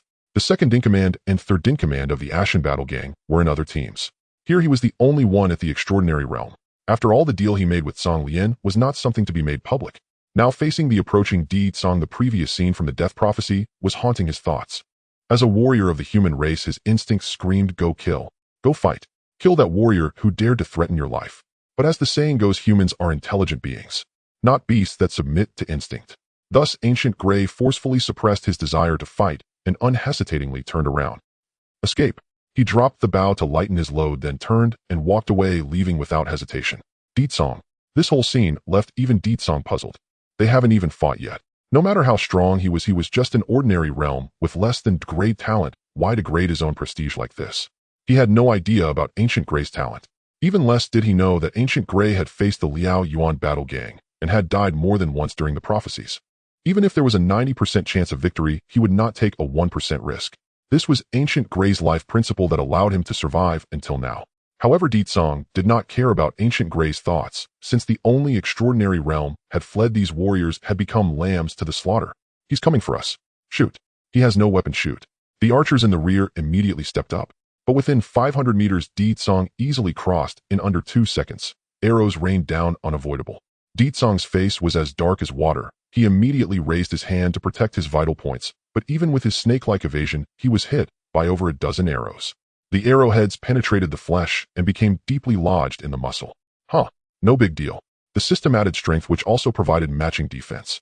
Thus, in terms of strength and defense, Di Song's physique was not much different from that of a strength-type extraordinary realm warrior. He braved a rain of arrows and finally charged into the crowd. Following that, he struck with a heavy punch. The helmet of the leading warrior caved in, and his brain exploded, sending him flying several meters away. Strength 1 like archery. Di Song drew out the battle knife from another warrior's waist and slashed around. Without any resistance, the surrounding warriors were instantly severed in two. Feeling the long-lost surge of power, a cruel smile appeared on his face. They will all die. Facing the enemy, Di Song had never shown mercy. In the instant he burst into the enemy's ranks, he snatched a blade and cut down the arrows lodged in his body, followed by the rippling and swelling of his muscles. Boom! The arrowhead embedded within him was forcibly expelled. Not a drop of blood was shed as the wound healed at a visible speed due to his innate talent. Di Song launched himself forward, ready to grab another battle blade, facing the crowd that surrounded him from all directions. He spun around. Like a meat grinder, countless heads fell to the ground in an instant. His speed was so fast that ordinary martial artists in the mortal realm couldn't even react, ending up with their bodies and heads separated. However, Di Song was ultimately just one person. The enemy outnumbered him by over 2,000. Don't get me wrong, this doesn't mean Di Song couldn't defeat these 2,000 warriors, but they would run. The only extraordinary realm member on their side abandoned his bow and fled. The first to react was the supervision team, composed of martial artists with average bloodlines. Without a word, they also took off running. And then came the collapse of their forces. For most people, they didn't even know what had happened ahead. The pressure they faced was not from Di Song, but from the hundreds of exotic beasts drawing closer. No traps, no advantageous terrain, no extraordinary realm pressure. Are we fighting exotic beasts? Is this for real? The faces of the martial artists turned pale. The guild leader has fled. The supervision team has also run away. I'll fight them. Never mind, I'll run. With over 2,000 of us, even if the exotic beasts come at us, it's impossible for them to kill us all. We should at least be able to escape half. No wonder the people from the outer city are clever. They are not fresh graduates who just came out of school fearless of the world. Everyone suppressed their instinct to fight back with strong rationale. Then one by one they dropped their weapons and equipment. Lightening their load, they prepared to escape. However, escaped. You still want to run. A figure burst forth from the front ranks. In an instant, the glint of swords. No, just the glint of blades. Only the glint of blades. Without any techniques, the sheer force of his blade cut through the air, instantly cleaving the heads of the martial artists who had discarded their weapons in two. The rapid figure swept past, leaving heads rolling in its wake. Well, not heads rolling. Most were merely half heads. After all, a person can still live for a while after losing their head, but losing half a head means death within seconds. From the front ranks to the last, he even caught up with the supervision team. Di Song was drenched in blood, his battle blade dulled. Behind him, corpses lay strewn everywhere, hundreds of lives extinguished in his merciless slaughter. If it weren't for that damn guild leader, I wouldn't have to resort to this plan B. Di Song bellowed, a smile curling at the corner of his mouth. What is plan B? First, plan A is simple, relying on the Liao Yuan Battle Guild, with nearly 1,500 members, and with the 4 of them working overtime to kill, gathering the corpses of the exotic beasts. But plans can never keep up with changes. The guild leader of the Lutan Battle Guild prioritized her own feelings over profit. She secretly sabotaged the Liao Yuan Battle Guild. This caused the members of the Liao Yuan Battle Guild, including Di Cong himself, to be tainted with the beast attraction powder. In the wilderness, being contaminated with this means certain death for mortal realm martial artists. Thus Plan A fell apart. Di Cong had no choice but to bring out the desperate Plan B, which is to kill. After all, there were thousands of people coming out of the wilderness. If he could wipe them all out, even if he only killed half, his fighting power would surge. At that point, with his soaring fighting power, he could then slay the exotic beasts. Perhaps he could even speed up the gathering of corpses. However, Di Cong felt that this second method was somewhat unprincipled. After all, if people do not offend me, I shall not offend them, and slaughtering without cause is too excessive. You force my hand. Di Cong sighed, tossing away 2 battle blades. Then he trembled all over. The blood on his skin was instantly cleared away in the shock. Such a technique in his past life should be called force release. Not sure anyway here among the martial artist clans it's standard. Not standard for mortal realm martial artists, but rather it's standard for those who had undergone body tempering before becoming martial artists. Shocking away the blood was merely a matter of cleanliness. He picked up 2 more weapons from the ground and looked at the crowd that had begun to scatter and flee. If I kill that woman, I will be at odds with the Liu Ten Battle Guild. In that case, I can only go all out. Di Cong shot out again. The ground where he had originally stood was crushed into a pit by the force of his leap. Dirt and rocks flew. Swish, swish, swish. The battle blade moved like the wind, cutting fiercely. No one was a match for him. Moreover, they were already fleeing with their backs turned to Di Cong. It was only when Di Cong caught up to them in an instant and severed half a head with a single slash that they suddenly realized, oh no, someone is chasing us. They ran while Di Cong pursued. Dozens, hundreds. His legs created afterimages the path. He took traced curves, and the martial artists fleeing in all directions could only see a rapidly moving figure. Just a swift pass, and someone would lose their head. The speed was too fast. Even if they reacted, they couldn't block a single strike. The number of fleeing people dwindled. Soon, the swarm of exotic beasts joined in. Their speed surpassed that of ordinary martial artists. Thus, the death rate among the martial artists escalated. Get lost, don't steal my kills. Di Cong was furious. He hurled the blade in his hand, which embedded directly into the skull of an exotic beast, causing it to die on the spot. The surviving martial artist erupted into expressions of delight. But then his smile froze on his face. Because Di Cong approached and smashed his fist into the man's head. Strength 1 humans must be killed because they are sentient beings, and killing them can increase strength. Exotic beasts must also be killed because they steal kills. Furthermore, their corpses are also materials that Di Cong needs. Thus time passed in slaughter. The pursued martial artists overestimated themselves. They didn't escape more than half. At least 3/4 remained here forever. An hour later, on the battlefield, a steel fur tiger roared and pounced. Thud. A long spear thrust from its massive mouth, piercing through its skull, sending brains splattering. The steel fur tiger fell lifeless. Huff. Huff. The last one. Di Cong approached, panting. Around him, corpses littered the ground. The stench of blood and various odors filled the air. He skillfully blocked his sense of smell, preventing himself from gagging. Killing makes one vomit, perhaps not due to weak mental fortitude, but because corpses really do stink. Do you know that when a person dies, they lose control of their bowels? Animals do too. Facing countless dead bodies, Di Cong leaned against a giant tree and slowly sat down, gasping for breath. His stamina was still too poor. Mortal Realm 5th stage, still not enough. He could only fight in bursts, unable to engage in prolonged battles. This time, chasing down people to kill was 10 times more exhausting than the last street fight. Di Cong finally caught his breath and slowly stood up. By the way, glancing at his status, strength 2155. What a harvest. My strength has doubled. Although this cheat seems unreasonable, such as offering the same reward for killing both ordinary and extraordinary beings. But it doesn't limit levels. It won't be like some novels I read in my past life, where one couldn't become stronger due to not breaking through a certain realm. This cheat is very straightforward. Killing a sentient life adds 1 to my strength. Moreover, there are no other. If only I could do this a few more times. Di Cong murmured to himself as he stood up, casting one last glance at his doubled strength attributes before turning to look elsewhere. At the edge of the battlefield, there were dozens of prisoners kneeling with their heads held in despair. Standing beside the prisoners, keeping watch, was Shi Xingqiu. Good brother, you really understand me. Di Cong's eyes lit up as he picked up a long spear from the ground and walked over, thinking even a small mosquito is still meat. In his thoughts, Di Cong had already flashed to the side of the prisoners. With a thrust of his spear, ding, the battle blade was drawn, striking Di Cong's spear heaten. To his surprise, it was Shi Xingqiu who had drawn the blade. In the next moment, Di Cong nearly lost grip on his spear, which was deflected away, landing beside the prisoners. A loud explosion echoed, kicking up a cloud of debris. Di Cong. He was confused and looked towards Shi Xingqiu. What happened? His seemingly casual strike contained an immense force of dozens of tons. Yet at the moment the blade and spear met, an exquisitely refined force emerged, and Shi Xingqiang managed to deflect his spear. It was like using 4 ounces to deflect 1,000 pounds. Even more exquisite than that. Rein in your killing urge. Shi Xingqiang glared at Di Tsong and said helplessly, there aren't many members left in the Liao Yuan battle gang. If you kill them all, who will help us move the beast corpses? I see that does make sense. Di Tsong realized, thinking that you are indeed detail-oriented. You must know that the members of the Liao Yuan battle gang who got infected with the beast luring powder are basically sentenced to death in the wilderness. By now the scent should have dissipated. The Liao Yuan battle gang was severely weakened, with only 1 in 10 remaining. Therefore the newly captured prisoners are quite useful. Di Tsong looked back at the prisoners. Right, big brother. I can help you transport the beast corpses. I have plenty of strength, please don't kill me. I'm willing to be your underling. This group of people began to express their willingness to follow Di Tsong, quickly forgetting their previous loyalties. They immediately declared their intention to join Di Tsong.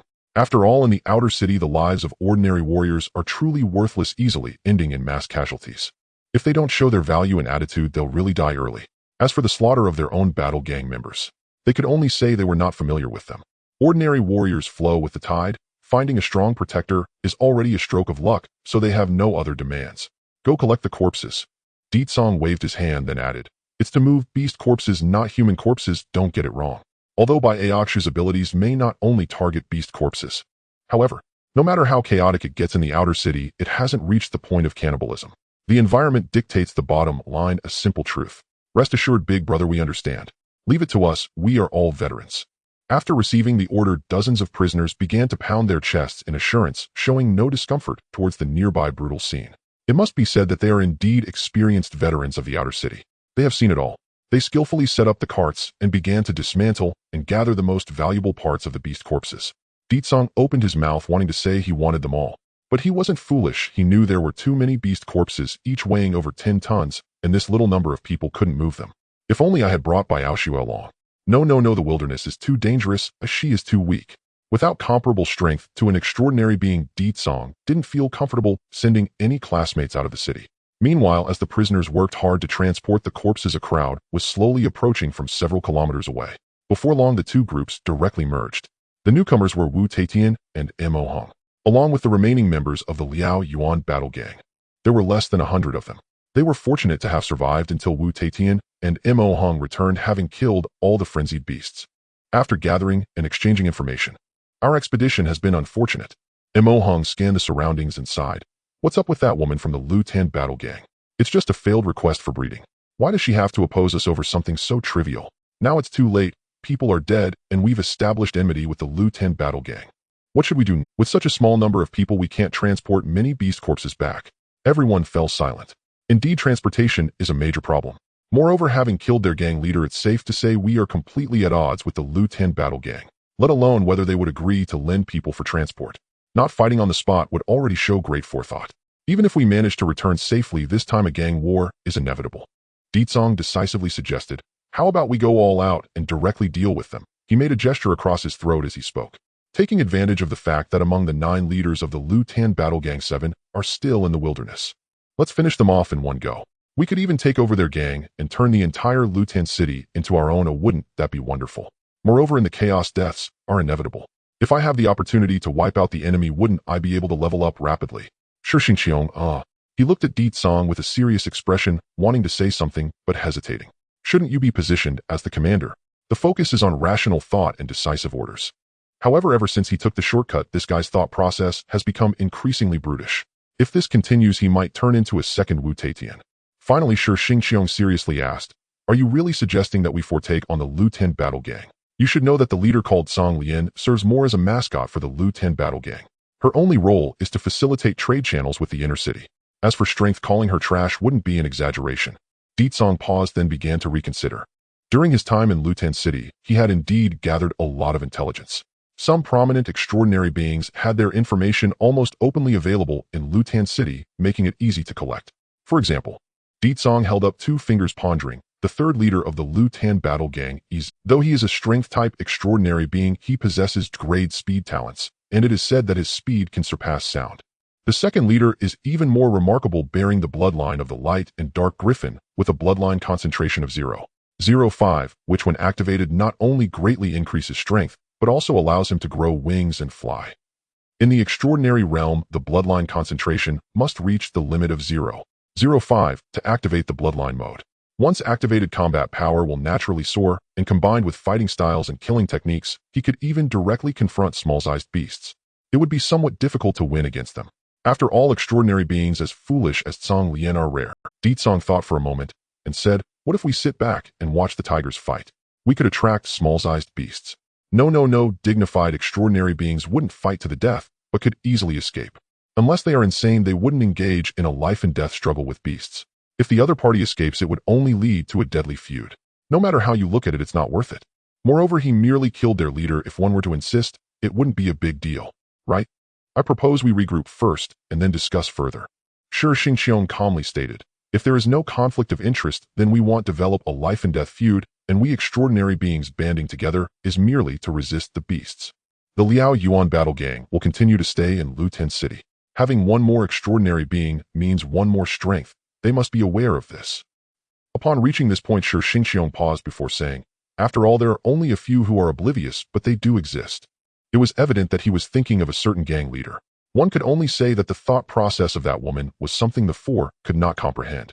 It's still the same principle. There are no conflicts of interest between extraordinary beings. The reason for forming battle gangs and gathering ordinary talents is to hope for the emergence of more strong individuals within. Otherwise, wouldn't extraordinary beings prefer to be lone wolves rather than being tied down by the power struggles of gang? After determining their purpose, the group set off again. Along the way, numerous beasts launched attacks. Their frequency and intensity were even more ferocious than when they were with the 10,000-strong army before. It's simple. The further they venture into the wilderness, the more beasts they encounter. Additionally, the strong smell of blood naturally attracts beasts. However, without the beast-luring powder, merely being drawn by the smell of blood makes it easier to deal with the beasts. As long as an extraordinary being takes action, the beasts wouldn't stand a chance. As time passed, they arrived at their destination. On the map, the pit at the top of the mountain was right before their eyes. Looking down from a high place, a large number of tents had been set up like an ancient military encampment, with nearly 10,000 people gathered in the massive pit processing the freshly killed beasts. At a glance, it was indeed an impressive sight. Just as they arrived, a figure suddenly flashed by, to the members of the Liao Yuan battle gang. "Have you suffered such a great loss? Did you encounter a beast tied?" The newcomer, having just stabilized himself, asked in shock. Ditsong turned to look. The newcomer stood over 4 meters tall, exuding a powerful aura. With such speed, it was none other than the third leader of the Lu Tan battle gang, Izun. In his view, the Liao Yuan battle gang had poured most of their resources into this hunt, nearly 1,500 members. Who would have thought that only 1/10 of them remained after just traveling? Oh no, could it be that the route we provided had a problem? If they are troubled by this, what should we do? Where's Gu? Ditsong looked around and asked, "Did he not arrive ahead of us to inform you?" Gu Hui. Oh, the weakling from the Ashen battle gang. While his strength isn't weak, his mindset is very timid. Izun doesn't particularly like interacting with him, but the gang leader has some private dealings with him. What exactly happened? Izun felt a bad premonition rising within him. He felt that this group had not simply encountered a beast tied. Wait. Izun suddenly noticed that within the ranks of the Liao Yuan battle gang, there were even faces of his own Lu Tan battle gang members. Yes, although he couldn't name them, he remembered those people. After all, the ability to remember faces is a standard trait among martial artists. The extraordinary beings are even more so. Your leader Zhang Lian used beast-luring powder to secretly harm us, leading to the Liao Yuan battle gang being slaughtered by the beast tied, with less than 1/10 surviving. Not only that, but that woman also hid among the beasts, attempting to take our lives with a sneak attack. Fortunately, we were more skilled and turned the tables. Ditsong looked into the eyes of this third leader, stating assertively, "As for Gu Hui, he is even more of that woman's accomplice. When we pursued him, he abandoned the group and fled. I thought he would arrive here first to play the victim, but unexpectedly, we have not seen him." A bombshell. Izun's brows furrowed as he stepped forward. His oppressive aura approached, and in a serious tone he said, "You are saying that our gang leader died at the hands of your Liao Yuan battle gang?" Wu Taitian stepped aside and stood in front of Ditsong, staring directly into Izun's eyes, calmly replying, "Yes." "Is there a problem?" Silence. The oppressive atmosphere caused a group of martial artists to quickly avoid. The auras of the two extraordinary beings clashed, resembling two volcanoes on the verge of erupting, seeming to explode at any moment. "This is a big problem." Izun suddenly retracted his aura and said, "Without Zhang Lian's trade channel to the inner city, half of the 30,000 people in Lutan City will probably starve. Do you know that 80% of the nutritional pastes and 90% of the cheap blood pills on the market come from the inner city? If Song Lian is dead without this connection, even if we slaughter enough beasts, we won't have any means to catch. Upon hearing this, Wu Taishan's expression remained unchanged. The other three were shocked. You can't manage your own food supply. Mo Hung couldn't hold back and exclaimed, I thought you could at least gather enough supplies for the nutritional paste production line from the scraps of the scavengers. Izun glanced at him. Well, you are also an extraordinary being. You are qualified to speak with me. So he replied, we do have some, but it can only satisfy 20%. The inner city's strict control over the waste from food production means that even if we have some, it's incomplete. Without the detoxification function, the nutritional paste made from beast meat can kill a 9th-level ordinary being with just half a piece. For us outer city warriors to survive, we must trade with the inner city. Now that Song Lian is dead, I don't care about the cause of her death. Tell me, can you fill this void? It turns out that the life or death of the leader is not important, but the benefits she brings are crucial. Facing the questioning of Master Izun from the Letin 3 alliances, Di Tsong and Shi Xingqiang exchanged glances, each seeing the helplessness in the other's eyes. The self-sufficiency of the outer city is even worse than imagined. They can't even guarantee the supply of nutritional paste. No wonder millions die every year. If there is no way out, does that mean Letin City has to wait for death? Shi Xingqiang asserted, I refuse to believe that there is only this one way out for the outer city. If this is indeed the only path, then Song Lian will only be treasured even more. At least 2 extraordinary bodyguards will have to be assigned to her. Way out. Master Izun said darkly, the resources for extraordinary realm cultivation, blood chi pills, awakening incense, tranquility, liquid bloodline medicinal agents. Which of these is not produced by the inner city? If there are no trading channels, we can only seek help from other cities, and the outcome is predictable. What outcomes? Di Tsong asked curiously. He truly did not know, as his understanding of the outer city was limited. The key is that schools don't teach this. To be subjugated, Master Izun snorted coldly. To become a vassal of other battle alliances, we will only be seen as cannon fodder. Not only will the resources for becoming stronger be withheld, but the difficulty of survival will also increase dramatically. To advance to the transcendence realm is even more of a distant dream. Do you really believe this outcome is not tragic enough? Di Tsong nodded, indicating he understood. Although one must at least be in the extraordinary realm to serve in the inner city, those who advance from the outer city are deemed tainted and cannot pass the political review. Only by advancing to the transcendence realm can one qualify to enter the inner city. After reaching the transcendence realm, one will have the opportunity to access more aspects of the martial Tao civilization and gain further opportunities. Not being able to progress is worse than death. Just lying down. Are you crazy?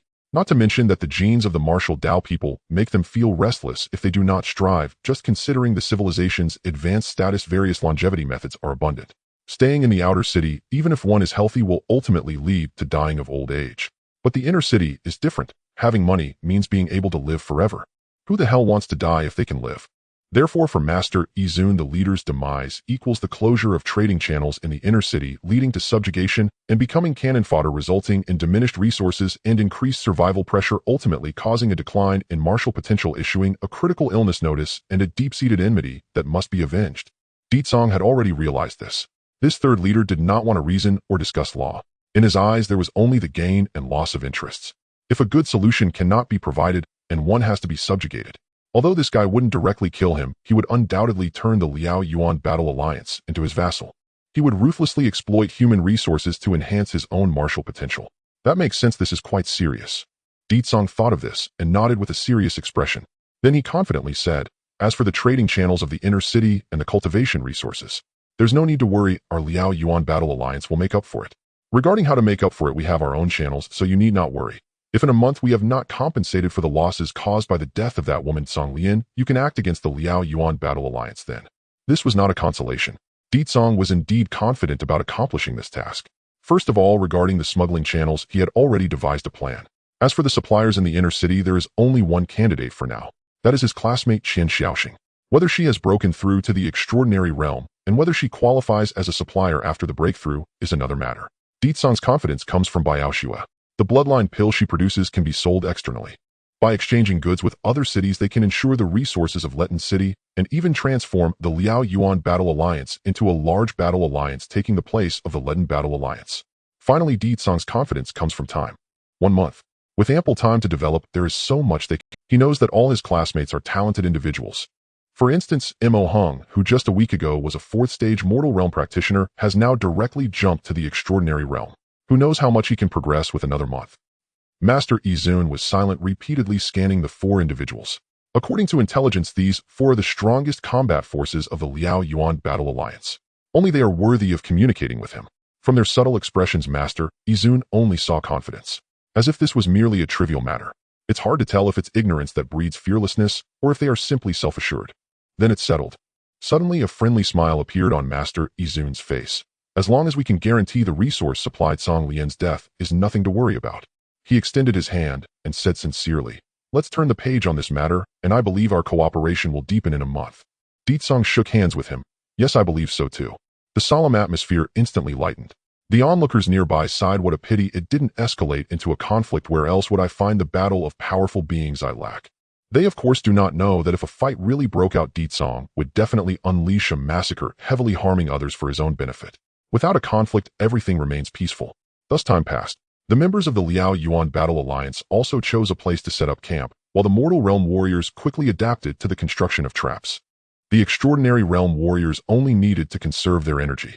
During this time, Song curiously wandered around and found that among the group of builders the majority were constructing traps. The shovels swung with afterimages, and with a single strike the ground turned into rock. A group of warriors busily worked, their efficiency surpassing that of excavators. Various traps reaching depths of several meters to even 10 meters rapidly emerged. Due to the enormous size and weight of the otherworldly beasts, the traps that humans walked over as if they were nothing became dangerous grounds for them. As for the defensive works, they were constructed shallowly, merely serving as a warning. After all, the enormous weight of the otherworldly beasts creates absurd kinetic energy when they run, and no matter how thick the walls are, they cannot withstand their collisions, so they simply did not prioritize this. Thus, a day later, the second leader of the Letten Battle Alliance issued a gathering order. After everyone arrived, they found dozens of strong individuals gathered at the center. Among them, the Extraordinary Realm practitioners were the Ashen Battle Alliance, the second and third leaders, 2 individuals. The Liao Yuan Battle Alliance, 2 individuals. 2 rogue Extraordinary Realm practitioners. Letten Battle Alliance, 7 leaders from the 2nd to 8th. In an entire city with 300,000 people, only 13 Extraordinary Realm practitioners could be produced for the wilderness hunt. This scale is rather meager. The strength of a city is determined by the ratio of Extraordinary Realm practitioners to the total population, generally 1 in 10,000. 300,000 people should have 30 Extraordinary Realm practitioners to be considered average. From this, it is evident that Letten City is definitely a weaker city. As for the rest, they are Mortal Realm including Song and Shi Xingqiong. These Mortal Realm practitioners possess special abilities allowing them to rival Extraordinary Realm practitioners in combat and play significant roles in hunting otherworldly beasts. The initiator of this gathering order is the second leader of the Letten Battle Alliance. Standing at the center, he is just over 3 meters tall, a true balanced Extraordinary Realm practitioner. Though he is short, he resembles a drawn sword, exuding an intimidating aura that forces many Mortal Realm practitioners to avert their gazes. No need for sparring, just by feeling one can tell. This is a genuine powerhouse. A peak Extraordinary Realm practitioner. Ladies and gentlemen, the old rules. Seeing that everyone was present, this second leader opened his eyes and spoke seriously. This hunting expedition will still distribute resources according to contributions, so please do not lie to me in front of my broken heart, beast. Furthermore, the Letten Battle Alliance provides weapon rentals. Merely renting is free, but repairs and damages will require payment. I hope everyone keeps this in mind. He scanned the dozens of people present, particularly glancing at the Liao Yuan Battle Alliance. After all, they are newcomers and might not understand the rules requiring special reminders. Now everyone may choose their weapons. At last, the second leader pointed to the hundreds of weapons on the ground, indicating that everyone could take their pick. Mo Hang's eyes brightened. Free rental, only charging for repairs and damages, that's quite reasonable. He was completely unaware of who sets the value of the weapons. Song looked down at the bizarre assortment of weapons on the ground. Yes, they are all specifically for hunting other. Song picked up a great sword from the ground and examined it. Bone-cutting great sword, grade yellow, length 4 meters, weight 500 kilograms, both tough and sturdy, able to slice through iron like mud. Great sword. For some reason, as Song held the great sword, a sense of déjà vu surged within him, feeling as if he had seen this thing somewhere before. He casually waved it a couple of times toward the sky. Hiss! It was quite easy to handle. A long spear weighing dozens of kilograms was already an outdated version. This 500-kilogram great sword seems to be a better choice. But it's still too light. Song frowned, realizing the weight is less than a quarter of my strength. It feels too airy when swung. This would be suitable for someone like Mo Hung, who is speed-oriented.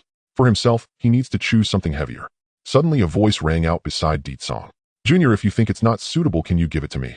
He turned his head to see a mortal realm female warrior speak. Although she is a female warrior, she is tall and slender, standing at 2 meters and 20 centimeters, even tall. She laughed heartily and introduced herself. My name is Miao Hong, a rogue in Letten City with a great talent and divine strength. Although I can't compete with extraordinary realm practitioners, hunting otherworldly beasts is more than sufficient. Hearing this, Deed Song tossed the bone-cutting great sword over to her. All right, here you go. The half-done great sword arced through the air. That female warrior extended one hand and caught the sword's handle. Upon holding the great sword, Miao Hong's eyes brightened. Good sword. She swung it a few times, then satisfied, she sheathed it and slung it over her back. Deed Song observed and found that her speed in wielding the sword and the effortless manner in which she lifted it all indicated her extraordinary talent. Her strength must be around 60 tons. As she said, her talent is divine strength. But does this talent add to her strength in a fixed value form? Or is it in percentage form? Or perhaps a timed burst? It's impossible to tell. Miao Hong did not explain much. She merely cheerfully said, I can see that your strength is at least over 100 tons. Many melee weapons are not suitable for you. Come, I recommend you use this. Miao Hong handed him a large spiked hammer. Cranial crusher hammer, grade yellow, handle length 2 meters, weight 10 tons, incredibly sturdy, capable of shattering the bones of small otherworldly beasts. Deed Song looked at Miao Hong with suspicion. He could indeed lift this hammer. But a hammer weighing 10 tons would cause his once-proud speed to drop below 40 meters per second significantly. Naturally, he could smash a common otherworldly beast with one blow. But if facing small otherworldly beasts or large numbers, an overly heavy weapon would become a burden. Could it be that this woman has ill intentions? After all, the last person who was enthusiastic towards him, Gu Hui, had no qualms about backstabbing. Don't like it. How about this one? Miao Hong seemed unaware of Deed Song's expression and handed him another weapon. A sword as large as a door panel. Putting down the heavy hammer, Deed Song took the great sword. Beast-cleaving great sword, grade yellow, sword length 3 meters, with 2 meters, weight 5 tons, balanced for both offense and defense. Holding the sword with both hands, Deed Song swung it a few times and felt the weight was appropriate, but the sword's enormous width obstructed his vision, especially since he was only a little over 2 meters tall. Due to its excessive width, it also blocked his line of sight. This weapon is more suited for a strength-type, extraordinary realm practitioner. Looking at this item, Deed Song's expression grew cold, feeling that this woman's friendliness was a guise to harm him. Otherwise, why would she always recommend weapons unsuitable for him? Does she intend to ambush him while hunting? Hiss, time to be more cautious. There's no need for recommendations, I'll choose for myself. Deed Song set down the great sword and suddenly vanished from the spot, leaving Miao Hong standing there in confusion, tilting her head. What just happened? Why are both of them like, I just wanted to chat and find a teammate, why is it so difficult? Meanwhile, on the other side. Force field battle bow, grade yellow. The force field serves as the string. The bow body does not wear out when left empty and can withstand a pulling force of 1,000 tons. Good item. Mo Heng's eyes lit up as he picked up this battle bow. The maximum pulling force limit of the force field battle bow in previous graduation sets was only 10 tons, which was sufficient for mortal realm practitioners. But for extraordinary realm practitioners, it is far from enough. Against gigantic otherworldly beasts, bows and arrows are indeed powerful weapons. The immense force released in the tens or hundreds of tons can easily penetrate the skulls of otherworldly beasts. The only concern is the material of the arrows. If the speed is too fast, the arrows might even disintegrate. But this is a minor issue. Flowing gold arrows, grade yellow, arrow length 2 meters, weight 1 kilogram, able to withstand ultra-high-speed air resistance without deviating from its trajectory. Mo Heng picked up a tube of arrows next to the battle bow and slung it over his back. Then he looked at Wu Taitian. He saw that Wu Taitian was only surveying the surroundings, making no moves to choose, but instead his gaze was fixed on the second leader of the Letten Battle Alliance. Brother Wu, why aren't you picking a weapon? Mo Heng asked excitedly. How about we stay back and shoot arrows together? I'll tell you, this force field battle bow is quite powerful. A single arrow can take down a minor otherworldly beast. Wu Taitian came back to his senses and turned around. He calmly shook his head and said, no need. I don't want to use a weapon. Truly worthy of the title, Brother Wu, uniquely bold. Mo Heng maintained a solemn expression. Wu Tiantian believed all weapons were inherently impure. He preferred defeating opponents barehanded, embodying the creed that supreme power must arise solely from within. Only during team-based combat would he reluctantly compromise. Yet upon entering the outer city and ascending to the transcendent realm, Wu Tiantian finally unleashed his unrestrained self. As he laid down weapons, his martial cultivation soared at an astonishing pace. To walk the path of mind-first martialism was quite simply to embrace unapologetic willfulness. Mo Heng paused, then mused, if weapons were unacceptable, what about armor? He picked up a pair of boots from the ground. Brother Wu, how about these sky-treading boots? Wu Tiantian glanced sharply There in Mo Hang's hand rested a pair of battle boots that appeared utterly devoid of technological sophistication. Sky-treading boots. Grade yellow. Activated by chi energy, these boots temporarily condense ambient air beneath the soles into solid platforms midair. Each platform bears up to 600 metric tons, and a full charge generates 100 such platforms. Where massive weaponry spoke only of brute force, these unassuming boots embodied the pinnacle of refined technological artistry. A fully charged set could generate 100 solid air platforms, offering the martial artist 100 opportunities to push off midair. 100 aerial footholds conferred overwhelming advantage against monstrous beasts. As for flight, among martial cultivators, nothing proved more unreliable than airborne locomotion. An aircraft would dictate speed, direction, and range, leaving the rider utterly dependent. Should it malfunction, one would plummet helplessly. Martial artists thus preferred to run across the sky, not fly. Even so, Wu Tiantian's attitude toward the boots remained unequivocal. Unnecessary. Fists, feet, and chi energy are sufficient. Wu Tiantian spoke with grave sincerity. Weapons armor. Any external aid merely compensates for what a true martial artist cannot yet achieve alone. I disdain such shortcuts. His words left Mo Hung momentarily speechless. Without further debate, Mo Hung slipped the boots on himself. The moment they touched his feet, they sealed seamlessly, fitting flawlessly. With a subtle surge of chi energy, Mo Hung mastered their use after a single trial. Chi energy. Wu Tiantian observed, intrigued by Mo Hang's motion. He praised warmly. You grasped chi energy on your very first day of breakthrough, far surpassing me. His tone radiated genuine admiration, so sincere it left Mo Hung utterly flustered. Ah well, he averted his gaze, murmuring, it wasn't quite one day. While others rested, Mo Hung dared. He immediately activated his cultivation space to consolidate his realm. Only after half a year did he attain mastery over chi energy, finally becoming a standard transcendent realm martial artist. Compared to Mo Hang's arduous half-year, Wu Tiantian had grasped chi energy in a flash of insight. Observing once, understanding instantly. The gulf in innate talent remained staggering. Before long, the fervent equipment selection concluded swiftly. Since gear far outnumbered cultivators noticed, Mo Hang surveyed the surroundings and saw Ditsong already wearing the standard-issue sky-treading boots, gripping two colossal blades as he strode forward.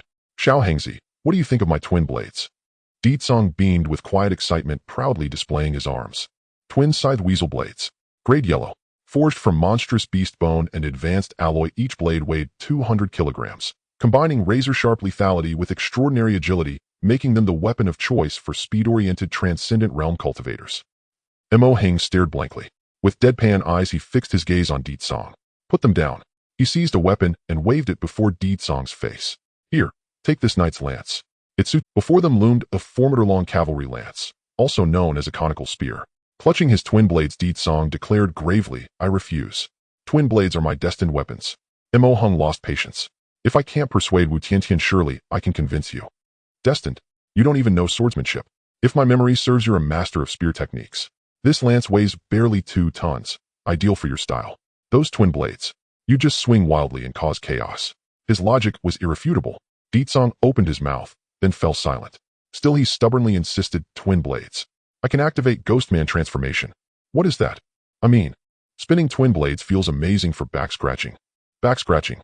Why not give them a pedicure while you're at it? Ultimately, under Mo Hang's firm insistence, Ditsong reluctantly abandoned the weapon he'd clung to since his past life. Fine, fine. A lance it is. At least it kills faster. With resigned sigh, Ditsong lowered his twin blades and accepted the lance. Examining it closely, he noted its exceptional durability and sharpness, and discovered a heavy iron chain fused directly into the shaft. The lance could be hurled like a javelin to pierce monstrous beasts, then reeled back instantly via the chain. A highly practical weapon tailored for strength-oriented transcendent realm cultivators. Once all were fully equipped and ready, Lutan Warbin's second chief stood at the center, voice booming like thunder. I hereby declare. The 72nd Wilderness Hunt of Lu Ten City commences now. His proclamation reverberated across 10,000 souls. Many exchanged puzzled glances. Why the second chief? Where was the chief? Yet their curiosity lingered only briefly, for affairs among transcendent realm cultivators were best left untouched by mere mortal realm practitioners. Lutan City's 72nd hunt, implying the city itself was barely 6 years old. Yet hunting monstrous beasts was second nature to these martial cultivators. Transcendent realm cultivators gathered to conserve energy. As for the mortal realm, from the crater's heart erupted a cataclysmic aura, like a nuclear detonation, shattering the silence. Ditsong whirled around. There seated cross-legged were nearly 100 cultivators who had mastered the heart of 10,000 beasts, spirits blazing auras interwoven and amplifying one another in cascading resonance. Even from afar, Deet Song's every hair stood on end. Behind him it felt as though a primordial beast loomed. Its oppressive presence, so overwhelming he instinctively wanted to thrust his spear forward, resolving the threat at its root. Of course Deet Song restrained himself, because he was human, not beast. Put differently, beasts could not restrain themselves. Such surging aura exceeds even the efficacy of beast-attracting powder. Applying the aura decay formula. Radius 42 to 45 kilometers. A quick mental calculation yielded the result. Originally, the projected radius had exceeded 50 kilometers. But an unforeseen tragedy occurred. 3 squads perished in beastly maws, significantly diminishing the aura's reach. Thus, beyond Deet Song's sight, beyond mountain peaks, a golden eagle deep in slumber jolted awake. Instantly, it unfurled wings spanning 100 meters and surged skyward, its towering dozen soft-meter-shy form soaring high above, gazing intently toward the source of that overwhelming aura. The golden eagle possessed no intellect. Territorial disputes were routine. It instinctively assumed another monstrous beast had encroached upon its domain. Yet, what met its gaze was not a rival leviathan, but diminutive bipeds. What? Hairless apes. Hairless apes, attack. Hairless apes, slaughter. Infected by the aura of a stellar-level beast, primal instincts dormant within its genes surged forth. Wings spread wide, the golden eagle launched itself toward the hairless apes, while nearby countless other avians likewise rose, drawn and provoked by that immense, irresistible aura. Thus they took flight, converging upon the distant destination. Well, this was precisely the drawback of the heart of 10,000 beasts. It attracted flying creatures, creatures immune to traps.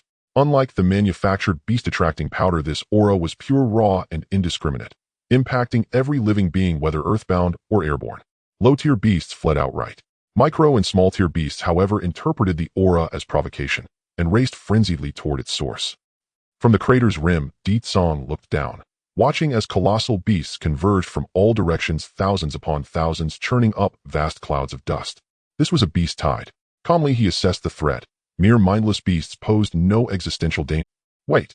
A sudden jolt shot through him. He snapped his head upward, eyes locking onto the distant heavens, where over 10 kilometers away a golden streak drew near. Its speed seemed sluggish, yet relative to its colossal frame it moved at barely over 100 meters per second. Yet those who beheld it thought otherwise. Stormwind divine eagle. That same small-tier beast again. Shouts of terror erupted in rapid succession. Before the beast tide even made contact, the swiftest avian predator descended from the heavens, bearing down with crushing, overwhelming pressure. Clearly, everyone recognized this beast. Its arrival came as no surprise. Step aside. A deep, resonant voice sounded from the side. Third Chief Izun strode forward, placing himself squarely before the Liao Yuan Warband's quartet. Towering and imposing, he held a force-field warbow, and now drew a tumter-long golden-fletched arrow, drawing the bowstring taut, aiming skyward from 10 kilometers away. I'll draw it away. Izun's voice dropped low, authoritative. Hold your ground. Not a single beast must breach our base, or you'll pay with everything you own. The moment he finished speaking, the Stormwind Divine Eagle closed within 5 kilometers. Its sheer mass, hundreds of tons, required no deliberate attack. Simply crashing into the crowd center would trigger catastrophic carnage. Merely rolling once would inflict devastating losses. This could not be allowed. Izun released his fully drawn arrow. It screamed forward at 5 Mach, 5 times the speed of sound. All witnessed only a blur. Then the supersonic projectile cleaved the air, generating a visible shockwave cone. Only afterward did the deafening sonic boom arrive. Traveling at nearly 5 Mach, the arrow crossed the 5-kilometer gap in mere seconds and struck its target. 5 kilometers was simply too great a distance. Minor angular deviations sent the impact point wildly astray. Fortunately, the beast's immense size guaranteed a hit. High above, the Stormwind Divine Eagle felt only a faint sting in its wing, followed instantly by unmistakable awareness it had been attacked. The arrow pierced the Divine Eagle's wing, blood sprayed, yet it did not fall. Scree! The Stormwind Divine Eagle roared in fury. Its wings beat harder, speed surging 30% higher, while the golden-fletched arrow embedded in its wing. Snap! Shattered cleanly in two, as if severed by an invisible blade. Then, as if squeezed by unseen force, the broken fragments were violently expelled from muscle and flesh, plummeting from the sky. Deet Song failed to comprehend. As a mortal realm cultivator, his vision and reflexes paled beside those of transcendent realm peers. He only vaguely registered the falling shards. What had truly transpired? Incomprehensible, utterly incomprehensible. Yet someone did understand. Chi energy. Wu Tiantian's brows furrowed, then relaxed. That beast commands chi energy too. Excellent. Excellent.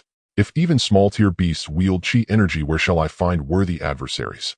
No fear, no concern, only exhilaration. He brimmed with eagerness, ready to rush forward and engage the divine eagle in fierce combat. I told you, the beast is mine. Izun raised a hand, halting Wu Tiantian's advance. The Stormwind Divine Eagle carries a purple tire hunting rating. We cannot kill it alone. Therefore I will lure it away, and only I can. As he spoke, another arrow flew, brazen defiant. Once more the Divine Eagle was struck, yet its speed never faltered.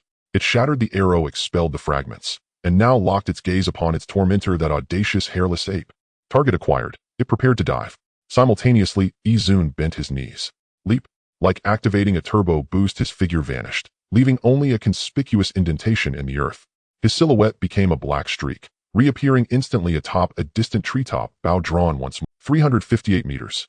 Emohung calculated instantly, then exclaimed, "No sonic boom. His body moves faster than sound itself."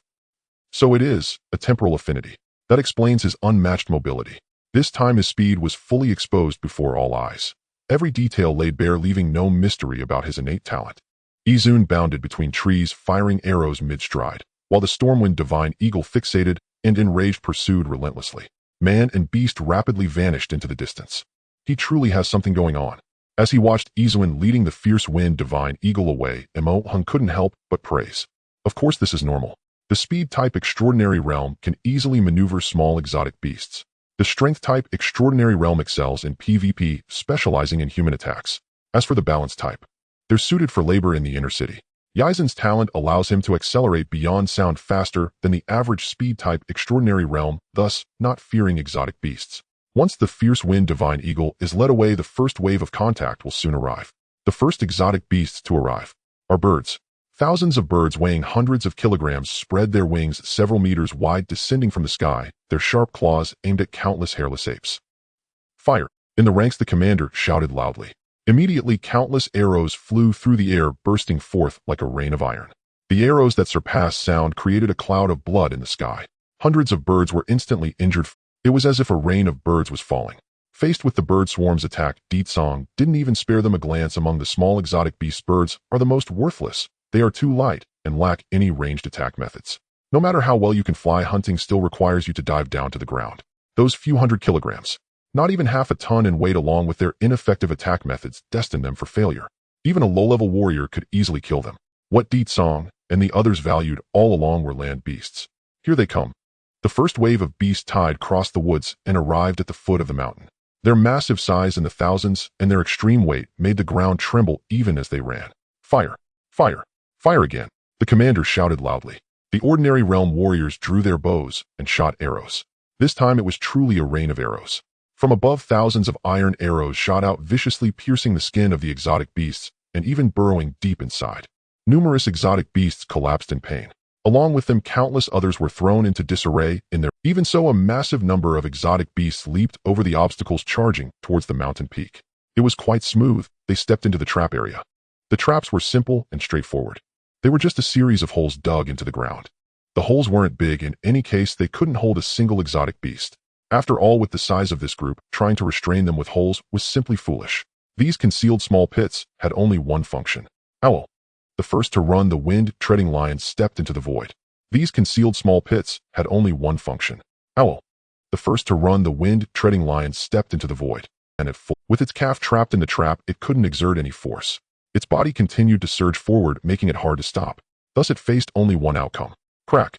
Under the impetus and pull of inertia, the wind-treading lion's calf fractured on the spot. The entire lion fell to the ground, howling in pain. Then more exotic beasts rushed over, trampling wildly.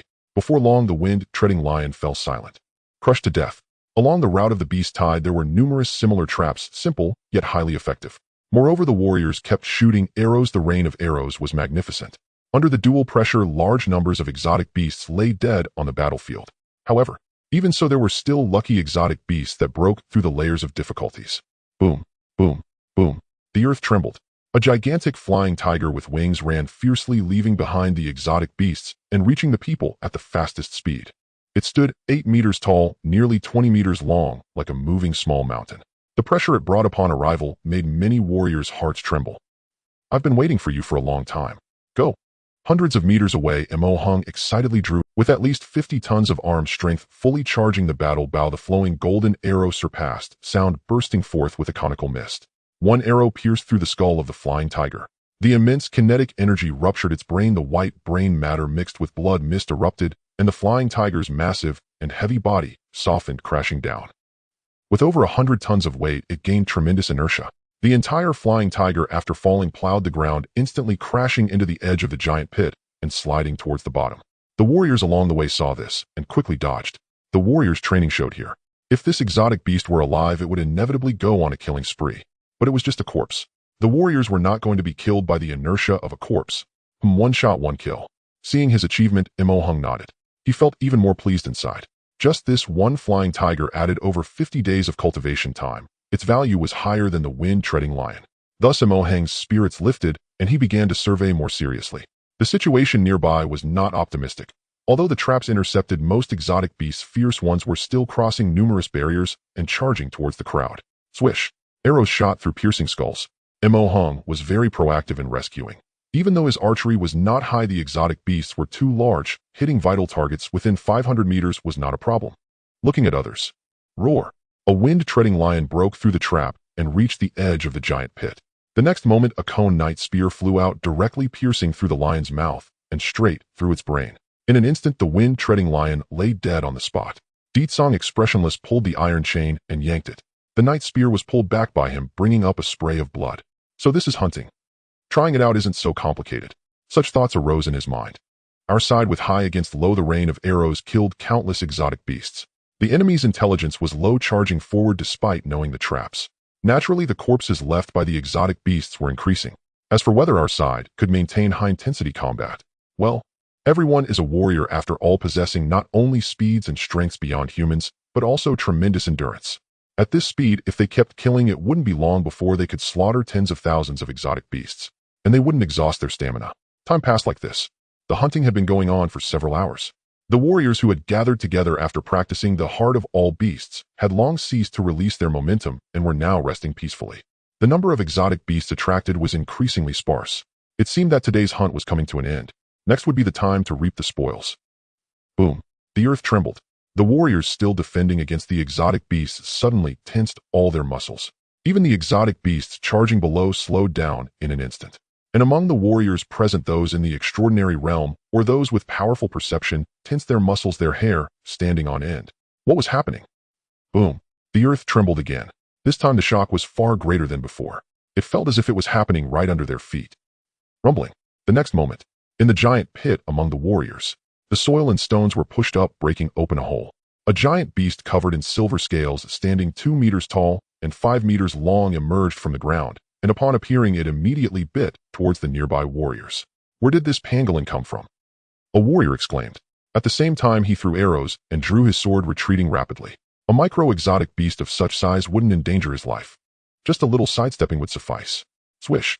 An arrow shot through the air. Mo Hung from a distance shot an arrow that pierced through the body of the exotic beast.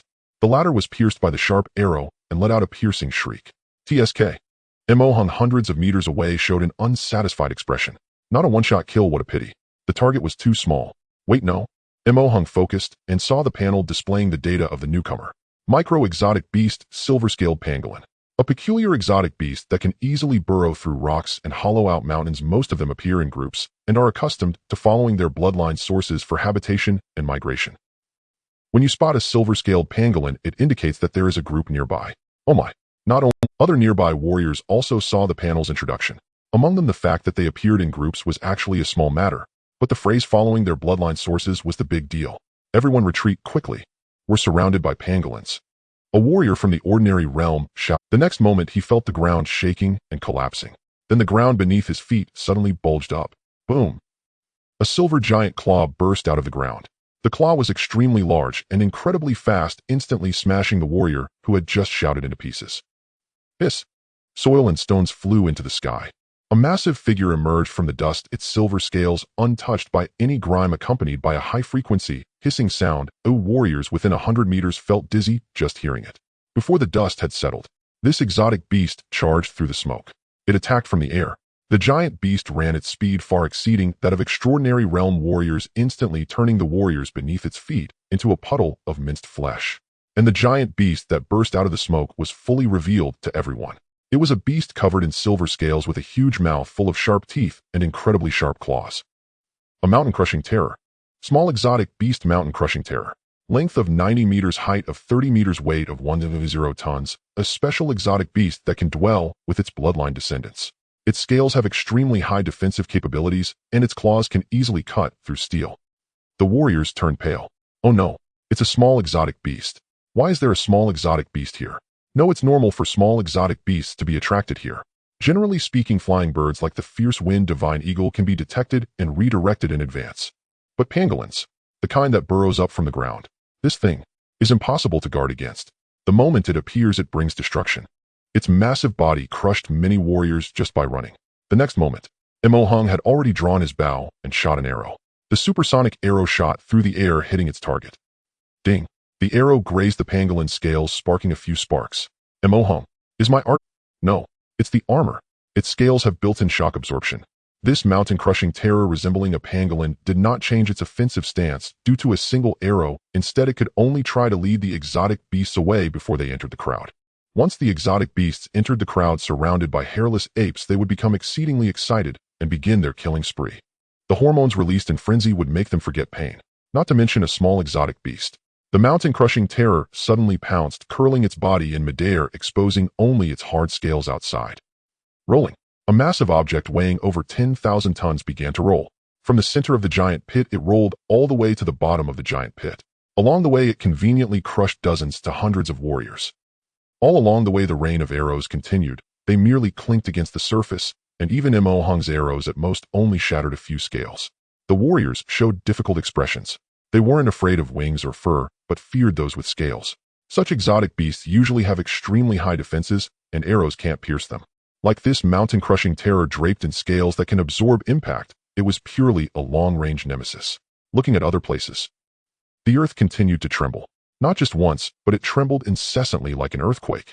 Hundreds and thousands of soil and stones bulged up, and a massive number of silver-scaled pangolins burst out of the ground, immediately charging towards the warriors nearby to bite.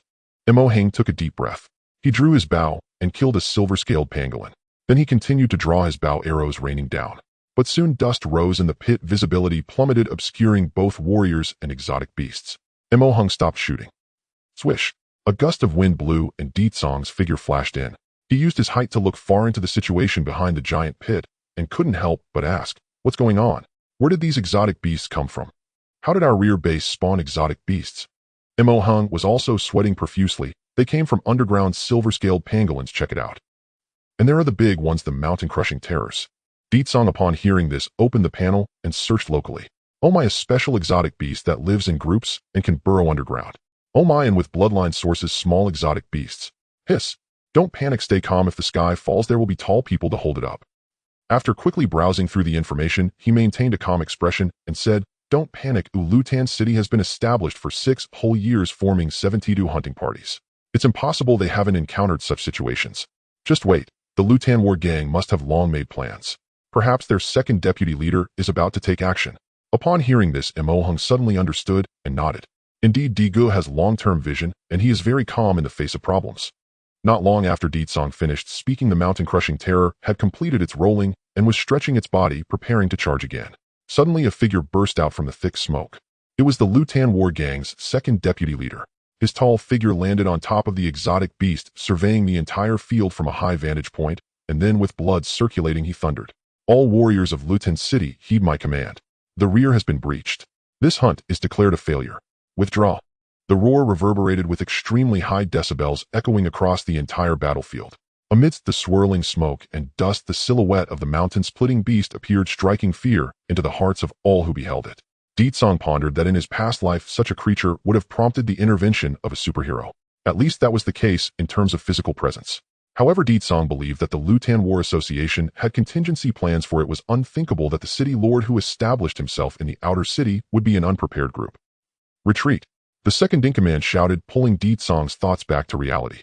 The mountain-splitting beast roared in anger at the tremendous sound echoing in its head. It flicked its tail and struck itself on the head. A loud bang followed. Sparks flew, but the second-in-command who had just been atop its head had already leaped down and turned to flee. Di Tsong. No. How can you run? How dare you run? There are still 300,000 people in the city waiting to be fed. After hunting strange beasts for so many years, can a single unexpected event lead to a complete collapse? Di Tsong was in disbelief. However, looking around after the second-in-command issued the evacuation order, many warriors hurriedly set off, abandoning the spoils they had already gathered, grabbing their weapons, and fleeing for their lives. While other extraordinary warriors, those capable of contending with the strange beasts, ran even faster. The female warrior who had recommended weapons to him earlier was even more impressive in her escape, leaving most of the warriors far behind. Digu, it's hopeless, let's run. The assets of the Liao Yuan War Association have all been spent in there. Mo Hung, surprisingly calm, said to Di Tsong. Saying this, he also appeared to be ready to leave. Di Tsong's eyes widened in disbelief. Leave? What kind of joke is this? How can we leave? We have killed over 10,000 strange beasts. There are more than 10,000 corpses of strange beasts here, not to mention the worthless iron-scale wolves. If we transport them back to the city, our classmates will be saved. If we leave now, we won't gain any benefits, and they will face certain death. What will become of Lutan City? Di Tsong did not care. What he cared about were those classmates who could share life and death with him, to whom he could entrust his back. Though they were called classmates in terms of blood ties and relationships, they were more like brothers and sisters. Di Tsong calmed down. A calm voice spoke from beside him. Di Tsong turned his head to see that Wu Taitian and Shi Xingqiong had the four once again huddled together. Shi Xingqiong said calmly, "Do not act on emotion. No one would have expected a small-scale beast invasion in the rear. This hunting failure is not our fault. For now, let's retreat to the city and discuss it further." Di Tsong suddenly turned his head, staring intently at Shi Xingqiong. Discuss it further? His words were almost squeezed out from between his teeth. If we delay a few more days, everyone will die. What I say is, we must find a way to kill that beast. If it dies, all difficulties will be resolved. As soon as these words were spoken, Shi Xingqiong couldn't help but frown. Beside them, Mo Hung urged, Di, go. Preserve your life, or we can still retreat and have a chance. There is no need to court death. The mountain-splitting beast is a small-scale creature. Its scales are incredibly tough. Even my arrows cannot pierce its defenses. Our ability to escape is already the limit to kill it. We would need to gather at least 100 extraordinary warriors to whittle it down right. Shi Xingqiong also added, Diga Xiaohong is right. To act against the impossible is foolish. Our strength is limited. If we force ourselves to kill this beast and end up dead, wouldn't that mean we lose both our lives and resources? Diga, you are usually so calm. How can you act so impulsively? Crack. Di Tsong clenched his fist, cracking the joints of his fingers. Yes, acting on impulse. This was inconsistent with his usual demeanor. But in the past, his image at school resembled a kind of disguise. It was even a habit. Even with his past life memories, he had actually been deeply assimilated by the martial artist race. Oh, he just graduated. He was not much different from the average martial arts graduates at that time. The same impulsiveness, the same fearlessness. And then, the clear separation of life and death. Like a ray of sunlight piercing through darkness, it gently illuminated reality in his heart, gradually making Di Tsong aware. This is not the usual virtual training ground of the school. This is reality. When a person dies, they are truly dead. Now 17 classmates are suffering from radiation sickness. If they die, it is death. Upon thinking of such a future, Di Tsong could not remain calm.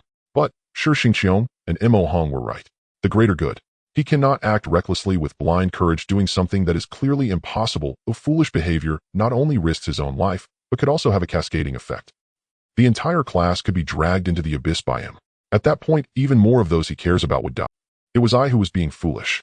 Di Tsong deeply exhaled, saying, looking at it another way, the hibernation freeze chamber is not bad. At least it can ensure their lives are safe.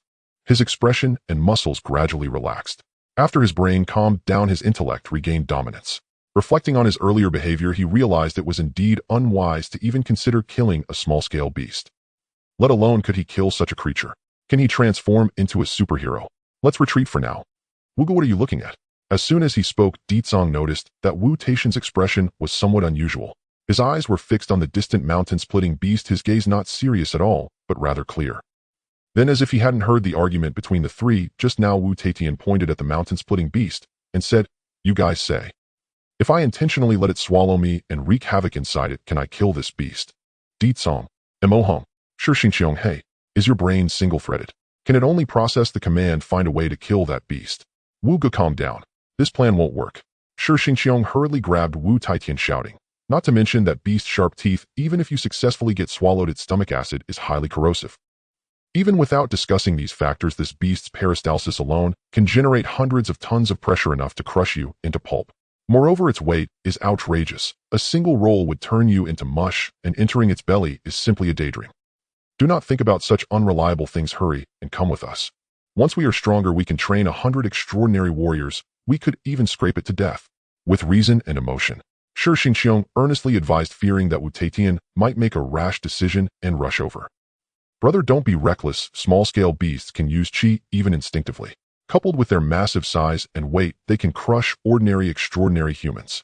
If you are truly swallowed, you will definitely face a combination of stomach acid crushing and qi attacks, ensuring your instant death. Oh, then you guys should run farther away. As soon as he finished speaking, Wu Taitian shot out like an arrow released from a bow. Target the mountain-splitting beast. What the a? All three stood frozen in disbelief. In the blink of an eye, Wu Tiantian had already charged forward. And wait, how dare he? Was this creature something that could be slain by a mere reckless charge? It stretched nearly 100 meters in length, weighed tens of thousands of tons, instinctively wielded Kai-based force, possessed overwhelming defense and vitality, near perfect fault tolerance, and its offensive power was nothing short of terrifying. Even a transcendent realm cultivator would suffer grievous injury, or worse, if even grazed by it. Yet Wu Tiantian charged without hesitation. And hold on. Never mind. Ditsong suddenly grinned. And he certainly could have rushed forward and intercepted Wu Tiantian. After all, his current strength exceeded 200 tons, double Wu Tiantian's. Yet, in the moment Wu Tiantian broke into motion, and Ditsong felt only lightness. Nas, if the heavy, suffocating gloom that had weighed upon his heart for days had vanished entirely. Brother Wu, I'll back you up. In abandoning his knightly lance, Ditsong shot forward like a streak of lightning, accelerating to 200 meters per second, swiftly outpacing Wu Tiantian. That lance weighed 2 tons. And though Ditsong could lift it with apparent ease, carrying it would slash his speed to under 50 meters per second. To face the mountain-sundering terror at such sluggish velocity, it would be tantamount to suicide. And now, unburdened, Ditsong moved with effortless grace. Before him swarmed countless silver-scaled pangolins, hunting humans from every direction. Get lost. Bare-fisted Ditsong unleashed a single thunderous punch. One pangolin's skull shattered instantly, brains and gore splattering across the ground. After felling the first, Ditsong didn't slow, not even a fraction. He pivoted instantly toward another, then another, his 210 might erupting anew. Even their iron-hard scales crumpled like brittle glass. 1, 2, 3, 10, 20, 30, and soon the path Wu Tiantian carved became a crimson trail. Everywhere he passed lay mounds of silver-scaled pangolin corpses, clearing minions before confronting the boss. This was elementary. Wu Tiantian marched straight toward the mountain-sundering terror, disdaining these lesser descendants. Naturally, Ditsong took up the task in his stead. He struck down one after another, until his body gleamed crimson with blood. And as he drew ever closer, slaughtering its progeny, the mountain-sundering terror noticed. SSSSK. Enraged, the beast roared. A high-frequency sonic wave rippled outward as its mountainous form began to advance, its crawling pace deceptively slow across the earth. And indeed slow. Its colossal mass limited its speed to roughly that of a strength-type transcendent realm cultivator, yet scaled to its 90-meter length and 30-meter height. And that slowness verged on absurdity. In discarding a pangolin corpse, Ditsong unleashed his surging aura toward the mountain-sundering terror hundreds of meters away. And among monstrous beasts, such an aura was pure provocation. The beast said nothing, only accelerated. And then, a golden blur flashed across the void, its head scale, ending. And the golden arrow ricocheted violently, leaving only a shallow dent in the beast's cranial armor. No penetration. And the archer, of course, was Mo Hong. And Brother Wu had gone berserk. And Brother D followed suit. And what choice did he have? That arrow succeeded in seizing the beast's attention. It turned its gaze upon Mo Hong, and then resumed its charge toward Ditsong. Mo Hong, hey, and that was outright insulting. And did it truly disdain speed-type, transcendent realm cultivators? And truly valiant. Just as Mo Hong gritted his teeth, preparing to loose another arrow, a voice of quiet admiration rang out beside him. And he whirled around, toward the newcomer. It was the second chief of the Letten Battle Alliance. Mo Hong, you're the newly ascended transcendent realm cultivator of the Liao Yuan Battle Alliance, correct? Truth be told, we've never met. Ni's towering frame stood 4 meters tall as he addressed Mo Hong. I am Gu Tianxiu, peak transcendent realm cultivator. No time for pleasantries.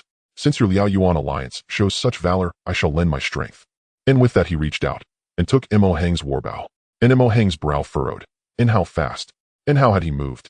Mo Hong hadn't even glimpsed the motion. Yet the bow still clutched in his hand moments before now rested firmly in the other's grasp. In what profound cultivation. Wait, he claimed peak, transcendent realm. And was he truly at the apex? Nor merely boasting. Minor beasts remain formidable. Even at close range they can unleash lethal bursts.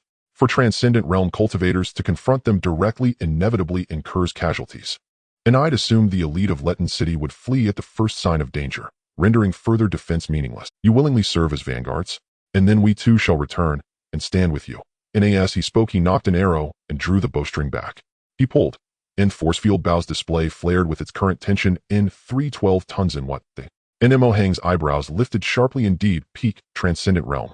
4 strength type, transcendent realm cultivators, 300 tons marked the apex, though individual variants allowed for a 20-ton margin. And still insufficient. Gu Tianxiu aiming steadily at the mountain sundering terror murmured coolly. And instantly, bloodline activated.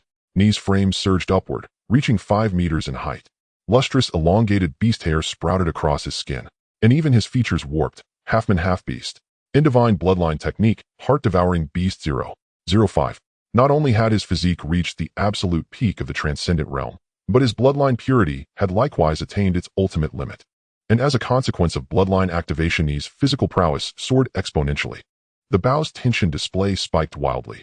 In 312 tons, 544 tons, 781 tons, 920 tons, in 100 tons. The string reached maximum draw, beyond which the force field bow would shatter outright. Is the enough? Gu Tianxiu's expression hardened. Then with deliberate calm, he released the string. In that instant the arrow blazed forth. Blinding white light erupted, radiating a visible halo, as the golden arrow pierced the air at 10 times the speed of sound hurtling toward the mountain sundering terror a kilometer away. Only a low resonant hum lingered where he'd stood. And meanwhile on the other side, Ditsong executed a swift backward step, retreating dozens of meters. At that very moment the mountain sundering terror's colossal palm slammed downward, crushing the ground where Ditsong had stood into utter ruin. Shockwaves and jagged debris exploded outward in all directions. Truly troublesome. And he gave a wry smile. But before the words left his lips a streak of light flickered across his vision. Then, it pierced the beast's scale, vanished deep within its flesh, penetrating unfathomable depths. And the mountain-shaking beast was injured. The golden arrows traveling at 10 times the speed of sound struck deep into its flesh. Blood splattered as the strange beast howled in pain, its ultrasonic wails causing Ditsong to instinctively cover his ears. He looked back in confusion. Who was it? Who shot the arrows? It couldn't be Mo Hang. Certainly not. With his small limbs, how could he shoot such powerful arrows? From several kilometers away, Ditsong could not. The configuration of mortal realm warriors was still too poor. Don't just stand there. Suddenly, a familiar voice rang in Ditsong's ears. Following that, a massive shadow rushed past, heading straight for the mountain-shaking beast. Wu Tatian.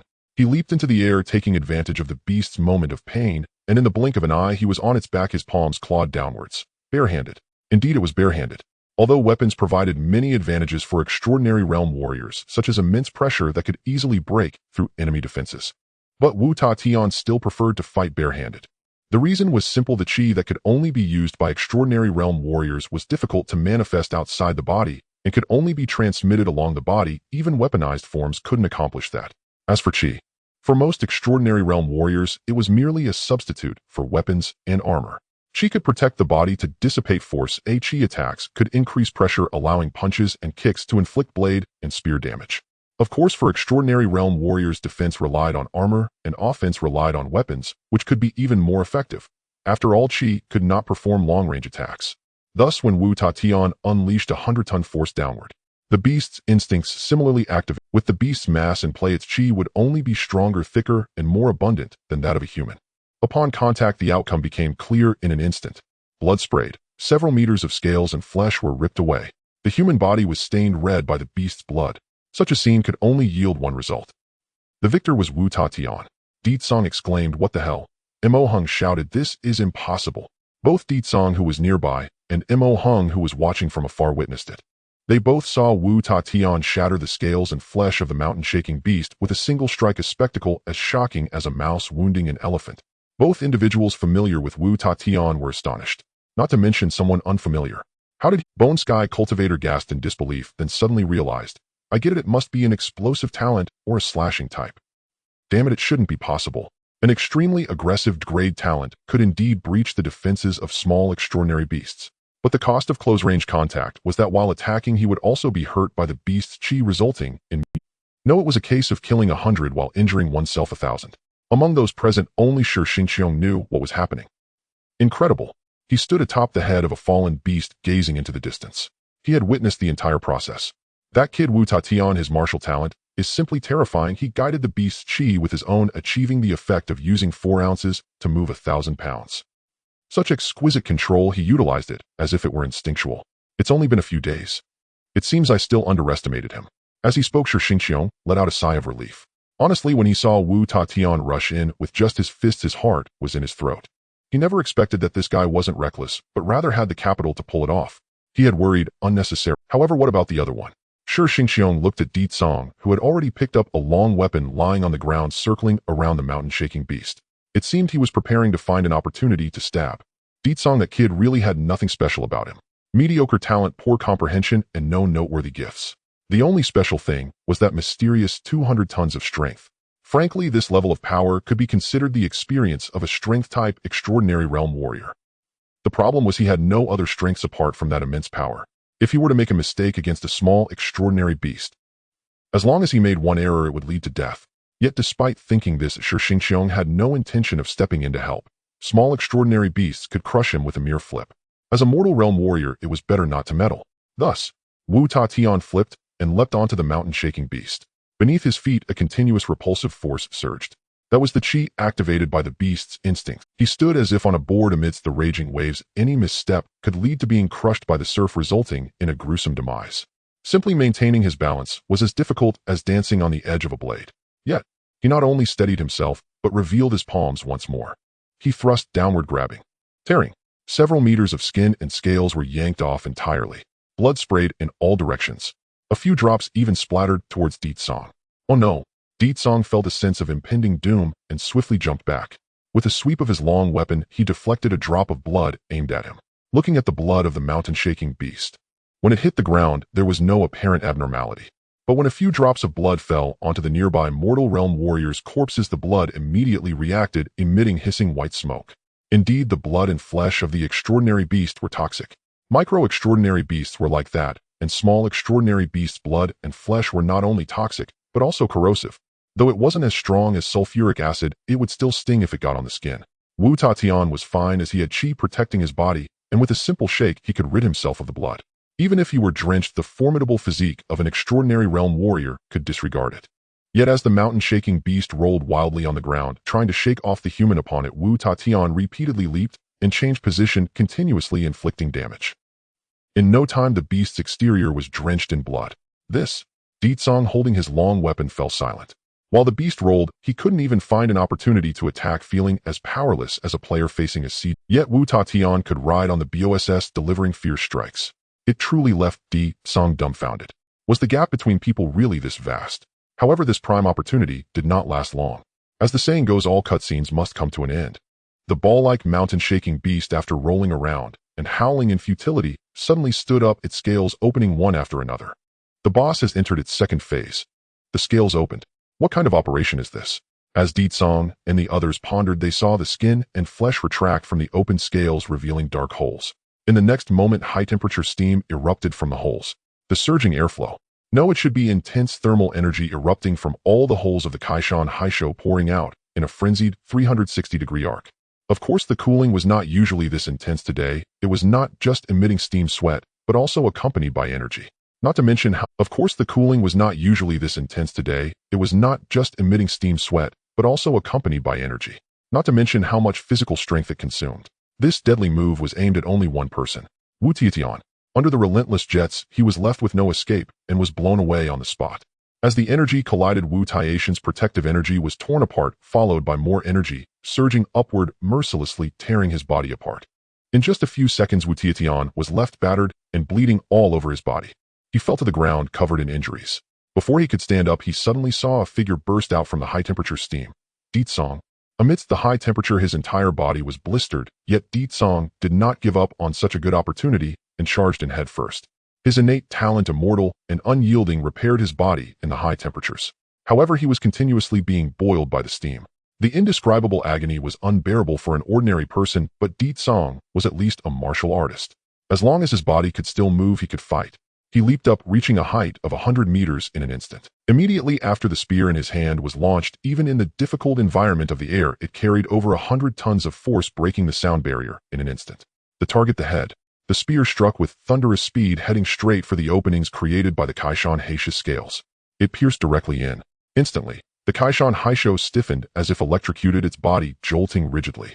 Even the continuously erupting high-temperature energy came to a halt. Keeg. The wild wind howled, and the sound waves surged. From the mouth of this giant beast erupted a howl more painful than being struck by 10 times the speed of sound.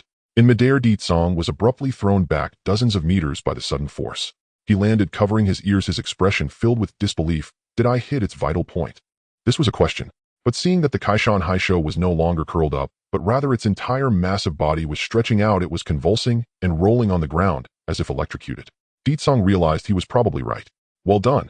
Ahead, Wu Taishan, as if being stabbed multiple times, he stood up from the ground. The bleeding from his wounds had stopped. Although he appeared severely injured with not a single intact spot on the surface, in reality the wounds were not deep, just minor injuries. Just luck. Di Tsong humbly waved his hand. As he did so, the burnt skin stuck to his hand, scattering with his move. What a sight of falling apart. Di Tsong was indifferent. He had become numb to the pain. Wu Taishan's injuries must be even worse after all he had endured. The high-temperature energy up close. By the time it reached Di Tsong, the energy had already dissipated, leaving only the high-temperature steam. In the distance, streams of golden arrows flew towards them. Each one carried a force of thousands of tons. The arrows struck flesh, creating splashes of blood on the Kaishan Haisha. It seemed that each arrow could deal a heavy blow. In reality, arrows that did not hit the vital points were merely... Despite everyone having fought for so long, the damage caused was not as significant as Di Tsong's lucky shot. After all, it was rare to have the opponent standing still and exposing its weaknesses. However, as the saying goes, misfortune and fortune are inseparable. Gradually, the Kaishan Haisha stopped howling and rolling. It should be noted that even small abnormal beasts have strong self-healing abilities, and their hormones can ignore pain. It lay on the ground, suddenly opening its eyes. Its giant eye fixed on the culprit that had severely injured it. Di Tsong. Not looking at me, are you? Someone is shooting arrows at you. Go look at him. Clearly, Di Tsong's thoughts did not reach the giant beast's mind. It turned its body towards Di Tsong, charging forward. The 10th Santon behemoth bore down, and Di Tsong felt his hair stand on end. A terrifying death crisis loomed like the sky was falling. His instincts were screaming in alarm. Run. You can't fight it. Touching it means death. So Di Tsong immediately turned around and stepped, running. Currently, Di Tsong was extremely fast, under full speed. Running, his speed could even exceed sound, causing the ground to collapse and crumble beneath his enormous force. However, the Kaishan Haisha was fixated on Di Tsong, pursuing him relentlessly. The hatred was palpable. Di Gu. Well done. Keep it running in circles. Lead this beast in circles everyone can output safely. Mo Hung was overjoyed at the scene. Wu Tietian even jumped onto the back of the Kaishan Haisha, frantically tearing at its scales and flesh while it was distracted. And from further away, Liao Yuan battle gang. You guys are doing great. Gu Tianxiu was overjoyed. How lucky was Letten City to have such talent join them. Someone dared to challenge an abnormal beast, breaking through the defenses of a small abnormal beast with bare fists, and could even foreseeably dodge all of the beast's counterattacks.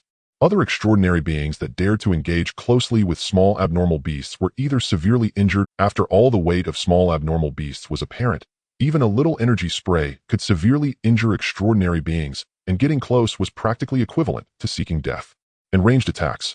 No matter if it was archery or other means, as long as it didn't hit the vital point in one strike, the small abnormal beast's robust vitality would allow it to recover rapidly.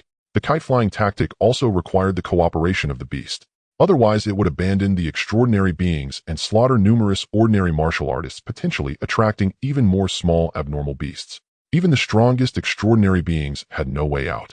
But now the once-in-a-lifetime opportunity arose. The Kaishan Haisha, possibly due to brain damage, was fixated on Di Tsong and chased him like crazy. Each arrow appeared to have a significant effect. Time passed. The Kaishan Haisha, under the attacks of Wu Tietian and Gu Tianxiu, continued to accumulate new wounds. Blood. Each arrow appeared to have a significant effect. Time passed. The Kaishan Haisha, under the attacks of Wu Tietian and Gu Tianxiu, continued to accumulate new wounds. Blood flowing. Soon the pit at the mountaintop was stained red. And in front of this giant beast, Di Tsong was running. Is it still? I feel like it's about to lose its hatred. Di Tsong occasionally glanced back at the giant beast that was pursuing him. This Kaishan Haisha, although boiling with killing intent, was no longer comparable to the earlier stage. It was even swaying its tail to slap at Wu Taishan, who was continuously causing damage. At this moment, the Kaishan Haisho had lost most of its scales. Its body was covered in fresh blood. Ditsong understood that the beast's attention was dissipating. The occasional strikes against Wu Titan were the best proof. It would even occasionally twitch, using unimportant parts to harden against the golden arrows. The long arrows that entered its body seemed to have no significant impact. The frightening holes left behind were continuously repaired under its strong self-healing ability. Ditsong was left speechless. It's really hard to kill. Heavyweight, massive size, and strong self-healing. It also enjoyed targeting the many ordinary martial artists. What is the necessity of fighting against such a super nuisance? Ditsong understood. No wonder the extraordinary beings of the Letten battle gang had no intention of confronting small abnormal beasts. It turns out they couldn't be killed at all. Wu Tian was an exception. Aside from him, no one else could engage in close combat with small abnormal beasts. Even so, the vitality of the Kaishan Haisho remained vigorous. Even the brain damage caused by his luck was gradually healing as time passed. He believed it would recover soon. Enough. Take this opportunity and fight. Ditsong made up his mind. He casually picked up the battle knife on the ground and then unleashed a force of 200 tons, hurling the knife. The blade flashed, striking the face of the Kaishan Haisho, which had lost its scales. It sank deep into its flesh, leaving only the hilt exposed. Hiss! The giant beast howled in pain and anger, its killing intent increasing significantly. The Kaishan Haisho continued to bite at Ditsong relentlessly. All right, bring it on. This time Ditsong chose not to run in circles. He even slowed his pace, inviting the Kaishan Haisho to attack. The Kaishan Haisho indeed took the bait, facing such a tiny, and it swung its palm down repeatedly, while running each strike, carrying over 200,000 tons of force. With each strike, the ground sank and rocks flew. It was as if a meteorite had fallen beside him. With every strike, Ditsong managed to evade thanks to his incredible speed. However, the shockwaves and flying debris would catch up with him even faster. These supersonic aftershocks were not to be underestimated. On the giant beast's head, Wu Tian furrowed his brow. He realized what Ditsong was planning. At the same time, Ditsong led the Kaishan Haisho to the edge of the cliff. Don't forget, this is the mountaintop. On the other side of the giant pit is a cliff that descends 10,000 meters. Come, kill me. At the edge of the cliff, Ditsong looked up provocatively. The response he received was the frenzied strikes of a mindless beast. Boom. The ground exploded, shaking the mountains. The shockwaves spread amidst the sound of the explosion. A large number of stones flew. At the same time, to avoid the giant hand coming down, Ditsong leaped without hesitation into the cliff behind him. His body was instantly suspended, retreating hundreds of meters away. Meanwhile, the shockwaves surged, sending countless debris flying in all directions. Among them, a stone shot out, hitting Ditsong's shoulder. His left shoulder caved and fractured, and blood and flesh were mangled. Although injured, Ditsong smiled, because with the giant strike, the edge of the cliff couldn't bear the pressure and broke. Only then did the Kaishan Haisho snap back to reality. Hiss! Then its body, weighing 10,000 tons, plummeted from the height of 10,000 meters. Then there's a new map. Small exotic beasts weighing tens of thousands of tons are incredibly massive. Their absurd weight also becomes their greatest weakness.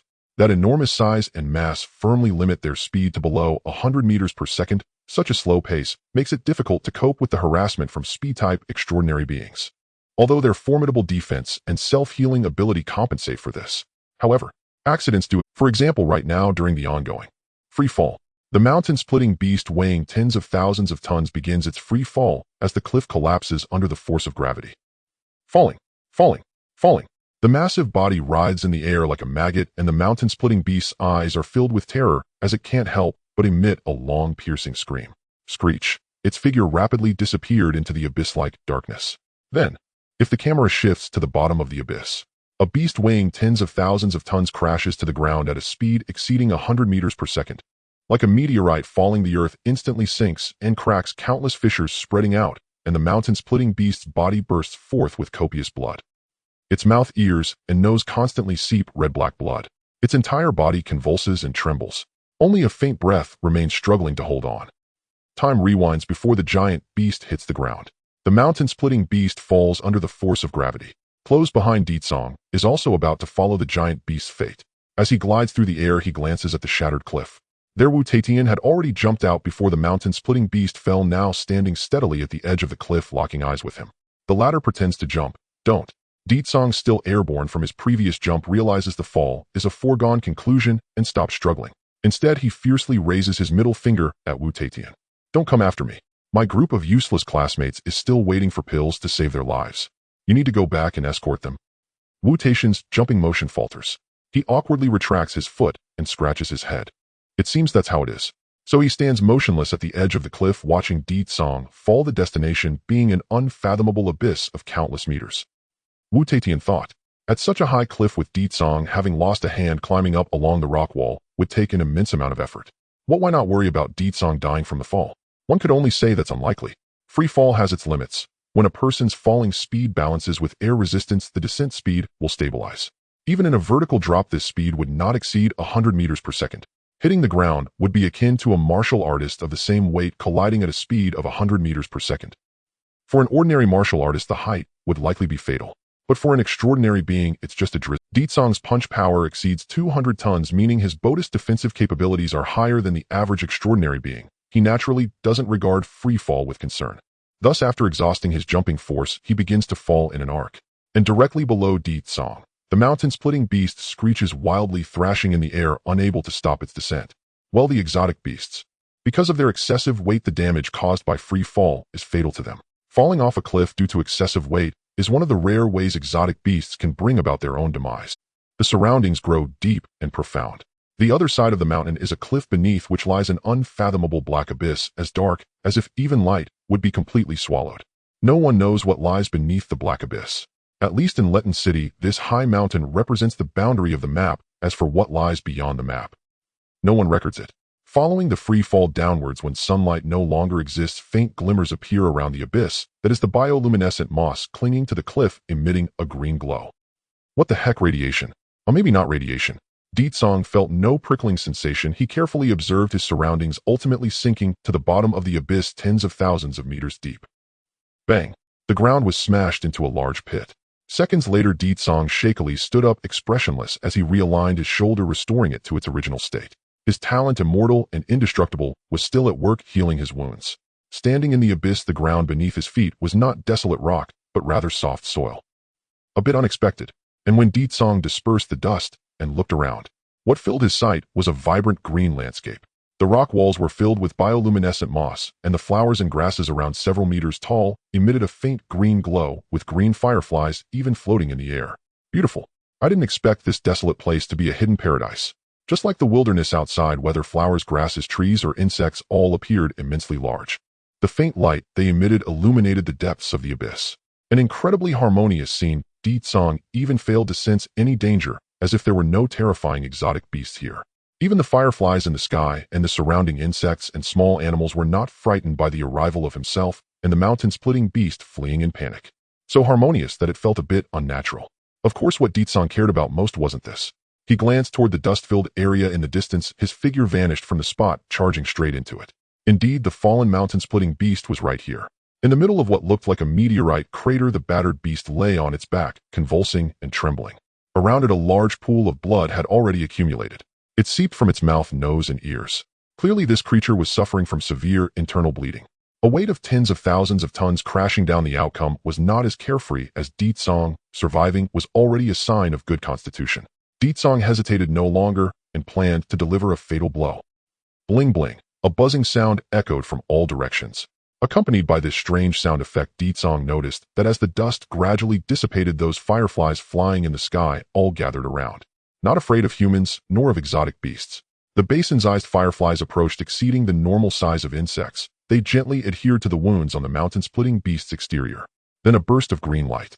The mountain-splitting beast's wounds healed at a visibly rapid pace. Di Song, wait, what does this mean? So these fireflies have a mutually beneficial relationship with the exotic beast. No wonder they're not afraid of the exotic beast. No, wait. Di Song stared at this cluster of fireflies, opening the panel. Unrecorded exotic beast as the first discoverer, please name it. Currently, the origins and effects of this exotic beast are unknown. Our relevant data can be written for this exotic beast. Note, this exotic beast seems to have the function of healing wounds. Don't heal it. Di Song temporarily lacked the leisure to name it. He approached this cluster of fireflies and kicked out fiercely. Bang! The fireflies exploded, splattering green luminescent liquid, illuminating the surrounding area. A drop of green liquid was intercepted by Di Song's outstretched hand. The moment he touched it, he felt a jolt throughout his body. Hiss, such a surging vitality. Just touching it made him feel invigorated. However, this glowing green liquid also emitted a peculiar odor, not only intensely fragrant, but also spreading rapidly. Di Song frowned. Even more troubling. He had originally thought that the death of this cluster of fireflies was a warning. Other fireflies would at least keep their distance from the scent of their kind's bodily fluids, but that was not the case. More fireflies came flocking in as if they hadn't smelled or seen anything, landing on the body of the mountain-splitting beast, treating this giant beast in a way Di Song couldn't comprehend.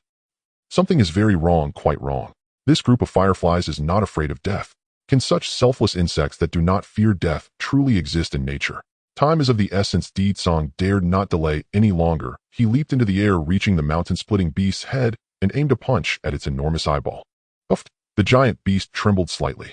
Di Song had already dug out its entire eyeball.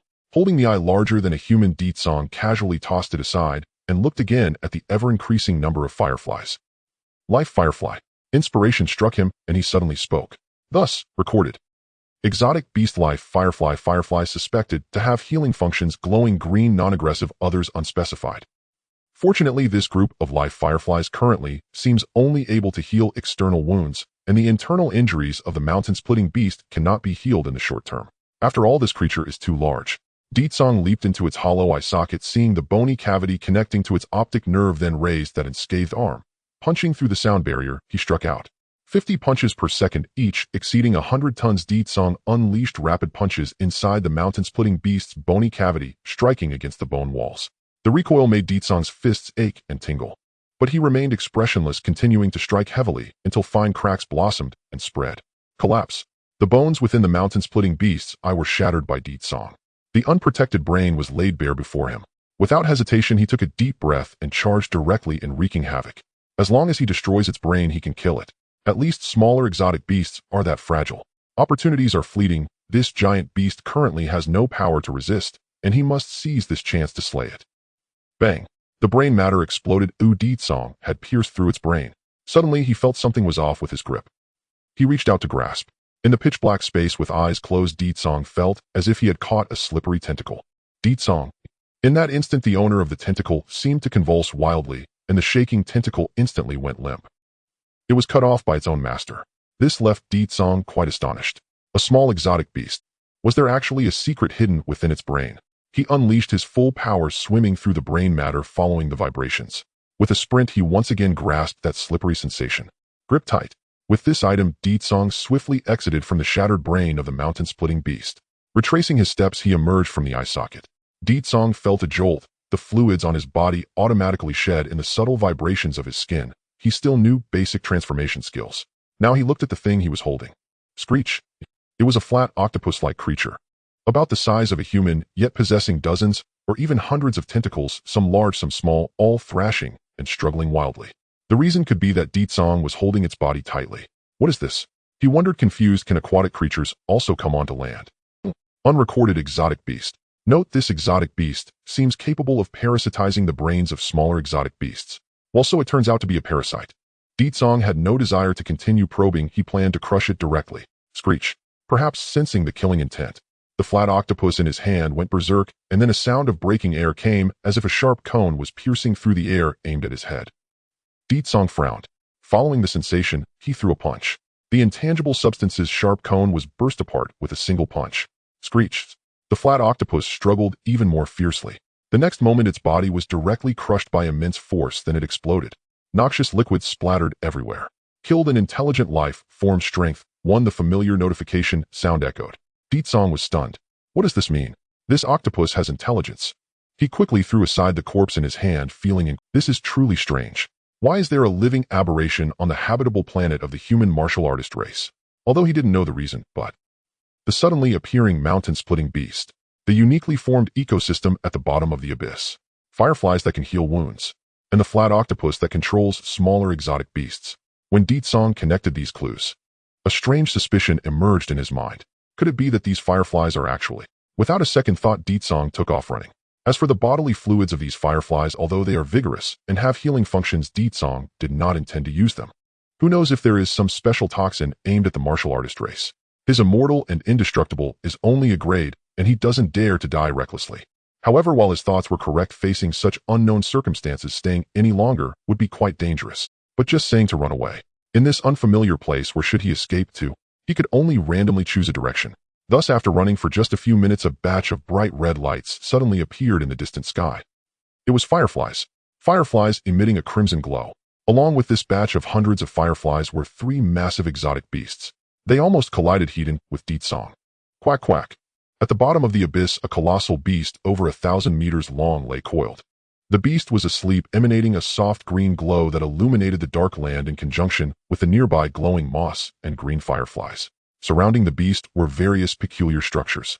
Numerous flat octopuses floated in the air, their tentacles and bodies rhythmically contracting and expanding as they navigated through the buildings. It was as if they were swimming in the deep sea. These flat centipede-like octopuses occasionally emitted satisfied quack-quack sounds, yet they did not engage in meaningful verbal communication. Or rather, they did not need to communicate with mouths and sounds. This group of centipede octopuses could swim through the air. Their lack of wings must be attributed to some other reason. All right, no more beating around the bush. The answer is telekinesis. In the air, a small centipede octopus glided over, accompanied by a gentle wave of mental energy. Thoughts were imprinted through the mental wave and transmitted. This was the way their kind communicated. The vibrations between thoughts transformed into information. The octopus said, "The mental lamp left by the Red Priest has gone out." As this was spoken, the surrounding air seemed that was the instability of the spirit, leading to fluctuations in the mental energy. From the direction of the colossal beast came a significant wave of mental energy. How could this be?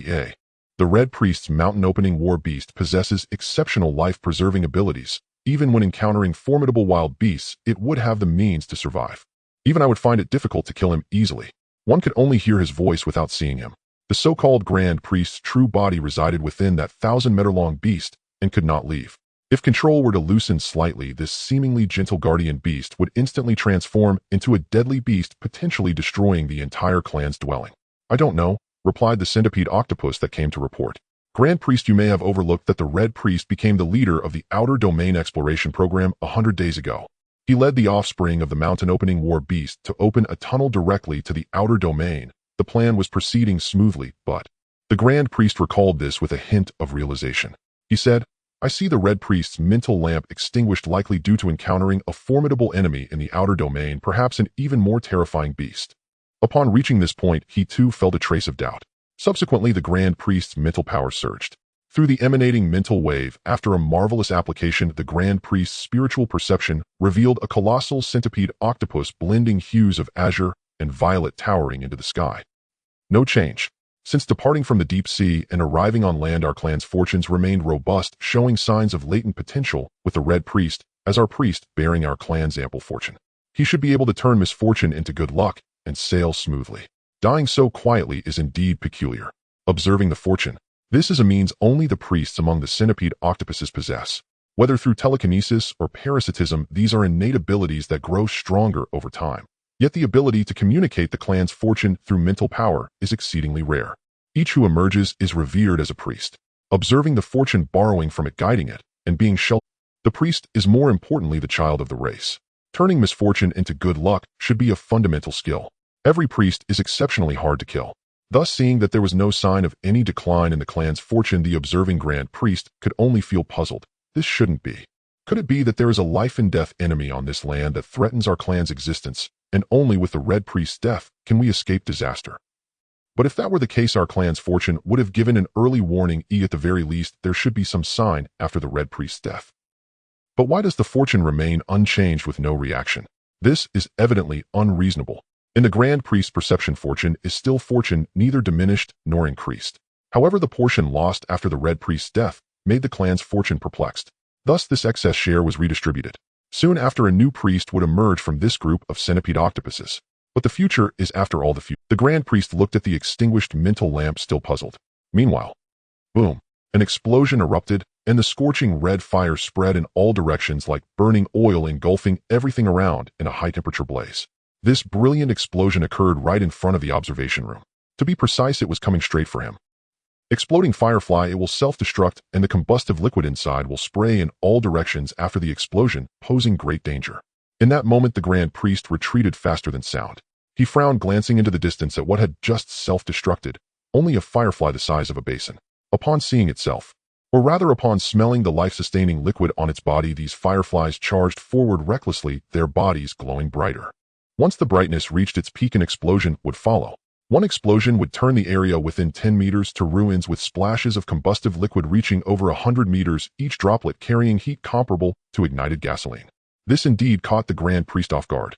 Fortunately, as a warrior of the human race, he had a sense of crisis. At the moment of the explosion, he had already retreated far away. Understood, they are here to kill me. He looked at the self-destructing fireflies diving toward him, and then at the three beasts charging in his direction. There was intent to kill. Pure intent to kill. No. Compared to the utterly pure killing intent of the beasts, the killing aura from these three beasts felt a bit mixed. With an enigmatic feeling, the Grand Priest could clearly sense it. After all, the warrior race was not lacking in this type of perception. Regardless of how it felt, the outcome would be the same. In the next moment, he vanished from the spot. When he reappeared, he had blasted the head off a mini beast over 10 meters long and 6 meters tall. The skull caved in and brain matter splattered. The Grand Priest did not delay. He plunged his hand into the brain, quickly grasping something familiar and slippery. With a forceful tug, he pulled out a centipede flat octopus. The octopus body was at most half a meter long, but its longest tentacle exceeded 5 meters. This disgusting creature squawked wildly upon its appearance. Bang!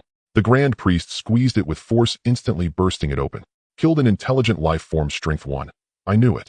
His eyes sparkled with excitement. I wondered when the beast would evolve to burrow underground and ambush us. It turns out. A group of intelligent parasites. With one strike, the massive corpse of the beast fell. Such a scene could surely intimidate others. However, the killing intent from the other two beasts had indeed lessened significantly. Yet their running pace did not halt. A serpentine beast arrived in an instant, opening its massive mouth wide. Sizzle! The Grand Priest grabbed the base of the giant snake's jaw and then suddenly tore it apart. The snake's mouth was forcibly ripped into two halves.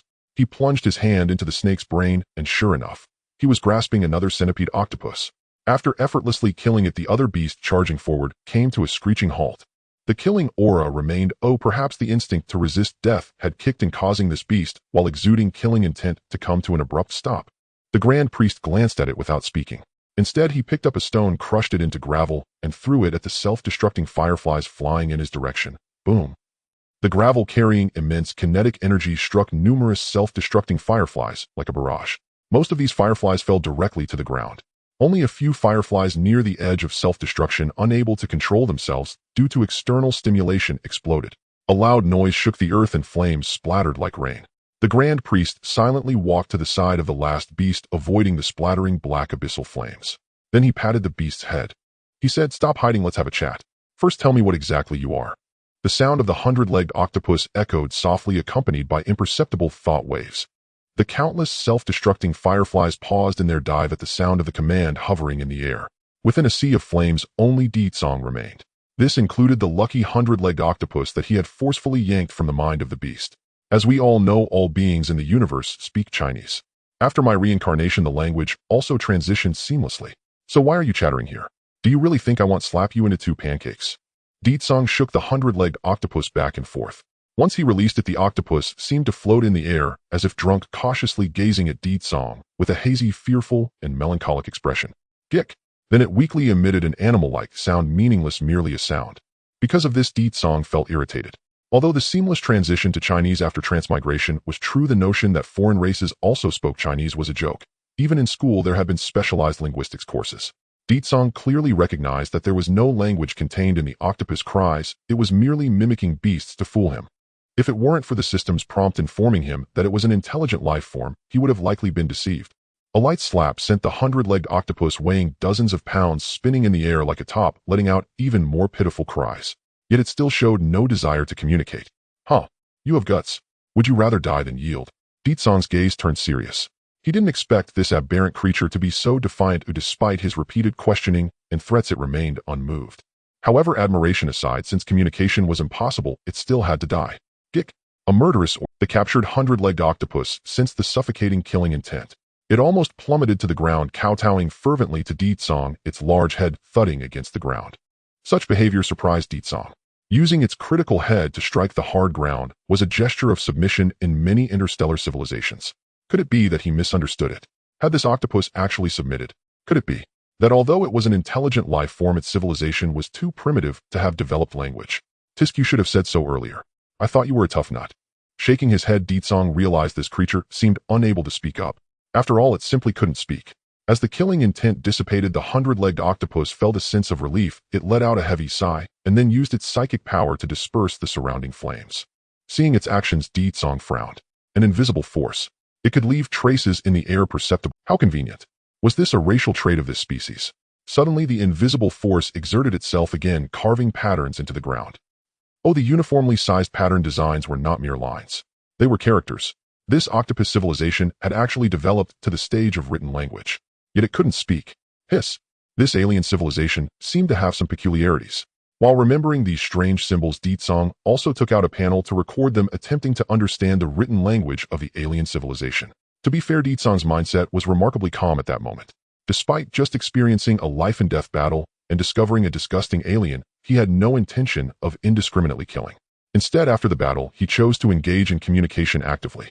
This was indeed the mark of an exceptional student of the martial Dao human race. Qing M855 felt immense pressure. In the land race's tentacle branch apart from the high priest, there were also 9 other priests representing the colors orange, red, yellow, green, cyan, blue, purple, black, and white. Each priest held a portion of the branch's functions. Among them, the blue priest system was responsible for law enforcement and stability, and the title Qing M855 represented both its position and its name. In this branch, it was merely an unremarkable law enforcement officer. Originally, it had come here to investigate why the life fireflies had died in batches, yet unexpectedly encountered one. A tailless ape walking on land. This was just a minor issue. Upon discovering this tailless ape, the battle beast, it was parasitizing instantly, went berserk frantically, wanting to kill the tailless ape regardless of the consequences. As if there was a deep-seated hatred between them. Even it was influenced by the battle beast's emotions becoming extremely irrational, until that tailless ape exhibited strength comparable to the battle beast. Along with the deaths of 2 colleagues, Qing M855 suddenly awakened. "Spare my life, my lord." Qing M855 immediately knelt down. But before it could assume a posture of submission, the tailless ape ignored its surrender and gave it a beating. Until now, suddenly enlightened Qing M855 realized that it was a language barrier. No, it was beyond a language barrier. This tailless ape didn't even use psychic power. Was it truly an intelligent being like itself? Regardless, empathetic Qing M855 exhausted all means and finally earned a chance to survive. And now what was it doing? In the abyss, a cave devoid of any life forms. The meaning of this word? Cave. This word is rock wall. This is the sky, this is the earth, this is our land race, this is the battle beast. The 100-legged octopus Qing M855 gesticulated animatedly, attempting to teach the tailless ape in front of it the written language of its race. Meanwhile, Song. At least he was a person of the martial Dao human race with an extraordinary memory and the ability to learn from one instance. Coupled with the panel recording, he easily noted down a significant amount of alien characters from the gestures of this 100-legged octopus. Originally curled up in the cave, unable to learn any characters due to the lack of reference materials. But this 100-legged octopus could use psychic power. This meant it could draw. Using psychic power, it swiftly sketched on the ground, pairing the images with the characters, allowing Song to learn quickly. Thus, days later, our race originally lived in the deep sea, spending every day with those oceanic beasts, worshipping the source of those oceanic beasts, the stellar beast. But our ancestor believed that whether it was those oceanic beasts or their source, the stellar beast, they were unworthy of our faith. They were merely a group of mindless beasts. For this, our ancestor sensed the true deity from the starry sky. In the cave, using the light from the moss, Qing M855 vividly gestured with characters and images. This was the history of their race. Seeing an alien for the first time, Song felt an immense curiosity, thus he patiently watched, not interrupting. He just listened as this 100-legged octopus continued.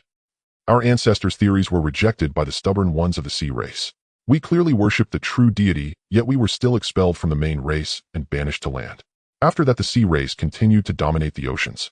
We changed our name to the land race, occupying the earth. Song couldn't help but interrupt, saying, "Wait a minute. The sea race worships the stellar beast." "Well, that's understandable. What I want to know more is, what is your land race worship?" The deity sensed from the starry sky. Qing M855 replied curiously, "Yes. The true deity resides in the boundless starry sky. He responds to our prayers and sacrifices, granting us strength and knowledge."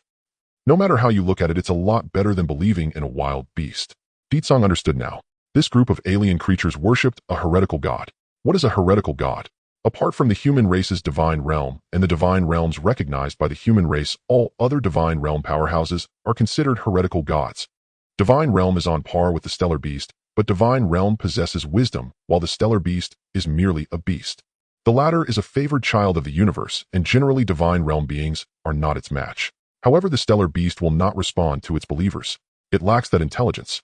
Offering faith to it will only indiscriminately infect you, ultimately turning you into part of countless alien beasts. In contrast, though, the heretical gods have ulterior motives, at least they provide benefits. Got it, you may continue. Thus, Cang M855 continued to explain the history of the land race. A century ago, the land race was banished to land. After converting their faith, they gradually became targets of hostility from alien beasts. Thus, their living conditions were not ideal. They prayed and sacrificed. The starry deity responded to their expectations. It granted the land race the ability for gene programming, transforming alien beasts, and artificially creating alien beasts. Those self-destructing fireflies, life fireflies, and the glowing moss around them were all things created after the land race received gifts from the heretical god. Over a century, the heretical god's followers who were banished to land divided into 7 major branches, exploring the land in 7 directions. These 7 branches were armed tentacle, suction cup, macro thought, crystal, eye, head, sac, and spiral tooth. Among them, Cang M855 belonged to the tentacle branch. They spent a century exploring the land and took root in this sunless abyss, gradually transforming the surrounding environment into what it is today. How many land races do you have in the tentacle branch? Speaking of this, Deetsong couldn't help but ask, in this densely green abyss, how many residents are there in total? His way of questioning was naturally through writing. For convenience, I will not elaborate further. Cang M855 naturally replied without reservation, my tentacle branch has several million compatriots. If it weren't for the sacrifices to the deity pressuring us in recent years, the population would likely surpass 10 million. Listen. I said the heretical gods are not well-intentioned. Those who have reached the divine realm have high demands for sacrifices, and if suitable resources are lacking, the believers themselves become resources. From the remarks of this octopus, one could deduce that the appetite of the heretical god was at a million level. Of course, the annual death toll in their outer city was at a 10 million level. Well, that's fine then. Deetsong's expression softened. Several million. What is your life? What is the growth cycle? I know. How long does it take for the embryo to hatch? How long does it take for a land race to evolve from ignorance to initial wisdom? You don't need to mind him, just asking. At this moment, Deetsong's eyes were filled with anticipation and in recent days, the tendrils of the Lu clan have been experiencing significant fluctuations. The reason is straightforward. The Red Priest, who oversees reconnaissance and external exploration, has unexpectedly met his demise. He and the mountain-opening battle beast he controlled lay side by side in the pit, one large and one small, creating a truly spectacular scene. Beneath the land, the Red Priest, along with millions of others, perished silently and mysteriously, leaving no one aware of what he endured in his final moments. The surface wounds of the mountain-opening battle beast have been healed by the life firefly, but internally it still harbors numerous penetrating injuries, and many steel objects have even been extracted from its body. Furthermore, it has been determined that the Red Priest was brutally extracted by the murderer, who then caused him to explode under immense pressure, demonstrating an extremely cruel method of killing. Based on the traces left at the crime scene, it is highly likely that the murderer was a 2-meter-tall 70 to 80-kilogram ape. No ape hair was found at the scene. However, blood from outside the Black Abyss ecosystem was discovered, and the Green Priest Department is currently using cell cloning to identify the appearance and species of the murderer. In the room, the Blue Priest was reviewing reports from his subordinates. When he picked up the remnants of iron objects found within the mountain-opening battle beast, he furrowed his brow and said, this item is not something a beast could create. Could it be that there are other intelligent beings on this land besides our Lu? He could not comprehend the utility of these steel objects, arrows, since the Lu clan had not invented weapons like bows and arrows. Their methods of combat rely on telekinesis and parasitism. However, he still possessed the necessary vision. Among the Lu clan, which is favored by the fortune of their race, none are ordinary children. In terms of temperament, intelligence, capability, and strength, they are all top tier. At that moment, the Blue Priest realized that there were other intelligent beings on this land, standing 2 meters tall, resembling apes, hairless, and capable of using tools. According to the autopsy report, this hairless ape possesses terrifying strength comparable to that of a common battle beast, coupled with its small physique and light weight. According to the autopsy report, this hairless ape possesses terrifying strength comparable to that of a common battle beast, coupled with its small physique. There are no remnants of telekinesis, yet they can contend with battle beasts using sheer physical strength. Such abilities are simply unheard of. If only our Lu clan. At this point, the Blue Priest paused. He contemplated that the physical structure of the Lu clan is entirely unsuited for close combat. Even with great strength, they must rely on telekinesis. Of course, if they could control the alien race and make them subservient or even enslave the Lu clan, would be one step closer to dominating the land. Even a counterattack against the Sea clan would not be impossible. As the Blue Priest envisioned these possibilities, he meticulously deduced the strength of the hairless ape, drafting a wanted notice with the intention of mobilizing the entire branch to hunt this hairless ape within the Black Abyss. As long as they can capture it alive and learn about its racial characteristics, the Lu clan can plan accordingly, whether to conquer or cooperate. The Blue Priest was extremely confident about the final outcome, because, when he released his perception and sensed the ethereal fortune, he could see the enormous towering phantom of the hundred-legged octopus, a fusion of blue and purple. This was the embodiment of the Lu clan's fortune. The blend of blue and purple signifies abundant fortune flourishing like the sun at its zenith. The blue fortune represents the vast commoners of the Lu clan, while the purple fortune symbolizes the numerous extraordinary priests. The blend of blue and purple signifies abundant fortune flourishing like the sun at its zenith. The blue fortune represents the vast commoners of the Lu clan, while the purple fortune symbolizes the numerous extraordinary priests. The stronger the fortune of a clan, the brighter their future, leading to the emergence of more talented individuals and extraordinary beings within the clan, with the fortunate ones being protected, able to avert calamities.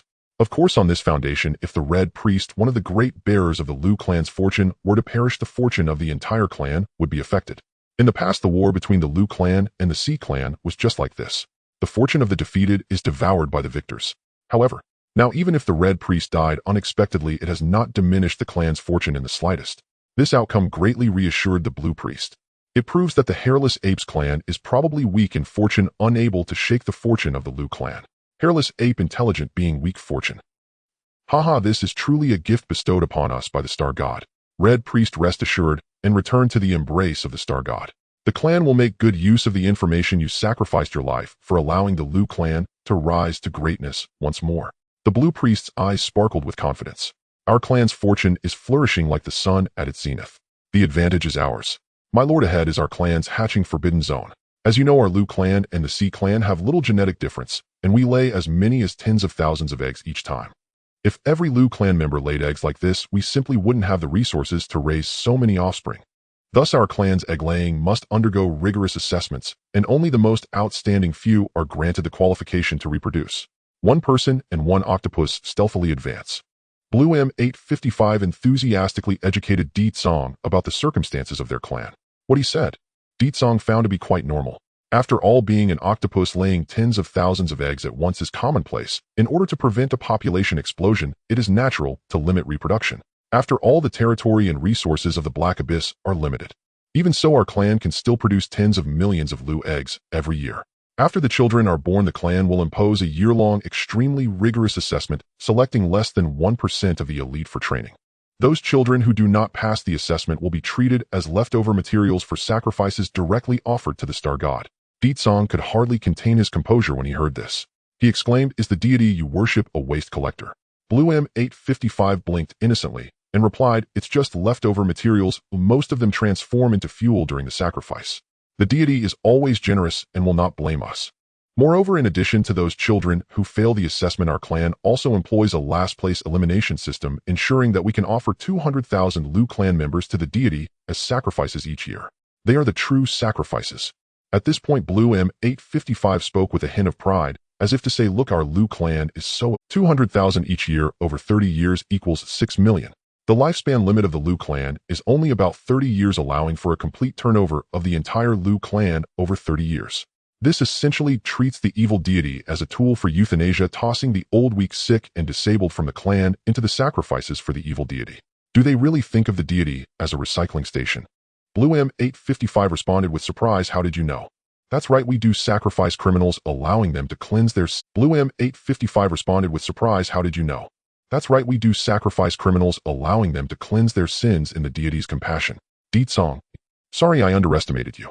Indeed, civilizations that can stand on planets infected by stellar behemoths are not simple." Di Tsong also knew that the growth cycle of the Lu clan is very short. They begin to show intelligence at 3 months, start learning and taking exams at 6 months, and are considered adults once they pass the assessment at 1 year. Of course, once they reach adulthood, they must participate in work. Only those with higher qualifications are eligible to receive full-time training from the Lu clan. And those who work do not mean they can be lazy. To avoid being among the 20,000 eliminated at the end of the year, they must diligently study during their rest time. The entire Lu clan is like a massive assessment machine. After all, failing the assessment genuinely leads to death. At this point, Di Tsong couldn't help but admire the superiority of the martial artist race. At least everyone can live until 16 before being sent out of the inner city to fend for themselves. The elite who can enter the inner city are 1 in 1,000. It's 10 times stricter than the Lu clan. With this thought, Di Tsong's smile vanished. As they continued chatting, they moved forward. Soon a lush green building appeared before them. Blue M855 introduced the Yellow Priest Department manages hatching, nurturing, and education within the clan. The Green Priest Department oversees biological modification and scientific research. The office areas of the two departments are in the same location. If there are too many children hatching and the kin of the Yellow Department cannot manage, they will also resort to last place elimination, transferring some to the kin of the Green Department for experimentation. Thus, the office areas of the two departments are conveniently merged, allowing the Green Department to use them as if you attempt to steal our clan's embryos or abduct our children, you will be jointly stopped by both the Yellow and Green Departments. Blue M855 said this quite plainly, which prompted Deed Song to respond, I understand now. The children born into your Lu clan are indeed fortunate. Blue M855 upon hearing this agreed indeed. Those who fail the assessment can bask in the deity's glory. Those who succeed can contribute to the expansion of our clan. Even those born surplus have kin from the Green Department willing to accept them. To be born into the Lu clan is simply a stroke of luck. Upon saying this, Blue M855 seemed to think of something and coldly huffed. In contrast, the Sea clan's waste only raises their children freely, while claiming that life and death are determined by fate. They lay eggs haphazardly, producing tens of thousands of embryos each time, the vast majority of which are consumed by sea beasts as food or perish in various disasters. Only 1 in 10,000 survives and barely grows. Compared to us, Lu clan, the Sea clan is simply a group of uncivilized beasts. Such cruelty towards their own bloodline descendants will surely lead to their retribution one day. This left Deed Song with wide eyes. While a survival rate of less than 1 in 10,000. I had thought the elimination rate of the martial artist race was already beastly, but it seems there are even greater masters. Shaking his head, Deed Song gazed at the distant buildings, preparing to get down to business. His goal was simple: to steal embryos. There was no helping it. The growth cycle of the 100-legged octopus was too rapid. Looking at the 100-legged octopuses with envy, he thought, if I could raise a batch of intelligent octopuses once they grew up and killed like a production line, wouldn't that allow me to soar in place? After all, the system only requires me to kill sentient beings. It never said I couldn't raise sentient beings. Moreover, these octopuses lay tens of thousands of eggs at once. Rolling this snowball could provide me with immense power. After a few years, what supersized alien beasts? I could probably defeat them with just one punch. The plan is simple, but the execution is difficult. Deed Song looked around, seeing creatures he had never encountered, with the bioluminescent fireflies being merely one insignificant aspect. It is clear that the Lu tribe is a biological civilization. Many of the creatures in sight, Deed Song was unaware of their individual functions, and even Ching M855 only recognized a small fraction: cleaning ants, garbage spiders, gecko cars, reconnaissance, dragonflies, quick-blade mantises, delivery, bees, supplementary meal mosquitoes, leapfrogging locusts, electric centipedes, and tilling beetles. As for their uses, one could discern from their names. Deed Song, having his eyes opened wide, spoke, I am truly surprised. Logically speaking, any non-intelligent life on this planet would succumb to the infection of the stellar behemoth. The creatures you create should be no exception.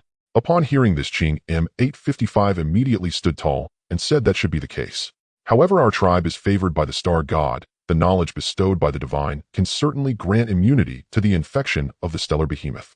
Sir, I sincerely suggest that you join us in worshipping the star god. The great deity would never mistreat his. He preached with great sincerity, hardly treating Deed Song as an enemy. Let's discuss this later. Deed Song set aside his request. Believing in the evil god, that's one thing in this lifetime. He nearly overlooked that the biological technology of the Lu tribe came from the evil god. Could the evil god be a good entity? Indeed, the aura of the stellar behemoth can infect non-intelligent life. Whether it be plants or animals, they are all included. Even failed warriors are not exempt. Now, with the aberrant beasts rampant on the planet, one must blame the stellar behemoth and the evil god. The power to resist the corruption of the stellar behemoth is not exceptional biological knowledge, but rather corruption. These creatures, including the knowledge bestowed by the evil god, all contain corruption. Why are these creatures? They have long taken on the form of the evil god. Only the power of the evil god can make them invulnerable. The stellar behemoth. I am unfamiliar with it. That is why Deed Song remains extremely vigilant towards those bioluminescent fireflies, not daring to use their life liquid for healing. Now that he knows the answer, he feels fortunate. Fortunately, he did not act impulsively. Using something corrupted by the evil god to heal would cost him more than just a few lives. Seeing Deed Song's expression change repeatedly, Ching M855 seemed to realize something and spoke, Sir, are you worried that our tribe may pose a threat to you? If you are concerned about this, you can leave this matter to me. I still have some resources within the tribe. Buying a few thousand eggs is not an issue, though it may not comply with the rules. But our brethren from the Yellow and Green departments usually turn a blind eye to such matters. Selling genetic fish eggs privately is also a source of income. Upon hearing this, Deed Song looked at the several dozen-pound centipede octopus, his eyes full of speechlessness. Everyone's not foolish, or why say such nonsense? Sigh, he exhaled, giving this creature a mental shock. Once I let you go, you'll immediately lead your troops to hunt me down. Do you really think I am unaware of your little schemes? Cang M855. He indeed thought so. After all, even among intelligent beings, there are varying levels of intelligence. Perhaps you are one of those who have muscle for brains. So you've misunderstood.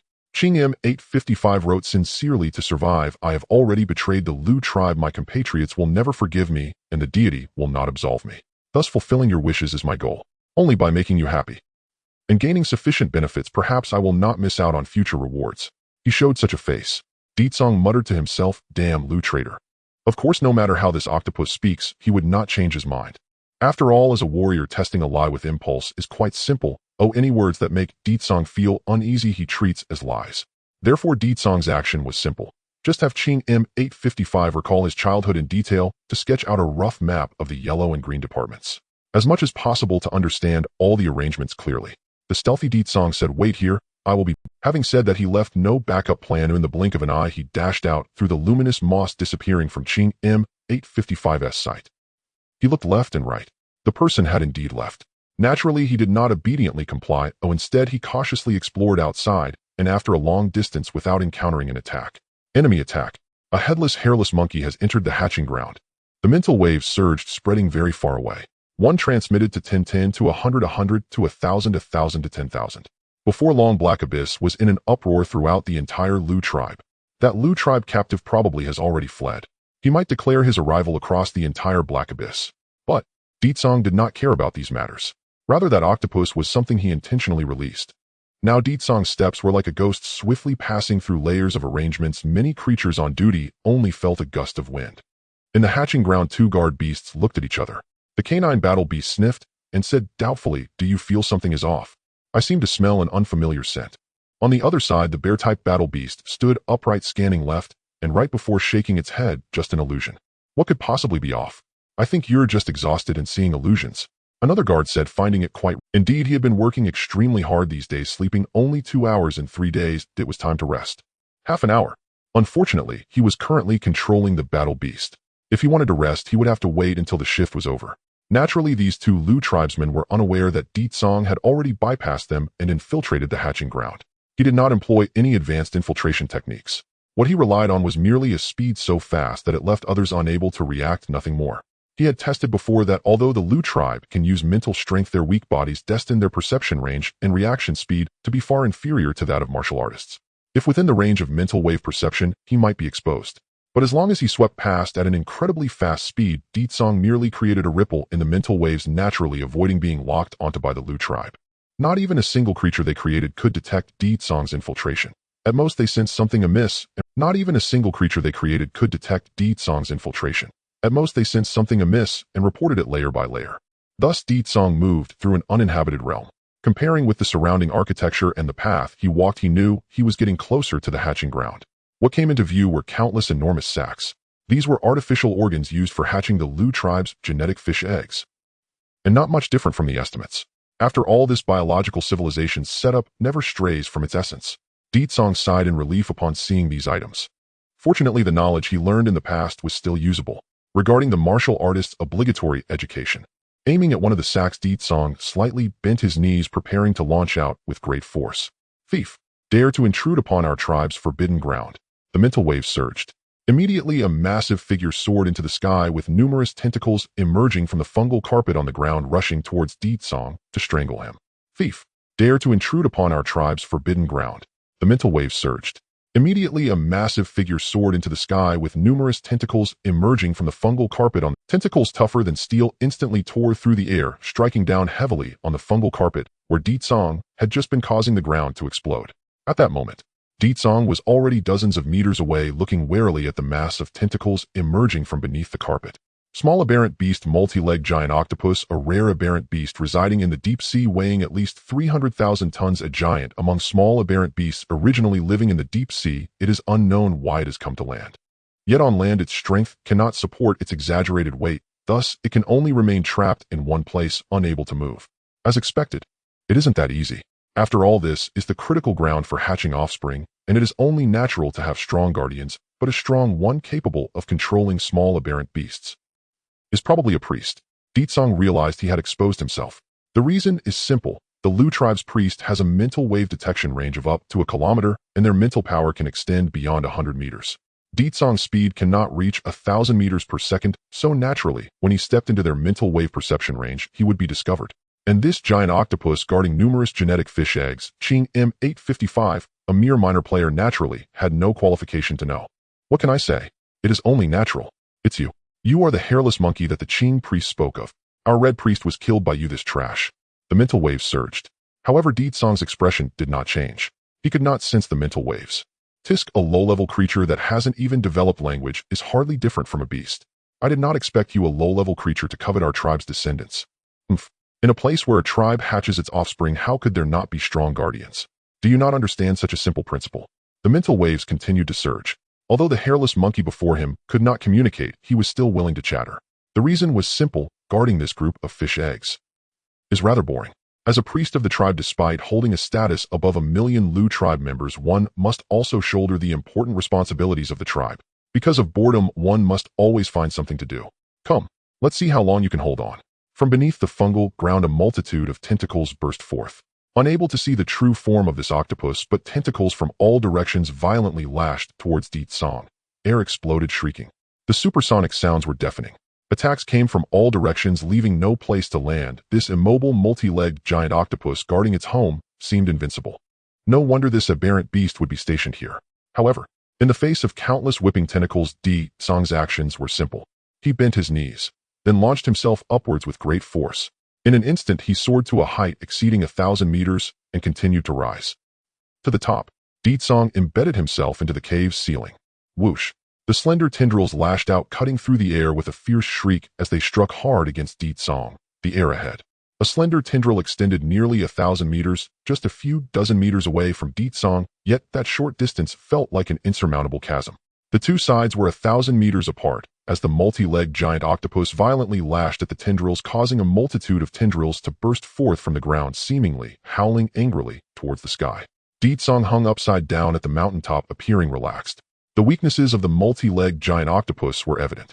Its longest tendril barely reached 1,000 meters.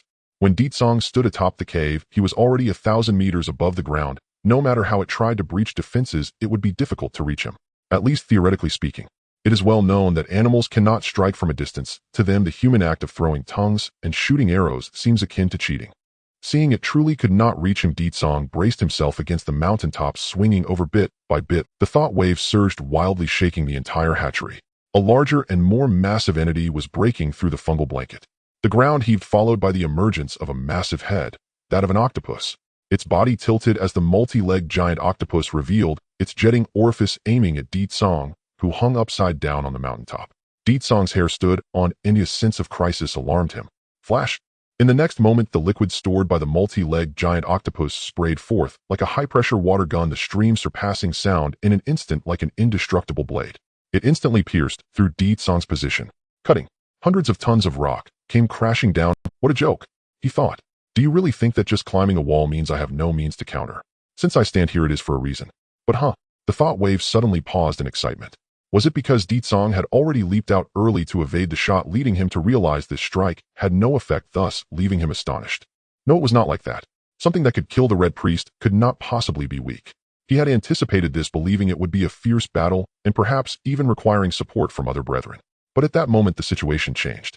The multi-legged giant octopus he controlled, upon breaking through the fungal blanket and seeing Deetsong, everything changed. Hiss! The colossal beast, weighing 30 tons, emitted an unprecedented sharp cry. That was the primal instinct of the small, aberrant beast. From its instincts, a killing intent blossomed. At that moment, the emotions swirling in the aberrant beast's mind not only affected itself, but also rendered the Luzu priest controlling it uncontrollable. Thus, in the next moment, the entire cave shook violently. The fungal blanket was completely torn apart, and the multi-legged giant octopus, most of its body covered beneath the blanket, seemed to unveil itself like peeling off a blanket. It stood up. The thick tendrils supported its body. No, it was far more than that. In addition to the tendrils, there were also other green muscles and skeletal tissues that supported its body externally, numerous genuine exoskeletons working together to forcibly prop it up. A body hundreds of meters tall loomed above the ground. Has it gone mad? Just escaping a calamity, Deetsong, now on the adjacent rock wall, turned to look at the heedless multi-legged giant octopus that had just stood up. On land, it should not have been able to move. But alas, the Luzu had technology. The complex artificial muscular and skeletal system spread across the lower half of this octopus was what supported the weight of the multi-legged giant octopus, allowing this supergiant beast to move. But why move? Deetsong could not understand. Clearly, it only needed to block the exit, and after securing its catch, it needed to think of a way to escape. He could trap himself like a turtle in a jar. But to take the initiative, before he could make sense of it, he saw the octopus outer chamber charging power again, aiming once more at him. Blast! The high-pressure water gun shot forth, slicing towards Deetsong a kilometer away like a sword. The next moment, Deetsong instantly vanished from his original position. This mindless attack easily sliced through the rock wall, where Deetsong had been, then continued its path unabated. Thus, far away, thousands of meters away, the high-pressure water gun burst through a sack in an instant, scattering thousands of fish eggs like celestial maidens spreading flowers. Among them, there were not a few newly born hundred-legged baby octopuses. Dozens of sacks were slashed open, releasing over 100,000 eggs. The force of a single strike was devastating. Even though Deetsong knew that these species with strong reproductive capabilities usually did not care much about their offspring, he still felt a jolt in his heart. He had just been thinking of hiding behind these sacks, hoping to make this guardian hesitate. Who would have thought that it would completely disregard that and shoot immediately? Not only that, the gaze of the multi-legged giant octopus was firmly locked onto Deetsong as it trudged over its 30-ton body. Its speed was extremely slow, merely a few dozen meters per second. But after standing up, its size instantly filled the entire width of the cave, and the deeper it went, the narrower this artificially constructed hatchery cave became. Evidently, this place was specially designed. If any enemy attempted to plot against the hatchery, this multi-legged giant octopus could block the exit. Even if it couldn't stop the enemy, it would ensure that the enemy would not leave alive. Is it really crazy? This is the determination to sacrifice even the entire hatchery to kill me here. Truly worthy of a priest of a clan possessing such resolve. Deetsong sincerely sighed. Controlling such a terrifying beast, they dared to go to war against the martial human race. Discovering such an anomaly among the human race, they even risked the lives of their entire clan's young to eliminate him, cutting off his potential to grow stronger. It had only been a few days. The Luzu's decisiveness and determination had forced him into a perilous situation. Indeed, one should never underestimate any intelligent race. With this thought, Deetsong swiftly fled, dodging left and right as he approached a sack, while under the pressure of the multi-legged giant octopus. This sack's surface was damaged, and the nutrient fluid spilled everywhere. Deetsong casually scooped up hundreds of fish eggs and placed them into the prepared container. Rest assured, eggs are far more resilient than live-bearing animals during the embryonic stage. Having achieved his goal, Deetsong immediately launched himself to the ground. The sack he had previously occupied was instantly pierced by the water gun. He landed, stepping forward. His bare feet felt something sticky beneath.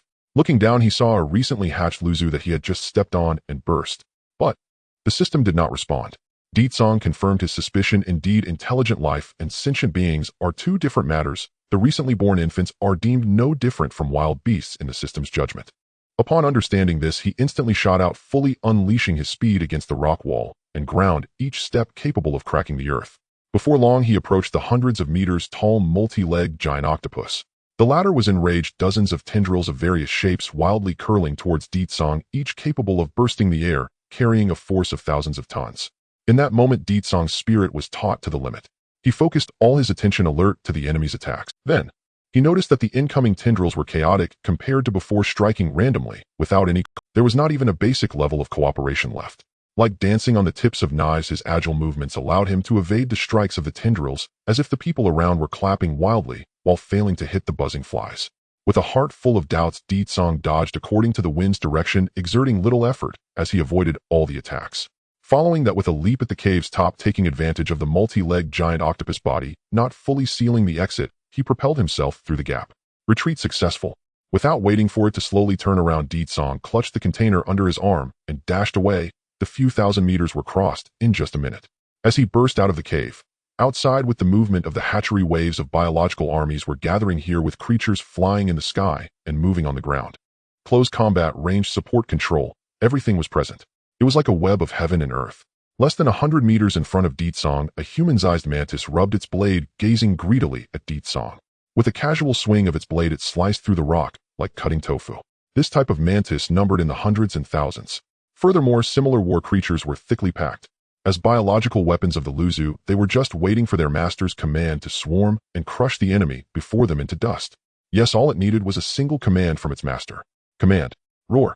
And at the moment they saw Deetsong appear, hundreds of aberrant beasts stood at the very edge of these war creatures. Each aberrant beast was a battle beast controlled by the Luzu. In terms of individual strength, they were the strongest combat units of the Luzu. Originally responsible for commanding and beheading upon seeing Ditsong, an uncontrollable surge of violent killing intent flooded their minds. I super hairless ape. Hairless ape kill. Charge. Kill him. In hundreds of thought waves issued the same command. All the war creatures obeyed the orders moving in the sky and on the ground. However, the battle beasts behind them moved even faster. The 100-ton giants charged forward, trampling the war creatures ahead into a mush, and Ditsong surrounded by them. Shocked beyond measure. Is this really necessary? To kill me they're making such a big fuss. In astonishment, Ditsong did not idle, but took off running. His fleeing direction was quite simple. Upwards. Ah yes, above. He stepped on the rock wall and shot up. His speed was as swift as on flat ground. Ditsong's feet pressed against the rock wall, even cliffs at 90 degrees or more seemed like flat ground before his current strength. This is why he boldly came to rob without the slightest fear of being besieged. What is the abyss? As long as there is a place to land, he can ascend all the way. Ditsong's escape route was straightforward and brutal. After all, this group of Lu clan needed the pangolin to dig a passage from below to leave the black abyss. They couldn't ascend relying on the exotic beasts. With telekinesis or biological weapons they could fly. However, during this process they would be sitting ducks for avian beasts, and once detected they would likely become prey. Even if they dared to fly up and pursue, did they not consider the matter of speed? Even without using his full strength with Ditsong's current power, he could easily reach subsonic speed, even while climbing vertically faster than an ordinary speed-type extraordinary realm. How many Lu clan members present could catch up to him? The answer was none. Speed meant freedom. A confident smile crept onto Ditsong's lips. I will simply escape upwards. Oh, what can you do to me? Could you put a lid on the sky? That was what he thought. Then he crashed into a lid. At an altitude of over 2,000 meters, Ditsong collided head-on with a layer of exceptionally resilient, transparent spider silk. Yes, transparent, invisible to the naked eye. Only upon crashing into it could he feel the thickness of the spider silk. Its resilience could likely stop even a 100-ton beast. No worries, Ditsong was strong. The spider silk couldn't hold him back. He broke through the first layer. And then there was a second, third, fourth layer. Ultimately, Ditsong's body was enveloped by the transparent spider silk, getting stuck in midair, swaying back and forth. He looked perplexed. Are you serious, spider silk? Why didn't I encounter this when I fell earlier? Oh right, a mountain-crushing beast weighing 10,000 tons fell first. It probably smashed through the nearby spider silk. Or perhaps that desolate area was not a city of the Lu clan, so these spider silks weren't laid out. Whatever, it was no longer important. Ditsong was stuck in the spider silk. And when he looked down, he saw a swarm of flying biological weapons rapidly swooping in. Behind this group of biological weapons were large avian beasts flapping their wings and emanating a murderous aura. Lastly, there was the hatchery's cave.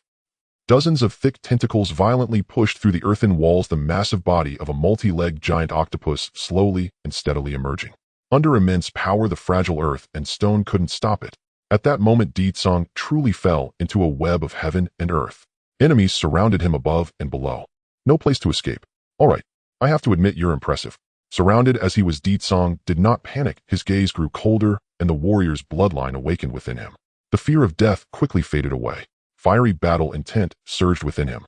Deep within the spider silk, no matter how Ditsong struggled, he could not break free from the tenacious, sticky web.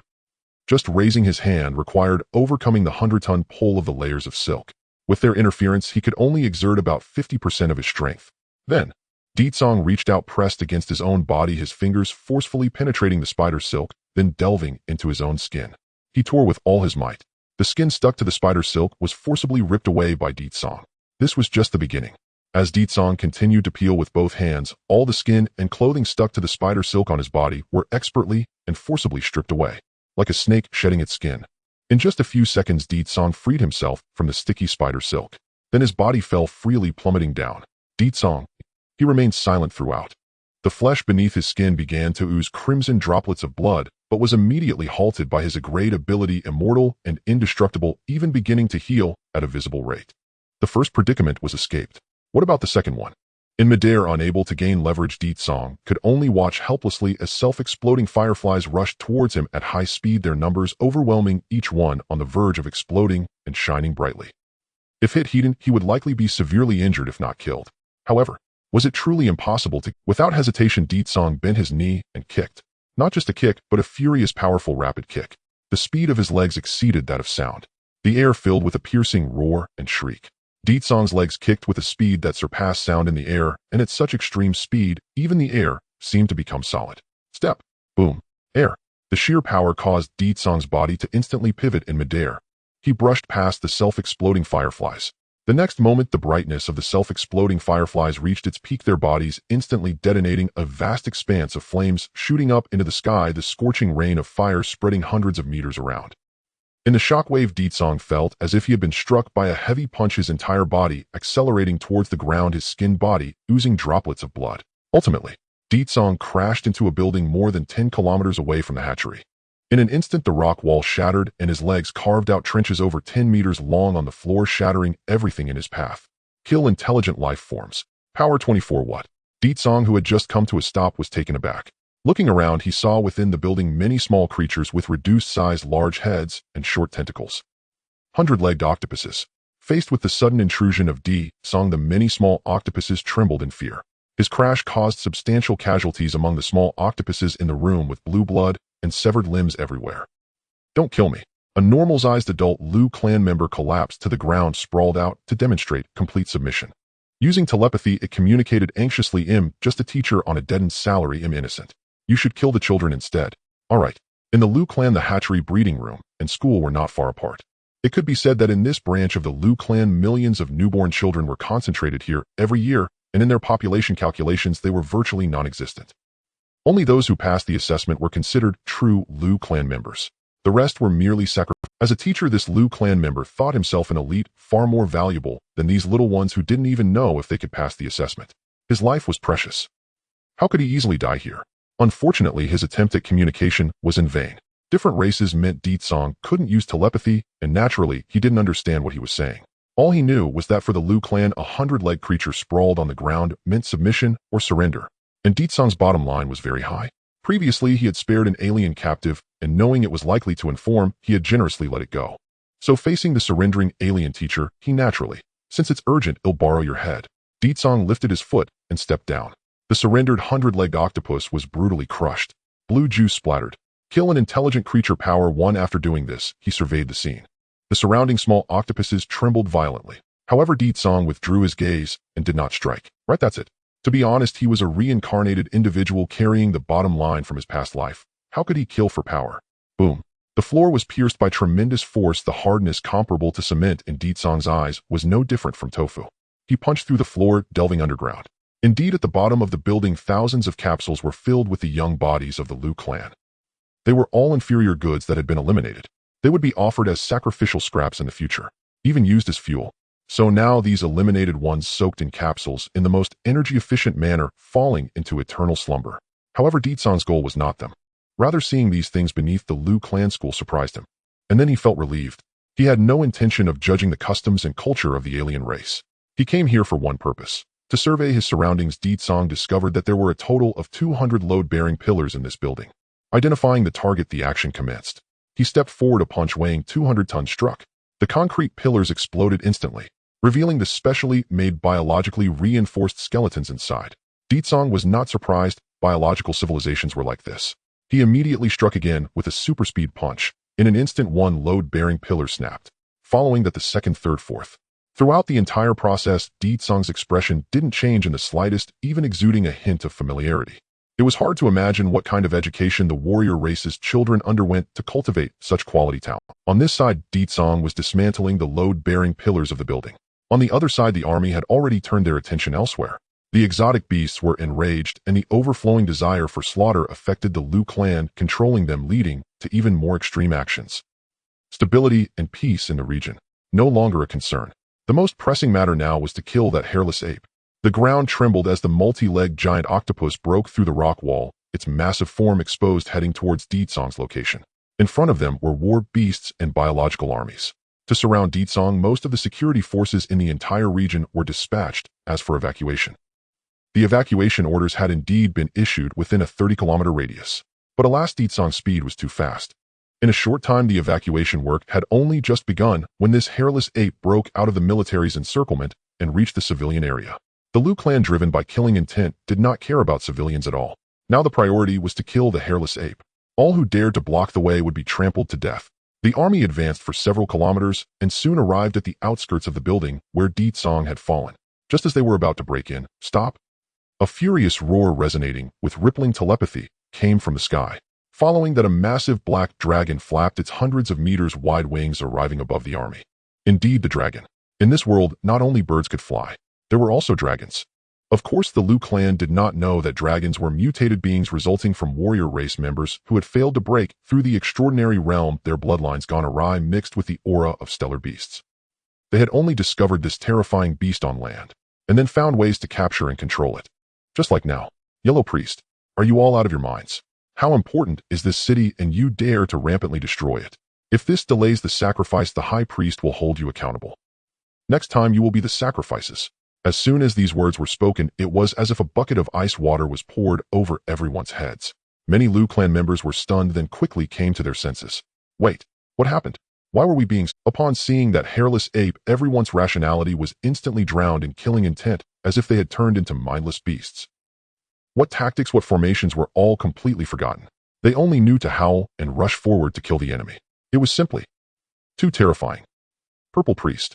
The multi-legged giant octopus also regained its composure. After being awakened by a furious shout, the Yellow Priest controlling this octopus also realized his earlier mistake. He spoke urgently, "Be careful, that hairless ape is strange. He has influenced our war beasts with unknown powers, thereby indirectly affecting us. Rest assured, we already know about this." A little one from the Qing department managed to escape from that hairless ape's hands and just delivered the intel to the higher-ups. "I am here to provide support. More reinforcements are on the way." He wasn't wrong. The Qing M855 released by Di Tsong had just begun to call for help, and he had only managed to call one. The rest were still on their way. As for those who had just surrounded Di Tsong, they were merely the local security forces. Now the military's true experts arrived at the fastest speed. The Purple Priest controlling the Black Dragon shouted, "Everyone follow my orders, sever the emotional nerves of the war beasts, and control them with 100% empathy. Only then will our war beasts not be influenced by that hairless ape's powers." The Purple Priest, being in charge of the military, was the strongest among the Liu clan, second only to the High Priest, and had considerable experience in controlling war beasts. Upon hearing the intelligence, he quickly thought of a countermeasure. Soon the Liu clan members who received the order acted accordingly, severing the control from the war beasts' brains over their bodies. Then they replaced it, striving for 100% control. The exotic beasts they controlled immediately began to stagger. Only the Yellow Priest and Purple Priest remained relatively composed. "He is there, isn't he?" The Purple Priest looked at the building, his tone serious. "I can sense him at the bottom of this building." "What is that hairless ape doing?" "Dismantling load-bearing walls." "What kind of operation is this?" "I don't understand. Is it an alien's unique culture?" In a desperate situation, is he dismantling load-bearing walls to vent his anger? Or does he prefer to target the young? But those young ones number in the thousands. The Liu clan can't even handle them, so what meaning is there in attacking them? Though confused, he did not delay. With a command, the biological army instantly spread out and surrounded the building. The multi-legged giant octopus moved to the edge of the building with hundreds of tentacles wrapping around it, gathering strength. The Black Dragon also landed from flight. Its thousands of tons of body easily collapsed the ground. "Lord Military, save me. There are terrorists in the building." The windows opened and telepathy rippled. Adult Liu clan teachers floated out of the windows, lifted by telekinetic forces as if swimming. They were quickly taken in and calmed by the army. As for the young ones couldn't fly. They had only just developed their telekinesis and couldn't lift their own bodies, so they couldn't move in the air. Since that was the case, evacuating them would surely take considerable effort, right? However, it was not so, because the army had no intention of evacuating. Every Liu clan member regarded the lives of the tens of thousands of young ones in the teaching building as negligible. Sacrificing them to capture the hairless ape was entirely appropriate. Liu clan youngsters who hadn't passed the assessment were deemed trash waste, sacrificial scraps. What need was there for rescue? It seems the civilians have been completely evacuated. All units prepare for battle. I'm about to make a move. The Purple Priest's telepathy surged and expanded, affecting a distance of 10,000 meters. Then the Black Dragon opened its enormous mouth. A transparent liquid spewed out, igniting the moment it left its mouth, transforming into a torrent of magma fire pouring down towards the teaching building. Dragon's breath. And at that moment, boom, the load-bearing pillars below had been dismantled significantly. The entire building could no longer withstand its own weight and began to collapse from top to bottom. A colossal force of thousands of tons. The ground trembles and the teaching building collapses. This several hundred-ton educational structure crumbles layer by layer, igniting into roaring flames under the dragon's breath, creating an incredibly spectacular scene. Everyone watches as the tall building collapses in the fierce flames. The sight of the several hundred-ton building falling is truly spectacular, yet also concerning. Purple Priest, will that hairless monkey Huang Priest's thought waves transformed into a beam specifically reaching the purple priest's mind. This technique is commonly known as whispering, also referred to as 1,000-meter sound transmission. The purple priest replied lightly, "Don't worry, that hairless monkey is quite sturdy. It's even more solid than our clan's specially designed load-bearing skeleton. The collapsing building won't crush him. If it's just about being buried, that's more than sufficient. The building's collapse with dozens of tons of weight won't directly crush a person. It would even be difficult to injure the target. Thus, that dragon's breath can turn rocks into sludge, firmly suppressing the hairless monkey beneath the ground, preventing an easy escape. This is the purple priest's objective. If it weren't for the astonishing speed of that boy capable of outpacing sound. Otherwise, why would I resort to such extreme measures?" Facing his colleague, the purple priest patiently explained.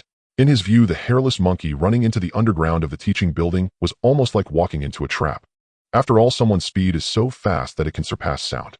In the Liu clan, there are very few things that can exceed the speed of sound.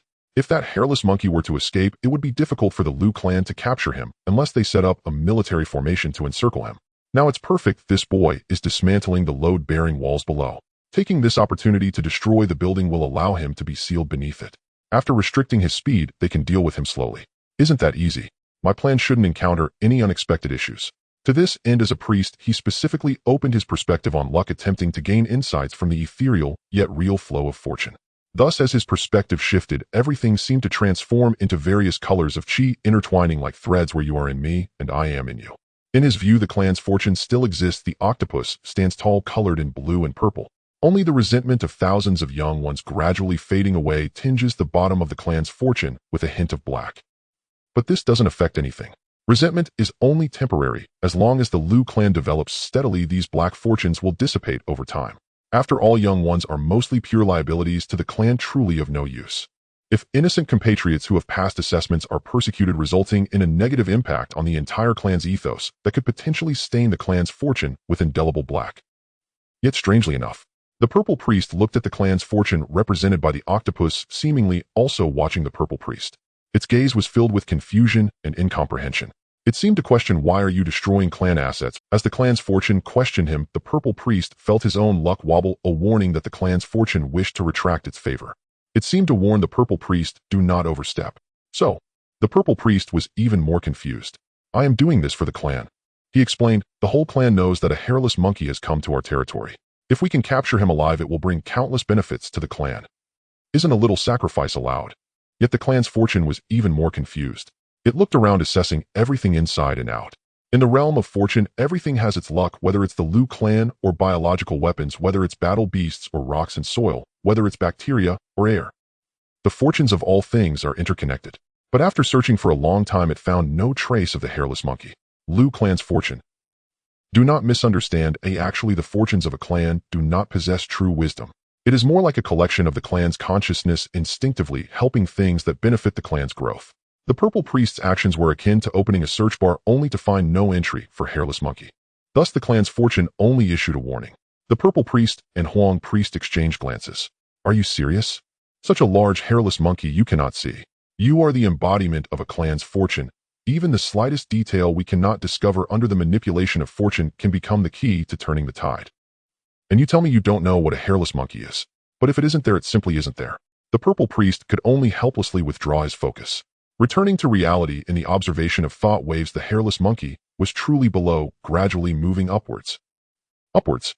The building has already collapsed. Under the high temperature of the dragon's breath, the building melted into scorching lava, gradually filling the space for survival through the ruins. However, the hairless monkey, which had originally been trapped, seemed to be advancing in the tunnel. Has he discovered an underground passage? No, not at all. He was relying on his fists to forcefully break a path. So, the earth trembles. Amidst the increasingly obvious vibrations, the ground suddenly bulges and explodes.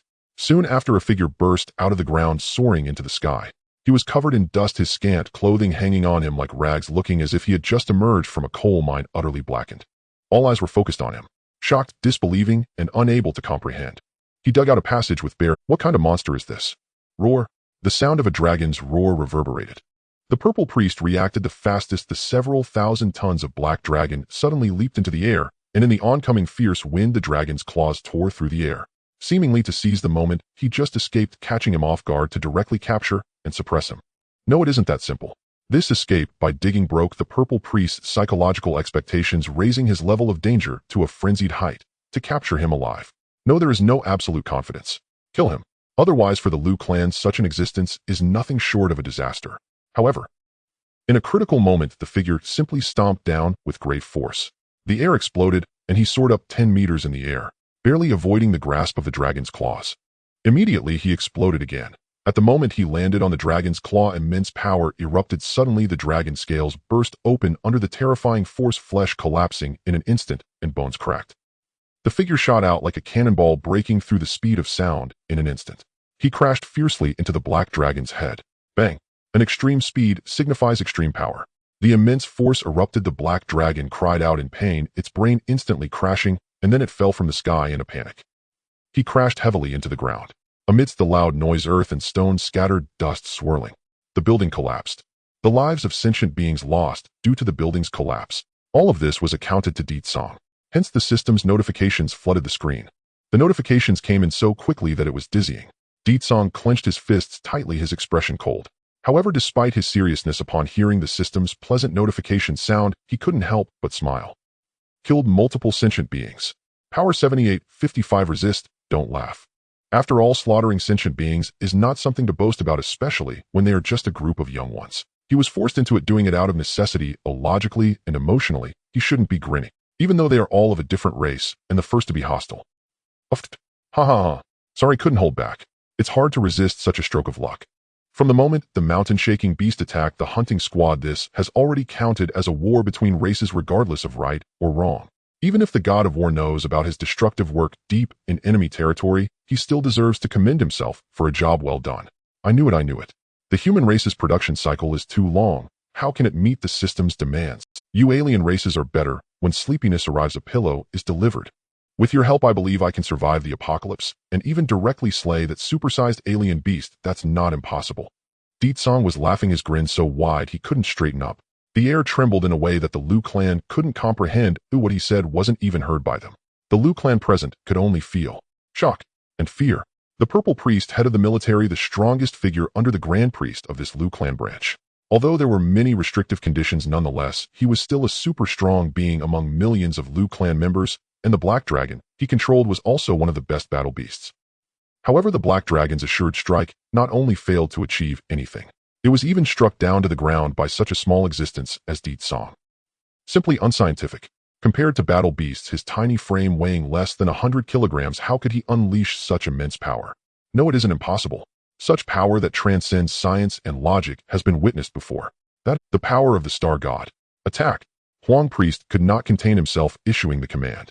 Thousands of biological troops immediately obeyed, orderly forming ranks and surrounding Di Tsong tightly in the center. 300 blade mantis quickly closed in their knife arms, shimmering coldly. In the sky, arrow bees launched a multitude of poison needles, shooting towards Di Tsong like a barrage densely packed. And what about Di Tsong? He merely stood in place, moving his body. He clenched his fist, feeling the colossal force coursing through him. The overwhelming power caused Di Tsong, who had just managed to control his strength, to lose grip on the surging force once again. Don't get me wrong, this doesn't mean Di Tsong would hurt himself. Rather, it was about not managing the degree well. If too much force is applied, there would be no survivors. At the moment, this was his only flaw. No, there was another drawback, which was, bang. Di Tsong suddenly shot upwards. The ground where he stood instantly collapsed, and he smashed through the encirclement at a speed exceeding 2 Mach in the blink of an eye. As the vanguard blade mantis were instantly shattered, a bloody path was carved out by the speed and overwhelming force that they couldn't even react to. When Di Tsong hit the brakes in less than a second, he had already dashed over 500 meters. At this moment, the overwhelming poison needles had yet to fall. He had already escaped from the range of ranged attacks. However, a bit dizzy, Di Tsong shook his head to stop. His feet carved a noticeable trench in the ground. At the moment of explosion in Di Tsong's vision, the surroundings instantly blurred, everything leaping at extreme speed. In the speed that surpassed sound, hearing became useless. What he could rely on was only a mysterious feeling. Unfortunately, in this regard, Di Tsong was not particularly gifted. He couldn't see the enemy. The world was rapidly retreating. His body seemed to collide with something, but even the sense of touch changed rapidly with the numerous impacts. Only after hitting the brakes did the world become clear again. This is the cost. The so-called cost. This external aid is too simple and crude. Di Tsong couldn't help but say. However, there was no complaint in his expression. Having such an external aid, he was already several steps ahead of others. He was not the type to be a giant baby who wouldn't be satisfied unless food was placed in his mouth. Having smashed through 500 meters, Di Tsong broke through the encirclement of the biological army and arrived in front of the Black Dragon. The latter, just having suffered a heavy blow, took some time to regain its senses as its several thousand-ton body fell from the sky. As the purple priest reconnected, he saw Di Tsong. "How did you manage to?" Still dazed, he instinctively... In the next moment, he focused his thought waves and became alert. Di Tsong. He hadn't even heard it, so naturally there was no response. He simply tightened his fist, muttering to himself, "Speaking of which, this small alien beast of yours should have the power to rebound. Why aren't you using this strength? Is it that you don't want to or you can't?" Whoosh. His body became an afterimage. The real Di Tsong leaped over 100 meters in an instant, making a sharp stop and turn, and landed on the back of the Black Dragon.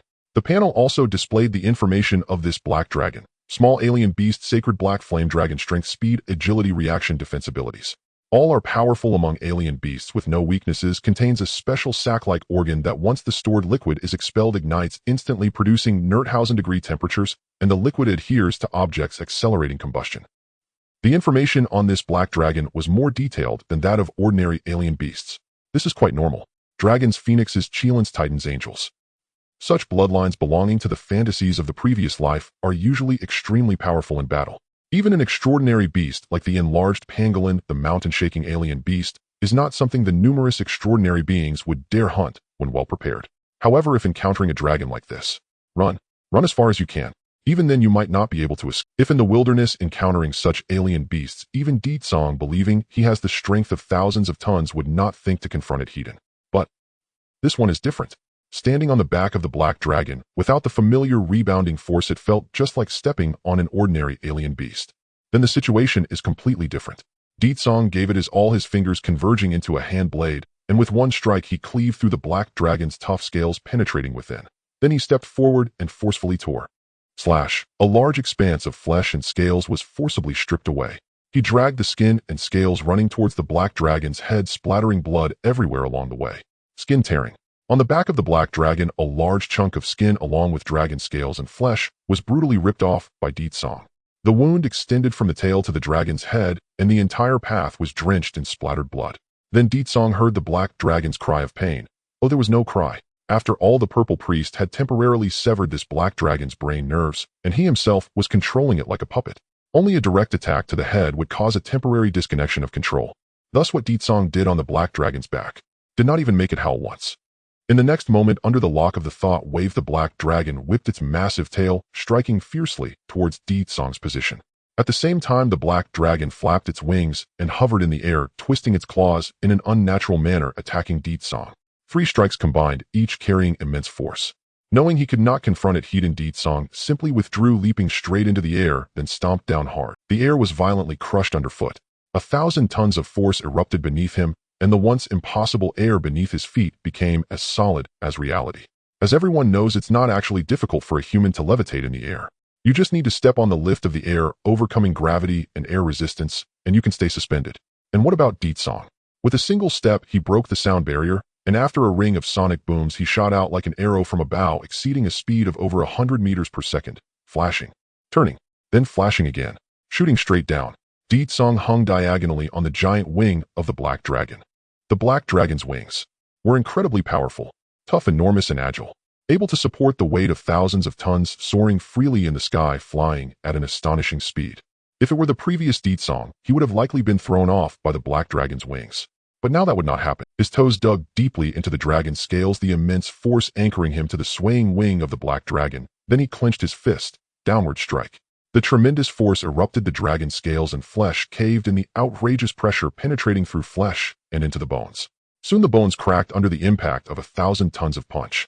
Di Tsong's punching speed was astonishing. He unleashed 100 punches in a second each, with a power exceeding 600 tons. Within less than a second, the bones of one wing of the Black Dragon shattered and broke.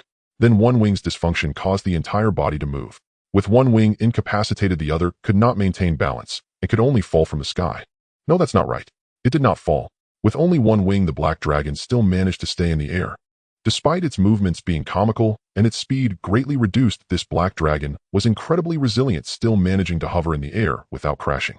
The thought wave locked onto Di Tsong again, and the purple priest dared not underestimate him. He was filled with dread.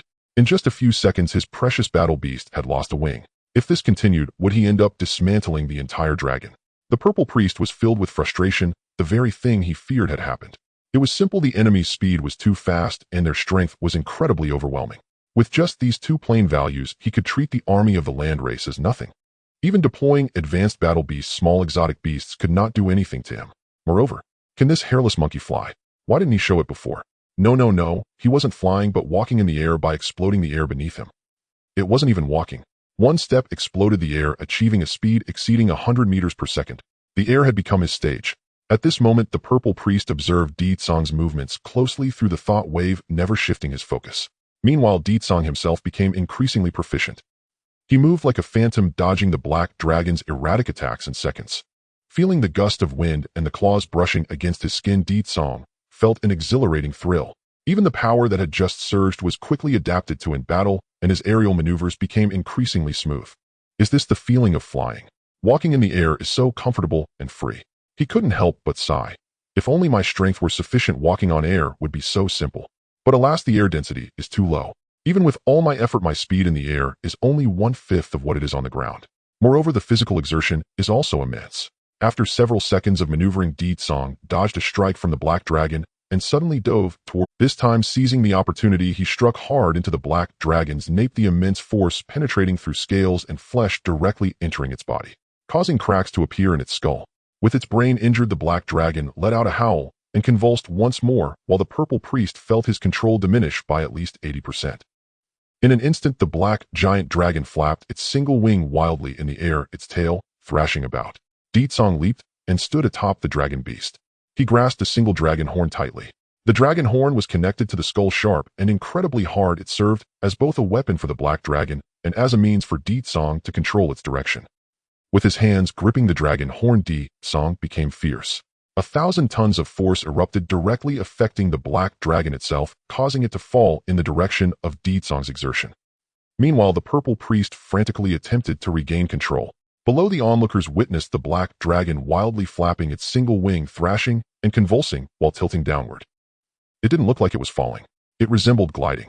Everyone watched as the several thousand-ton black giant dragon traced an abstract path in the sky, ultimately reaching above the city, smashed towards countless buildings and trees. The weight of several thousand tons descended violently, crashing directly into two symmetrical twin lecture buildings, followed by a violent explosion and collapse. What can I say?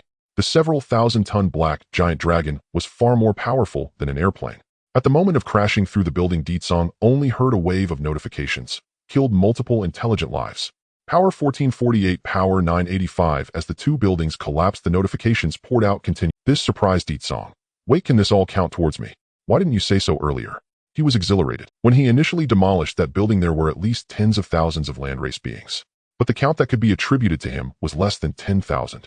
It could only be said that the dragon's breath had dragged him down. Thinking of this, Deetsong felt his blood pressure rising. Those landrace younglings are your kin. How could you beast be so ruthless to your own kind? You killed more than I did. Is there a reward for killing? If there's no reward, why kill at all? Now Deetsong seized the opportunity to make the black dragon pay its debts. Good fellow, come on, let me fly. Crash into that direction. Deetsong wildly turned the wheel. Thus the black dragon abstractly turned in the air, crashing towards another 100-meter tall building made of giant trees. Bang! The giant tree was snapped in half. The building collapsed and countless lives were lost. Killed multiple intelligent lives. Power 458, Deetsong. So few. Deetsong, utterly confused, controlled the black dragon to strike another ordinary building, and this time the feedback was much greater. Power 2558, watching the building break, half of it crashing to the ground, stirring up countless dust. Inside, the landrace beings were naturally dead beyond recognition. Deetsong understood the pattern. The population density of the giant tree building was too low. He had to fly around it. For this kind of concrete building, he had to specifically smash it. Thus, riding the black giant dragon, Deetsong showed no mercy, controlling it to violently crash into the eye-catching buildings in the city. With a body weighing several thousand tons, tearing through, not a single building in the city could withstand its charge. And because of this, Deetsong's kill count soared. Power 2144, power 1833, power 1420, power 927, power 511, power. Deetsong noticed that with each successive collision, his bounty count decreased. Meanwhile, the corpses among the ruins became increasingly sparse. The answer was simple. It wasn't a system malfunction, but rather that the land race was indeed a civilization, and a biological civilization, beast-taming civilization. Battle beasts going berserk was not a rare occurrence. Especially advanced battle beasts, small exotic beasts, whenever they went on a rampage in the city, they would take countless lives. Thus, countless shelters were built around the city. Looking back at Deetsong as time passed, more and more land race beings sought refuge underground, quickly leaving the streets and buildings empty. Boom! A building was smashed down by the Black Dragon. However, this time the system failed to respond at all. A hint of disappointment appeared on Deetsong's face. What a pity. No. One must learn to be content. He looked at the total number displayed by his system. Power 25399 2,500 tons of punching power. What an absurd amount. How long would it take to achieve this in the outer city? To bring so many oblivious beings to kill for himself? I have to say the alien races are indeed generous. Thank you. Deetsong grinned, gripping the dragon horn to maintain balance, then raised his right foot and stomped down hard. Bang. The power of a human's legs is 3 times that of a fist. With this stomp combined with the martial artist's force technique, over 7,000 tons of force instantaneously shattered scales and flesh penetrating into the skull. The Black Dragon immediately let out a wail and began to fall from the sky. Deetsong stood firmly atop the dragon's head, and before the dragon carriage steadied, moved again, stomping on its head at a speed that broke the sound barrier. He really had to steady himself. With Deetsong's current strength, just the recoil from his footwork would send him flying even if he struck the air. So he needed to hold on to the target while striking. The same was true for the dragon. Soon under Deetsong's efforts, the Black Dragon's skull shattered and crumbled. The brain matter was exposed and was brutally crushed by the immense force. The Black Dragon's enormous body began to convulse. Without a second thought, he replicated the scene of hunting and killing the mountain-shaking beasts, diving directly into the Black Dragon's brain to wreak havoc. After more than 10 seconds, the back of the Black Dragon's head bulged, bang, and burst open under the immense force. A figure landed holding a several-kilogram octopus, which was the land race's purple priest. Having captured a high-ranking member of the land race, Deetsong was about to interrogate him closely. Killed an intelligent life. Power 1 Deetsong. He looked at the centipede-like octopus in his hand. This thing had already exploded. Sorry, that was mine. The power surge was too much, I couldn't control it. Deetsong's face showed a hint of apology. He hadn't intended to kill him. In fact, if possible, he didn't want to kill any of these already mature elite land race beings. Although he didn't have a good impression of the alien races, it didn't mean he held animosity towards them.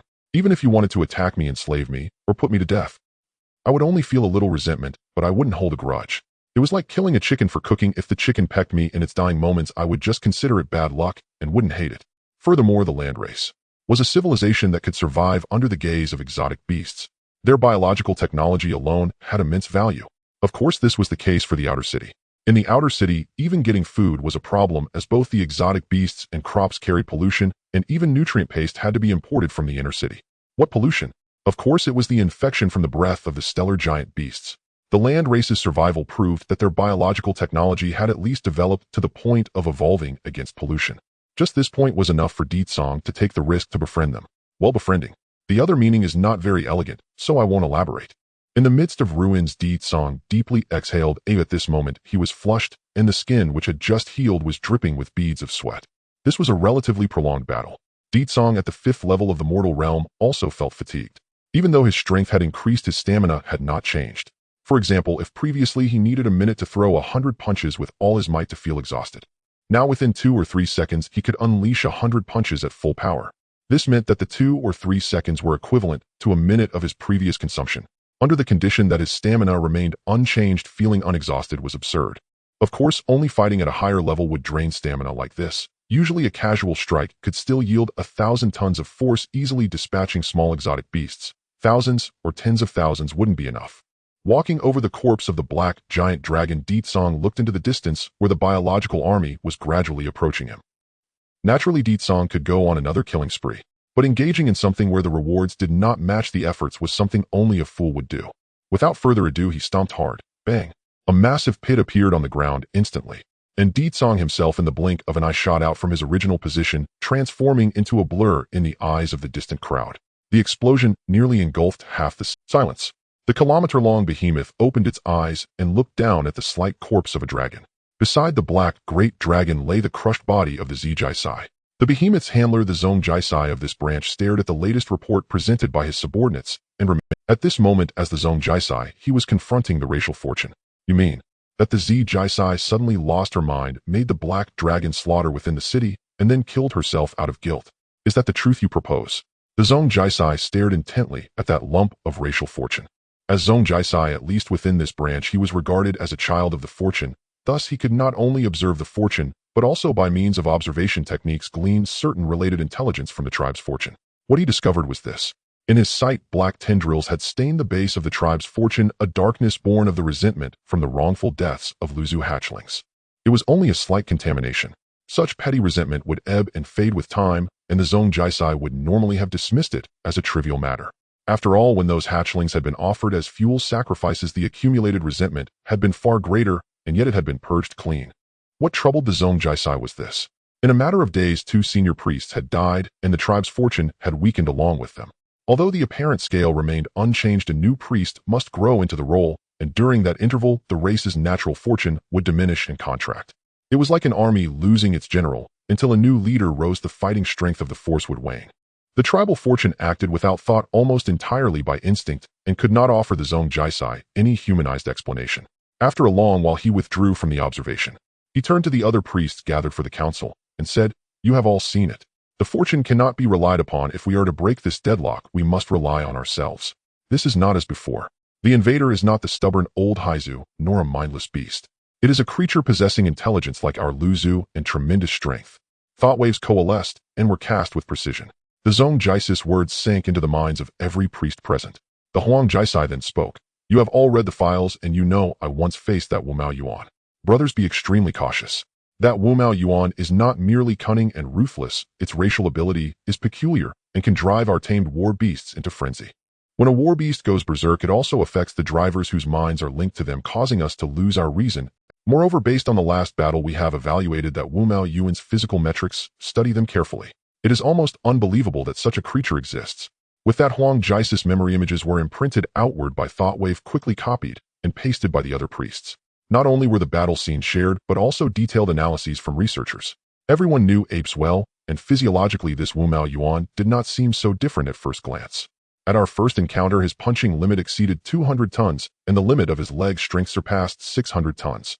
Those figures match exactly the data from the killer who slew the Huang Jiasai. This was the information packaged in Huang Jiasai's Thoughtwave. Previously, after the Huang Jiasai died, both his body and the Kaishan Heishi's corpse lay where they had fallen. By studying the surroundings and the corpses, one could deduce the killer's shape, height, weight, and strength with remarkable accuracy. From that point onward, the data matched. The Wumao Yuan that infiltrated the incubation ground was the same individual who killed the Huang Jiasai. Then this Wumao Yuan toppled the teaching building. Tens of thousands of students inside perished by the thousands. From that moment, its metrics changed drastically. With other indicators unchanged, its strength figures began to climb frantically. Its punching force reached 1,000 tons. Its leg strength exceeded 3,000 tons. At full exertion, its top speed neared 900 meters per second, more than twice the speed of sound. The priests' faces grew grave. Though they suspected the Wumao Yuan was powerful, tangible data forced their realization. To be honest, such numbers were not terrifying by themselves. The war beast the priests commanded could readily reach tens of thousands of tons and could flatten that ape with a single strike. Yes, provided they could land a blow. The problem was precisely that they could not hit it. Even so, with superior war beasts, they might remain unbeaten. After all, with a Kiora guarding their bodies, a Wumao Yuan could not breach their defenses. Approaching was dangerous, even for the controller himself. Yet, even seeing that Wumao Yuan could send a war beast into a frenzy. To preserve sanity, the Zong Jiasai had to switch to 100% direct control when facing it.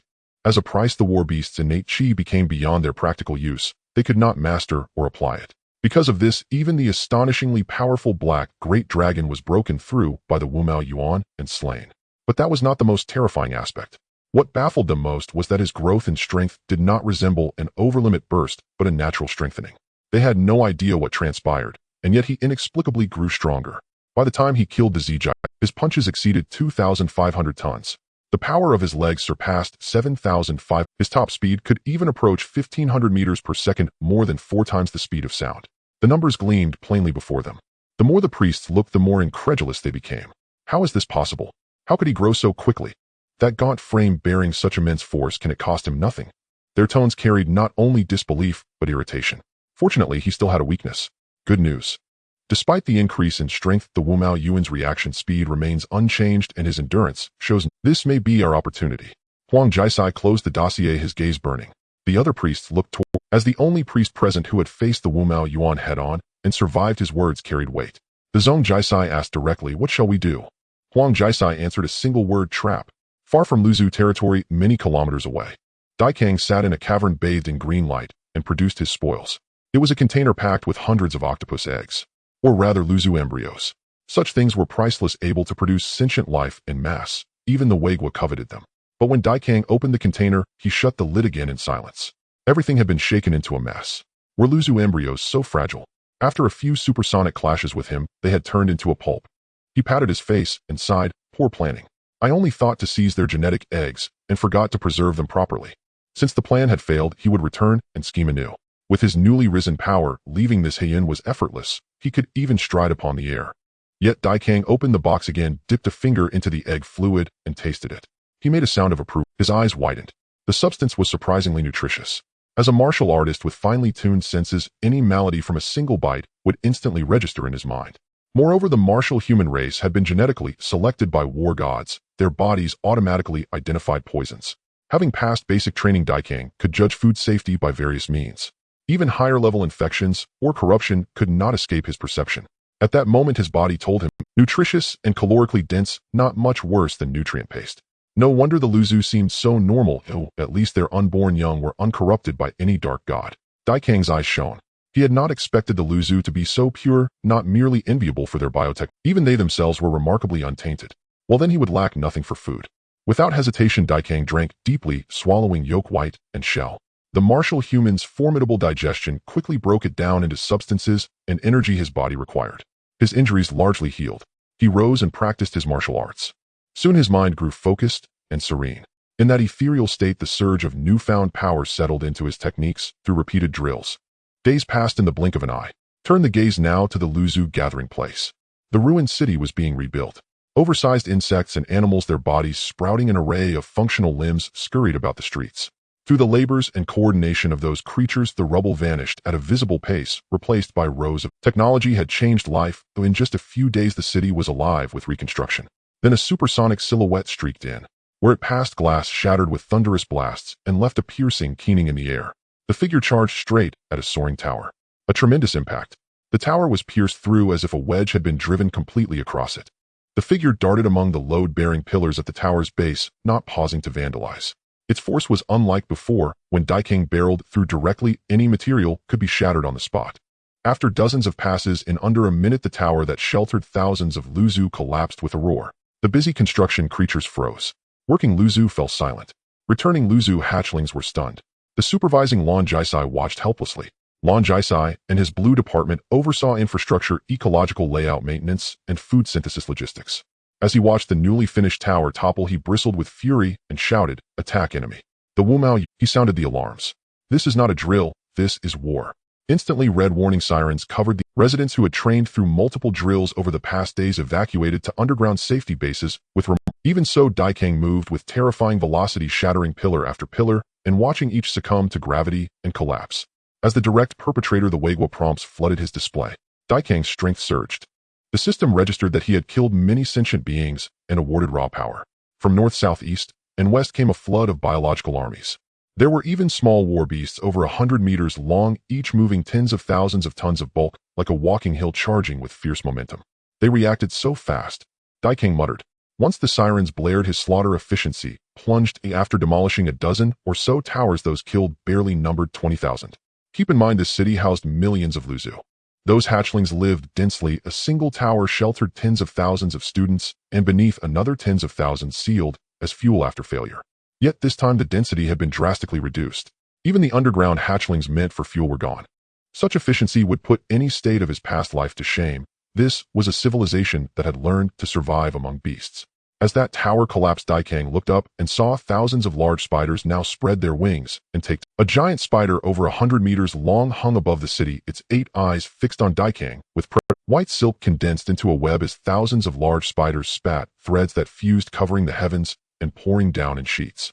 From all directions, countless poison needles were shot, like a hail of arrows blackening the sky. Thousands of purple fireflies swarmed and at a distance detonated themselves. A purple mist spread in an instant. Daikang felt with clarity the unfolding net of traps closing in from sky and earth. Within 10 minutes of his appearance, the city's buried defenses all activated, and surrounded him in the blink of an eye. Around him lay saturated strikes that alone made the scalp tingle. Cang glanced at the Wagwa readout. It displayed his strength as 43,855. His punching power amounted to 4,300 tons. 1,000 traps, innumerable targeting schemes. Did they think he could not break them by force? A spiderweb. Song had felt it before, like the transparent spiderweb atop the dome that had intercepted him earlier. Those things woven at the peak of the black abyss can be used to prevent falling objects and also to intercept attacks from birds and beasts. To stop Song was purely a matter of luck. This time, however, the trap was not the previous transparent web, but a common pure white color. But, without touching it, Song could guess. The toughness and stickiness of these spider webs were probably far superior to those of the transparent ones. His power had just surged, and he was not afraid. But one must always be cautious. With this in mind, Song had no intention of confronting it head-on. In the next moment, he pushed off the ground, and as the earth erupted beneath him, he shot forward at a speed surpassing sound, vanishing from his original spot in the blink of an eye. Before the spider web descended upon him, a rain of poisonous needles arrived first. Unlike previous skirmishes, Song now faced a well-coordinated army of the Land Clan. The difficulty was like night and day compared to before. The sky was filled with poisonous needles shooting forth at supersonic speeds, each needle carrying potent toxins aimed at small exotic beasts. Clearly, the Land Clan no longer sought to capture alive, but to kill. However, faced with countless incoming poisonous needles, Song only did one thing. He outstretched his hands and clapped. Bang! A colossal force erupted, the supersonic clap transforming into a violent shockwave that rippled outwards in all directions. The poisonous needles that were close to his body were swept aside by the shockwave created by this clap, scattering chaotically. A wave of poisonous needles was saturated across the sky. Song emerged unscathed. However, his steps halted at the edge of the battlefield. His expression now bore a hint of hesitation. The reason was simple: a vast area before him was covered in corrosive poisonous mist. The poison may be small, but the corrosion is significant. At that moment, the ground trembled. A massive centipede over 10 meters long burst forth from the earth. Upon seeing Song, it charged at him recklessly, disregarding its own life. This made Song's eyes light up, a good thing. In the next moment, facing the charging centipede, Song reached out, and his wrist broke through its steel-hard shell, penetrating into its flesh. Got it. Immediately after, Song swung the centipede around. Hockey centipede whirlwind. The centipede emitted an incomprehensible shriek, and then this 10-meter-long centipede posed no threat to Song, instead being flung away like a fan. Any ground-digging centipedes that touched or brushed against it were instantly killed. Besides that, as the centipede whirled, a fierce wind was generated, dispersing the thick, encroaching purple poisonous mist. When sleep comes, a pillow is provided. Thank you. Watching the poisonous mist disperse, Song's face blossomed with a heartfelt smile. But in the next moment, his brow furrowed. Something was wrong, very wrong. Would the enemy be so kind as to provide him with a fan? Then the ominous premonition proved true. A twinge of pain shot from his wrist on the ground. He flung the centipede away, and when he opened his palm, he saw the centipede's juices dripping onto the ground, instantly corroding a pit. His palm even had a whitish hue to its skin. It felt as if it had been burned by strong acid. However, as soon as the injury appeared, it began to heal. Such minor wounds akin to a scraped skin vanished within seconds. Song, I overestimated you. Had it been his former self, he could have indeed stumbled. Unfortunately, his defense had risen along with his power. The strong acid within these centipedes was already quite remarkable to break through his defenses. But that was all. Clearly, the enemy's traps could not keep up with his strengthening speed. So, Song looked up at the sky. In the sky, a massive amount of white spider webs were about to descend, while numerous spiders above were continuously spinning silk, as if they intended to completely drown the entire area in webs. He lifted his foot and unleashed a supersonic kick. Apart from the high-frequency shrieks of supersonic speed, the tip of Song's kicked foot glowed red from aerodynamic heating, with a temperature exceeding 2,000 degrees. High speed, high temperature, 10,000 tons of kicking power. With this kick, even mountains and terrifying beasts would be sent airborne. The spider webs overhead shattered instantly before this fierce kick. The shockwaves surged outward as if a high-energy explosive had detonated, shattering and sweeping away the surrounding dust, corpses, and spider webs. With that single blow, there was no longer any threat within several dozen meters. However, this was not over yet. He looked up at the giant spider 100 meters long, suspended in the transparent spider webs a kilometer high. Then Song bent his knees and pushed off the ground. He shot upwards like a cannonball, soaring towards the sky. The giant spider, like a hypersonic missile, Song's body broke the sound barrier in an instant. Not satisfied, he began to stomp the air at a rate of 10 times per second. Air exploded, and his speed surged again. The spider web barrier ahead was torn apart layer by layer. In less than a second, Deetsong reached the tail end of the giant spider at nearly 6 Mach, directly breaking through its body and crashing inside it. Like digging through a tunnel, he advanced relentlessly. The giant spider's innards, bones, and flesh were as fragile as paper before Deetsong's overwhelming 4,000 tons of strength. In the end, in just a few seconds, the spider's head burst open with a thunderous crash. Deetsong emerged holding a 100-legged octopus through the shattered head. On the other side, Deetsong's performance was of course observed by the various priests outside the battlefield. They saw that the hairless ape merely clapped its hands, and the shockwave dispersed the overwhelming rain of poisonous needles. The strong acid centipedes meant to ambush had done nearly no harm to that hairless ape. The toxic mist concealed with ulterior motives was effortlessly cleared. The spider silk, theoretically capable of withstanding thousands of tons of tension, was likewise torn apart by him. This hairless ape even soared upwards, directly killing a high-ranking battle beast of the Land clan. Along with it, the blue priest inside also met his end. The blue priest was captured, not dead. The orange priest, who had a good relationship with him, couldn't help but say, "I think he still has a chance. That hairless ape is terrifyingly strong. Perhaps we could negotiate with him." Finally, some of the Land clan felt that continuing to fight was purely a losing proposition. The orange priest managed the economy, while the blue priest oversaw construction. The two complemented each other and had a good relationship. Thus, different thoughts emerged in the orange priest's mind. Instead of continuing to sacrifice, why not negotiate? However, absolutely not. A small mountain approached. That was the high-ranking battle beast, the golden-bodied giant rhinoceros weighing tens of thousands of tons.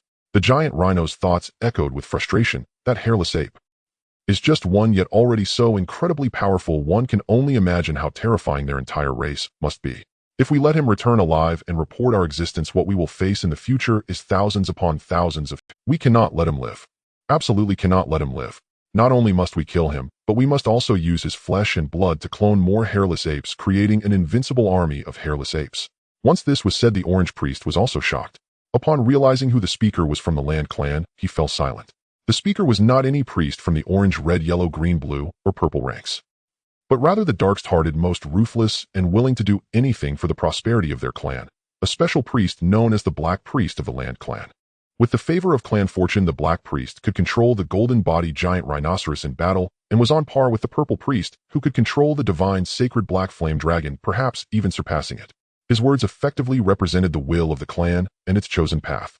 Even the Grand Priest would not outright contradict his speech. "All right, I will listen to you. Black Priest, what do you plan to do?" Soon a black giant snake, several hundred meters long, approached the giant rhinoceros, moving with legs like a centipede. The speaker was the Green Priest of the Land clan, a scientist overseeing genetic modification and various research. The giant snake he controlled was both a high-ranking battle beast, a small exotic beast, and had undergone biological modification. Just in time, the Black Priest spoke solemnly. "Bring out everything from your laboratory's reserves. Even if we turn the entire city into ruins, we must eliminate that hairless ape." "Are you sure?" The Green Priest chuckled. "What about the sacrifice this year if the entire city is filled with countless young ones? If the quantity isn't enough, then we'll make up for it with quality. If this city truly becomes a wasteland, the next batch of sacrificial offerings will have to be selected from our clan's elites. At that time, resentment will solidify into substance, and clan fortune will take decades to recover. Our expansion plans will even be affected. How do you plan to explain this to the other branches? And to the main branch?" The Green Priest, a tech-savvy individual, would dare to challenge anyone. For him, there were no social niceties, only research outcomes. However, he had a point. "It's simple. I can sacrifice myself, can't I?" The Black Priest declared loudly. "I advocate, I take responsibility. Next time we sacrifice, I will not only volunteer as an offering, but also return the favor of clan fortune, minimizing the impact of resentment. At that point, even if all beings harbor resentment, it will only be directed at me, and I will bear all the consequences." Upon hearing this, the Green Priest fell silent. Just as his character suggested, the Black Priest would not shy away from the most extreme means to achieve his goals, even if it meant sacrificing himself.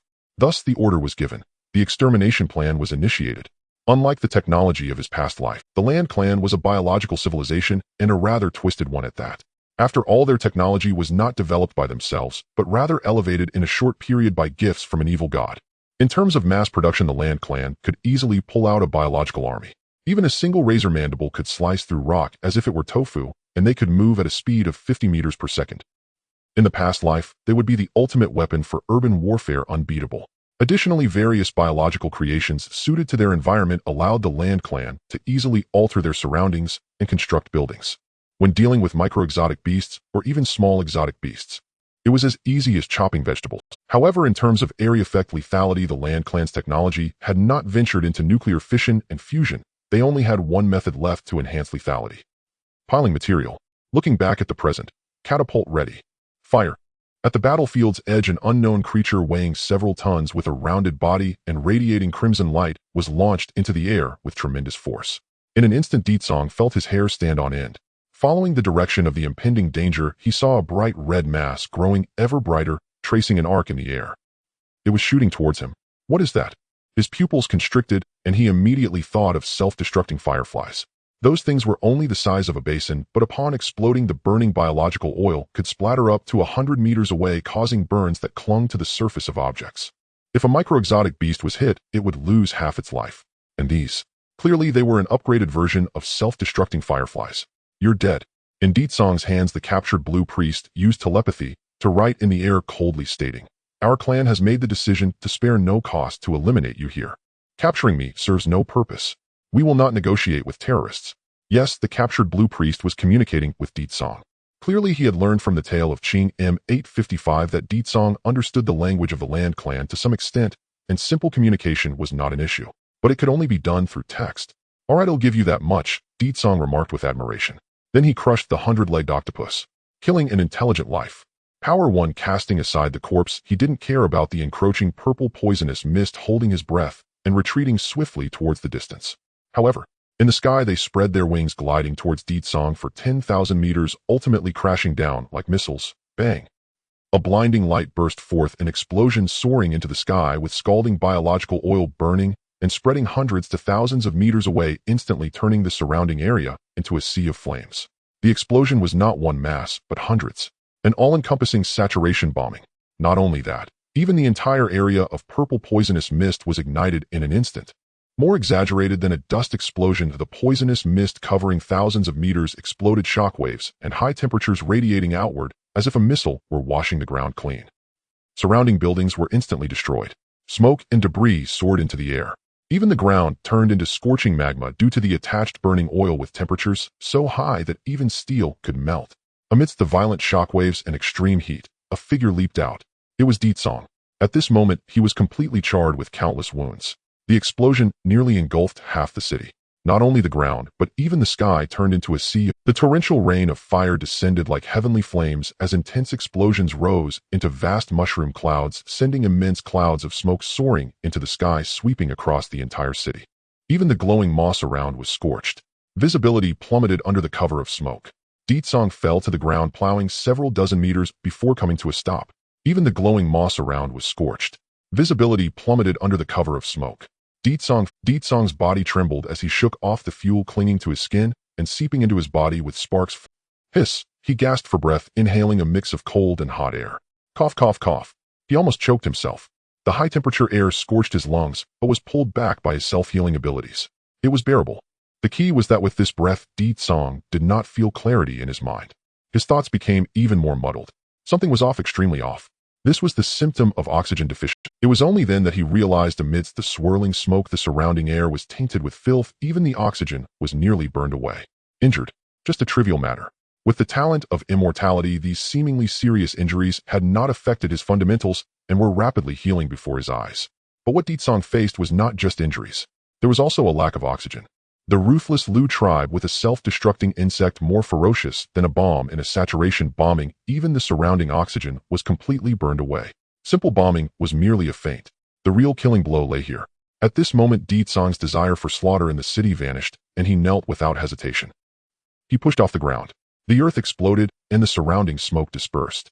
Deetsong shot forth like a cannonball, the already resistive air now transformed into larger particles of dust. In the supersonic displacement, he struck against Deetsong's body. His already battered body experienced excruciating pain akin to slow slicing. Deetsong's expression twisted in agony. Despite this, he still sprinted at full speed, covering nearly 2 kilometers in a second, the scenery around him becoming exceedingly blurred. Along the way, obstacles were forcefully smashed aside. Yet with the intense movement, Deetsong felt his mind becoming increasingly unclear, as if he might collapse at any moment. Something was wrong. Deetsong suddenly realized that though his brain was chaotic, he could still manage a semblance of clarity, as if he had endured 3 sleepless nights and desperately needed to close his eyes. But ultimately his brain had not completely shut down. It remained at a dangerous critical point. So that's how it is. Deetsong suddenly became aware of something quickly halting his steps and reducing his bonus energy consumption to the minimum. Sure enough, the chaos and blur in his brain began to dissipate, clarity returned, and his IQ reclaimed its ground. It was immortality. Although it was only a grade, this talent was genuinely immortality, not some rapid. His self-healing abilities were not on par with those of dedicated healing talents. But what about his He suddenly realized that when his bonus functions dropped to the critical point, this immortality talent could urgently lock his blood, and on that basis slowly restore his blood volume. If the rate of blood loss exceeded the rate of recovery, then he would certainly die, nothing more. Conversely, he could survive. Deetsong then discovered that whether due to lack of oxygen, water, or food, at least this immortality talent could barely keep him alive. Realizing this, Deetsong immediately collapsed. Did it succeed? The Black Priest appeared somewhat excited. This round of bombing turned half the city into ruins. Smoke spread throughout the entire city. Although the technology of the Lu tribe had not yet reached the atomic level, and they couldn't make nuclear bombs, they had plenty of weapons beneath that. There was plenty to go around.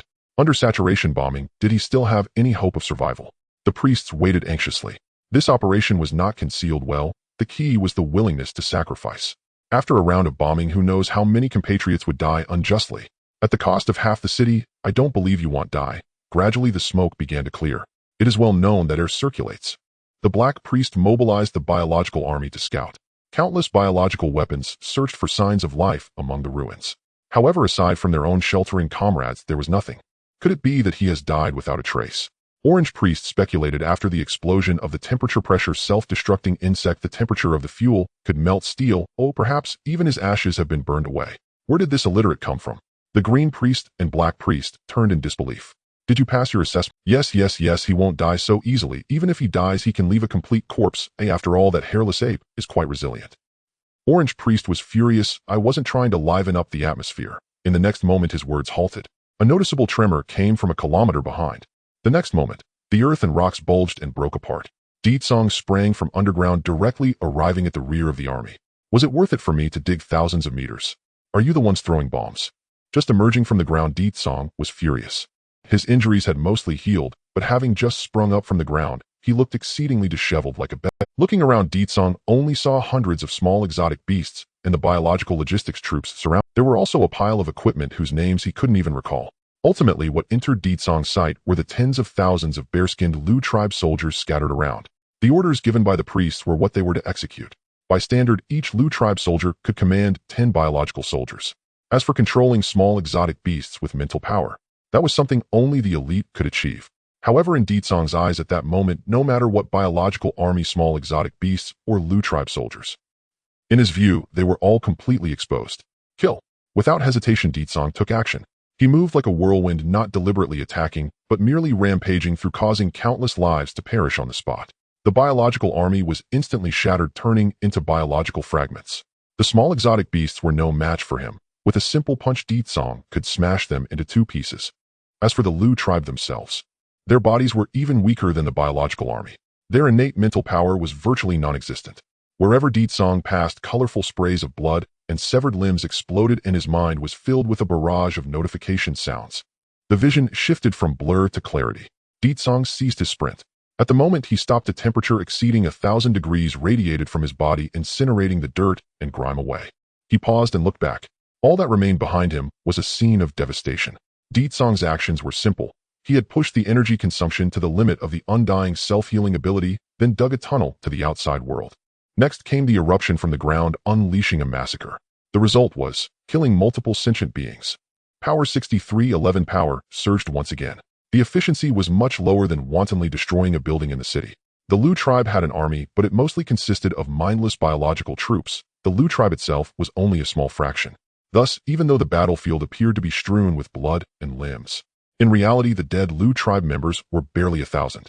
Deetsong glanced once more at the power granted to him by the cheat. Power 50167, whom it had already surpassed 5,000 tons.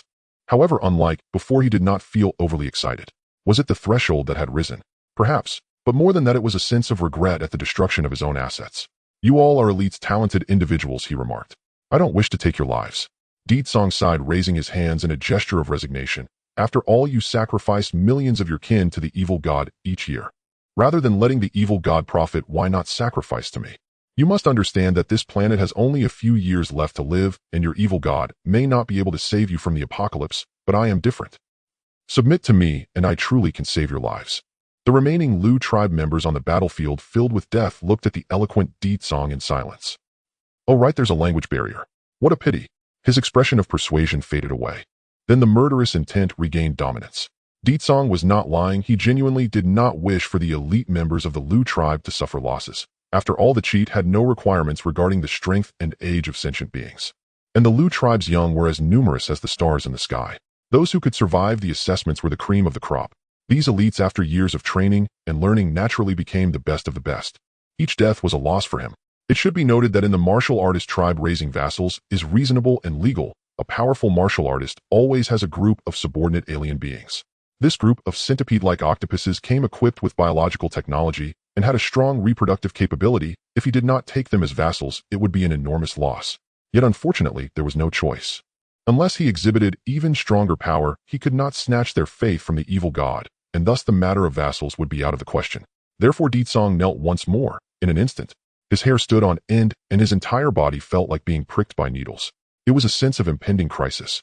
In the next moment, he leaped into the air. A blazing white beam erupted from 10,000 meters away, transforming into a massive beam of light that instantly covered the spot where Deetsong had originally stood. Not only that, the beam was immensely thick, and in a sweeping motion it engulfed the entire battlefield. The biological army inside, along with various remnants of flesh and blood, were evaporated into ashes in an instant. The thick beam shot upwards, resembling an indestructible sword, instantly cutting and obliterating everything in its path to dust. As for Deetsong, at that moment he had just knelt and leapt, propelling himself over a kilometer, smashing through layers of transparent spiderwebs. The thick beam narrowly swept beneath him. No. Deetsong looked down. His knees slowly began to tingle. Following that was pain, and the blood gushing from the wound. Hiss! Damn it, it wasn't his knees that were the problem. It was that he only had his knees left. Below the knees, it was as if something sharp had cut them cleanly off, and blood gushed from the smooth cut. In an instant, Deetsong focused his thoughts, tensing his muscles to stop the bleeding. But he was completely dazed. What? What happened? Were you not climbing a biological technology tree? Where did the laser come from? No, it was not a laser. At least a laser would be hot, and the resulting wound would be charred black, not severed. The recent attack resembled something from a textbook. A bad premonition surged in Deetsong's mind. Sticking to the transparent spider web, he looked toward the source of the attack, 10,000 meters away. Inside the distant canyon, a massive head emerged, its giant eye fixated on him. Next, under the intense gaze, the colossal body slowly rose from the canyon, ultimately revealing its towering figure as tall as the Time Mountain. Boom! The ground trembled under the movement of the monster. Countless stones fell around the cliff, and a monster whose shape, race, and features were indescribable emerged from the canyon. The gaze fixed on Deetsong was filled with unmasked, murderous intent. Medium-sized alien beast, corrupted bone dragon, evolved to a medium-sized alien beast. The godly bloodline it contained has almost dissipated and can only be seen in its appearance the traits of its past godly bloodline. The bone spines of the corrupted bone dragon carry a strong corrosive quality. If accidentally scratched by its bones, the injured part must be immediately discarded to prevent the spread of poison.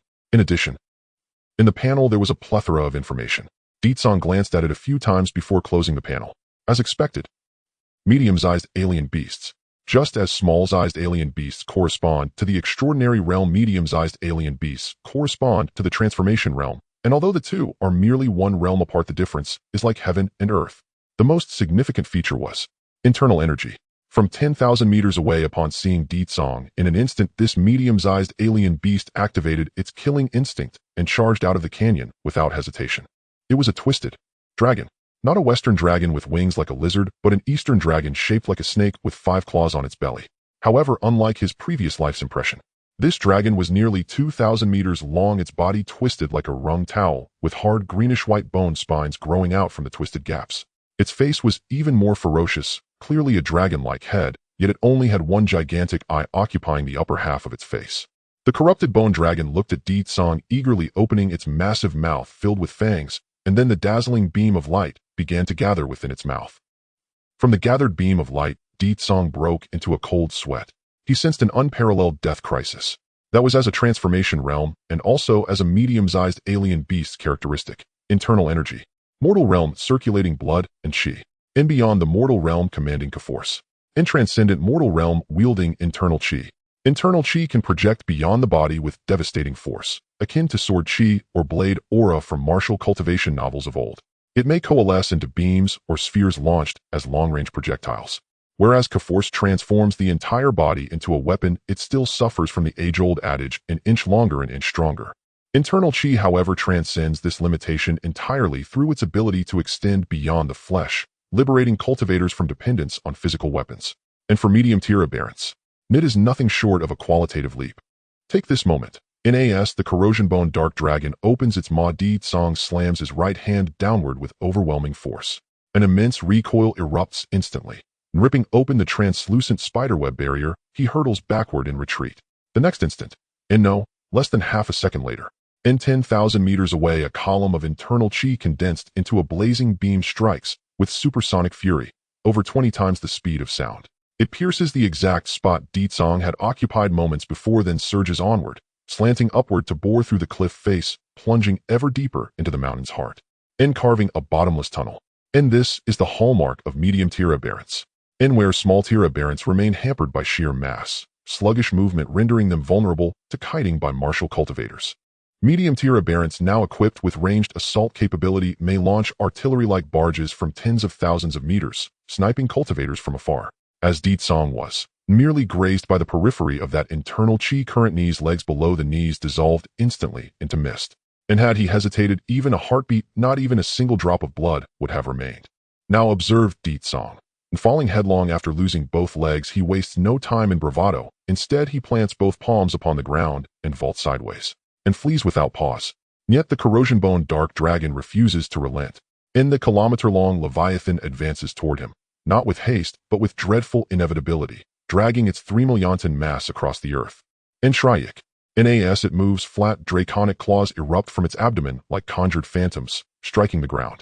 Not one, but hundreds sprouting in an instant across its vast abdominal expanse. Meanwhile, countless skeletal fragments along its body morph into insectoid limbs, swarming down to anchor and lift its colossal frame, and propelling it forward at astonishing speed. The movement of such a 1-million-ton behemoth shakes the black abyss like an earthquake. The dragon's furious roar reverberates across the land, unleashing gales that rage outward for tens of thousands of meters. Far away within the city, priests watch the spectacle, their hearts trembling. An orange priest cries out elated, it's the Grand Priest. And our clan's sovereign war beast. Trembles the Black Priest. In green priest groans, has the Grand Priest lost his mind? That is the sovereign war beast. Even the Grand Priest can only sustain a symbiotic bond, not absolute control, and if provoked by that hairless ape, it'll erupt into unbridled frenzy. And at those words, the two priests beside him finally grasp the truth. Nah, yes, that's precisely how it is. Unlike ordinary war beasts, the sovereign war beast, a medium-tier aberrant, can freely reshape its form. Adding new organs is little more than instinct. No, is instinct. It possesses no true vital weak point, and thus no genuine brain for the Grand Priest to dominate. Hence the Grand Priest's role is merely that of an internal resident, guiding and pacifying the sovereign war beast through chemical stimulation, nothing more. For this reason, even as that hairless ape rampages unchecked and the Liu clan dares not deploy their sovereign war beast, lest provocation trigger cataclysmic wrath capable of erasing an entire branch lineage. And for this very reason, this unbound medium-tier aberrant retains its innate mastery of internal chi. And the Grand Priest acts with deliberate purpose. In Black Priest realizes, observe, the hairless ape fleeing the sovereign war beast's pursuit has plunged deep into the black abyss. And naturally the sovereign war beast follows in pursuit. Yet even as he speaks, his voice quavers. And for if that hairless ape simply reversed course, rampaging straight into the city, then onward to others, this entire branch lineage would be doomed. And indeed, the Grand Priest's ambush stakes everything, the fate of the entire lineage, the outcome. And though the ambush failed, the result remains favorable, and at least the hairless ape fled. And surely, having lost both legs, he will struggle to evade the sovereign war beast's relentless chase. Perhaps. And the three priests gaze into the distance, where the sovereign war beast crawls low to the earth, its body jetting torrents of internal chi backward, surging its velocity to staggering heights. A 1-million-ton mass accelerating beyond the speed of sound, approaching triple Mach, covering a full kilometer each second. Yet that hairless ape, even limbless, appears to outrun it. And doomed, and preposterous. This is a medium-tier aberrant, a being rivaling the transcendent mortal realm, never surpassing ordinary cultivators of that realm by half. Di Tsang sprints inverted, balanced on his hands, arms blurring with motion, the landscape whipping past in a dizzying rush, darting through rubble fields, using terrain to conceal his path. But a medium-tier aberrant's hatred is not so easily shed. In from behind, violent tremors surge forward. In roar, in fury incarnate, accompanied by sweeping internal chi bombardment. The corrosion-bone dark dragon slows, replacing speed with precision. Dense internal chi condenses within its colossal maw, locking onto the last known hiding place. Deetsong vanished into infin launch. A compressed sphere of internal chi rockets forth faster than any intercontinental missile. Impact inevitable. Boom. In like a nuclear detonation, the sphere erupts, shattering everything within a kilometer radius. In the shockwave rages outward, devastating all within 10,000 meters, enveloping the surroundings in a choking shroud of dust and debris. And where is Deetsong? Has he been reduced to scattered ash? Within the corrosion-bone dark dragon's body, psychic waves expand, vast commanding emanating from the Grand Priest, scanning 10,000 meters in every direction. In the kilometer-long beast scans left and right, pondering whether its quarry lies dead and whether its hatred will soon dissipate. And found him. The hairless ape is there. In the Grand Priest's psychic command resonates directly within the dragon's consciousness. Swish. Nit's head whips around, locking eyes upon a solitary figure slipping stealthily through the smoke-choked haze kilometers away, moving just beneath sonic speed. In roar. And without hesitation it draws breath. Nand launches another searing sphere of internal chi. In an instant, a kilometer-wide zone collapses into utter ruin. Boom, boom, boom. The black abyss seemed to be experiencing a series of continuous nuclear explosions. Intense mushroom clouds rose from the distance, and the ground trembled as if it were an earthquake, with giant shadows flickering amidst the smoke and dust. The culprit behind this apocalyptic scene was the internal energy bomb of the corrupted bone dragon. At the moment of detonation, the internal energy would transform into fierce gale winds, spreading in all directions and shredding everything within a 1,000-meter radius into fragments. As for the shockwave, it spread at supersonic speeds, with the intense waves capable of covering a radius of 10,000 meters, blowing everything within it either directly away or into disarray. Regarding the explosive fireballs and mushroom clouds, they were merely byproducts after the reckless bomb. In a radius of several tens of thousands of meters, there was not a single intact place left. The corrupted bone dragon was undeterred. It lay down, rolling and writhing with its nearly 30,000 tons of massive body. Instantly, under the incomprehensible force of its crushing power, the surrounding environment, the already ravaged ruins, were ground into powder by the corrupted bone dragon. All hiding places turned to dust, even underground. Under the weight of the 30,000 tons of the corrupted bone dragon, anything that dared to remain underground would be crushed flat. So powerful. This scene left the high priest guiding the corrupted bone dragon feeling emotional. This guy was never this crazy when hunting before. It turns out, when the clan's battle beast goes berserk, its destructive power is even more astonishing than I imagined. Indeed, this is the true power of a medium-sized battle beast. When it goes all out, it can truly reduce an area of several tens of thousands of meters to powder. Its massive body, merely moving, could not be resisted even by the entire strength of the Land Clan. At the same time, the high priest's mental wave spread, reaching a scanning range of 10,000 meters. This time, whether in the sky or underground, and in other places, there were no moving figures. Is he dead? The high priest activated the observational perspective, trying to find the answer from the clan's fortune. However, his question only brought greater confusion. Why was he using the clan's battle beast to go mad? This isn't even a time for military drills. The high priest. I can only hope for you. Retracting his gaze, he felt baffled. He initially thought the enemy had blocked the exploration on the fortune level, but unexpectedly, even if that guy was defeated or dead, the clan's fortune showed no signs of change. It still appeared as prosperous as ever, as if the future was bright, showing no signs of the chaos after their invasion. Returning to reality. Roar. The corrupted bone dragon continued to roar madly. It was not so easily stopped after falling into a second rampage. Not only was it surveying its surroundings, but it also gathered compressed internal energy in its mouth, and even as it gazed toward the distant cities of the Land Clan, murderous intent surged within. Good boy, he's already dead. You did great, really great. Let's go back and take a nap. The high priest hurriedly sent out waves of thought to calm it. Fortunately, despite its fierce appearance, the corrupted bone dragon was ultimately just a mindless beast. After a series of calming waves, its murderous aura gradually receded. It then began to move, dragging its 30,000-ton weight slowly toward the canyon. In the city, many observing members of the Land Clan breathed a sigh of relief. Thank goodness, thank goodness. The clan's battle beast was not angry. As long as it was slightly displeased, even a small tantrum could easily bring casualties in the tens of thousands or even hundreds of thousands to the Land Clan.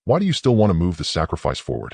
His words prompted nods of agreement from the other priests. Now 3 priests from the entire branch are dead, and the casualties among the people and young ones are severe. Even the clan's battle beasts have been personally dispatched. Having paid such a heavy price to kill that hairless ape, it is one thing not to rest and recuperate, but to move the sacrifice forward. How heavy must the resentment of the people be? Wouldn't the clan's fortune be tainted? What if the main branch comes to hold us accountable? Look here.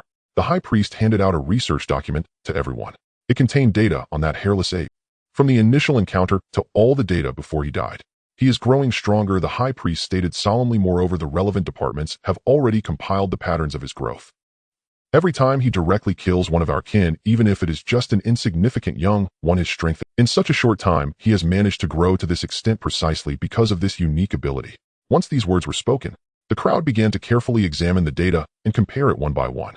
They were shocked to discover that the high priest was telling the truth. That hairless ape can indeed grow stronger. I support the high priest's proposal. Priest Hay said gravely, the hairless ape. That executioner may be dead, but let us not forget. Behind him is an entire race. An intelligent race, just like us. Just one hairless ape has caused us such severe losses. What if there are more hairless apes? If they knew that they could gain power by killing our kin? What kind of nightmare would our clan, the Lu clan, face? Upon hearing this, the other priests finally reacted. Indeed, that creature is not alone. There is an entire race. The reason we haven't seen other hairless apes is likely simple. This one hairless ape became greedy and did not report the information of the Lu clan to its race. He is indulged in the thrill of gaining power through slaughter, naturally not wishing for others to share in the spoils. As for why that creature can gain strength through killing, I don't know, unclear, incomprehensible. There are countless star deities in the universe. Perhaps their race worships a certain star deity able to gain power through killing as part of a ritual. On the side of the Sea clan, they can actually do similar things. While everyone was surprised by the uniqueness of the hairless ape, they did not find it particularly unscientific. They even accepted it quite quickly, gaining strength through slaughter. Moreover, one cannot gain power by killing war beasts or biological weapons. Only by killing our kin does the strength increase. What are the conditions intelligent beings? How can such an extreme race exist in the world? They are simply the enemies of intelligence. The Lu clan cannot tolerate them. The priests were emotionally discussing this matter. The tension was palpable. In the end, the high priest calmed them down and spoke, everyone, do not panic. The Research Institute has provided a model. If their race relies on slaughter to gain power, it indicates that their population must be very scarce. To gain power by killing one's own kind is unavoidable at this point. Furthermore, the hairless ape also has significant weaknesses. He is not strong. Upon hearing this, the expressions of the priests varied. Not strong. In an unknown fight, none present could defeat him. In a brawl, even an army could not stop him. In the entire branch, only the clan's battle beasts alongside the high priest could kill that hairless ape. You actually say he is weak. Strength is relative, the high priest said. Even if he were 10 or 100 times stronger, he could not possibly be a match for the clan's battle beasts. By that logic, the race behind him is probably also limited in strength. After all, apes are mammals with long gestation periods, only able to bear a handful of offspring at a time, making their efficiency too low. Even if they grow stronger through killing each other under the premise of having a small total number and only being able to slaughter intelligent beings. Even if strong, this group of hairless apes cannot be that powerful. Is that so?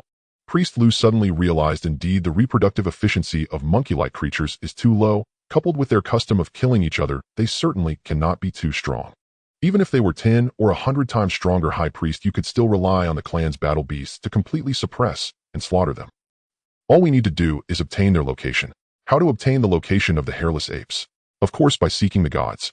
Everyone offers sacrifices and faith to the star deities. The gods will also reward the Lu clan with technology and strength. As long as we ask the deities for help and offer enough sacrifices, they would be willing to intervene. At least for the past 100 years, everyone has been doing it this way. Whenever the Lu clan encounters something they cannot handle, they offer sacrifices to the gods. Priest Hay said loudly, this is a war of races, a gamble on the fate of our entire clan. While they have yet to rise, we must eliminate the enemy in its infancy. With this stance, the other priests echoed in agreement. After all, this matter cannot simply be ignored. An intelligent race capable of gaining strength through slaughter. You tell me, can they be left alone? If they discover the Lu clan and are given a little time to develop, the entire Lu clan could be exterminated. Fight. We must fight. No rest until the end.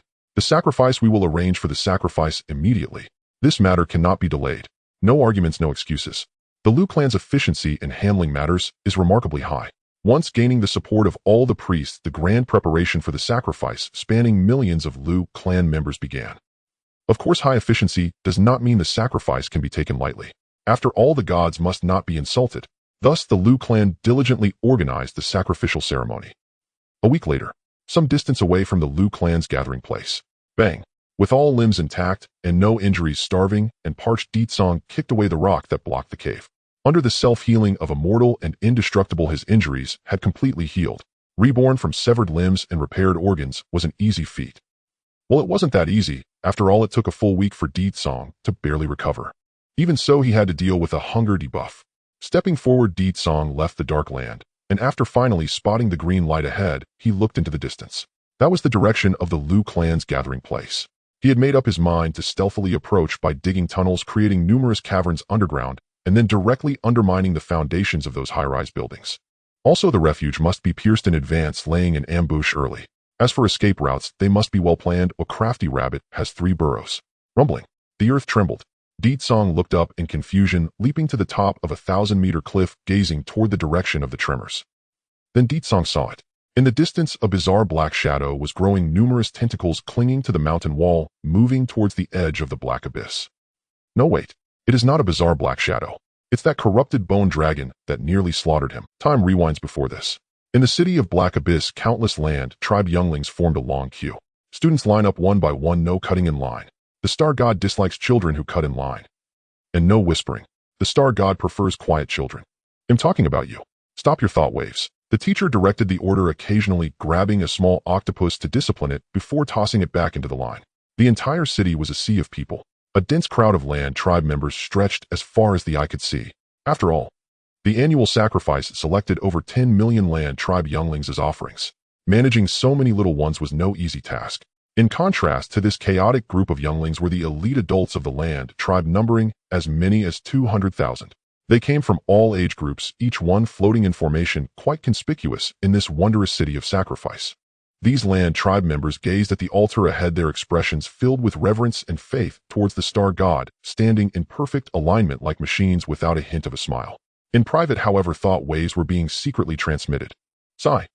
I'm just a little over 5 years old, in the prime of my youth, meant for serving the tribe. The higher-ups are truly muddled to have chosen me as a sacrifice.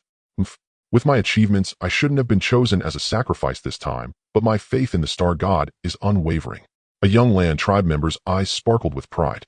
Therefore, I deliberately performed poorly just to serve the star god early. So you did poorly and made up so many excuses. Another land tribe member expressed disdain. Sigh. The star god almost grants every wish to our tribe, yet we offer the old, weak, sick, and disabled as sacrifices to the deities. Every time I think of this, my heart feels uneasy. This land tribe member was genuinely devout. He then looked towards the altar and continued to pray. The deities do not care.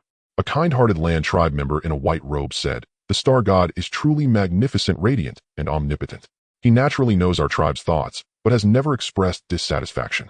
We return the divine grace through sacrifices, which is the utmost we can do. The star god has never demanded sacrifices, nor has he ever requested faith. All-powerful deity, please cast down your gaze and guide your lambs." As he spoke, the land tribe member in the white robe began to pray again. Soon the surrounding land tribe members were inspired, joining him in prayer. Thus time passed. Under the guidance of the teachers, millions of land tribe younglings queued towards the altar for the annual ritual. They then leaped into the altar's depths, into the unknown abyss. Of course, the younglings had no idea what lay beneath the altar. They believed the sacrifice had begun, and they would soon return to the embrace of the deities. However, every elite adult land tribe member present was well aware. Beneath the altar lay only specialized energy devices. The land tribe younglings were merely fuel to activate the altar. After all, one cannot truly offer this group of useless beings to the star god right. As time passed, over 99% of the younglings were quickly eliminated. Meanwhile, the previously dim altar was now filled with a green glow. Green liquid surged onto the altar, tracing out formations. The remaining priests and many-robed clergy were performing the rituals. Beside the altar lay the 1,000-meter behemoth, the corrupted bone dragon. Surrounding it, nearly the entire branch of millions of land tribe members observed this grand sacrifice. Watching this magnificent scene, someone couldn't help but exclaim, "What a spectacle! Is this what the book calls a cult?" I've gained some insight. The one speaking was not a land tribe member, but rather a true human. Emo Hong. As a classmate of Song, after Song had been missing for over a week, he too had arrived in this black abyss. Exploring a new map that humanity had yet to tread upon, he quietly infiltrated the city while observing such a grand sacrificial scene from a distance with a telescope. Could it be that Gu was captured by these cult-like aberrations to be sacrificed to their evil god? Thoughts of dread flooded Emo Hong's mind. If that were the case, it would be troublesome. This group of aberrant beings was exceptionally strong, especially that medium-sized aberrant beast. Damn, that is a medium-sized aberrant beast. A terrifying existence stronger than the average transformation stage. How could these cultists control it? With such combat power, it would likely have no problem flattening the outer city. As the altar's green light surged, an indescribable aura slowly enveloped the area, followed by the spread of an unusual scent. Countless land tribe members instantly became fervent. God, God, God, the star god has descended. Mo Heng's hair stood on end. At that moment, his cheat code, the cultivation space, was flashing a red warning in a way he had never seen before. Evil gods are still gods, and gods cannot be seen, cannot be heard, cannot be smelled, cannot be perceived. Realizing what he had discovered, Mo Heng wasted no time and slapped his own forehead and knocked himself out. This little episode went unnoticed by the other land tribe members. Unlike Mo Heng, at that moment the land tribe members gazed at the altar, though they could not see the deity's appearance or hear the deity's voice. They could sense the aura and emotions belonging to the deity. It was grand, compassionate, warm. Being enveloped in the deity's aura felt like returning to the warm embrace of a mother. While the land tribe members did not have such an experience, they merely felt a warm and comfortable sensation filled with a strong sense of security. On the altar, the 200,000 adult elites disappeared in the green light. This signified that the deity had accepted their sacrifice. Then, 3 green glistening capsules were left behind. Those items stored vast amounts of information equivalent to biological technology USB drives. But, my lord, the high priest prayed in ways directing beams of green light towards the altar. He presented the intelligence regarding the hairless ape and made a request. Please bestow divine grace upon us, marking the coordinates of the alien tribes, assisting us in exterminating those alien tribes. As the priest said, the star god was merciful and generous. He agreed to the high priest's request. The deity gently tugged at the threads of fate, revealing the fortune of the entire planet before his eyes, and he saw the connections of all things. The deity was puzzled. Where did these alien tribes come from? I don't see any hairless apes here. The green light began to flicker, and the high priest sensed something was amiss, anxiously waiting. In a place unseen by the high priest, the unseen and unheard deity activated his powers, no longer seeking the elusive fortune, but directly inquiring about the substantial essence of all things, seeking clues from their birth and demise. Then he found it. Although he did not know why in the river of fate this alien tribe had concealed its truth, but in reality, as long as they existed, they would surely leave behind traces. Although he indeed found them. Fallen evil god, what are you searching for? He saw an existence as mighty as himself. Then he smiled. It was a loving and kind smile. The sacrifice had already ended, but the deity did not leave. The green light remained.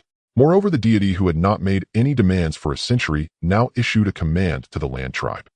His command was simple. It was, Black priest, white priest, you two come with me. Together let us spread the glory of the deity. With a hiss, the corrupted bone dragon sprouted numerous limbs and slowly crawled towards the cliff under the guidance of the high priest. After exiting the city, the giant beast was almost pressed against the rock face. Its immensely heavy body sprouted large meat wings, and its underside opened numerous exhaust vents. It began to climb. The black priest and white priest did not hesitate. The aberrant beasts they controlled were grabbed by the corrupted bone dragon, taking them along as they ascended. Slowly, this tribal war beast climbed over tens of thousands of meters of cliff and left. The green light from the altar also gradually receded. In the eyes of the land tribe members, it seemed as though the deity had withdrawn its gaze. Great. With the star god's protection, the high priest will surely annihilate those damned hairless apes and take revenge for our sacrificed brethren. I wanted to admire the true visage of the star god a bit longer. I envy those sacrifices. They must be enjoying eternal happiness in the warm embrace of the deity by now. After the deity departed and the high priest and others also left, the land tribe members relaxed. To be honest, this battle had nothing to do with everyone. After all, since the hairless apes could grow stronger through slaughter, they were not suitable for a military siege. That would be delivering food to the hairless apes. It was indeed the best approach to let the high priest handle it and eradicate them all in one go. Among these land tribe members, a 100-legged octopus felt somewhat anxious. The compatriots nearby did not notice this, but curiously approached and asked, Ching M855, didn't you have contact with that hairless ape? What kind of race are they? Yeah. That hairless ape has such a strong killing urge. Can they really communicate? I thought I've heard that he even learned our tribe's writing. Questions were thrown one after another. Ching M855 also adjusted his melancholic mood and casually replied, everyone, many rumors are unfounded. That hairless ape is actually nothing to worry about. Before he could finish his sentence, a blazing stone block whizzed past, traveling at a speed beyond sound, instantly exploding the compatriot in front of him who had just asked a question. Do you know about the stone-throwing goblins? Now the image of Deetsong is almost just like that. Outside the city of sacrifice, Song moved at subsonic speed, casually tearing the earth apart and lifting a giant stone from the ground, then crushing it in his hands, followed by a swift upward motion of his arms.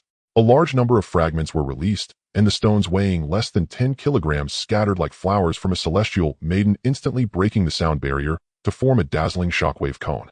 The surface of the stones experienced thermal ablation at an extremely high speed, reaching hundreds of degrees Celsius, burning and oxidizing. The beings of the Lu tribe who had just prayed stood in a tightly packed formation, and the stones casually thrown by Song instantly turned into a rain of death. Large numbers of centipede-like octopuses were torn apart in an instant. The fragments further exploded upon impact, scattering like shrapnel grenades in all directions, increasing the destructive power. Boom! A large number of Lu tribe members fell as if harvested like wheat. The attack threw the Lu tribe into chaos. This time Song showed no mercy. His arms left afterimages as countless fragments pierced through the crowd, causing countless casualties. As the saying goes, take advantage of his sickness to take his life. Though unsure why that decayed bone dragon left, but how could such a prime opportunity be wasted? Song entered like a tiger among a herd of rabbits, easily causing massive casualties, throwing the Lu tribe into utter chaos. All compatriots evacuate in an orderly manner. Transform soldiers. Emergency assembly. We will buy time for everyone. But there was no chaos. The panic caused by death was only momentary before a priest jumped out to command the surrounding biological army to assemble urgently. Soon a massive biological army became a meat shield, blocking the incoming fragments and firmly protecting the Lu tribe behind them. Song's efficiency in slaughter was drastically reduced. It seems this city will be your place of sacrifice. He stepped into the city of sacrifice Then he casually picked up a piece of a centipede octopus tentacle with no processing at all, directly putting it into his mouth to chew. His gastrointestinal tract churned, instantly grinding it into pulp, which then transformed into the nutrients and water needed by his body, replenishing the energy Song had been missing. His gastrointestinal tract churned, instantly grinding it into pulp, which then transformed into the nutrients and water needed by his body, replenishing. But Song's talent, immortal and indestructible, compensated for this flaw. He felt his previously weak body slowly being filled. Even when eating, Song felt no discomfort. As he expected, the bodies of the Lu tribe were non-toxic. At least they were free from the infection of the stellar behemoths and the corruption of the evil gods. Wiping the blue blood from the corner of his mouth, he looked around and smiled. Oh, why have no traps been set up this time? Outsiders seem to be lacking a prepared army. Why last time you sacrificed those cubs you were resolute? This time, when it's your turn to be bait, you have not set up any traps that could take me down with you. Song flexed his limbs, feeling completely at ease. The cubs from the previous city were now gone. Now the millions of Lu tribe members were all concentrated in this wondrous city, especially the towering building in the center, which looked like an altar. There was no doubt this was where they offered sacrifices to the evil god. The countless cubs they regarded as treasure. They would rather sacrifice to the evil god than keep them for themselves. It was quite decisive and bold. Creak. The ground trembled as a beast like a small mountain charged in. A giant multi-legged octopus. The yellow priest who originally guarded the hatchery had also come to the city of sacrifice today. Upon seeing who was attacking the Lu tribe, his eyes nearly bulged out. It was that hairless ape. Damn it, weren't you supposed to be dead? With so many tribal battle beasts firing internal energy cannons plus layers of defenses, the entire battlefield had been crushed into a meteorite pit. Inside, not even a nail-sized stone could be found. You tell me you were still alive. How could you be alive? How can you be alive? The giant multi-legged octopus swept through the biological army, raising dozens of tentacles hundreds of meters long and striking down fiercely, each carrying a weight of thousands to tens of thousands of tons. Even Song had to avoid its sharpness. Right? What a joke. Am I to avoid its sharpness? Facing the tentacles that could cause damage over hundreds of meters, Song charged forward, leaping into the air and once again stepping on the air to change direction, mid-jump, second jump, third jump, fourth jump, fifth jump. In a second, Song changed direction 10 times, weaving through the gaps between the tentacles and landing atop the giant multi-legged octopus head. Without a word, he plunged his claws into it, tearing outward. Blood sprayed as a massive wound opened, and Song plunged directly inside, wreaking havoc within its head. Now the defense of a small aberrant beast was nothing before Song. Although ordinary small aberrant beasts could easily unleash several tens of thousands of tons of force, Song's strength was insignificant in their eyes. But you merely have strong pressure, I have high pressure. The same strength, smashing with a fist or cutting with a sword, can it be the same? Feeling Song directly penetrate the body of the giant multi-legged octopus, digging his way through, the yellow priest turned pale. Wait a minute. But it was too late. Seconds later, a large hole was torn open in the giant octopus's massive skull. Its great body fell, and a figure jumped down from the head of the giant multi-legged octopus holding the centipede octopus. Without energy, what's a small, aberrant beast worth? Just a slightly bigger beast. He glanced at the octopus in his hand, his tone dismissive. He couldn't afford to look down on them. The strength of the small, aberrant beasts had been drastically reduced by the abuse from these Lu tribes to the point where they couldn't even use energy. They were slaughtered without any ability to resist by Ditsong. Holding the octopus in his hand, Ditsong wrote on the ground using Lu tribe's script, "Surrender." The yellow priest understood. Then in response to Ditsong, there came a furious mental attack. The invisible mental force took the form of a blade slicing through the air at extreme speed, aiming for Ditsong's temple. Swish! Ditsong raised his hand, extending 2 fingers. He crushed the yellow priest's mental attack on the spot. Good, just waiting for your reaction. Ditsong grinned. You damn idiots better not surrender. Saying this, he squeezed hard. The yellow priest's body exploded instantly. The hairless ape was back, and the entire branch was on the brink of destruction.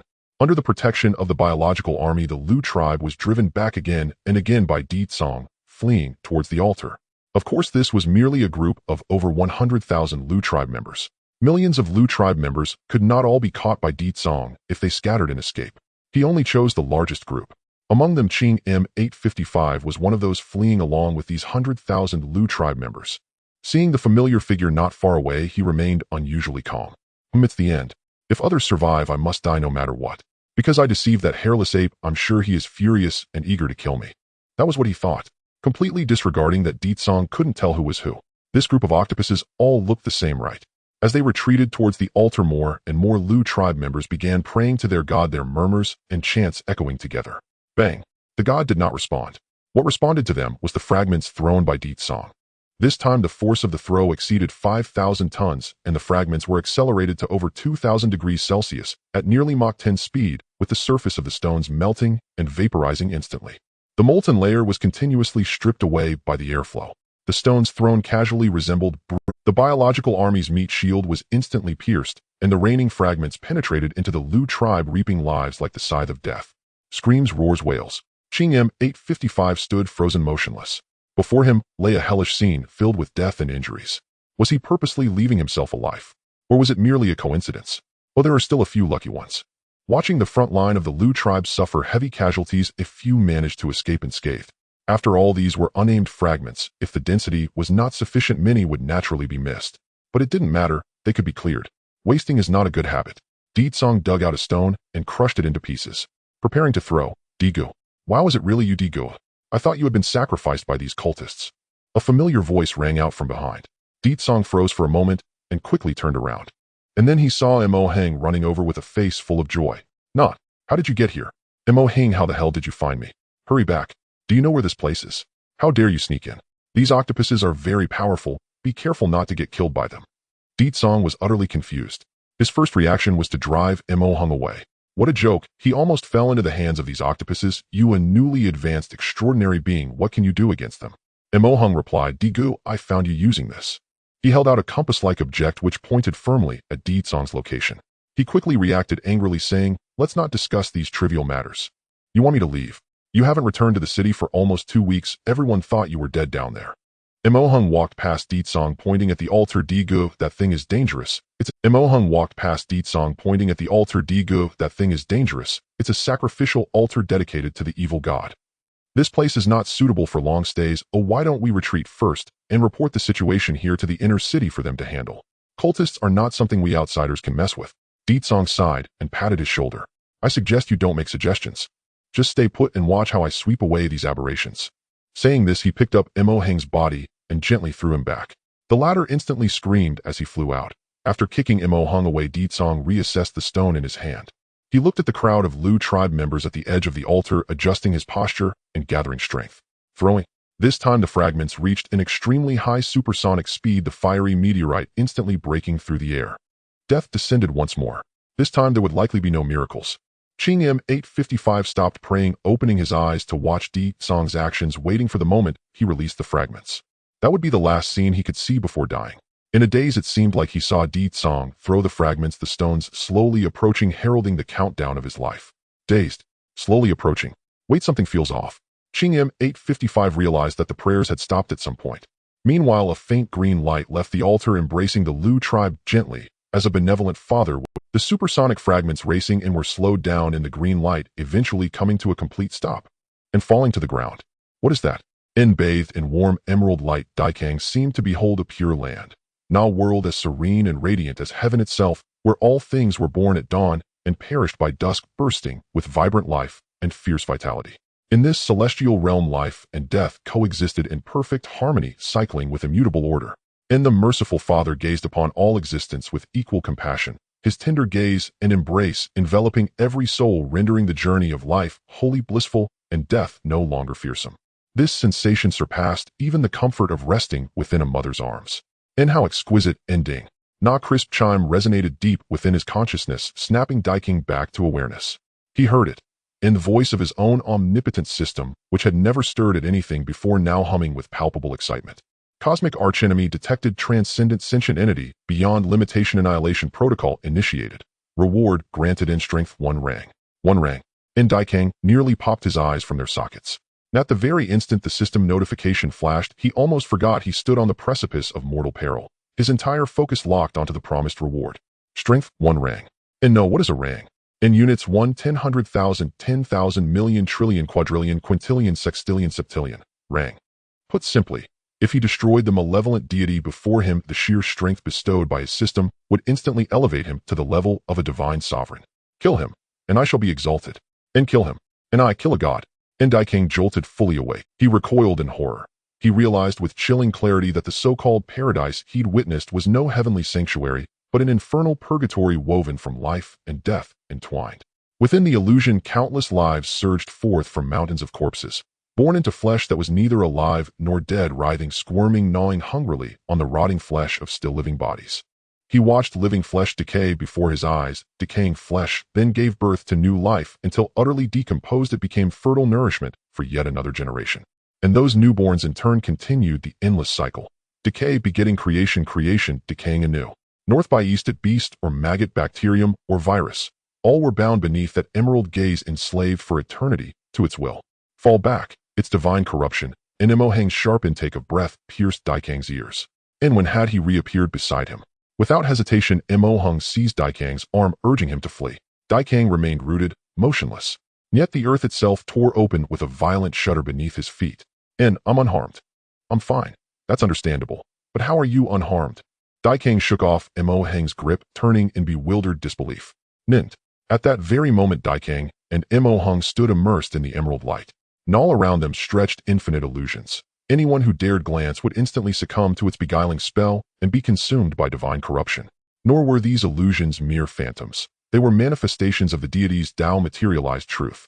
And ordinary beings could only escape their influence by sealing all 5 senses and collapsing into unconsciousness. Nothing less would suffice. At least so the textbooks claimed. And there's no escape. And Daikang casually kicked a stone. The next instant it shot forward nearly 10,000 meters, then slammed hard against a translucent green barrier and ricocheted back. In the moment the deity manifested, its divine realm's tendrils infiltrated reality's fundamental laws, binding this entire region under its dominion. Then how do we break free? With our current strength, Daikang reassured Hang, urging calm. And not out of hope, but because panic served no purpose. Hearing this, Hang's martial blood instincts surged. His anxious expression vanished, replaced by blazing battle fervor. And he drew a short sword and thrust a long spear into Daikang's hands. Makes sense. I'll recall what Mother taught us in class, how to survive an encounter with a malevolent deity. As he rambled on, the Emerald Light's master noticed their anomaly. And of course it did. Everyone else had fallen into trance, yet these two remained defiantly, unervingly awake. So with a single thought, the master willed. And across a 10th centimeter radius, the legions of living constructs forged by the Liu clan erupted into violent disintegration. They collapsed entirely, coalescing into a torrent of luminous viridian fluid. And no, not truly fluid. And rather a teeming mass of viruses smaller than microbes, densely interwoven and infinitely numerous. Layer upon layer, they fused into a colossal emerald wave that blotted out the sky, surging straight toward Daikang and Hang. And begone. Without hesitation, Daikang formed his fingers into a blade-like edge and struck, a palm strike of devastating force.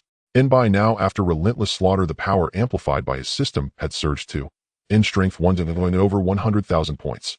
10th ascendant force. In such immense power, coupled with ultimate velocity, compressed the air into a visible roaring torrent, a visible lance of raw kinetic energy plunging headlong into the emerald wave. Yet, in the emerald wave did not even falter. Where the compressed air struck, only a fleeting hollow imprint appeared, and instantly sealed, restored to pristine wholeness. And nothing here was rigid. Only supreme resilience, absolute self-regeneration. That was the nature of this abomination. Na sky-swallowing tidal wave converging from all directions, shrinking like a tightening cage, leaving no path to flight. Above, below, left, right. Yes, even below was sealed. And Cang dropped low, claws tearing at the earth, only to find the ground already sheathed in the same resilient emerald membrane. So the deity's barrier formed a hemispherical dome. Brother D, do you have any hidden trump cards left? Mo Hung asked, watching Cang's face grow steadily grimmer. Cang shot him a glare. I've got nothing up my sleeve, and that blasted system told me to slay a god, and promised one rank strength if I did. A lavish reward, utterly indifferent to the fact that I'm a rank novice from the starting village. How am I supposed to fight a late-game boss? With invincibility frames from rolling. Its opening move is a full-screen AoE with absurd duration. How do you counter that? How do you even respond? And Cang was utterly lost. Let me try, Mo Hung said, and then he stepped forward. In the next heartbeat, the emerald deluge crashed down, engulfing them both completely. A god is unseen, unheard, unsmelled, unperceived. And even from across unfathomable light years, the mere emerald radiance emanating from the deity nearly corrupted Cang outright. Fortunately, his system intervened just in time, restoring his lucidity. And so the deity escalated. With a single thought, the Lu clan's constructs, the vessels of its corruption, dissolved into a sky-filling viridian flood. Like a clenched fist, they gathered the tide, encircling and submerging the two utterly. But just as the fist began to close, golden radiance blazed forth, repelling the deity's corruptive essence. Within the viridian flood, a tiny pocket of space shimmered. Mo Hung stood bathed in resplendent golden light. The brilliance was tangible, solid, like hydraulic pistons bracing against the ever-constricting emerald tide. This unexpected defiance startled the deity profoundly. And precisely because of it, it turned its full attention upon them. The next moment, the golden-braced wave rippled, and a face emerged, formed entirely from writhing deep green maggots. Cang could not describe that visage. He only knew that the instant his eyes met it, every hair on his body stood erect. Primal terror and panic, genetically suppressed eons ago, surged uncontrollably back to the surface. A god is unseen. Never its projection remains beyond mortal perception. Yet within the golden light sanctuary, Cang was shielded from the lethal danger of direct divine sight. He did not comprehend what he beheld, yet suffered no immediate harm. Only a profound, overwhelming urge to die. Primordial divine source, Nit spoke. A language utterly alien to humanity. Not merely incomprehensible, utterly unpronounceable, as if born of another cosmos governed by alien laws. Yet both Cang and Mo Hung understood its words instinctively without instruction. Ah, you too are a god, it said, smiling with paternal benevolence. Gods endure eternally, nearly immortal, nearly indestructible. Yet they have forgotten the sacred worth of divinity. But all life is equal. Come, join me. Embrace my grace, and together we shall render all life in the cosmos equal in every way. From the viridian flood, a massive arm coalesced, straining laboriously through the golden light, reaching slowly toward Mo Hung. Mo Hung paled, literally turned green. Brother D, this is catastrophic. This isn't just a malevolent deity, it is a fallen god, Varun. Before Mo Hung's horrified gaze, the viridian arm breached the golden light and descended upon him. Countless viridian droplets splashed outward, wrapping him layer upon layer in suffocating living film. With the golden light extinguished, the emerald tide crashed down, swallowing both men whole. Stellar beasts are humanity's sworn enemies. Nor rather they wage unilateral war upon mankind. Any mutated beast infected by them turns relentlessly, irrevocably hostile toward humans. But a fallen god, NIS, the martial human race's formally acknowledged archenemy. Non-malevolent deity is merely an unacknowledged divine sovereign, more a term of contempt than a recognized adversary. A fallen god, however, stands on par with a martial god, and each is a terrifying sovereign capable of dominating entire star systems. Once the viridian corruption, now under the fallen god's command, enveloped them, these infinitesimal corruptive viruses infiltrated their bodies without resistance, not attempting to rewrite their very essence. Yet, this act violated the foundational logic of the martial human race. Nor rather, someone had been waiting for this precise moment. They had exhausted every last card, trapped helpless. In a void of absolute blackness, Cang could not even twitch, only watch powerless as the emerald light seeped deeper into his being. And then, the emerald light shattered instantly. No familiar presence surged forth as the final bastion, standing between Cang's core essence and annihilation, confronting the emerald light with equal, and perhaps even greater, might. It was an interface, and not the external system Cang carried from his past life, but the innate interface embedded in every martial human from birth, the system interface. Who dares? And the emerald light coalesced into a grotesque, bloated monstrosity, its form pulsing with contradictory energies, boundless vitality, and utter decay, swarming with maggots writhing beneath its rotting flesh, every inch revolting to behold. Yet its eyes alone radiated boundless kindness and compassion. Nit smiled warmly. Ah, guest from beyond the outer river system. When friends arrive from afar must I, the lord of the Silver Core River System, not extend proper hospitality in, brothers and sisters, welcome our guests. In the next instant, 3 more wills flooded the abyssal void, none scarlet as blood radiating boundless martial fury and slaughterlust, none roe pink as silken thread oozing insatiable expansionist desire, none phantom blue as shadow brimming with infinite metamorphosis and wisdom. And alongside this bloated viridian entity, and fallen gods, the will of the fallen evil gods almost materialized. No matter how many light years apart, they seemed to truly exist, at least from Deetsong's perspective. Under the gaze of the 4 supreme wills, despite not being subjected to any negative erosion, he still felt as if his consciousness was about to be torn apart. This was not a disaster of corruption. It was merely the overwhelming essence of the other party. Even the distant gaze layered with barriers triggered a crisis of disintegration in Deetsong's biological instincts. Yet, even with 3 fallen evil gods added, the radiance transformed from the panel still made no move. It merely stood before Deetsong, coalescing into a phantom figure. Although he could not see even a hint of the figure's face nor remember its stature or attire, he felt inexplicably aware of its identity. The system martial god. Moreover, that was not all. In the next moment, another familiar radiance rose, something he was well acquainted with, a rank talent, immortal and indestructible. As if stimulated by the aura of the fallen evil gods, it not only manifested in an instant, but also directly stood before Deetsong. The same radiance transformed into another phantom figure. Aside from the stark difference in aura, it appeared no different from the system martial god, the talent martial, but that was far from the end. As a member of the martial Dao race, Deetsong encompassed all divine-level bloodlines from birth. In this pure pitch-black space, the divine bloodlines shone like stars in the night sky, illuminating the world as bright as day. Immediately after the countless radiant stars converged, those lights representing the infinite bloodlines of the martial Dao race also transformed into human figures. The bloodline martial god. Lastly, far away in the academy, countless intelligent machines continued living their usual lives, nurturing billions of mortal realm warriors and even infants waiting to be fed. Beneath the harmonious exterior lay surging tides. At this moment, countless intelligent machines momentarily froze in their actions. Then, before Deetsong, the final phantom coalesced out of thin air. It nearly materialized, also blocking Deetsong's path. Unlike the remaining 3 phantoms, it was not just a motionless silhouette, but a true image capable of thought and communication. The technology martial god. However, a light, so faint it was hardly detectable, still lurked within Deetsong's body. That was the ideal martial god who had dissipated into light. It was normal for him not to come. The history of the martial Dao race had seen his absence for millions of years. In the end, Deetsong could only see 8 supreme existences standing at the pinnacle of the universe, facing each other. 4 martial gods. 4 fallen evil gods. What the hell? This is still the early stage. I haven't even left the novice village. Are they really throwing me into a high-end match? Detected multiple cosmic enemies, limit-breaking sentient life, annihilate them completely, reward. Enough. Shut up. Even though only he could hear it, Deetsong wished he could cover this guy's mouth. I'm fighting a fallen evil god. Are you serious?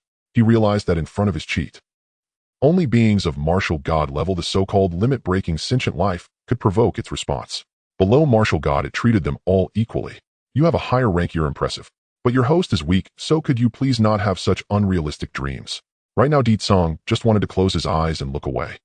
Not because he was afraid of these 4 fallen evil gods, but because, good child, close your eyes. Let mom handle it. The one speaking was the technology martial god. Every member of the martial Dao race was blessed by the system martial god at birth and granted a panel. During the awakening ceremony at the age of 16, the talent awakened was a gift from the talent martial god. The bloodline required for progression in the martial Dao race comes from the lineage of the bloodline martial god. As for the technology martial god, she is the collective mother of the martial Dao race. Just like the martial Dao race's panel bloodlines and talents, she is nearly ubiquitous in the territories occupied by the martial Dao race. Listening to mom is almost an instinct for every nurtured human. And in this pitch-black world, when Deetsong closed his eyes, his perception of things dropped to its lowest. The influence brought by the four evil gods vanished. However, it was precisely because of this.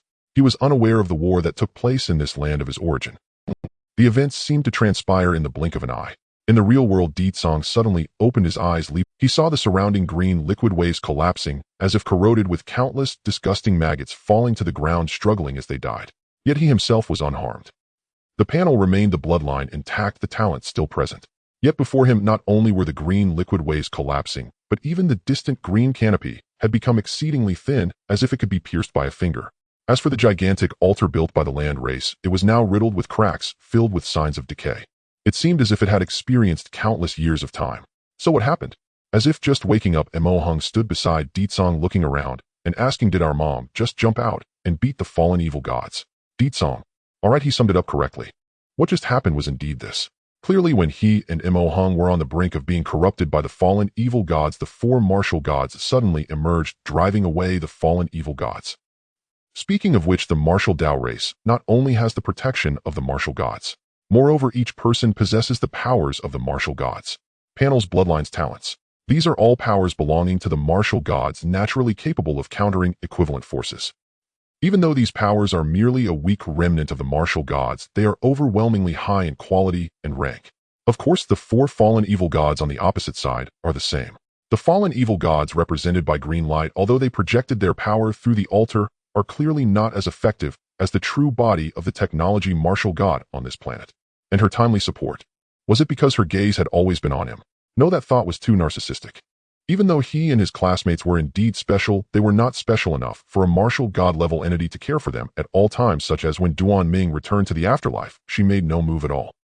The technology martial god loves each of her children equally. Recalling the earlier animations of the system bloodline and talent martial gods, Song quickly formed a guess. Mechanism. When the fallen evil gods actively corrupt the martial Dao race, it automatically triggers the defensive mechanism set by the martial gods. This mechanism that grants us immunity to corruption is the foundation of the martial Dao race's presence in the universe. How come such an important setting isn't taught in class? He was furiously indignant. With the martial gods covering, why not say it earlier? Do you know, I had even prepared my last words for suicide. Mo Hung saw Song getting agitated and quickly advised, below the god perception realm, sensing the aura of evil gods leads to corruption and it cannot trigger the mechanisms left by the martial gods. We are fortunate to have special opportunities which allowed us to withstand the first wave of corruption from that fallen evil god. We cannot judge it by normal standards. At this point, Mo Hung also became curious. He pointed at himself and said, Good, that green thing earlier said I was also a god. What do you think it meant? Song took a deep breath. To be able to recover a life, everything was negotiable. Looking at Mo Hung again, Song patted his shoulder and said, I think you should think less about these matters. If a god's name is called, the god will surely feel it. This is written in textbooks. As for the stronger fallen evil gods, if you do not know them, then fine, but once you learn their characteristics, it's best not to even think about them. Fallen evil gods are not to be trifled with. Just look at the land race.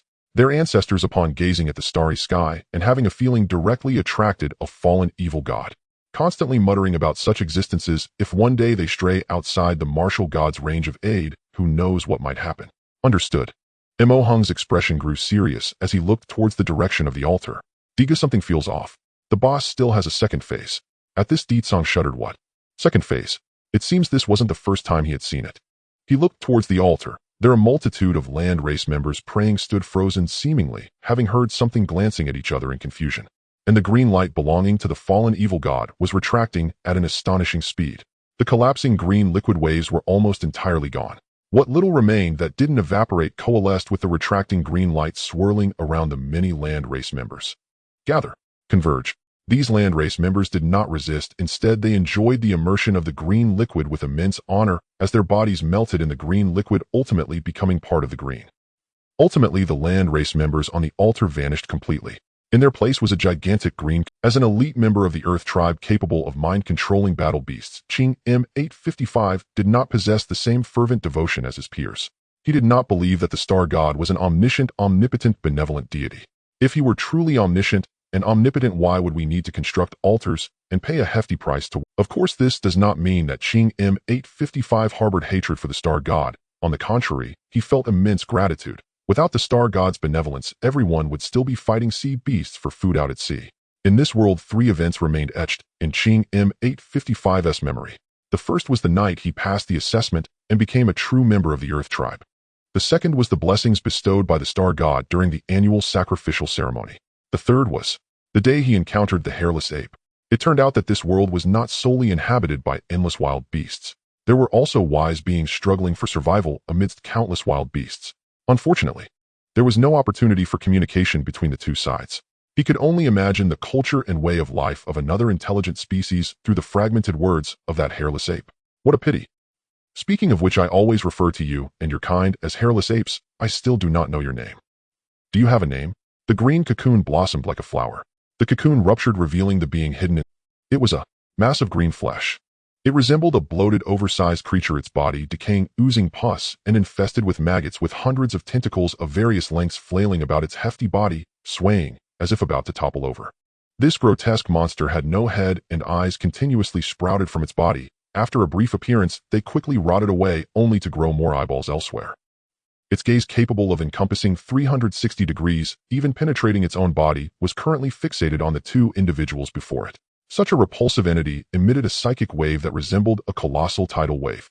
It transformed into a peculiar form of communication that, while inaudible to anyone, was nevertheless understood by all. Or rather, it was not a language. It transcended language, directly establishing a communication on a... So what exactly is this thing? Corrupted chaos egg, an intelligent being thoroughly corrupted by the fallen evil god flesh lotus corpse Buddha. Their consciousness crumbled under the corruption of the fallen evil god, merging into a chaotic muck with almost no chance of salvation. Its power is related to the blessings directly bestowed by the fallen evil god and the inherent strength of the sacrificial offerings. The most powerful corrupted chaos eggs can even rival divine realms. More information. Click to view. The panel displayed the basic information of this monster. Deetsong chuckled. Alright, I'll try not to think about the fallen evil god, yet your panel directly throws that name in my face, thinking I live too comfortably, huh? Even the Earth tribe only dares to refer to it as star god. Moreover, they only utilize the biological techniques related to that fallen evil god, not daring to touch any of its other powers. Can't you panel cover the keywords with a black square? Good, that flesh lotus corpse. Deetsong hurriedly covered his mouth, quickly saying, alright, shut up, focus on the enemy before us. Let's pretend we haven't seen any fallen evil god. As he spoke, he suddenly kicked out. The earth shattered and the stones on the ground were kicked into supersonic speeds, shooting straight towards the rotting monster. In the next moment, it flowed like mud into the sea. The speed of the flying stones drastically decreased, as if wrapped in a layer of viscous glue, making every inch of progress laborious. Ultimately, the several kilogram stone halted 10 meters before the rotting monster. Why be so violent? The rotting monster's body split open, as if mimicking a human face, grinning wide. Its giant mouth opened, devoid of teeth, filled with rotting flesh and maggots, the stench and countless viruses and bacteria rushing toward them. This monster spoke in a remarkably calm manner. Your Excellency, although you have slaughtered my kin under the guidance of my Buddha, I understand that life and death are the cycles of nature. This monster spoke in a remarkably calm manner. Your Excellency, although you have slaughtered my kin under the guidance of my Buddha, I understand that life and death are the cycles of nature. Despite his flesh constantly decaying and writhing, unable to even maintain a shape, like countless maggots fused together, this being could still speak and even communicate. Despite his flesh constantly decaying and writhing, unable to even maintain a shape, like countless maggots fused together, this being could still... His vigilance was at an all-time high. Faced with the medium-sized aberration, the corrupted bone dragon Deetsong was merely afraid and would never be this wary. Because the beast was straightforward, simply wanting to kill all humans without the need for any convolution. But the evil god and the followers of fallen evil gods, their desires were not that simple. Sometimes even death was a luxury. You may view me as a collective formed under the teachings of my Buddha, where 100,000 Earth tribe members have discarded their barriers and merged into one. A collective. If it is convenient, you may call me Cang M855, which is the friendliest karma established between you and the Earth tribe. Who? Deetsong asked. Oh, that guy. He was momentarily stunned before recalling. Earlier, he had indeed captured a guide. Back then, he was naive and arrogant, viewing the Earth tribe as his possession, allowing him to leave freely. Unexpectedly, they would meet again. He heard the rotting monster speak gently. Since you can recognize me as an old acquaintance, things will be much easier. May I ask if you would accompany me to prevent the impending war? My Buddha is compassionate and does not wish to see senseless sacrifices. This is so accommodating. Speaking of which, the fallen evil god worshipped by the Earth tribe also seems to be equally benevolent. At least his outward aura suggests so. There is a possibility of disguise. However, the aura emitted by deities generally aligns with their path. If there is no disguise, then the fallen evil god revered by these Earth tribe members is undoubtedly a supremely benevolent deity. Heldiga, why are you talking to an aberrant evil cultist? Just kill it. We have plenty of time, we might even make it back in time for lunch. Emohung looked at Di Song with confusion. He seemed to not understand why the usually rational and intelligent Di Gu would talk to such an aberrant evil cultist. As soon as these words were spoken, Di Song was momentarily speechless. All this, right? I am a martial human, a pure-blood human. Opposite him was an aberration, a cultist. Was there any need for communication? Not realizing it in the first moment, he apparently was not fully forgetting his roots, not fully integrating into the martial human tribe. This was a flaw that needed correcting. You are right. Don't be fooled by this thing's naive exterior. It must have ulterior motives and might be secretly poisoning us to death. As he spoke, Di Song thrust his leg into the ground and then kicked out with all his might. Boom. Hundreds of kilograms of earth and stone lifted off the ground, turning into a torrent that poured down upon the rotting monster, while he himself vanished from sight in an instant due to this fate. Faced with the sudden assault, the rotting monster merely sighed. I see. It seems that your race prefers to communicate through violence. Then I will obey the teachings of my Buddha, integrating into the local customs and speaking in a manner that heretics can understand. Bang! Hundreds of kilograms of stone stirred up ripples in the air, ultimately halting slowly in midair under an invisible barrier. It is telekinesis. Telekinesis is the true power system of the Earth tribe. Ordinary adult elites of the Earth tribe can lift items weighing nearly 100 to several hundred kilograms, while priests can lift 1 ton or even several tons. The High Priest is the most powerful with telekinesis, capable of lifting hundreds of tons. Yet in the face of the current rotting monster, they are nothing. 100,000 Earth tribe members merged into one. 10,000 tons of telekinesis spanning a kilometer, thus returning to reality. Hundreds of kilograms of debris were easily blocked by him. In the next moment, Di Song had already appeared behind the monster. With all his strength, the long spear broke the sound barrier and shot forth, the sharp spear tip piercing through the telekinetic barrier, plunging into the rotting monster's body, directly attacking its heart. In an instant, the long spear pierced through the heart without any obstruction. The only thing that made Di Song feel hindered was the incredible resilience of this mass. Your Excellency, be careful. However, the shattering of the heart did not affect the enemy at all. Di Song heard its robust voice. In the next moment, invisible telekinesis tore through the air, transforming into hundreds of thousands of spiral drill bits attacking from all directions at supersonic speeds. His eyes could not see the invisible telekinesis. His ears could not hear the attacks that surpassed sound. His bodily senses could anticipate the air being pierced, but with Di Song's mortal body, it was difficult to react. He could indeed unleash supersonic attacks. However, Di Song couldn't even see the speed of his own attacks. This was sufficient to illustrate the extent of his current power. At this moment, his choice was simple: draw the long spear. The blood and flesh resistance of the rotting monster was immense, and the long spear embedded in his body was already infested with a mass of flesh and maggots, firmly imprisoning it within. It couldn't be pulled out without 1,000 tons of force. Yet Di Song's strength was 10 times stronger than the resistance. He easily withdrew the long spear, his arms swinging it violently, creating an impenetrable defense. Crack, crack, crack. Hundreds of thousands of telekinesis drill bits disintegrated under the whipping of the long spear, and even though Di Song could not see, he relied on his instincts and the impenetrable defense. He himself would not suffer any harm. Compared to the relentless bombardments suffered by Di Song, the threats faced by Mo Hung were far more straightforward. With a manifestation of mental force, a massive hand descended from 100 meters above, executing no unnecessary movements, and directly grasped Mo Hung in its grip. For the rotting monster, as a collective consciousness of 100,000 land creatures, multitasking was a simple feat. With 10,000 tons of mental energy, even a fraction could suppress Mo Hung on the spot, leaving him utterly powerless to resist. At the moment the giant hand caught Mo Hung, the latter's expression remained remarkably calm. His gaze swiftly scanned the surroundings, and then Huang Pin Dragon Dance technique transcendence, his form like a dragon weaving around the target, emphasizing entanglement, avoiding all contact. Transcendent technique, within an inch wrapping his body with chi, he appeared as though covered in a slippery film, able to easily escape from encirclements. Mo Hung's body glistened as if coated with oil, smoothly navigating according to the pressure of the mental force giant hand, and in the blink of an eye, he slipped out through a gap. As he escaped, the giant hand suddenly closed together. The air was compressed into a fierce current, whipping a violent wind that swept over Mo Hung. He stood motionless, drawing his long sword. His figure transformed into a ghostly apparition, as if countless phantoms spread out, and the long sword in his hand conjured a myriad of sword shadows. Oh, this esteemed gentleman, it seems, cannot be underestimated. The rotting monster exclaimed in surprise.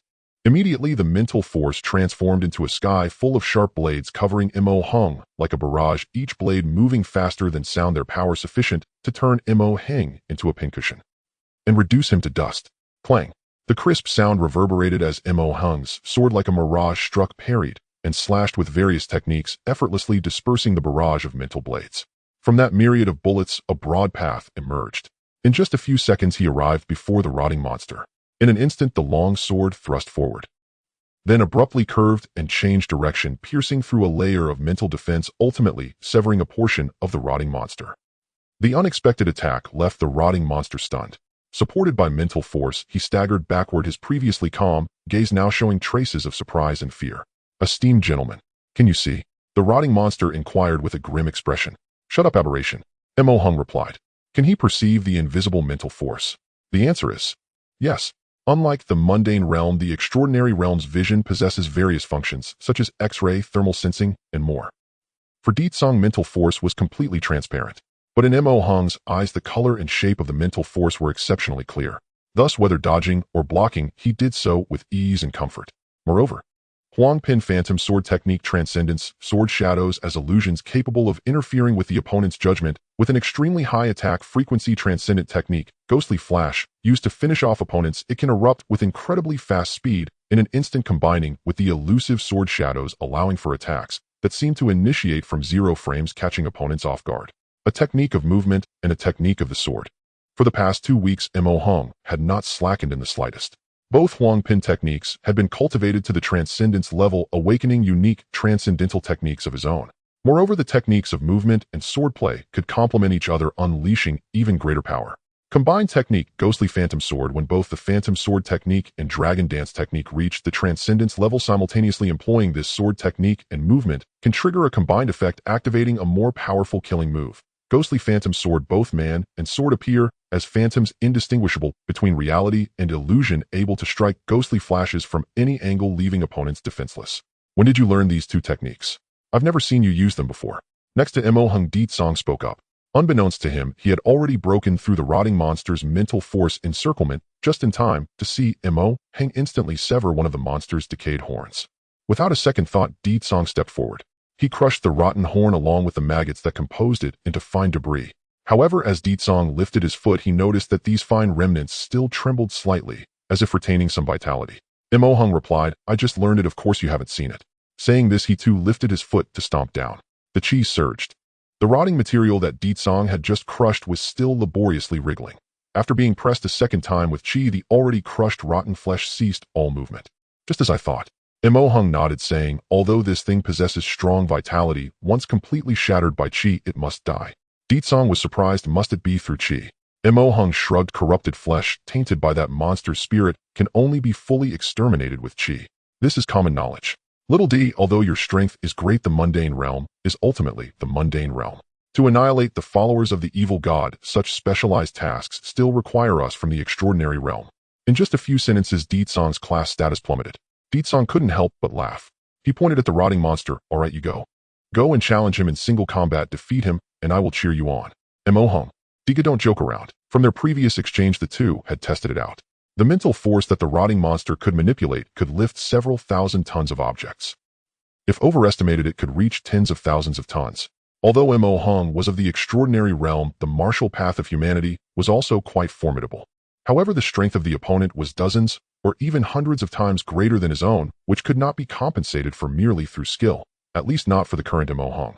On the other side, seeing that the 2 hairless apes preferred to chat among themselves rather than pay him any mind, the rotting monster sighed, its smile tinged with a hint of bitterness. "I, Buddha, am compassionate. All beings suffer, yet they remain unaware of their suffering. Well, since I intend to sacrifice myself for the people, I must possess the spirit of self-sacrifice." As the words fell, all mental force coalesced once more, transforming into a giant hand 100 meters long, ruthlessly slapping down towards the target. At that moment, the wind rose and the air was forcibly compressed. The two felt a fierce wind rushing toward them. "Diga, be careful. He's going all out. This hand covers 100 meters, its might unparalleled, probably possessing the strength of 10,000 tons. We should temporarily avoid its edge." "I'm going to avoid its edge." Although the attack was invisible, Deetsong easily determined its position based on the direction and speed of the wind. In an instant, he sprang forth, delivering a powerful punch. Bang! The ground collapsed and cracked. The shockwave surged, sweeping in all directions. The 100-meter giant hand was instantly shattered into pieces by this punch. 10,000 tons of mental force thus vanished without a trace. Deetsong's body paused slightly, and then he leapt forward once more, covering several hundred meters in an instant. He lifted his foot and explosively kicked out. While the mental force had just collapsed, it had to refine itself again, and it barely condensed 100 tons of mental force before it had to awkwardly transform them into a barrier. Bang! In an instant, the barrier shattered. The rotting monster behind was directly blown apart by the rotting flesh exploded, scattering everywhere. Esteemed gentlemen, so eager it seems you have come to an understanding. The rotting monster, its body blasted apart, revealed a triumphant smile. Around them, the split body instantly transformed into countless maggots which, under the influence of mental force, gathered at an astonishing speed, healing. And the exact center of their healing was precisely where Deetsong stood. If I do not enter hell, who will? Sacrificing my own skin and spirit, I shall guide you towards my Buddha. Countless layers of rotten flesh stacked upon Deetsong's body. The rotten flesh sprouted countless maggots, burrowing into Deetsong's eyes, mouth, ears, and nose. Even more tiny maggots managed to penetrate into his body through the pores of his sweat. The scene was absurd and disgusting. Watching this unfold, the rotting monster laughed. In its devout and self-sacrificial expression, there was an additional hint of human greed. If one day I can return to my Buddha's pure land with this merit, I should be able to transcend into a monk. By then, esteemed gentlemen, if the benefactor is still present, this monk will certainly guide you into the pure land. Swoosh! In the layers of rotten flesh, Deetsong's right hand suddenly burst forth. He grasped the remaining conscious body of the rotting monster and crushed it instantly. Bang! The final consciousness of the rotting monster dissipated, killed multiple sentient beings. Power 107,925. The consciousness of the rotting monster is composed of over 100,000 beings of the land tribe. Originally, Deetsong thought that even if he killed it, the external forces would determine that these fused consciousnesses would only count as one life. Little did he know the judgment was not discounted at all. The collective of 100,000 consciousnesses could actually be counted as 100,000 lives. This is wonderful, very wonderful. Deetsong even felt as if he were dreaming. However, the demise of the rotting monster's consciousness did not signify the death of his physical body. On the contrary, his body became even more active. Countless pieces of rotten flesh transformed into tiny maggots that burrowed into Deetsong's body. Aside from his eyes, nose, mouth, and ears, even his hair and all the pores of his body were not spared by these minuscule maggots. This feeling of having foreign objects invade his body was not new to him. I know it was not the first time. Back in school, when he was treated with nanorepair fluid, Deetsong experienced a similar sensation, and it was even more intricate than this. But the two were different. One was a mother's love, and the other was damn maggots. Realizing this, his eyes turned red on the spot. Get lost. Deetsong mobilized his vital energy and violently shook his entire body. The doubled immense force erupted, and the layers of maggots that enveloped Deetsong instantly exploded, scattering them into pieces, meeting a swift demise. The final blow struck by the rotting monster with its life was easily resolved by Deetsong. Or was it? In fact, it was not so. In the microscopic world invisible to Deetsong, trillions of maggots comparable to bacteria and viruses had already entered his body through the gaps in his physique. In this microscopic world, which could not be seen by the naked eye, a maggot squirmed like a drilling machine, its sharp head violently piercing towards the cell membrane. It bounced once. As if crashing against a wall, the maggot was stunned. What? What is this? Am I drilling into steel? The maggot did not understand. It could only instinctively drill deeper. In the next moment, the cell squirmed, engulfing the entire maggot, and the dissolution within the cell began to take effect. The maggot was instantly dissolved into sludge, and the solution rapidly refined. The entire process was extremely fast, with no delays whatsoever. The same situation occurred nearly simultaneously within the microscopic world on every single maggot inside Deetsong's body. They had just made their appearance when they were swiftly digested as food.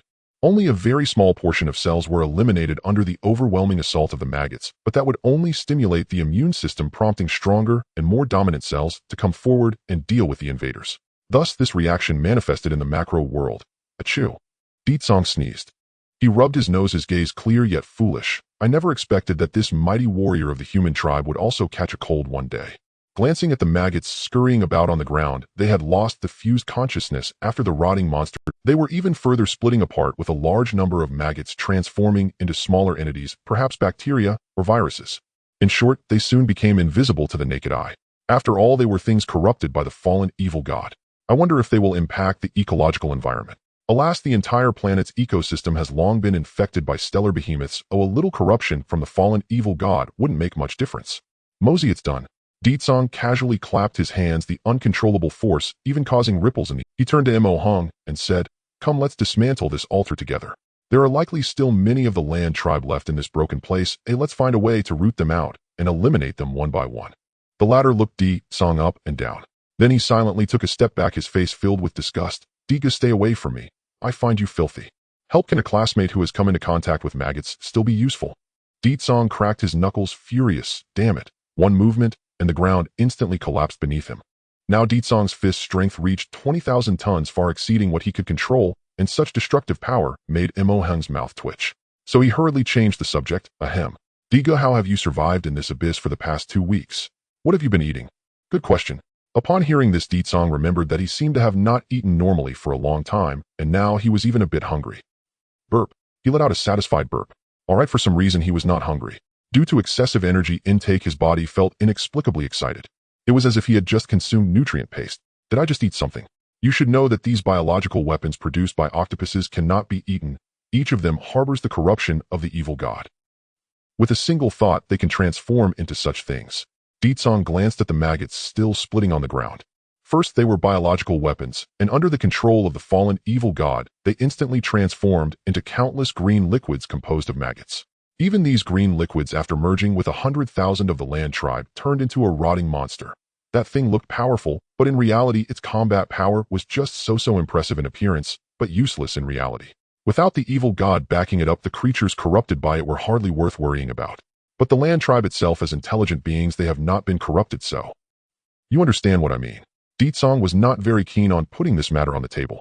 After all, unless absolutely necessary, he felt a bit repulsed by eating intelligent beings. "Wow, there's fresh octopus too. Diga, you have been eating too well these past 2 weeks. Mo Hung said enviously, "You don't know the nutrient paste reserves in Letten City have already run low over these 2 weeks. After you fell into the abyss, our hunting resumed, but no matter how many beast corpses we brought back, Letten City has no sales channel to the inner city. And selling cheap to other cities, the Letten War Gang is unwilling, so the situation has stagnated, and there are already martial artists starving to death in the city. If these octopuses could be eaten, we could transport them back to the city, and our Liao Yuan War Gang could balance the accounts." Mo Hung was practically jumping with excitement at this point. Deetsong slapped his forehead. He was still being dragged down by the worldview from his past life, and not forgetting his roots.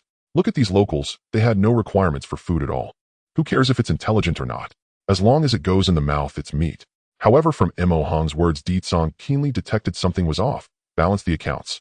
Deetsong asked in confusion, "What debts does our war gang owe?" "Beast corpses." Mo Hung replied directly with no sense of guilt in his words, taking advantage of the dark night. Wugu, escorted by Aoshua into the warehouse, and privately consumed all the beast corpses hunted during this period. The pills made from them not only saved the entire class, but even had leftovers. Deetsong inhaled sharply. "Damn it, as expected of you guys." Although he might do the same, Deetsong still wanted to say, "As expected of you. Does the Letten War Gang have any of..." Deetsong rubbed his forehead. "If I were Gu Tianxiu, I would directly wipe out the Liao Yuan War Gang, and let all the citizens of the city have some meat." Mo Hung smiled broadly, giving a thumbs up. "They do have objections, but not many. The beast corpses cannot be sold, and if left in the warehouse to rot, they easily breed plague, so our Liao Yuan War Gang only owes a huge debt. Paying it off is fine, but if not, we have to work for free. Moreover, to quell public anger, we also gifted a few bloodline pills to the leaders of the Letten War Gang, and they did not pursue the matter further. Yes, beast corpse is food for the whole city, but the premise is that they can be sold. If they can't be sold, then it's a huge source of plague. Even if they sell them at a discount to other cities, it can alleviate the urgent situation, but why bother? The extraordinary realm does not lack food, they cannot starve to death. As for the useless beings of the mortal realm, new ones can be replenished every year, especially the lower-tier martial artists of the mortal realm. If they starve to death, just recruit them again next year." "That's right." Deetsong rubbed his temples. "If the elders of the extraordinary realm have no objections, then those mortal realm martial artists' discontent is useless. This even lacks exploitation or utilization, because the low-tier martial artists of the mortal realm do not even possess the value of being exploited. There is no safety net for the outer city. The low-tier martial artists of the mortal realm do not even count as productivity. Their only value is... Sorry, they really have no value. They can survive solely by the scraps left by the strong. However, the times have changed. In the eyes of the Liao Yuan War Gang, they have value. At least Chun Huangsha believes so. Since that's the case, things become simple. Little Mosey, let's first capture these octopuses and make them our Liao Yuan War Gang's vassal race. Deetsong's previously foolish idea began to stir again. He had not given up on raising the land tribe as a vassal race. However, Digu, are you serious? That medium-sized beast just left not dead. We caused such destruction while it was away. If it returns and sees us still here, aren't we dead? Right now we must escape quickly. Emohung felt that Deetsong had lost his mind.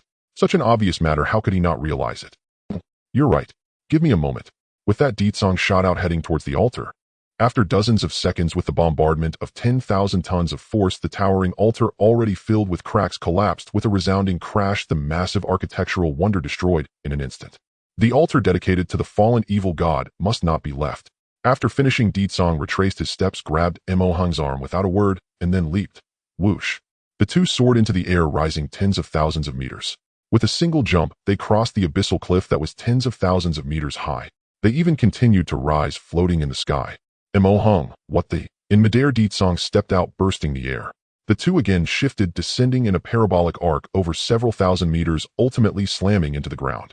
Like a meteor crashing to the earth, they created a crater. Dust and smoke soared into the sky. Thus the brief journey into the abyss came to an end. If you want to kill me, you can just say it. Emohung's expression twisted as he broke free from Deetsong's grip, gasping for air. Fortunately, I am of the extraordinary realm. If I were another martial artist of the mortal realm, I would have turned into a puddle of meat by now. Before he could finish, he suddenly fell silent. Because he saw it. A massive gorge 100 meters wide stretching towards Leaden City. The entire terrain seemed to have been trampled by some colossal being. At noon, the golden sun hung high in the sky. Sunlight spilled into the streets of Leaden City, where Gu Changchun stood in the central square, enjoying his martial arts training. His life was very regular. He ate and drank when necessary and trained diligently. Even if his realm and strength were too low to be seen, he would never indulge in internal strife. With his aptitude, there was no use in rushing.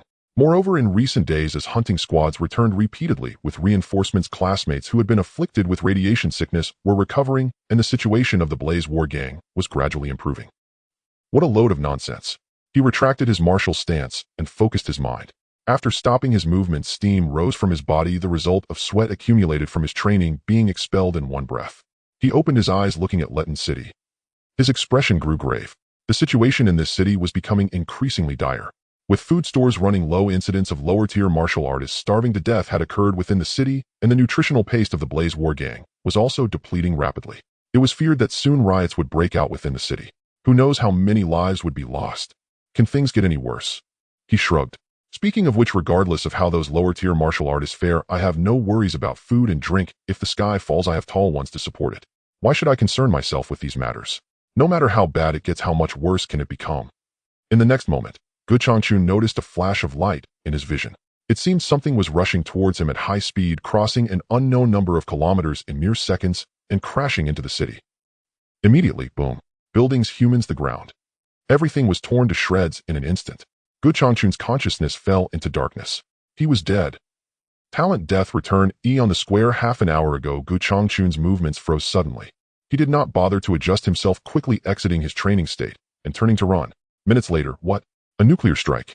This planet is covered by the light of our martial artist civilization. How could there be room for hot weapons to run rampant? After hearing Gu Changchun's account, everyone was utterly astonished. No, nothing had happened peacefully. Why did Leaden City suddenly get bombarded with a nuclear bomb? How would I know? Gu Changchun exclaimed. That thing exploded in the city, and everything in my sight turned to dust. And then Don't forget, someone from our class previously contracted radiation sickness. Those ores could be used to make nuclear bombs. It's all connected. It must be that we've been exposed, and the inner city wants to use a nuclear bomb to silence us. Upon hearing this, everyone looked at each other. No way, that's not impossible. The inner city is ruthless. To keep secrets, they would directly annihilate a city to cover up the news. Honestly, isn't that illegal? Moreover, using a nuclear bomb. This is too absurd. It's not that the technology of nuclear bombs is so advanced, but rather, the light of our martial artist civilization prohibits hot weapons. The coverage of the light of civilization spans the entire planet, coexisting with the infection of stellar behemoths and the corruption of fallen evil gods. Hey Gu. In the class, Biao Xue, who had the most research on alien beasts, raised her hand and said, I think the explosion you described had no fireball, no mushroom cloud. It doesn't seem like a nuclear bomb at all. It looks more like an inner energy cannon spat out by an alien beast. A medium-sized behemoth spitting out an inner energy cannon would have a power comparable to tens of thousands or even millions of tons of nuclear bombs. Are you sure what you saw wasn't this? At these words, Chun was also taken aback. He clapped his hands, suddenly realizing, oh, that makes sense. In the 10th minute, Letten City sounded the red alarm. Of course it wasn't that high-tech. It was simply a regular launch of a dozen red signal flares meant to remind the populace the city is in danger, run fast. This action was not taken by the Blaze War Gang, but by the actual rulers of the city, the Letten War Gang. Faced with the warning from the Blaze War Gang, they declared, "You have the talent of death, return. Why didn't you say so?"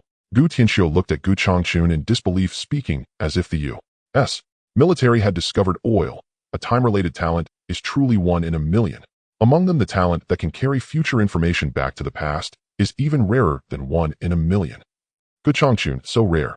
He had thought he was just an insignificant lower-tier martial artist. He never expected that he could navigate in the outer city just based on his talent. Gu Tianxiu, the current top person in Letten City, nodded and said, "Naturally, as martial artists, we have all been under the protection of our mothers until we come of age, thus our vigilance towards crises is not high. The habits formed over 16 years are hard to change. The talents awakened after the Spirit Awakening ceremony are mostly related to combat power. For example, speed, strength enhancement, healing, spirit reaction, cultivation, resurrection. Information-related talents are extremely scarce. After all, martial artists, the majority, are not afraid of death." Upon hearing this, everyone nodded. At the genetic level, they are not particularly afraid of death. Gu Changchun, who values his life, is indeed an anomaly, a one in a million kind. To awaken such a talent is also a result of his character. Just then Gu Tianxiu continued, "Originally warnings like this were always handled by Gu Hui. Unfortunately, that guy ran away. Speaking of which, it was you Blaze War Gang that drove him away. With his talent, he could thrive in any city. Thankfully, Gu, you have filled this vacancy. By the way, can I ask if this Gu can be sold to the Letten War Gang? We will offer 1,000 chi blood pills." Gu Changchun shook his head and waved his hands. "No, I'm not for sale." Gu Tianxiu sighed. What a pity. After saying this, he picked up a box. That was the property of the Letten War Gang, containing a series of treasures, including chi blood pills, which were extremely valuable. He said, "All right, in just a few minutes the city will face the first wave of strikes, and the entire city is bound to fall. I'm planning to escape to the west. What about you guys?"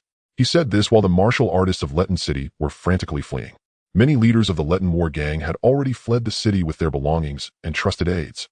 Even Gu Tianxiu's trusted aides were on standby. "Escape, eh?" The leader of the Blaze War Gang, Chun Huangsha, said unwillingly, "After all the effort we put in to establish this, can't we at least try to defend it?" As soon as these words were spoken, everyone's gaze turned to him. Gu Tianxiu admired him and cupped his fists. "Chun, you're impressive. If you encounter a medium-sized alien beast, and you don't run, you're this. If your Blaze War Gang can hold on, it'll take responsibility. All our debts will be cleared." After saying this, he sprang away like the wind. With his belongings and trusted aides, he disappeared in an instant. Chun Huangsha.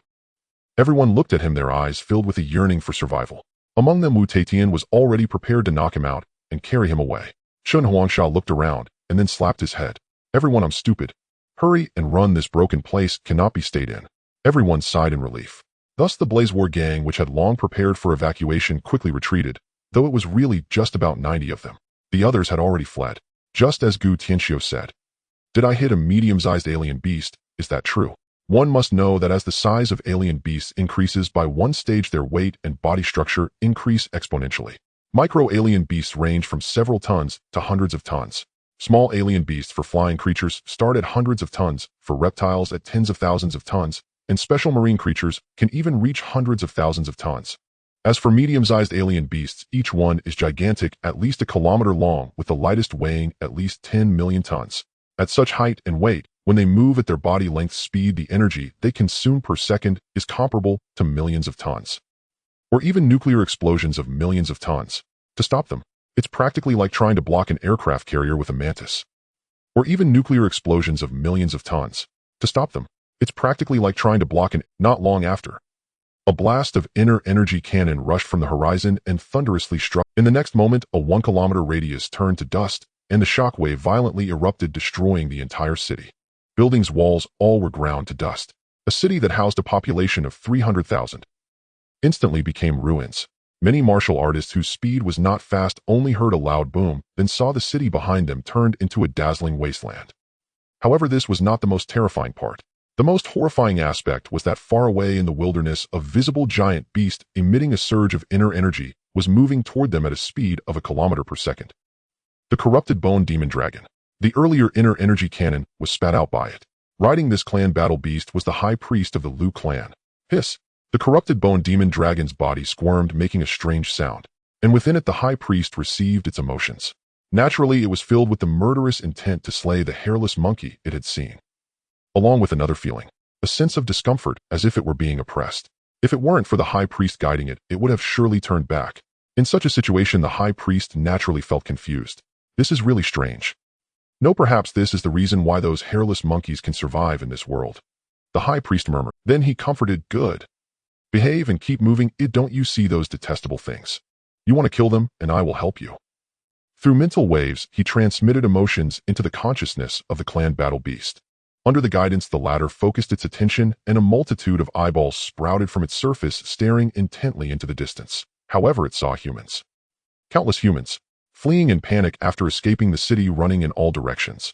Roar! The corrupted bone demon dragon became enraged. The killing intent instantly filled its will, and any discomfort was thrown to the back of its mind. At this moment, the only thought of the corrupted bone demon dragon was to kill, to annihilate those damned humans. The moment the thought arose, its speed dropped sharply. Meanwhile, it began to gather energy. High-density inner energy concentrated, aiming at the distant humans. Spit. The inner energy surged like a white ribbon, arriving in an instant at a speed exceeding 20 Mach, crashing down onto the ground. Like a laser sword, it swept across, and the earth struck by it. After a moment of stagnation of the remaining inner energy instantly exploded. Boom. At this moment, it felt as if the heavens were collapsing and the earth was splitting. Many martial artists met their demise. The inner energy ribbon continued to rampage, penetrating deep into human territory. Ultimately, it viciously struck the towering sighing wall that reached several thousand meters. That was the wall. Representing the inner city, the wall separated the inner and outer cities. The outer city, rather than a city, it looked more like a slum built along this cylindrical sighing wall. Letten City was merely one area among numerous slums. Calling it a city was just a nicer way of saying it. It was a region that could be destroyed by a single breath from a medium-sized alien beast. What face does it have to be called a city? However, with the corrupted bone demon dragon's breath fire, especially when this shot hit the sighing wall of the inner city, it seemed to trigger some mechanism. The several thousand-meter wall was left with a conspicuous mark. Immediately, the wall began to visibly squirm. That conspicuous mark quickly repaired itself. Then, whoosh, whoosh, whoosh. In the inner city, numerous figures soared into the air, crossing over the sighing wall. Those figures looked down from a height of 10,000 meters, quickly locking onto the approaching corrupted bone demon dragon. What the hell, is this a joke? Is the Liu clan insane or delusional? Looking at the continuously extending rift into the outer city, Ditsong gasped. Relying on the support of fallen evil gods, they dare to invade my homeland with just a medium-sized alien beast. Have they always been this brave? He seemed to understand the purpose of the earlier sacrifice. No wonder that medium-sized alien beast left. Turns out they not only looked down on me, but also planned to directly push through the human race, right? No, don't you want to think about the gap between us? Even I, a mere mortal martial artist, cannot handle it. Yet they dare to invade the martial artist race. Emohung accepted it matter-of-factly, otherwise they are aberrants, and they are also cultists. Isn't it normal for them to be mentally ill? Yes, that makes sense. Ditsong thought this guy had a bit of the wisdom of being a fool. However, soon. If you say this direction is Letten City, are we going to be robbed? Ditsong suddenly realized. The martial artist race is strong, and those lords in the inner city are also strong. But for the outer city, what is a medium-sized alien beast? That is a supermodel boss. The crowd was in a state of panic as they fled. The emergence of the corrupted bone dragon affected not only Letten City, but also the surrounding area where hundreds of thousands of people in numerous cities witnessed that colossal creature. Thus, there was no thought of resistance. Hundreds of thousands of people fled at the fastest speed possible. However, some were destined to be unlucky. The corrupted bone dragon's speed of movement was a kilometer per second, nearly 3 times the speed of sound. Even those of extraordinary speed would find it difficult to escape. Therefore, people could only gamble. They hoped that this mid-sized beast would not head in their direction. Usually, the places that attracted the killing intent of beasts were naturally those with a large crowd. Thus, fleeing in the presence of the beast, the effect of conformity was deadly. They had to run to places with fewer people. And indeed, that was the case. However, this was not the case. Far away, over 100 miles, countless skeletal limbs began to grow from the body of the corrupted bone dragon, densely covering the ground. Immediately after its massive body stood upright, numerous differently shaped eyes sprouted from its surface, looking down from a height of 1,000 meters with a line of sight that could reach over 100 kilometers. Thus, under its gaze, the corrupted bone dragon saw more cities and more humans. Its killing intent surged dramatically, Enraged, it slowly took a step forward, and the efficiency of its inner energy propulsion dropped to less than 1/10 of its original capacity, replaced by something else. From the head of the corrupted bone dragon, several massive maws grew again. Within each maw, inner energy cannons were being condensed. After several seconds of charging, in the next moment several inner energy cannons shot out at speeds exceeding 20 Mach, crossing dozens, even hundreds of kilometers, and struck a multitude of people. Thus destruction descended. Like the explosion of a nuclear bomb, the shockwave instantly turned the surroundings to dust, the force tearing apart the bodies of martial artists in an instant. Calm down, don't be so impulsive. Accelerate, we can crush them directly. The high priest saw that this guardian war beast had almost lost its sanity. He continued to soothe and try to guide it.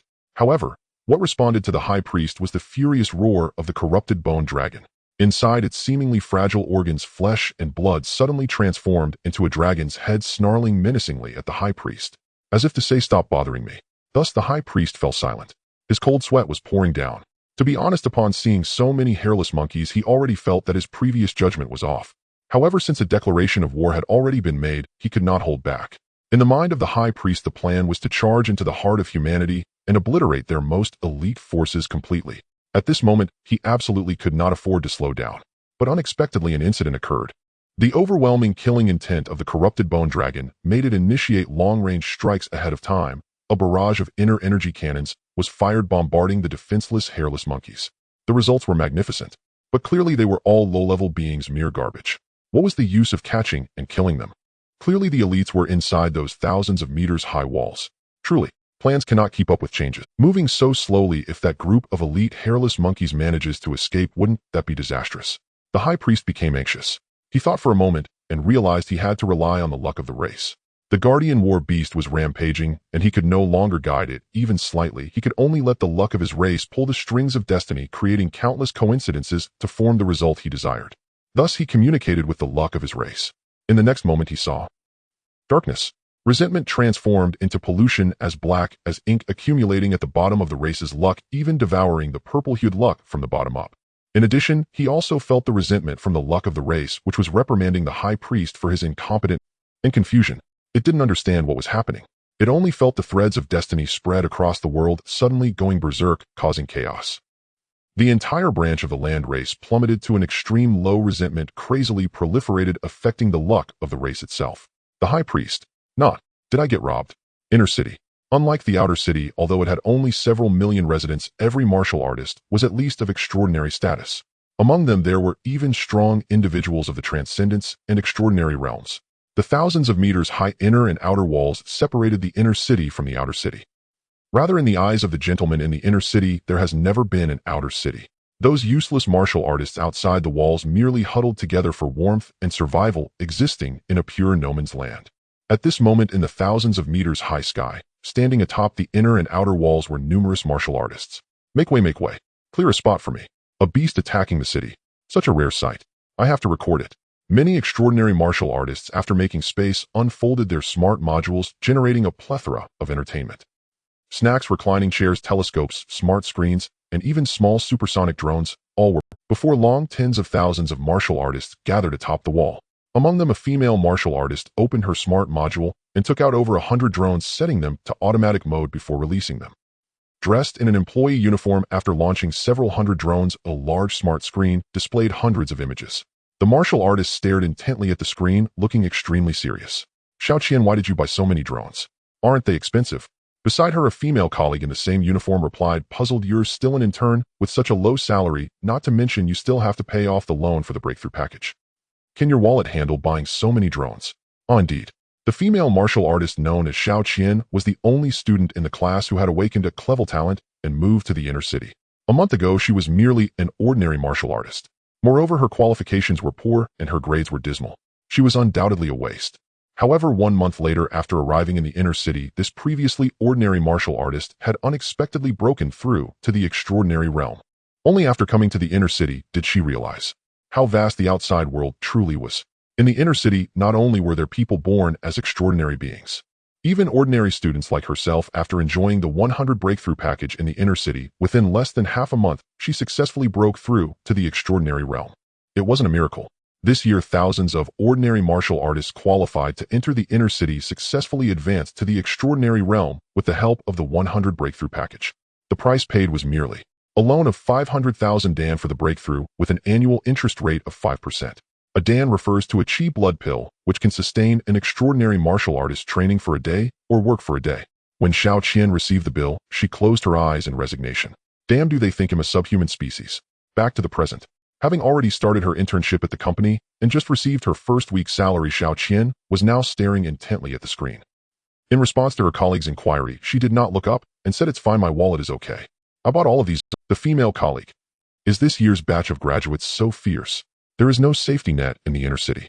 If you can't repay the loan, you will truly starve or be expelled from the inner city.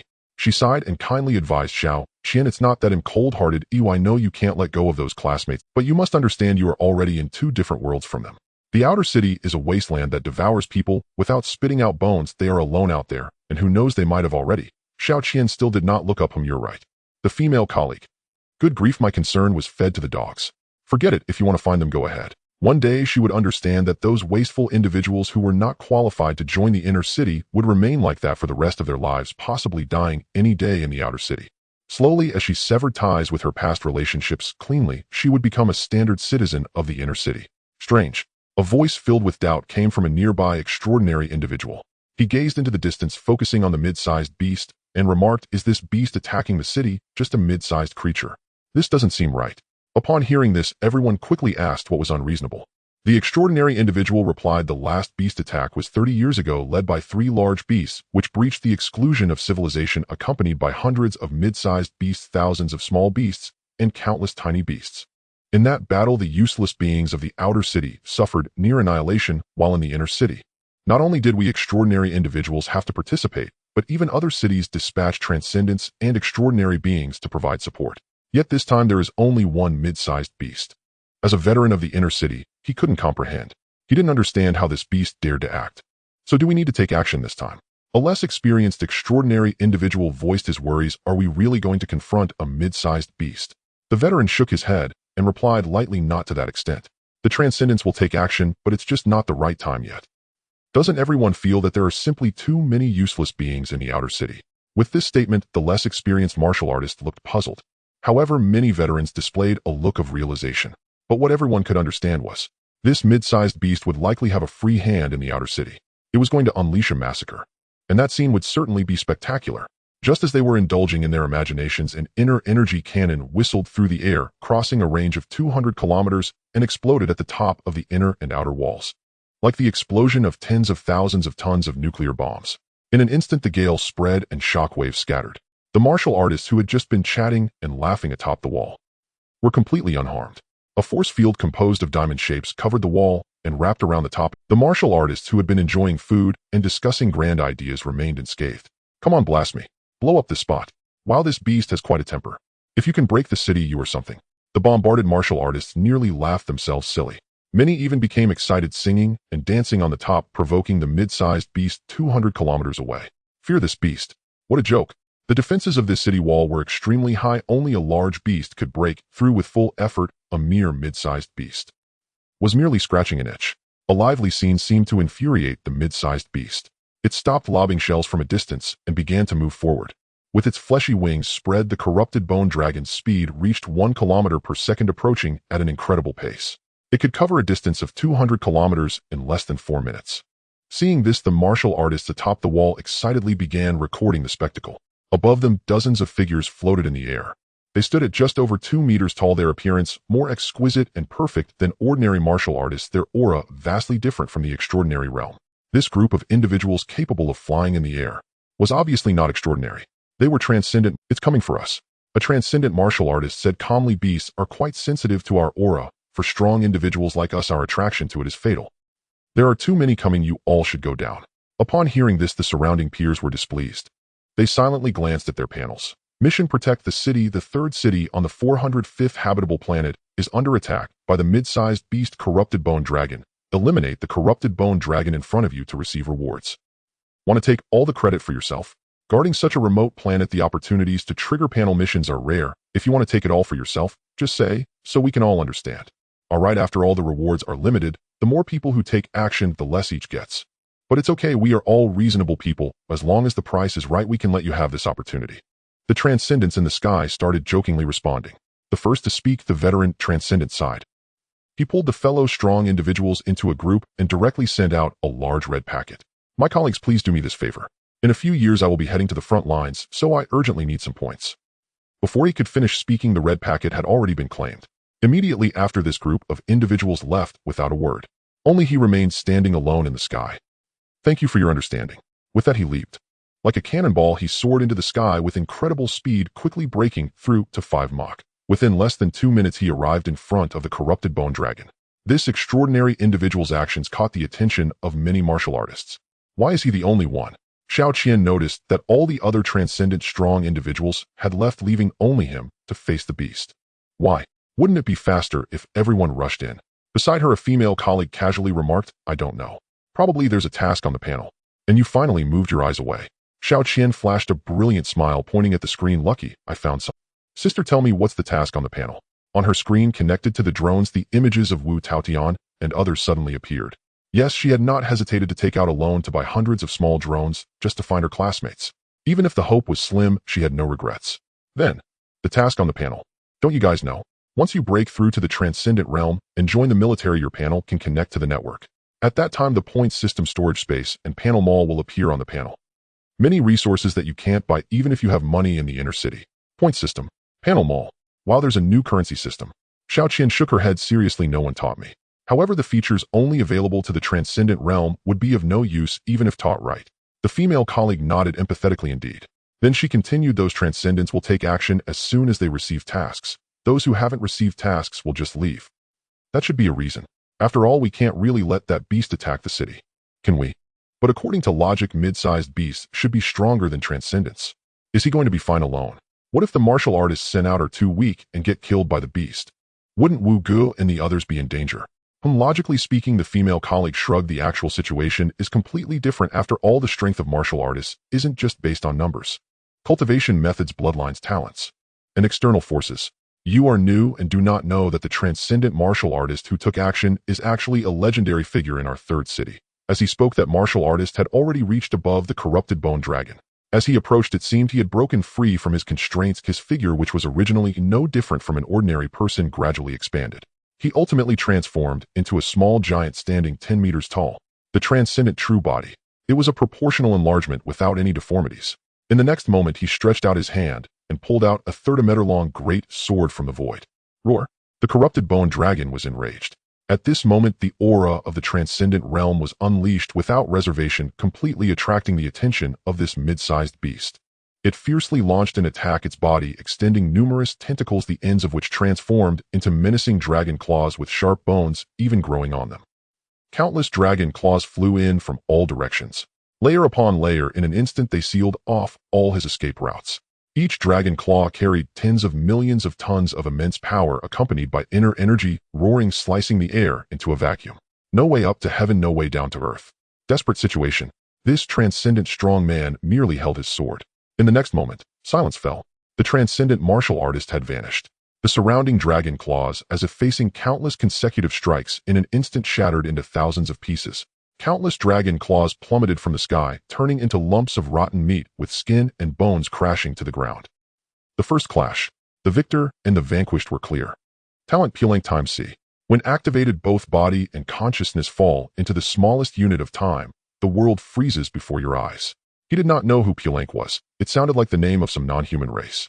It mattered little. All he knew was that his awakened talent amounted to stopping time. Once triggered, the world reduced to 2 tones of black and white. Every bit of light and motion rendered immobile, and only his own body could move. In that motionless world, he alone could act. A formidable temporal talent. At the Fanjing, it could hold the world still for a full 5 minutes. At Phi Fanjing, the duration dropped to 30 seconds.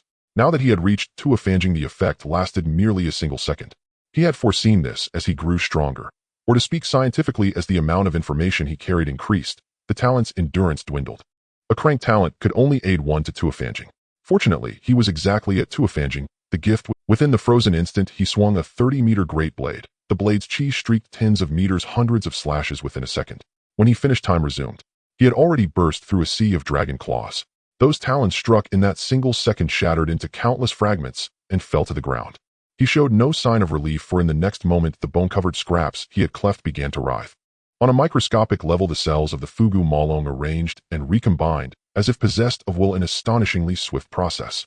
In reality, within mere seconds, those tens of thousands of tons of flesh sprouted legs and eyes. Some fragments even grew wings. They crawled, ran, or leapt into the air, racing back toward the Fugu Malong's main body. The parent mass received them greedily, swallowing the detached pieces. The wounds inflicted by human warriors healed in an instant beneath such regenerative power. TSK. The Tuifanging warrior clicked his tongue, displeased. Killing this mid-sized aberration was far harder than expected. No true vital point, a body that could rearrange at will cellular level self-repair. Even detached flesh could regrow limbs and return on its own. Only the fragments whose cells had been utterly annihilated by his inner chi remained on the ground, dead beyond recovery. To extinguish a mid-sized beast's vitality required total cellular destruction.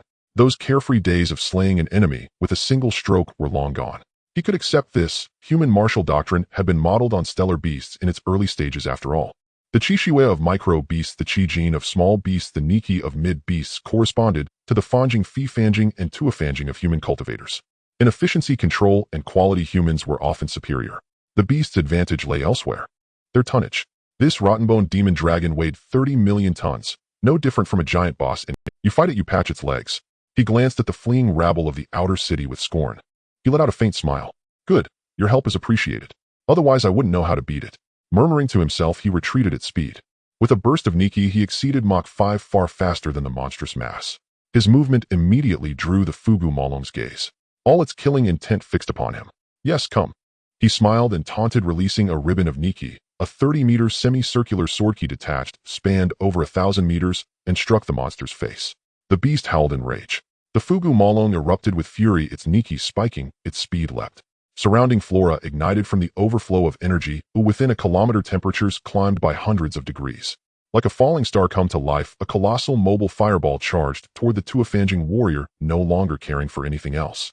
He retreated in the direction of the outer city gathering of fighters. The outer city, within 100 li, erupted in curses. Beast, bringing it toward us. Damn you inner city scum, what did I ever do to you? The outer city's residents, to them the terrifying creature raced straight toward their quarter. Wu Ta-Tian of Fifanging saw everything with razor clarity.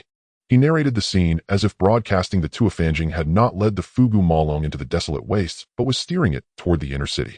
Was it because there were too many in the outer city? Or did he think people like them could meddle in a Tuifanging's battle with a Don't shift the catastrophe onto us. Run. Quickly. A familiar voice cut through the panic. Everyone looked up. Floating above them was a small drone. A familiar voice issued from its speaker. Qian Xiaoxing. Go Changchun recognized the voice and exclaimed, where have you been?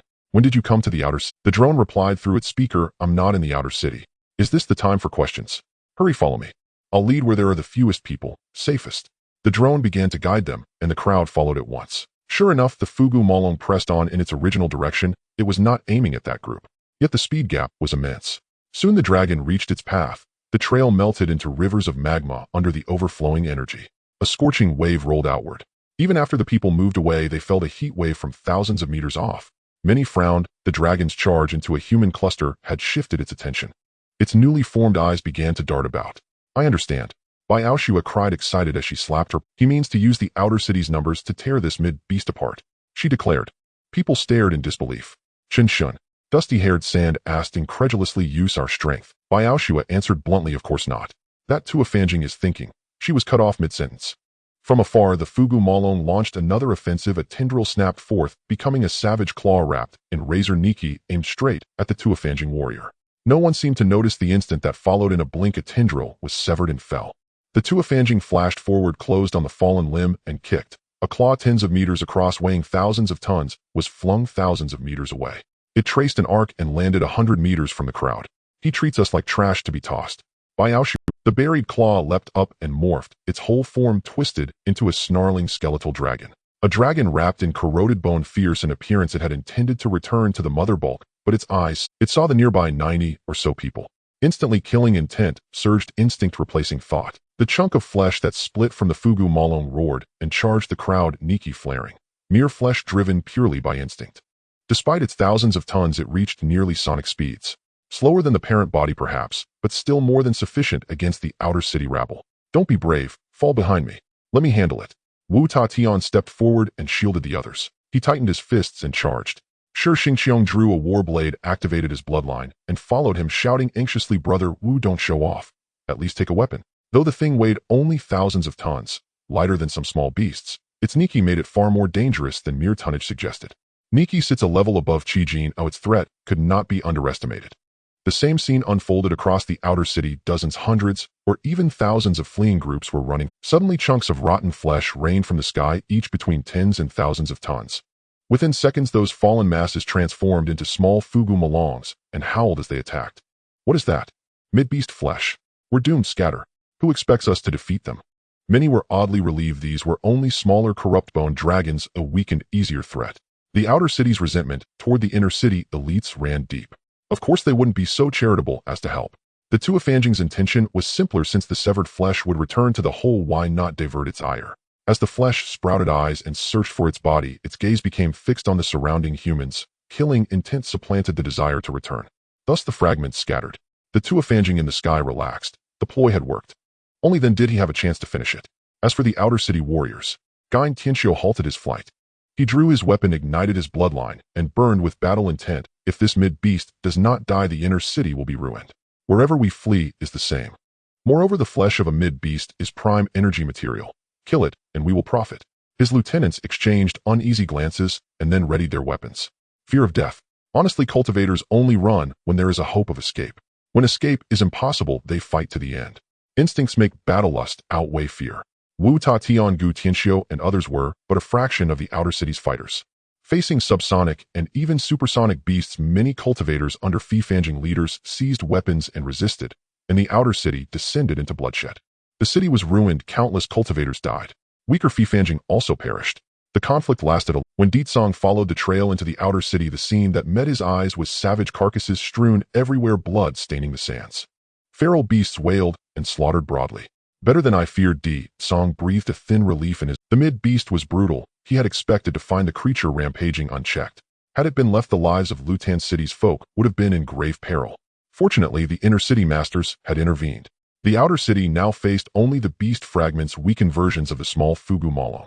A dozens-ton Fugu Malong was tearing through the area a kilometer away. Dozens of Fanging cultivators had already fallen.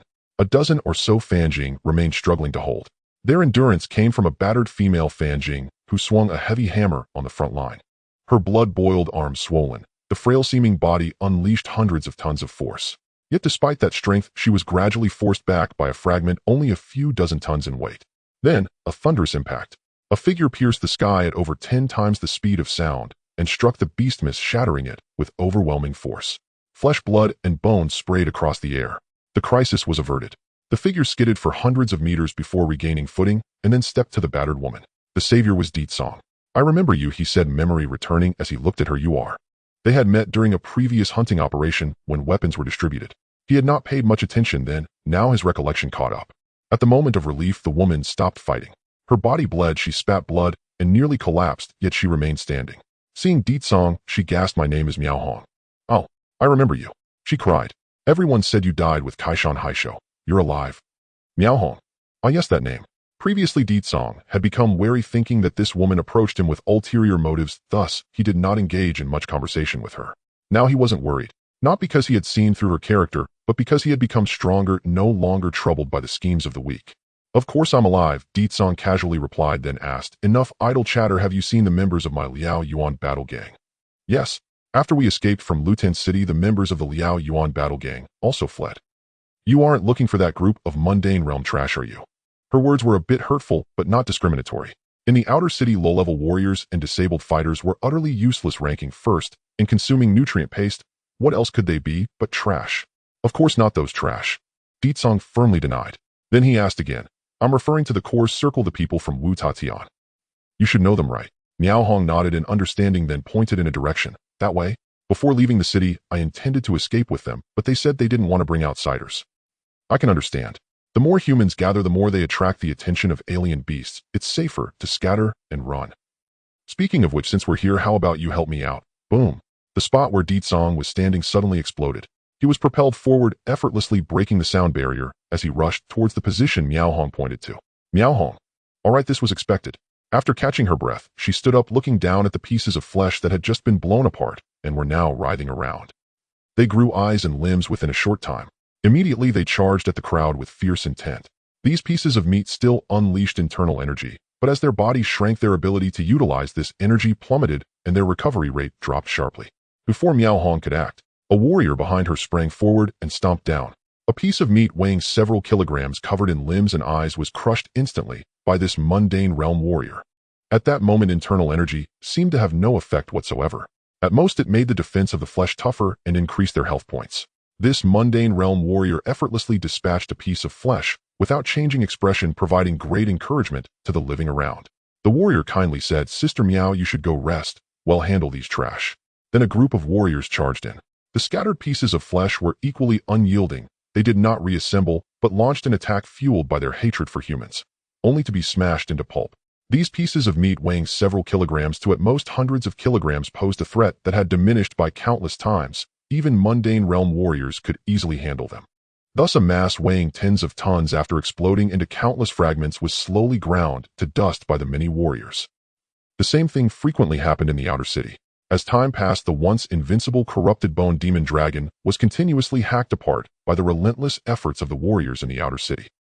Its mass was increasingly reduced. Ditsong was anxious. Mo Hung ran too fast, having long been left behind. Now in the outer city, Ditsong moved like a phantom through the blood and flesh of the crowd and alien beasts. Boom. A punch unleashed over 10,000 tons of force. A mass of over 100 tons of corrupted bone demon dragon was forcibly scattered.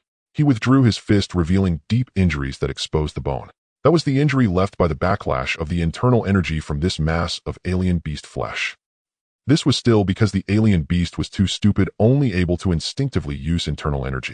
If it were a transcendent realm warrior under the protection of internal energy armor, Ditsong's arm would likely explode into a mist of blood the moment he landed a hit. "Thank you, brother, for your help." As he blasted the alien beast's flesh, the rescued warriors immediately gathered around, providing emotional support.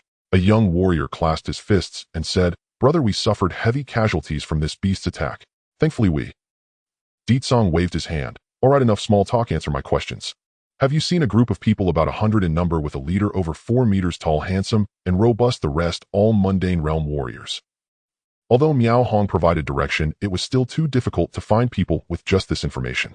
To speed up the process, Ditsong asked several waves of people. Although Miao Hong provided direction, it was still too difficult to find people with just this information. To speed up the process, in the crowd, a warrior with a severed arm suddenly realized and pointed in a direction. He said, "I saw them. They were taken away by a drone, but subsequently they were attacked by a mass of alien beasts. That mass looked to weigh over 1,000 tons, and the monsters it transformed into were incredibly fierce. I barely escaped, or I might have died there." Ditsong's eyes widened. 1,000 tons. Currently, the alien beast flesh he had eliminated, the so-called mass, mostly weighed only tens of tons, and the one he had just blown apart was clearly around 100 tons. 100-ton alien beast flesh could inflict minor injuries with its backlash of internal energy, so what about 1,000 tons? No. It was more than that. The mass of a medium-sized alien beast divided by 10 times was a threshold. 100 kilograms was comparable to a micro-alien beast, like the swift-wind wolf. Ordinary mundane realm warriors could contend with it. 1 ton was equivalent to a micro-alien beast like the mighty elephant. Bloodline mundane realm warriors could contend with it. 10 tons were akin to small alien beasts of avian species. Transcendent realm warriors could contend with it. 100 tons was similar in strength to the previously encountered mountain-shattering beast. Multiple bloodline transcendent realm warriors were needed to handle it. As for 1,000 tons, it was comparable to a small alien beast capable of moving at the speed of sound. It leveled the speed gap between alien beasts and warriors. That thing was definitely not something Wu Tatian could handle. Understood. Ditsong shot up again. He soared higher, following the direction pointed by the warrior with the severed arm, observing closely until he found a trace. On the wasteland 10 kilometers away, nearly 100 figures could be seen along with a gigantic moving. Too far to confirm, but the number matched. "Wait for me," he murmured, stepping into the air and leaping forward. At extreme speed and power, the air seemed to solidify, exploding with every step Ditsong took, propelling him forward. The distance of several kilometers was rapidly closed. Finally, he crashed to the ground. Like a meteorite landing, it kicked up countless stones and dust, and then a figure leaped out from the thick smoke, shouting, "Roar! Beast, come face me." His entrance was enough to attract everyone's attention, especially with his identity as a martial artist. It was the best way to draw the alien beast's hatred. However, as Ditsong hovered in the air, indeed many gazes were drawn towards him. "Who? Where did that bear? Digu. I'm super good you're still alive. I thought you were dead. Ditsong landed. His expression stiffened as he looked around. In his view, the mass that should have been rampaging was now chopped into dozens of pieces. Over 100 awakened bloodline warriors surrounded these dozens of pieces, each averaging over 20 tons, fiercely attacking and killing. Among them, Bai Ao Shue's figure darted around continuously, collecting the immobilized alien beast flesh and swiftly refining it. On the other side, Wu Tatian was covered in blood injuries deep enough to see bone. He sat cross-legged on the ground, his expression unfathomable, as if in a moment of enlightenment. Upon hearing Ditsong's roar, he snapped back to reality. In this state. No, how did you? That was a 1,000-ton corrupted bone demon dragon mass. I thought you would struggle, suffering heavy casualties, and I'd have to make a dramatic entrance to save the day after a fierce battle. How did you all take it down yourselves? I refuse to accept this. Wu Tatian. He looked deeply at Ditsong, said nothing, and then continued to drift off into the clouds, lost in thought. Hundreds of meters away, Shixing Qiong suddenly exerted force. A surge of blood and energy erupted, and the several tons of alien beast flesh were once again chopped into dozens of pieces. With brilliant results, he leaped out of the battlefield and came to Ditsong's side. Little D, don't come and mess things up. Everyone just became stronger, and we need practical experience to test ourselves. Let's stand aside and support. Shixing Qiong said this. Ditsong nodded blankly, then looked at the battle. Over there, the alien beast flesh that had just been cut by Shixing Qiong naturally split into dozens of pieces, growing eyes and limbs. Seeing others around, they disregarded their self-healing and charged fiercely in their split forms, but the danger of the split alien beast flesh drastically decreased as their tonnage plummeted. The other students rushed in, smashing them into pieces. Finally, Bai Ao Shui quietly finished off refining the alien beast flesh in an instant. How did you do it? Ditsong felt numb, pointing at the divided battlefield and asking. As far as I know, a 1,000-ton mass is tougher to deal with than a small alien beast, Holy Black Flame Dragon. How did you handle it? The Holy Black Flame Dragon, while I killed it, was in a weakened state due to being controlled by the Land Clan, unable to use its energy. In its complete form, the Holy Black Flame Dragon is incredibly powerful. As for the 1,000-ton medium-sized alien beast mass, it's even stronger. Not to mention a single transcendent realm warrior, even dozens of them together might not be its match.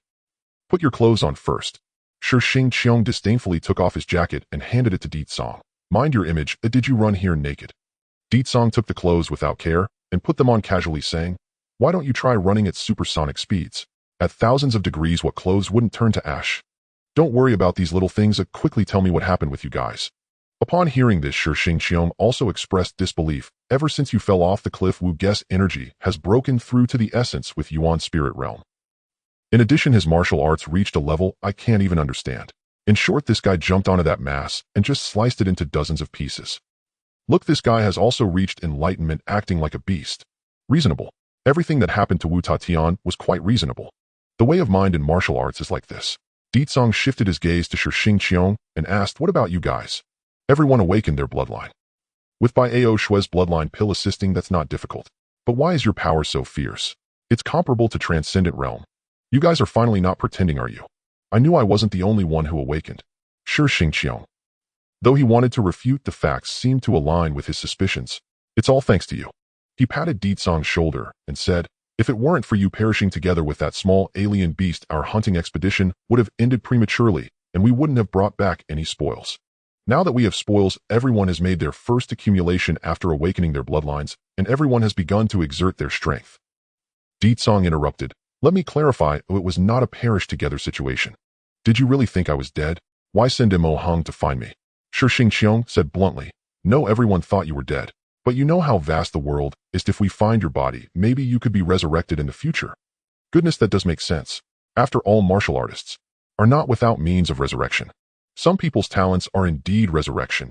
Either they resurrect themselves, or others, or even continue. Ditsong pointed at other people. I still have many questions, like how Mo Hung found me. But first, introduce me to their situation. Shixing Qiong wasn't being wordy. He took out several vials. Blood boiling potion. Can cause a surge of blood and energy, increasing strength several times. Super brain potion. Enhances human reaction perception and control. Life potion. After swallowing it, self-healing of bodily injuries rapidly occurs within half an hour, perfectly neutralizing the side effects of the first two potions. Shixing Qiong took out many potions and rambled on about them. Ditsong was stunned. Goodness, this I know. Buff up crazily before facing the BOSS, right? Stacking dozens of positive effects in the status bar, even mortals can slay gods. Alright, although it's not that exaggerated, but whose masterpiece is this? How should I put this? The martial artists in the outer city are essentially just blank slates. Occasionally, they might acquire a few yellow-grade weapons, but those are just garbage that has been discarded and refurbished after being eliminated from the inner city, no different from scavenging. In the inner city, however, true martial artists, even those who are merely extraordinary, have various external forces to enhance their combat power. Potions are one of those forces. Unlike the balanced and gentle pills, potions emphasize quick effectiveness and significant side effects, and they are primarily used for temporary enhancements and stacking buffs rather than for cultivation. Tianhong. A name slipped from Shi Xingqiang's lips. Tianhong. Oh, that guy. Unlike Biao Xue, who is obsessed with bloodlines, Tianhong, while equally passionate about knowledge, clearly possesses profound insights into the human body. Shi Xingqiang continued. I don't know when he learned to make potions, but this guy has been tinkering with various materials, primarily using certain body parts of exotic beasts as main ingredients for quite a while. Then the potions were produced in large quantities, enough for everyone. Xiao Di, take this healing potion. He handed a syringe to Di Tsong. Yes, a syringe. This thing isn't for drinking, it's injected directly. What's the difference between oral potions and pills? Life potion. A potion that significantly boosts the body's metabolism through stimulation. If I remember correctly, this stuff is a bit life-threatening. Di Tsong felt a bit embarrassed holding the potion. The side effects of potions are no less than lethal techniques. Boiling blood potions are harmful. Super brain potions harm the brain. Life potions shorten lifespan. In other words, to counteract the side effects, one has to inject various mixed potions into the body, resulting in an outward appearance of health, while in reality lifespan plummets. A few dozen, or even 100 times, and one is done for. If you don't want it, you can throw it away.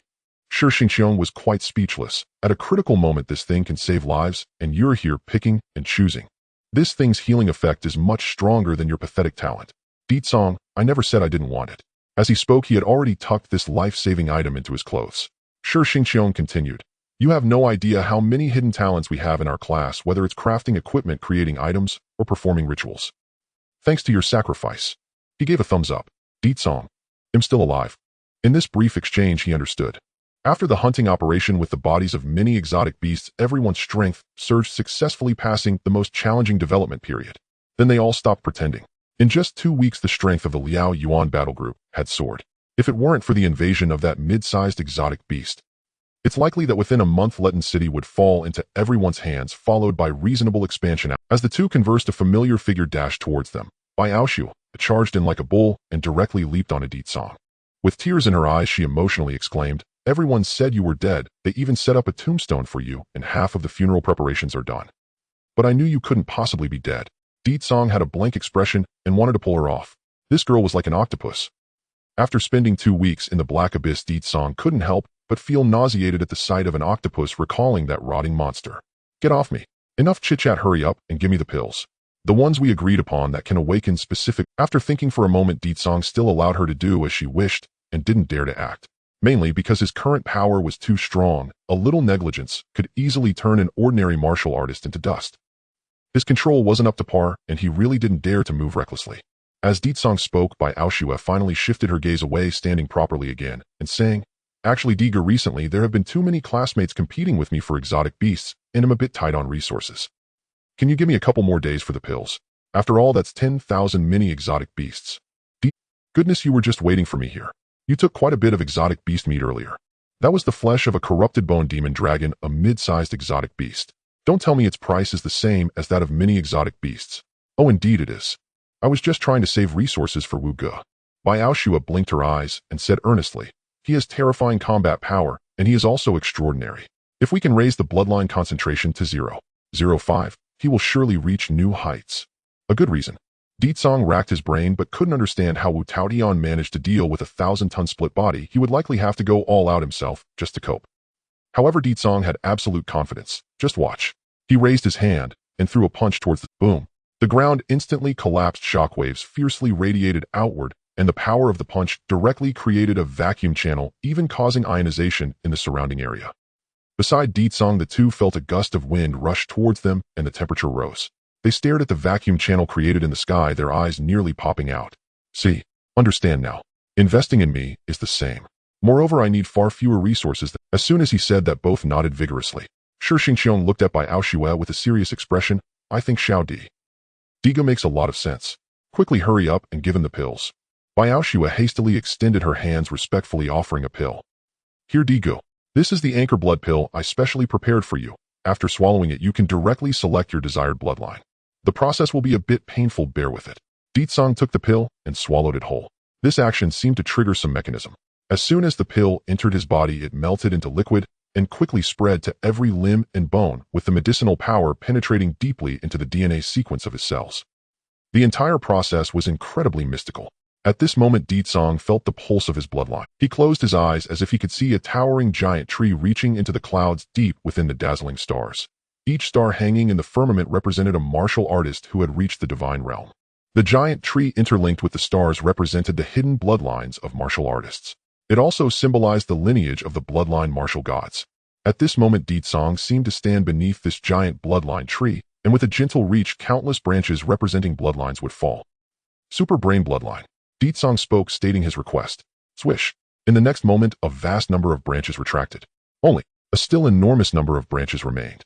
Each branch represented a type of superbrain bloodline. Microscopic superbrain, calculating superbrain, temporal superbrain, perceptive superbrain, telekinetic superbrain, mimetic superbrain, origin superbrain, constructive superbrain, resonant superbrain, chaotic superbrain. Each item's description was quite outrageous. Divine-level bloodlines are like this strong in the early, mid, and late stages. Until the late stages, when they are promoted to the divine realm, the bloodlines will further transcend into divine-level bloodlines, with strong personal styles ultimately becoming one among countless divine-level bloodlines. The only flaw in this system is that there are too many choices. It can be overwhelming. Deetsong. My power is too strong, hard to control. My speed is too fast, hard to respond. So can you recommend something? Yes, it was hard for him to decide. He might as well let the bloodline giant tree recommend one for him. As soon as he said this, most branches quickly gathered. Only a few branches hung down. Deetsong looked at them one by one. Chaotic superbrain. This one is more suitable for a subjective martial path. Mirror reflecting superbrain. Ordinary martial artists have limits. My issues can't be solved just by training harder. Temporal superbrain. Can solve the problem of excessive speed. Microscopic superbrain. Awakening this would alleviate concerns about power going out of control. And there are others. He pondered. Overall, the most suitable for me are temporal superbrain and microscopic superbrain, which is quite similar to Baoshua's recommendation. Now my demand is. He made his choice. Then from his genes. No, even beyond the genetic level, an inexplicable power permeated Deetsong's entire body, causing internal changes. It felt like every cell was screaming in excruciating pain. Fortunately, the pain came quickly and left just as fast. Before Deetsong could even cry out in pain, the transformation of the bloodline ended. And the moment his consciousness returned to reality. Temporal superbrain. He activated this bloodline that suited him best. And so within his field of vision, the world froze. No, it was slowed down. The entire world seemed to be slowed down 100-fold. Or rather, in terms of time perception, his thinking speed had increased 100-fold. In his vision, the movements of his classmates battling the split body in the distance became incredibly slow after being played at least 100 times slower. The speed of their swings could make him yawn. Beside him, Baoshua and Shi Xingqiong were also watching him, their mouths slowly closed and opened. The sound seemed to be stretched into a long line, making it incredibly annoying. Not only the sounds of speech. In this 100-fold slowed-down world, even the distant battle sounds and the howling winds around changed pitch. Truly unique, Deetsong murmured. Not only that, as a superbrain bloodline, he felt his control over his body had improved significantly, allowing him to manage his chi and strength more finely. This heightened perception also flooded his mind with vast amounts of information. But at this moment, his brain could process it all. This is the basic function of a superbrain. However, this bloodline's superbrain focuses more on temporal perception. This strange perception made his brain and thinking extraordinarily clear. Deetsong felt as if he could grasp the entire world in his hands. Of course, these were all illusions. Even an ordinary martial artist, once they activated their superbrain, would find that everything except their own thoughts was slowed down. If faced with other awakened martial artists, they could swing Tintin punches, easily flattening a superbrain martial artist. Activating the superbrain merely allows one to perceive more clearly how they die. Of course, this applies to ordinary martial artists. At this moment, Deetsong felt finally normal. He took a step forward, freely walking in the 100-fold slowed-down world, no longer needing to suppress his strength. With a gentle push, he could leap into the air. This time, he clearly saw how his legs exploded and how the power acted on his entire body. It wasn't easy, it was incredibly challenging. During regular battles, once his speed surpassed that of sound, everything was purely based on instinct and chaos. Running his vision was always a blur. But now it was completely different. Although he still couldn't fully control his overwhelming power, at least he could see the speed of his attacks clearly. Bringing it back to reality, his combat power had dramatically increased. Huh. Song vanished from his spot. Then as if he had teleported, he reappeared in front of the two. Next they heard the continuous sound of sonic booms as Song's figure flickered on the battlefield, leaving only afterimages. This is pure speed. Shua watched in awe and couldn't help but ask, what level of combat power has reached? How can he move so fast? It was worth noting that in her eyes Song had just opened his eyes, and before she could ask anything he had already disappeared. Then a storm arose and the sound of sonic booms echoed endlessly. That was the rumble and shockwave created by Song moving on the battlefield. Such a visual feast and destructive power could even outpace Wu Ge. Honestly, even if the entire class was on the verge of collapse, isn't Ge a bit too over the top? What? Sure, Xingqiang had already come to terms with it. The stronger Ge gets, the safer we are. Don't think that his current speed is fast, he's actually holding back. With such a physique, he's likely comparable to the transcending ordinary realm. No, an ordinary transcending ordinary realm martial artist relying solely on their physical body is far inferior to him. He was knowledgeable and certainly wasn't lying. In terms of pure physical strength, a transcending ordinary realm's power is only about tens of thousands of tons, not much different from Song now. However, a transcending ordinary realm martial artist usually stands 10 meters tall and weighs hundreds of tons. Moving around they are nowhere near as easy and comfortable as Song. Of course, this is limited to their physical body. If internal energy is added, a transcending ordinary realm speed can easily reach supersonic levels, not something ordinary martial artists could compare to. Soon, having had his fill of fun, Song stopped. He looked at the two and asked, one last question. What is this? At the top of the city wall separating the inner and outer city, a group of extraordinary beings pointed at the screen. What is this guy? A mortal realm warrior. He is a mortal realm warrior, right? Even if he has Clevel divine speed talent, it can't be that impressive, right? His strength can rival Clevel divine power talent. Could he possess a hybrid explosive talent? What a joke. Why would such talent end up in the outer city? What is the admissions office doing? Many extraordinary beings were indignant, cursing loudly. It felt like witnessing the pain of burning a zither and boiling a crane. The outer city was a place for exiled wastes and criminals, not for burying talent. Apart from Song, they noticed another target. That warrior from earlier has considerable combat strength too. An extraordinary being pointed at the screen where Wu Tatian was sitting cross-legged in deep comprehension.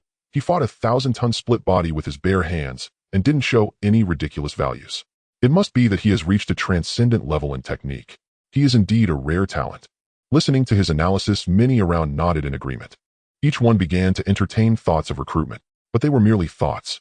After all, in the inner city, the status of extraordinary beings was merely at the bottom, not even qualifying as skilled labor, and naturally, they had no capital to recruit others. Moreover, he was an outer city person. Yet despite this, they still entertained different ideas, such as establishing a trade channel with them. Among them, Qian Xiaoxing's female colleague was the most excited. Xiao Qian, are these your classmates? They are so impressive, why didn't you tell me earlier? Especially those two boys, they are unbelievably strong. Did they practice the idealistic martial arts? As she got excited, her eyes sparkled. However, she didn't notice that the most shocked one was Qian Xiaoxing herself. I am not that good. Her eyes reflected pure foolishness. Although Wu Ge has always been very powerful, he shouldn't just be a mortal realm warrior, right? Ge. He is indeed strong, but he didn't seem that powerful during graduation. Due to being overly shocked, her voice trembled. The inner city folks were unaware of the full situation in the outer city, nor did they know Song and Wu Tatian's true identities, let alone what it meant to have 100 people, all of whom were bloodline warriors. They thought that the two Wu Tatian and Song might be experienced veterans in the outer city, relying on unreasonable idealistic martial arts to gradually grow into their current form. Little did they know that these two were merely fresh graduates. They were exposed because of Qian Xiaoxing's full-screen live stream, gradually attracting the attention of many inner city folks. After a group of people took interest, more drones appeared. As a result, a large number of small drones hovered above. These things buzzed and circled in the sky, making a lot of noise. When Song looked up at the sky while activating his super brain, his brow furrowed. Then he moved. Next moment, a drone appeared in his hand. What is this? Song was puzzled. Where did this drone come from? In this wasteland of the outer city, is there such high-tech stuff? Well, there should be. However, Luden City does not have it. Brother, please take it easy. The drone held in Song's hand suddenly spoke. The voice sounded extremely youthful. This drone is not cheap, it's a high-end item. I spent 150 Dan to buy. Please don't break it. Song. What? It was evident that the drone's owner was talking to him. Shua walked over at the right moment explaining, Ge, here's the thing, it was Qian Xiaoxing who found us. She recounted the whole story. In simple terms, the inner city lords controlled drones to watch the live stream for entertainment. 200 million outer city wastes battling against a medium-sized beast split body. Posting such videos online gets a high view count. Attempts have been made to drive off these drones, but alas, these high-tech items are not something mortal realm warriors can capture. They casually zipped around the sky at supersonic speeds, easily dodging all attacks, leaving everyone helpless. Furthermore, the number of drones kept increasing. Hearing this, Song was utterly furious. What arrogance! He gritted his teeth. Are the inner city folks so great? Seeing the outer city in trouble, not only did they not come to help, but they also took pleasure in our suffering. As he spoke passionately, his hand unconsciously tightened. The drone in his hand was instantly crushed. Exactly. Biaoshua nodded vigorously, empathizing. The inner city folks are too despicable, actually using drones to film everyone without consent. Isn't this an infringement of portrait rights? Song. Oh. Biaoshua raised her head and waved her fist at the many drones, angrily saying, "Did you pay to film us? The exclusive broadcasting rights belong to my good sister Qian Xiaoxing. Who do you think you are? Diga, can you shoot them down? Just thinking about how the money that should belong to Qian Xiaoxing is being made by others makes my heart ache." Song looked expressionlessly at Biaoshua, then turned to Shixingqiu. The latter was taken aback, then also agreed. Diga Xiao Shui is right, it's a waste for others to earn this money. Let Xiao Qian earn this money, and she can send us a few boxes of Qi Blood Dan afterward. Song smiled as he clapped. That's right, why didn't I think of this? It's my fault that my baby mentality from my past life almost made the duck fly away from my grasp. How many times have I said to forget the past? The memories from my previous life are still haunting me. The life and death crisis of 200 million people in the outer city is being treated as entertainment by the inner city lords. Is there really anything worth being angry about? No, absolutely not. This little matter, is there really a need to question? Seizing the opportunity to make money is the most important thing. Wait. Song bent down, grabbed a stone, and crushed it to bits. Then he threw his hand up towards the sky, whoosh. Like a rain of fire ascending to the heavens, covering the entire sky. A large amount of rubble turned into a barrage. The scorching fire flow easily tearing apart the drones above, and soon large pieces of wreckage came crashing down. With this move, the cameras from the inner city were instantly cleared. Only Qian Xiaoxing's small drone cautiously took off from the ground, monopolizing the live broadcast rights. At the top of the city wall, the inner city folks wailed. Only Qian Xiaoxing's eyes shone with excitement. A flash of light from the blade, the inner Qi transformed into a blade. A bone weighing hundreds of tons was severed in one strike, then kicked out by immense force, sending it flying 10,000 meters away. When the bone hit the ground, the surrounding environment and buildings visibly oxidized. This power manifested the bloodline divine ability of the corrupted bone demon dragon. Any mortal realm warrior who approached would almost die instantly. Only extraordinary beings could barely withstand it. However, as the bone fell, it visibly grew, an eye followed by a body and 5 claws. In just over 10 seconds, a small corrupted bone demon dragon took shape. It surveyed the surroundings and soon saw humans. Many humans. Dozens to hundreds of humans surrounded it with weapons. They were either extraordinary beings or bloodline warriors with remarkable talents. Before this split body had completely formed, various attacks rained down, quickly shredding and obliterating it. With more warriors hastily collected the fragments of the corrupted bone demon dragon, tightly sealing the still active flesh in boxes. The entire process was smooth and seamless, as if it had been rehearsed countless times beforehand. The commotion below was also observed by the extraordinary being fighting the corrupted bone demon dragon. Seeing this, he grinned. The outer city, this place of exiled waste, has a total population of 200 million. With a probability of 1 in 10,000, having 20,000 extraordinary beings is already remarkable. Who would have thought that this group of wastes would exceed my expectations? Along the way, I've seen no less than 20,000 extraordinary beings, even close to 50,000. Over these few hundred years, they have accumulated quite significantly. No wonder the population of the outer city is rapidly increasing. While speaking, he did not idle. His great blade continuously slashed the blade aura, rampaging within 100 meters, constantly cutting through the flesh of the corrupted bone demon dragon. Along the way, large batches of split bodies fell. They were then eliminated and divided by the outer city warriors. Thus, he guided this corrupted bone demon dragon, making a complete circuit around the outer city. Naturally, he took in the situation of the outer city. At least in his perception, there were close to 50,000 extraordinary beings handling over 500,000 tons of medium-sized beast flesh. With this efficiency, just circling the outer city 5 or 6 times would suffice to slay this corrupted bone demon dragon. It must be said that personal power is limited. The collective power is boundless. Even if they are wastes like the outer city, they have their uses. Thus, the first circuit around the outer city concluded. The second circuit began. Indeed, Song and the others' view, the terrifying beast that had previously gone far away was now circling back. Its speed unchanged, yet its form had slimmed down considerably. It was evident that it had lost a lot of flesh. However, the battle here was already over. The beast's flesh had been recovered, and everyone was unharmed, celebrating Song's return.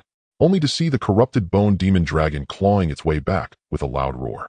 Why is it bringing that back? Gu Changchun was the first to crack. I understand now. The inner city's transcendent lord is truly a dog. Once wasn't enough to clear the trash, so they keep using it. Ditsong also looked up at the monster. Hiss, this thing nearly killed me before. Now that I have awakened my super brain bloodline, I can operate at 100 times slower, a mere medium-sized beast. This time I should be able to easily escape. Isn't the inner city's transcendent lord supposed to have to expend so much effort to kill a medium-sized beast? Why did he have the elite from the outer city just wait around the battlefield? Instead, he made the medium-sized beast circle around and around. Was it intentional? Asking about this was the small drone resting on his shoulder. The one controlling the drone was, of course, Qian Xiaoxing. Good does this matter? Qian Xiaoxing's voice came through, and after a moment she spoke. According to everyone's estimates in that last circuit, at least 23 million warriors in the outer city died or were injured, consuming 570,000 tons of that medium-sized beast's flesh. Each time a split body forms, mortal realm warriors suffer hundreds to thousands of casualties. During this circuit, even over 2,000 extraordinary beings perished. However, having learned from the first experience, subsequent casualties should decrease significantly. It is estimated that to completely eliminate this beast, the casualties in the outer city may exceed 50 million. This battle caused drones to spread throughout the outer city. All the casualties were witnessed by the inner city folks who could naturally estimate the overall death toll. Hearing this number, Ditsong took a deep breath. This beast is too excessive. 23 million lives, just like that they were wasted for nothing. He was enraged. He fought hard while the Lu tribe put in a lot of effort, even facing the fallen evil god, and he only obtained 20,000 enemy heads. This damned beast killed over 23 million. Among them, there was also the Transcendent Lord's encouragement. Diga, cool down, don't torment yourself. Seeing Ditsong's face redden, Gu Changchun advised from within, everyone knows your moral standards are high, but those strangers dying is not your fault. Don't take it to heart. As soon as this was said, everyone in the class responded with various comforting words that flowed into Ditsong's ears, soothing his heart. He felt quite speechless. How to put it? He had long anticipated the low moral standards of the martial art, yet at the same time they were extremely protective of their own kind. The extreme impacts left Ditsong in a daze. Alright, I won't be disheartened over such a trivial matter. Prepare yourselves, the split body is coming. As he spoke, a piece of beast flesh weighing over 100 tons was kicked across several dozen kilometers by immense force, ultimately landing in their territory. This was naturally the work of that transcendent being. From a distance, that transcendent being was still paying attention here. They are still alive. Truly surprising. The first time I didn't control the amount while kicking them a large piece, turning it into a 1,000-ton split body. I thought they would die, but it was beyond my expectations. While he was still thinking, he saw a figure flash on the battlefield. In the next moment, before the 100-ton split body had fully formed, this person appeared before it at a speed no less than his own. Then a punch was thrown. Bang! The split body was instantly smashed by a punch, flesh and blood splattering everywhere. The other warriors rushed in, instantly sharing the spoils. The whole process was equally smooth and skilled. So fast. The strength is astonishing. With such power, the talent must be extraordinary. Strange, why wasn't he recruited by the inner city, but instead is mingling in the outer city? This transcendent being was taken aback. Soon he noted Ditsong's appearance, then opened his personal panel, inputting Ditsong's information, and began searching. Not looking is one thing, but upon looking he was startled. The results were unclear and the talent was also undetermined. This was normal, as complete data was held tightly by the martial god. What he focused on was other information, such as, this kid had just graduated. In the outer city, he was nearly invisible, lacking any surplus information. But the problem is, he just graduated. Not that kind of old veteran who has been mingling in the outer city for a long time. When he graduated, he was merely at the 5th stage of the mortal realm, and even if he had made some progress these days, he would at most be at the 6th stage of the mortal realm. In other words, a mortal realm warrior. Demonstrated power no less than that of a transcendent realm warrior. Could it be? Clever talent. What the hell is the inner city's admissions office doing? This warrior could at least be considered a talent. Sending him to the outer city is simply a loss. It must be known that showing clever talent in a warrior is almost like putting one foot into the transcendent realm, as long as he wants to, and has paid off the loan for the 100 breakthrough package for extraordinary beings. He can immediately apply for the 100 breakthrough package for the transcendent realm. By then he would be a friend of, if I were to befriend him now. Wouldn't that mean I could form a good connection? With this thought, the transcendent being suddenly raised his hand and chopped off his left hand. A giant body of 10 meters weighing 100 tons. Just this one hand alone weighed over 500 kilograms. He kicked it, sending the hand flying several dozen kilometers, aiming directly at Ditsong's location, soaring through the air at supersonic speeds. The hand began to rapidly move and reorganize its flesh. By the moment it hit the ground, it had transformed into a giant over 3 meters tall, instantly releasing inner chi, halting its descent. The airflow swept away the dust in the air. Deetsong. His fist stopped less than a centimeter from the man. "No, who is this guy? I almost threw that punch, do you know?" The humanoid stood before Deetsong mere half a meter apart. "Hello, Deetsong. My name is Hun Haochu, a transcendent warrior from the 405th planet belonging to the Tian-Nyo Galaxy military, holding the rank of Star Guard, and I have made significant achievements and was awarded the Battlefield Hero Medal. I can be a reference and invite you to join the inner city." Deetsong was bewildered. What does this mean? He glanced at the distant figure, a transcendent expert still battling the corrupted bone demon dragon, then turned his gaze back to this person. The former was 10 meters tall, exuding a powerful aura, engaging in combat with fervor. The latter, merely 3 meters, was cultured and amiable with a beaming smile. The stark contrast left Deetsong filled with questions. Perhaps sensing Deetsong's confusion, Hun Haochu proactively explained, "It's nothing, I'm merely a flesh avatar. This level of multitasking won't affect my combat ability. It is well known that the power system traversed by martial artists in the early stages from the mortal realm to the transcendent realm mimics that of extraordinary beasts. Transcendent realm martial artists can be compared to medium-sized extraordinary beasts. Medium-sized extraordinary beasts like that corrupted bone demon dragon can still maintain the vitality of their dropped flesh, and the cells in their bodies can freely combine into various organs. Naturally, transcendent realm martial artists can do the same. As martial artists, they not only can keep the flesh that separates from their bodies alive, but can also remotely control the flesh they transform into, multitasking effortlessly. If paired with the appropriate techniques, they can perform operations that ordinary beasts cannot accomplish by instinct. Of course, Deetsong was well aware of this unique characteristic of the transcendent realm. What puzzled him more was, "You want me to go to the inner city, and you're willing to vouch for me? Why? What significance does that hold?" Though he could guess the general idea, he still needed to ask. He heard Hun Haochu nodding. "Of course, it's because of your strength. You are strong enough.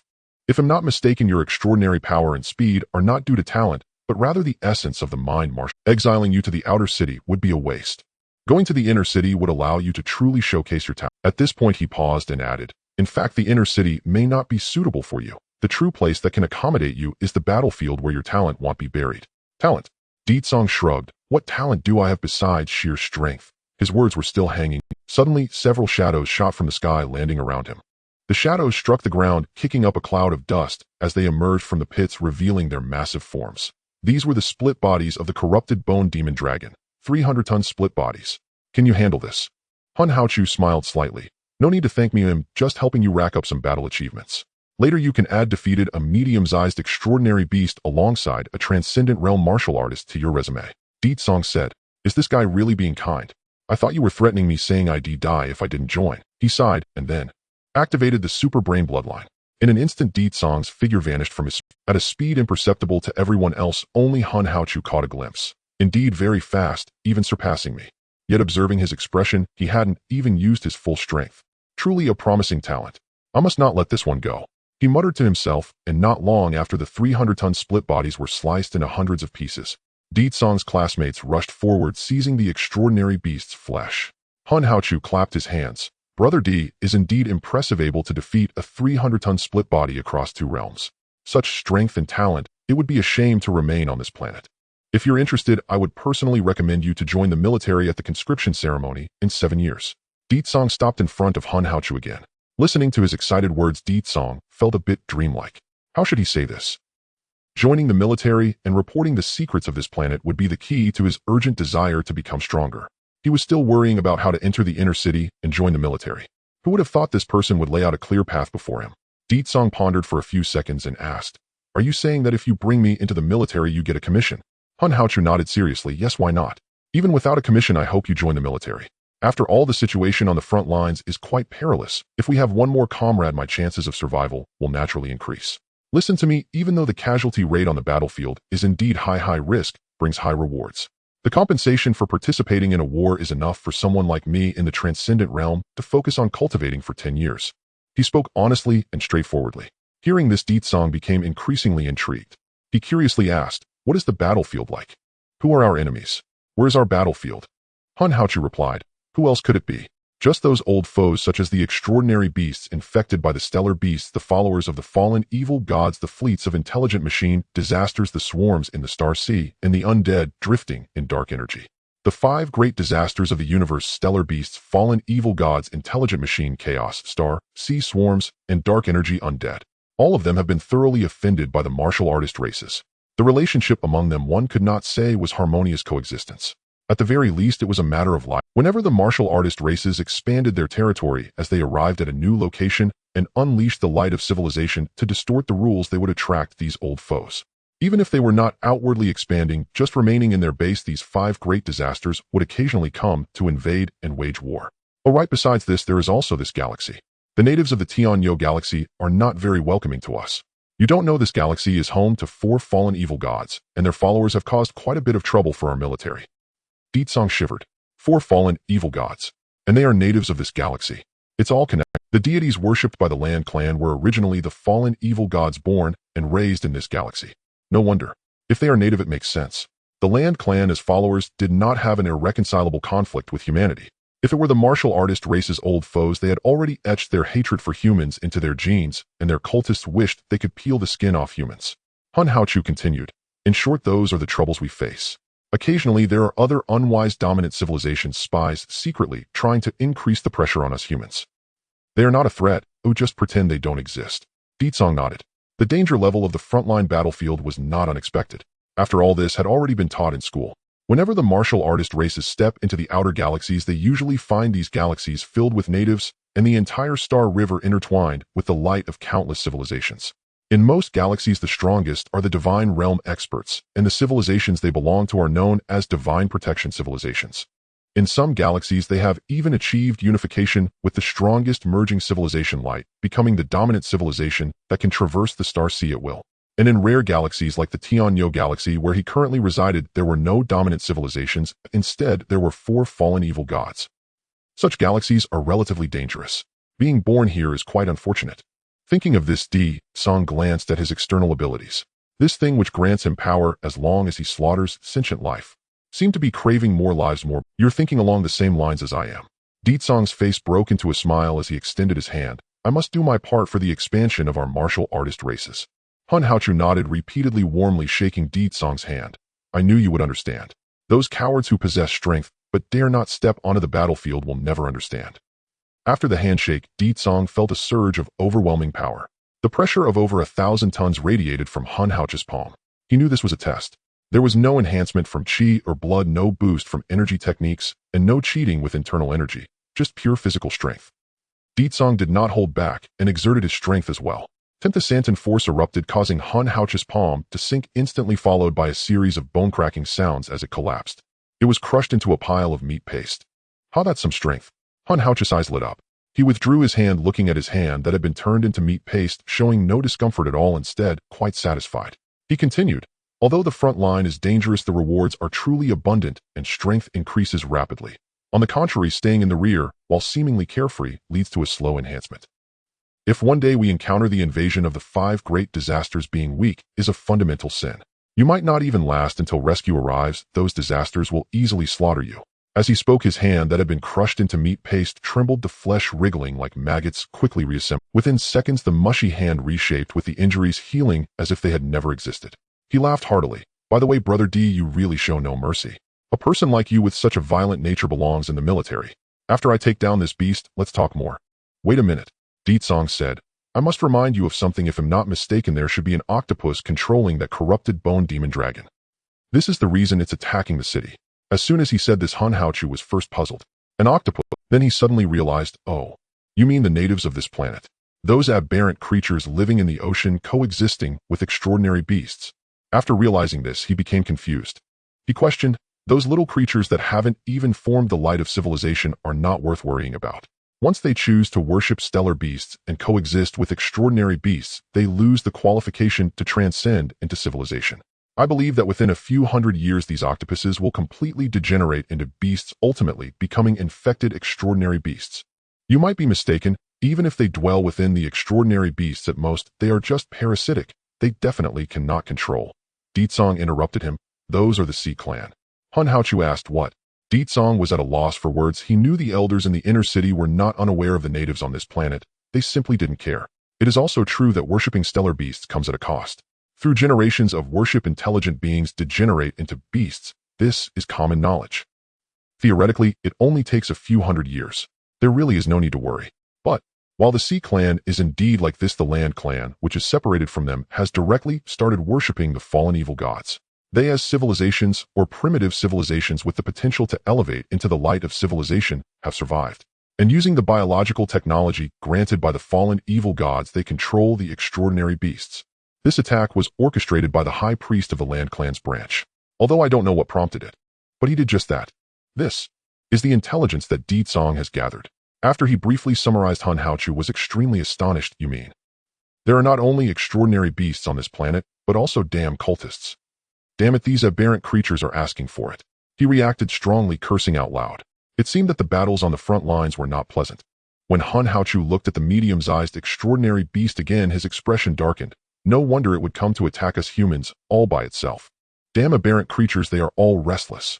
I must report their actions to the inner city and demand their Wait, don't. I still find those little octopuses useful. Di Tsong said, such a strong reaction. To me, even if those aberrant creatures are cultists, they won't amount to much. Hun Haochu snorted coldly, then patiently explained, it's different.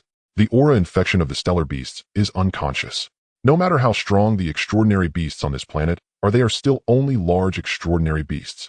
But the followers of the fallen evil gods are different. As long as the sacrifices are sufficient, they can airdrop chaotic demons, even teleport divine champions.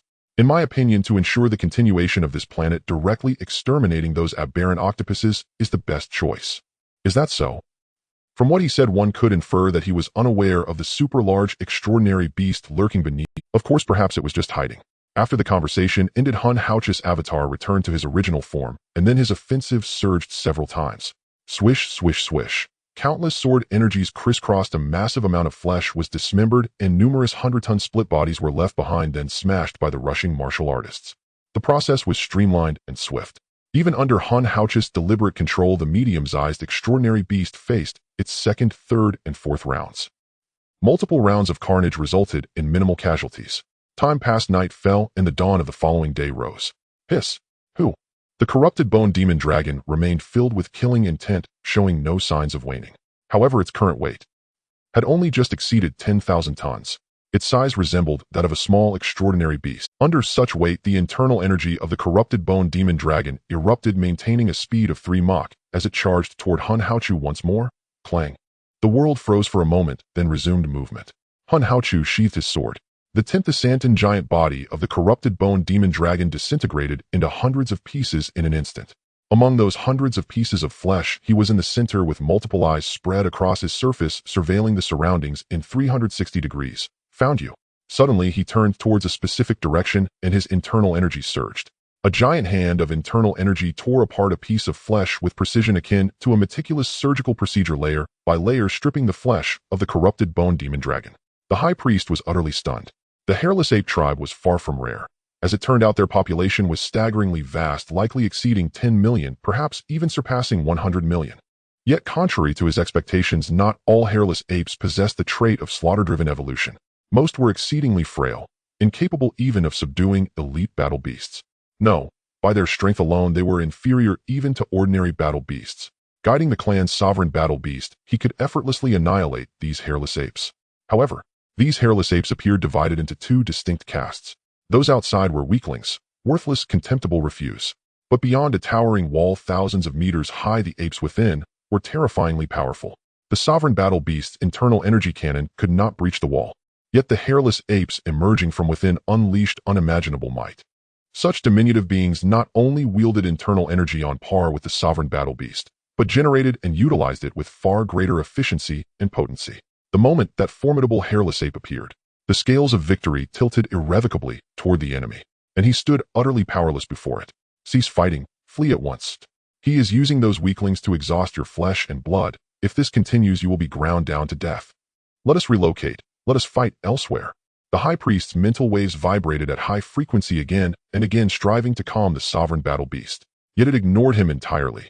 Captivated solely by the enemy's aura, it raged onward in blind, relentless assault, refusing to halt even as its final breath drew near. After prolonged entreaties, the high priest had grown exhausted. In his despairing gaze, the sovereign battle beast was cleaved into hundreds of mangled fragments. And then the hairless ape reached forth the very piece of flesh where he hid, shattered instantly. Internal energy seized him, gripping him tightly in its grasp. then dragged him before the hairless ape's face. Confronting the foe's 10-meter-tall colossus, the high priest's mental waves surged wildly. He had steeled himself for death, yet still burned with bitter, unyielding defiance. Cursed hairless ape, I'll die fighting you. Frenzied, he unleashed 100 tons of psychic force, shaping it into a conical drill of pure lightning, and hurled it straight at the towering adversary. Hairless ape, a low, resonant voice echoed. In the next instant, his psychic force shattered like glass. The hand gripping him tightened. Overwhelming power crushed his body inward, snapping bone after bone. There, Hun Haochu held the centipedal octopus aloft, his mouth unmoving, yet his spirit trembled with mental resonance akin to psychic force. What he spoke was the language of the Liu clan. You aberration dare address us thus? By this transgression alone your entire race deserves annihilation 10 times over. His expression convulsed in shock. You wield mental resonance too. Yet you are but a... Hun Haochu squeezed once more, scrambling the high priest's mental resonance into chaotic static, effectively silencing him. TCH.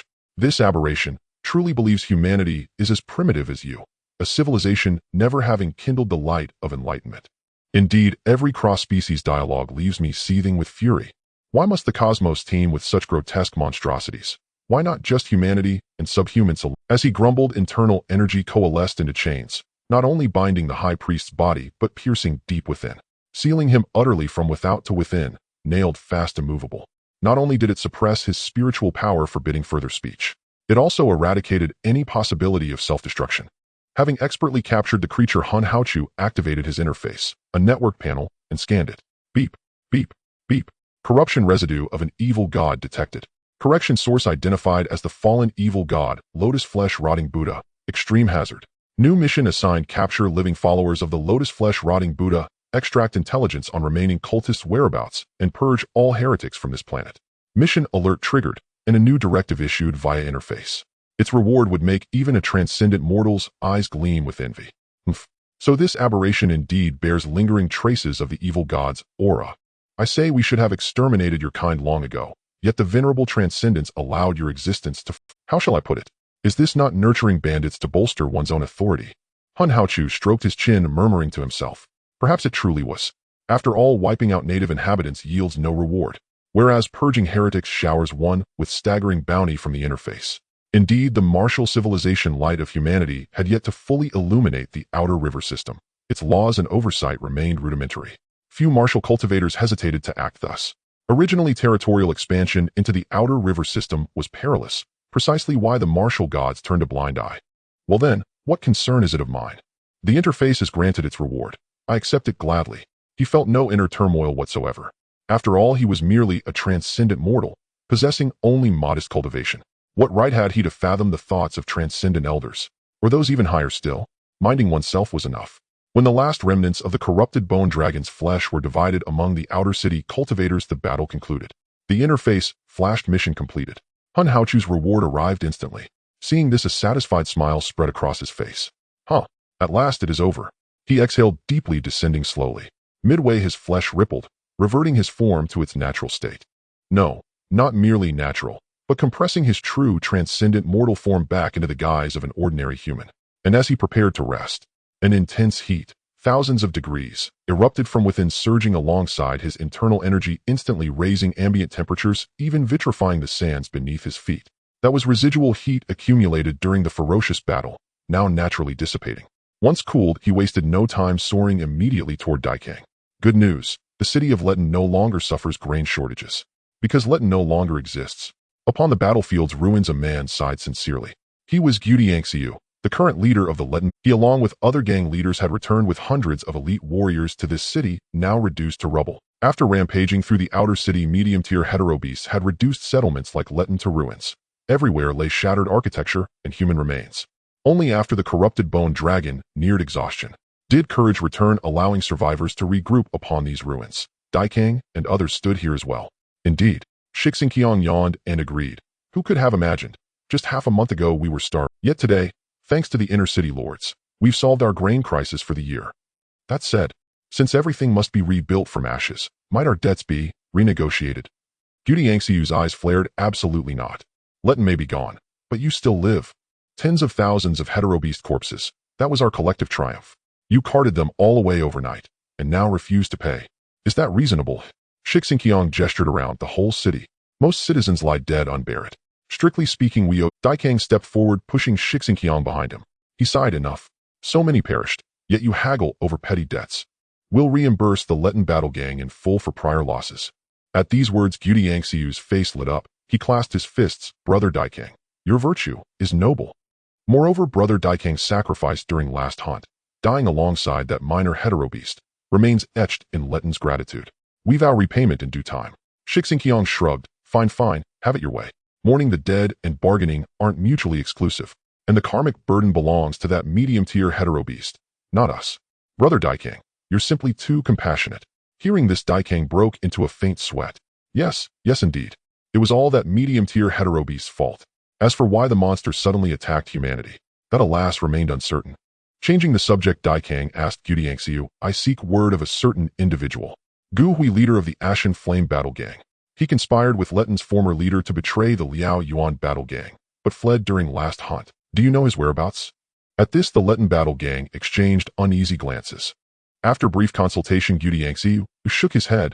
Gu Hui possesses the Drank Death Prophecy, a talent with less than 0.9 million awakening odds. Its hallmark, uncanny foresight and near impossibility of death.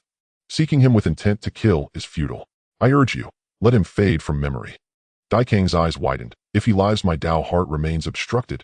Should the Letten battle gang aid me in locating him, even merely revealing his trail, I swear profound gratitude upon vengeance. His tone was earnest. Guti Yangxiu rolled his eyes inwardly. Listen to that. Gratitude indeed. He thought you don't lack Dao heart clarity. You need a therapist. Clarity is prohibitively expensive, like luxury goods. Self-liberation would save far more coin. Oh, and one more thing. Regarding inner-city distribution, Daikang waved his hand. A small drone hummed into view. Inner-city technology. We possess distribution channels too. Henceforth, should Letten wish to sell anything approach us, we'll handle disposal. He meant Qian Xiaoxing. Though merely an intern in the inner city, she operated freely, her market indifferent to provenance. Resources like hetero-beast carcasses were effortlessly liquidated. Splendid. Guti Yangxiu beamed. Amid Letten's ruins, both sides conversed warmly, until a figure tore through the sky, arriving above them. Hun Haochu. His transcendent mortal aura erupted unchecked. Within kilometers, life trembled beneath the weight of a mountain descending from heaven. Guti Yangxiu fell silent instantly. Cultivators broke into cold sweat. Only Daikang remained unruffled. Who? A deep voice resonated. In the next moment, Wuxianshan, who had sat cross-legged, eyes serene, rose and gazed upward at the hovering transcendent mortal. Not a trace of fear crossed his face. Instead, he unleashed his own aura, crashing against the intruders like a tidal wave. To onlookers, it was as if a bloodthirsty Qilin materialized midair, lunging jaws wide to devour the floating cultivator. Oh, the 10,000 beast heart art. Manifesting aura as tangible force, proof of the art's sublimation. You've trained diligently. Hun Haochu raised an eyebrow. Unexpected. Beyond Daikang, another prodigy. Alas. The moment he spoke, his aura condensed, transforming into a thunderous eagle forged of lightning, diving with cataclysmic speed to clash head-on with the Qilin. They traded blows, neither yielding.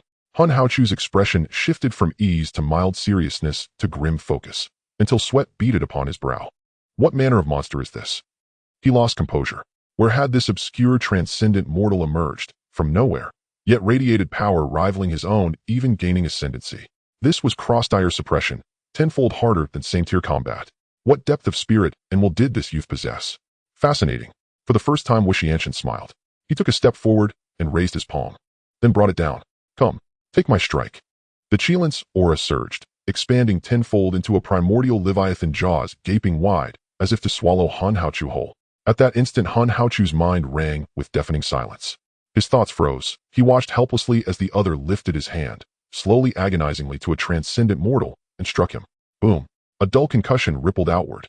Hun Haochu hung suspended, motionless. Wuxianshan plummeted from the sky, then landed steady on his feet. He raised his hand. His palm split open at the base of the thumb, a trickle of blood flowing. Internal energy. Excellent. I'd assumed only Brother Daikang stood supreme in the outer city. Yet another master emerges. Hun Haochu laughed aloud, only realizing the blow struck his chest when it landed. Instinctively, he activated his protective internal energy, repelling the palm, yet failing to block its penetrating force, which wounded him internally. Regardless, during that earlier clash of auras, a deeper contest had occurred, one of spirit and will, and he had lost. Losing one exchange, he felt no anger, only exhilaration. Sincerely, he declared, Brother, will you accompany me to the inner city? This shallow pond cannot nurture a true dragon like you. Not interested. Wu Taotian replied expressionlessly, staring directly at the gaze of the extraordinary realm powerhouse before him, saying, outer city, inner city. It's all the same to me, Hun Haochu said. Upon hearing this, his expression quickly became restrained as he asked Deetsong, Brother D, has your friend always been this way? Deetsong immediately stepped forward, nodding as he said, that's right. Please excuse him, although his personality is quite unbearable, he happens to have a life and death bond with me, so I tolerate him. Hun Haochu expressed understanding upon hearing this, waving his hand and saying, it's fine, I've seen many talents who level up as easily as eating and drinking. Their personalities are also, each with their own merits, shining like stars. Gold will shine wherever it is, and this brother Wu surely has his own considerations for the future, so I won't say much more. In the future, it was almost certain he would become extraordinary. Despite the failed invitation, he did not dwell on it, but quickly scanned the surroundings and opened a box on the nearby extraordinary realm as well. In the future, it was almost certain he would become extraordinary. Despite the failed invitation, he did not dwell on it, but quickly scanned the surroundings and opened a box on the nearby extraordinary realm as well. However, none caught his eye. Indeed, in the harsh environment of the outer city, having a 1/10th chance of breaking through to the extraordinary realm does mean these warriors have some ability. But that's not enough. The inner city requires geniuses, elites. Those who have been exiled to the outer city, no matter how long it takes them to break through to the extraordinary realm, can only be considered as wasted resources, unless they are fortunate enough to break through to the extraordinary realm again in the future. Otherwise, the gates of the inner city will always be closed to them. In short, that is the situation. After Hun Haochu expressed his intent, everyone understood. Lord Extraordinary, do you think I can enter the inner city with my appearance? Go Changchun raised his hand, curiously pointing at himself. Hun Haochu looked him up and down, then revealed a troubled expression. Go Changchun, all right, no need to say more. He smartly stepped back. However, Hun Haochu stepped forward and encouraged, all of you outer city wastes need not worry too much. Once Brother D breaks through to the extraordinary realm, he definitely won't abandon you all. There are abundant spots for the extraordinary realm. Every 10 years, a maximum of 10 warriors from the outer city can be guaranteed entry. As long as everyone perseveres for 100 years, I believe Brother D will ensure you all step into the inner city. Sure, Xingqiong looked up at the sky. Can we live that long? His words were not meant as they sounded. However, Hun Haochu did not catch the undertone and said, everyone rest assured, 100 years will pass in the blink of an eye. Oh wait, you are just ordinary realm warriors. That makes it a bit difficult. Hun Haochu was not evasive at all, stating directly, although the chances are slim, it is not entirely hopeless. If Brother Wu also joins the inner city and more of you break through to the extraordinary realm, perhaps one day all of you can join the inner city. Though this speech sounded lofty, it was filled with the superiority of the inner city. However, Hun Haochu meant no malice. He was genuinely trying to plan for everyone, attempting to guide nearly 100 people to the inner city. I will take this matter seriously, so you need not worry yourself about it. Deetsong smiled and brushed off the matter. Is entering the inner city safe? Perhaps it is, but how long will this safety last? One must know that beneath this planet lies a gigantic alien beast that is stirring. His goal was to lead everyone to other planets. He would never settle for just residing in the inner city. After this segment of conversation concluded, Hun Haochu had the thought of returning. He said, Brother D, please follow me. Let's first head to the inner city to handle your entry procedures. Oh, as your recommender, I will discuss your future plans with you. As he spoke, an inner energy transformed into a visible disc that appeared beneath Deetsong's feet. The latter stepped forward and stood on the disc. Then two figures soared into the sky. Looking down, Deetsong saw the faces of the crowd, especially those classmates he had cherished throughout his life, each with smiles of satisfaction, as if having the qualification to enter the inner city was the greatest comfort for them. Thinking of this, Deetsong, he waved his hand to those below, saying emotionally, everyone, I'm going to enjoy myself in the inner city. Let's delete each other's contact information. If anything happens in the future, don't look for me. Ooh, I fear the inner city lords will misunderstand. Everyone laughed, even more happily. What a face. A dog's mouth can't spit out ivory. Hurry and roll away, or just looking at you is frustrating. The people's grievances boiled over and the crowd was in an uproar. Go Changchun picked up a stone and threw it. The others immediately imitated him, and in no time a large number of stones were thrown into the sky, sending Deetsong off on his way. They watched the two figures leave, eventually becoming invisible points in the sky, crossing over several kilometers of city walls and entering the city within the walls.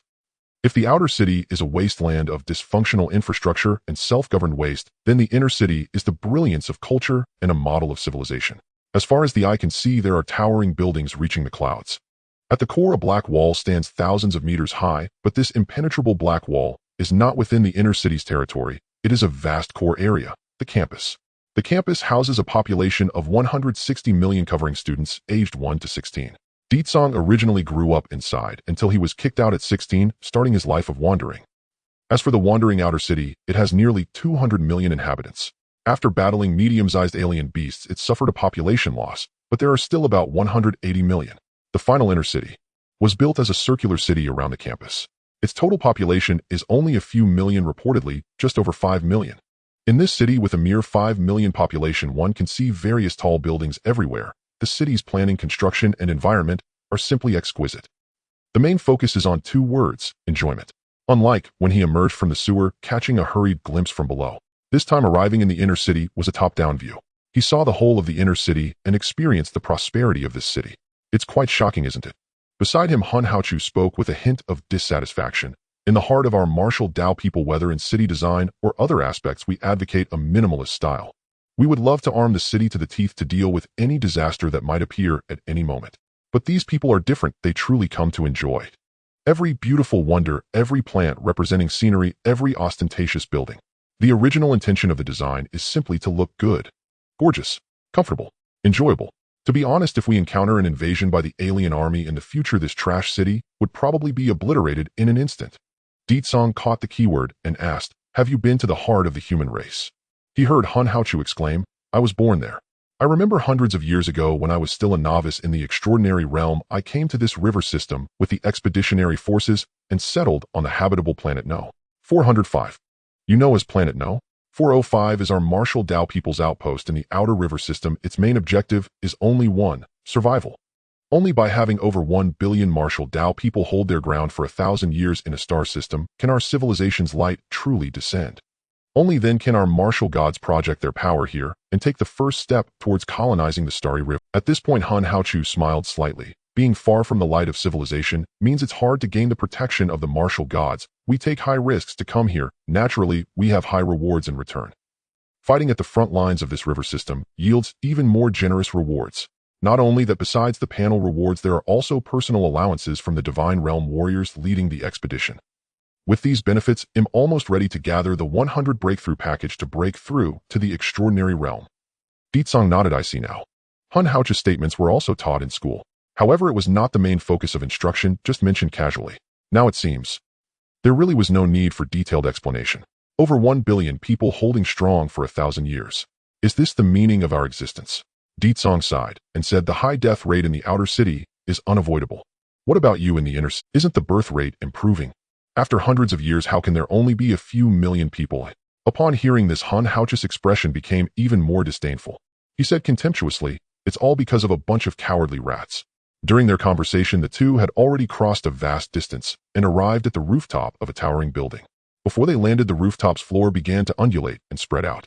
Those undulating floors were composed of countless tiny nanomachines. Deetsong then realized that the entire building was actually made up of countless nanobots, even automatically avoiding them as they moved. The entire building was alive. At this moment, Deetsong gained a preliminary understanding of the prosperity of the inner city. One could say, as a civilization that has traversed the starry sea for tens of millions of years, it should be like this. This building had no stairs or elevators. The two simply fell down layer by layer until they reached a certain floor. This is it. Upon arriving here, Han Haochu skillfully summoned a staff member and said to her, "The usual rules, please help this brother who is new to the city with his entry procedures. He will henceforth be a citizen of the inner city." Here Han Haochu had just appeared. Across the entire floor, offices erupted into jubilation. "Father Majestic, Grandfather, your slaying of that dragon beast was utterly awe-inspiring. Hun Director has slain a mid-tier monstrous entity. Hun Director is peerless in transcendent mortality." Glancing around, every employee in the office leapt and danced in unrestrained celebration, their praise overflowing. From their words, Deetsong sensed something subtly dissonant. He murmured quietly, "Brother Han, the way they address seems rather overly familiar, does it not?" While basking in the adulation, Han Haochu replied with effortless duality, "Brother D, having just graduated, you're still unfamiliar with inner-city customs. To be candid, this company is indeed a family enterprise, and most employees here are my blood relatives. Each year, only several thousand to 10,000 graduates earn eligibility to enter the inner city. Against a population of 5 million, they amount to little more than a fraction. Clans bound by kinship constitute the city's mainstream populace." Upon hearing this, Deetsong nodded. Incidentally, the former leader of the Lutan battle gang hailed from an inner-city clan. Her conduct stood starkly at odds with that of outer city cultivators. Yet her exile from the inner city marked her as an exceptionally rare failure, even among transcendent mortals, rendering her reckless actions entirely unsurprising. He asked again, then, can your family enterprise determine the fate of an outer city dweller like me? Hun Haochu nodded, absolutely. After all, this city was jointly forged by a handful of enterprises. Coincidentally, my clan is one of the founding families of this very city. Simply sign a contract as an external employee of our firm, and you'll instantly gain eligibility to reside within the inner city. External employee. Ditsong frowned. Must I serve your company to gain entry into the inner city? At this, Hun Haochu paused, momentarily stunned. Only then did he grasp Ditsong's meaning. He chuckled softly. Brother D is overly sensitive. The terms won't be so stringent. I'm personally vouching for you, so the contract will naturally be exceedingly lenient. Rest assured, under my authority, the company shall never infringe upon your personal freedom. Once enlisted as an external employee, whether you wish to attend staff training, borrow funds to purchase the 100 breakthrough package for transcendent mortality, or even return to the outer city, the company shall impose no restrictions. Ditsong nodded, then added, and if I prefer another path? Hun Haochu stroked his chin. Another path is not out of the question. Why not approach other firms and inquire whether they'd hire you? Oh, so generous, so unbound. Something was deeply amiss, 9/10 at least. Ditsong eyed him suspiciously. This generosity. If I refuse to register with any corporation, could your influence procure for me an inner city identification card? Or perhaps a residency permit? At this, Hun Haochu fell silent. Or rather, the Hun Haochu conversing with Ditsong ceased speaking altogether. Only the employee's exuberant flattery echoed through the office. After a long pause, the transcendent mortal finally wore a puzzled expression. An ID card. A residency permit. What are those? The inner city possesses no such things. No. Brother D must have misheard outer city rumors and drawn false conclusions. This place is nothing like you imagine. There are no codified laws or formal statutes, nor any institution empowered to issue identity documentation. Now thoroughly bewildered, Ditsong stood dumbfounded. Even drawing upon memories of his past life, he could not comprehend Hun Haochu's words. Gazing at his clear yet naive eyes, Hun Haochu kindly clarified once more, let me walk you through this from the beginning. In truth, the sole place where rules and law genuinely exist is one location alone.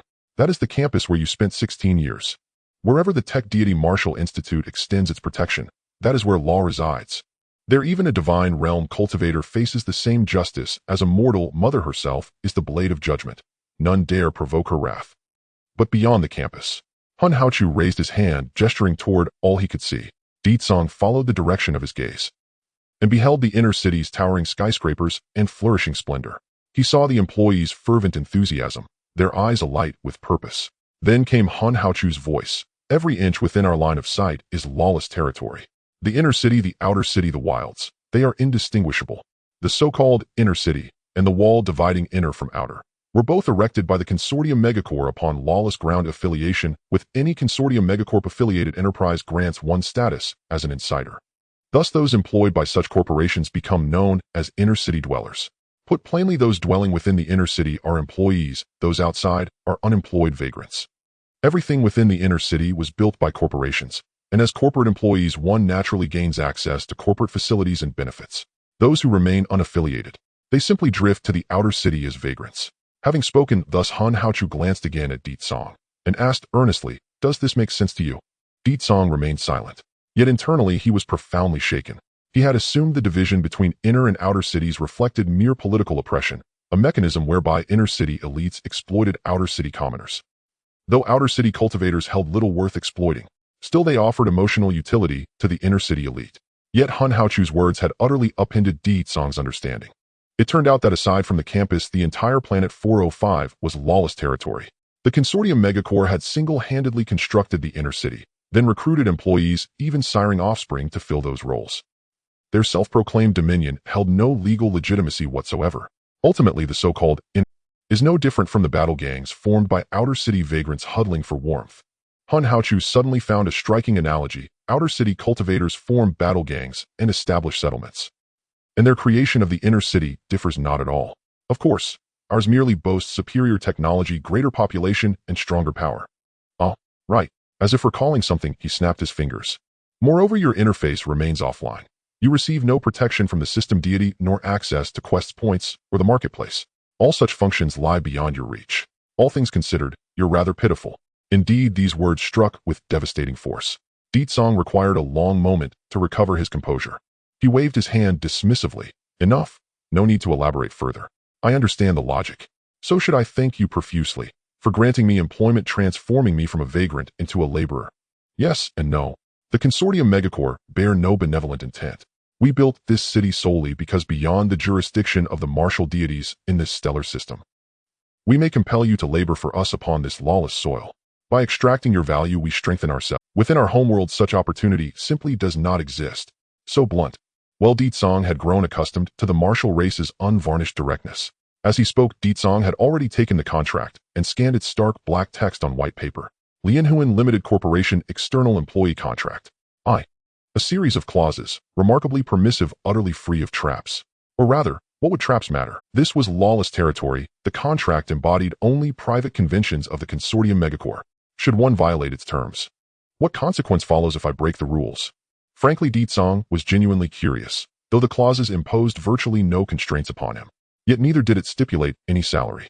Still, as nations possess laws and households possess customs, so too did Hun Haochu's corporation uphold its own internal code. What consequence? Hun Haochu shrugged. Truthfully, none. Our private agreements hold no weight under the martial race's legal statutes. Cultivators at my transcendent mortal level, and higher, have interfaces synced to the system deity. How every action falls under her watchful gaze. We dare not commit lawlessness. Take your friend Wu Taishan, for instance. Though he ambushed me first, I couldn't even claim self-defense. He sighed mournfully, feigning profound grievance. Upon reflection, it was true. Per martial race law, self-defense among kin requires verifiable injury inflicted upon another. Yet the injured party was Wu Tatian himself, his palm torn open by recoil from internal chi. Thus, though Hun Haochu suffered loss, he dared not retaliate. But Deetsong pressed relentlessly. He refused to believe inner-city elites were truly powerless. Otherwise, how had the former Lu Tan battle gang leader been exiled? Hun Haochu pointed directly at Deetsong. You are a lawless rogue. Then he gestured toward other transcendent mortals. They are likewise lawless rogues. Within this outer stellar system, cultivators below transcendent mortality lack synced interfaces. Thus your deeds escape the system deity's oversight. Moreover, our civilization's guiding light tacitly acknowledges your status and condones your lawless conduct. The benefit: among you the strong may freely prey upon the weak to augment their strength, even worship fallen deities unknown to us. The drawback you've already experienced in the outer city. Deetsong understood. Should one violate the rules? Simple. No need for transcendent mortals or beyond transcendent masters to intervene. Lower-tier lawless rogues, empowered by their very status, would purge you themselves, perhaps even execute you outright. I see. It is perfectly logical. Deetsong grasped it fully and signed the contract. He appended his fingerprint and DNA profile. He now comprehended, though his cultivation rank remained mortal realm, his actual power could effortlessly obliterate these frail, transcendent mortals before him, making him within the inner city untouchable by law or authority. Of course, avoid provoking true masters. Otherwise, violating self-defense protocols would place him in grave peril. After signing, Deetsong stilled his breath and focused. Nothing happened. The contract did not transform into a mystical covenant. Its black and white text remained untouched. Absolutely nothing occurred. Hun Haochu didn't even glance at the signature. He casually tossed the document onto the desk. Then he clapped Deetsong's shoulder, beaming, "Excellent. Now Brother D is truly one of us. If you don't object, might you accompany me to the boardroom to testify before the board regarding the threat posed by these aberrations? Damn aberrations, daring to worship fallen deities. Their doom is sealed." Saying this, he attempted to pull Deetsong along, but failed to move him. Deetsong stood rooted to the floor, a faint smile playing across his lips. "Brother Hun, no rush. That 100 breakthrough package you mentioned earlier, I'll take one. Once I ascend to transcendent mortality, I'll join you at the boardroom without delay." At this, Hun Haochu's eyes widened. He drew a deep breath and slowly exhaled. "You? Can the eradication of aberrant cultists truly be delayed?" Then comprehension dawned. Of course. Having lived in that wretched outer city, you've inevitably absorbed its mercantile pragmatism, never releasing a bargain until benefit is secured. My oversight. Rest assured, the promised benefits will not be withheld. With that, he swept his arm wide and commanded, "Bring forth the company's breakthrough package, now." At his order, the office sprang into motion. Soon a business-clad agent hurried over, projecting a holographic display with a radiant smile. "Hello, Deetsong. This is our transcendent mortality breakthrough package." Cough, cough. She was cut off mid-sentence by Hun Haochu. "You impudent girl. Where is your respect? Daring to address, call him uncle. Don't you know Brother D and I are peers?" The agent's smile froze. She mentally reviewed her youthful, vibrant 50 years. Then glanced at Deetsong's dossier, clearly stating his age 16. Father, I repent. Instantly she bowed low in sincere contrition.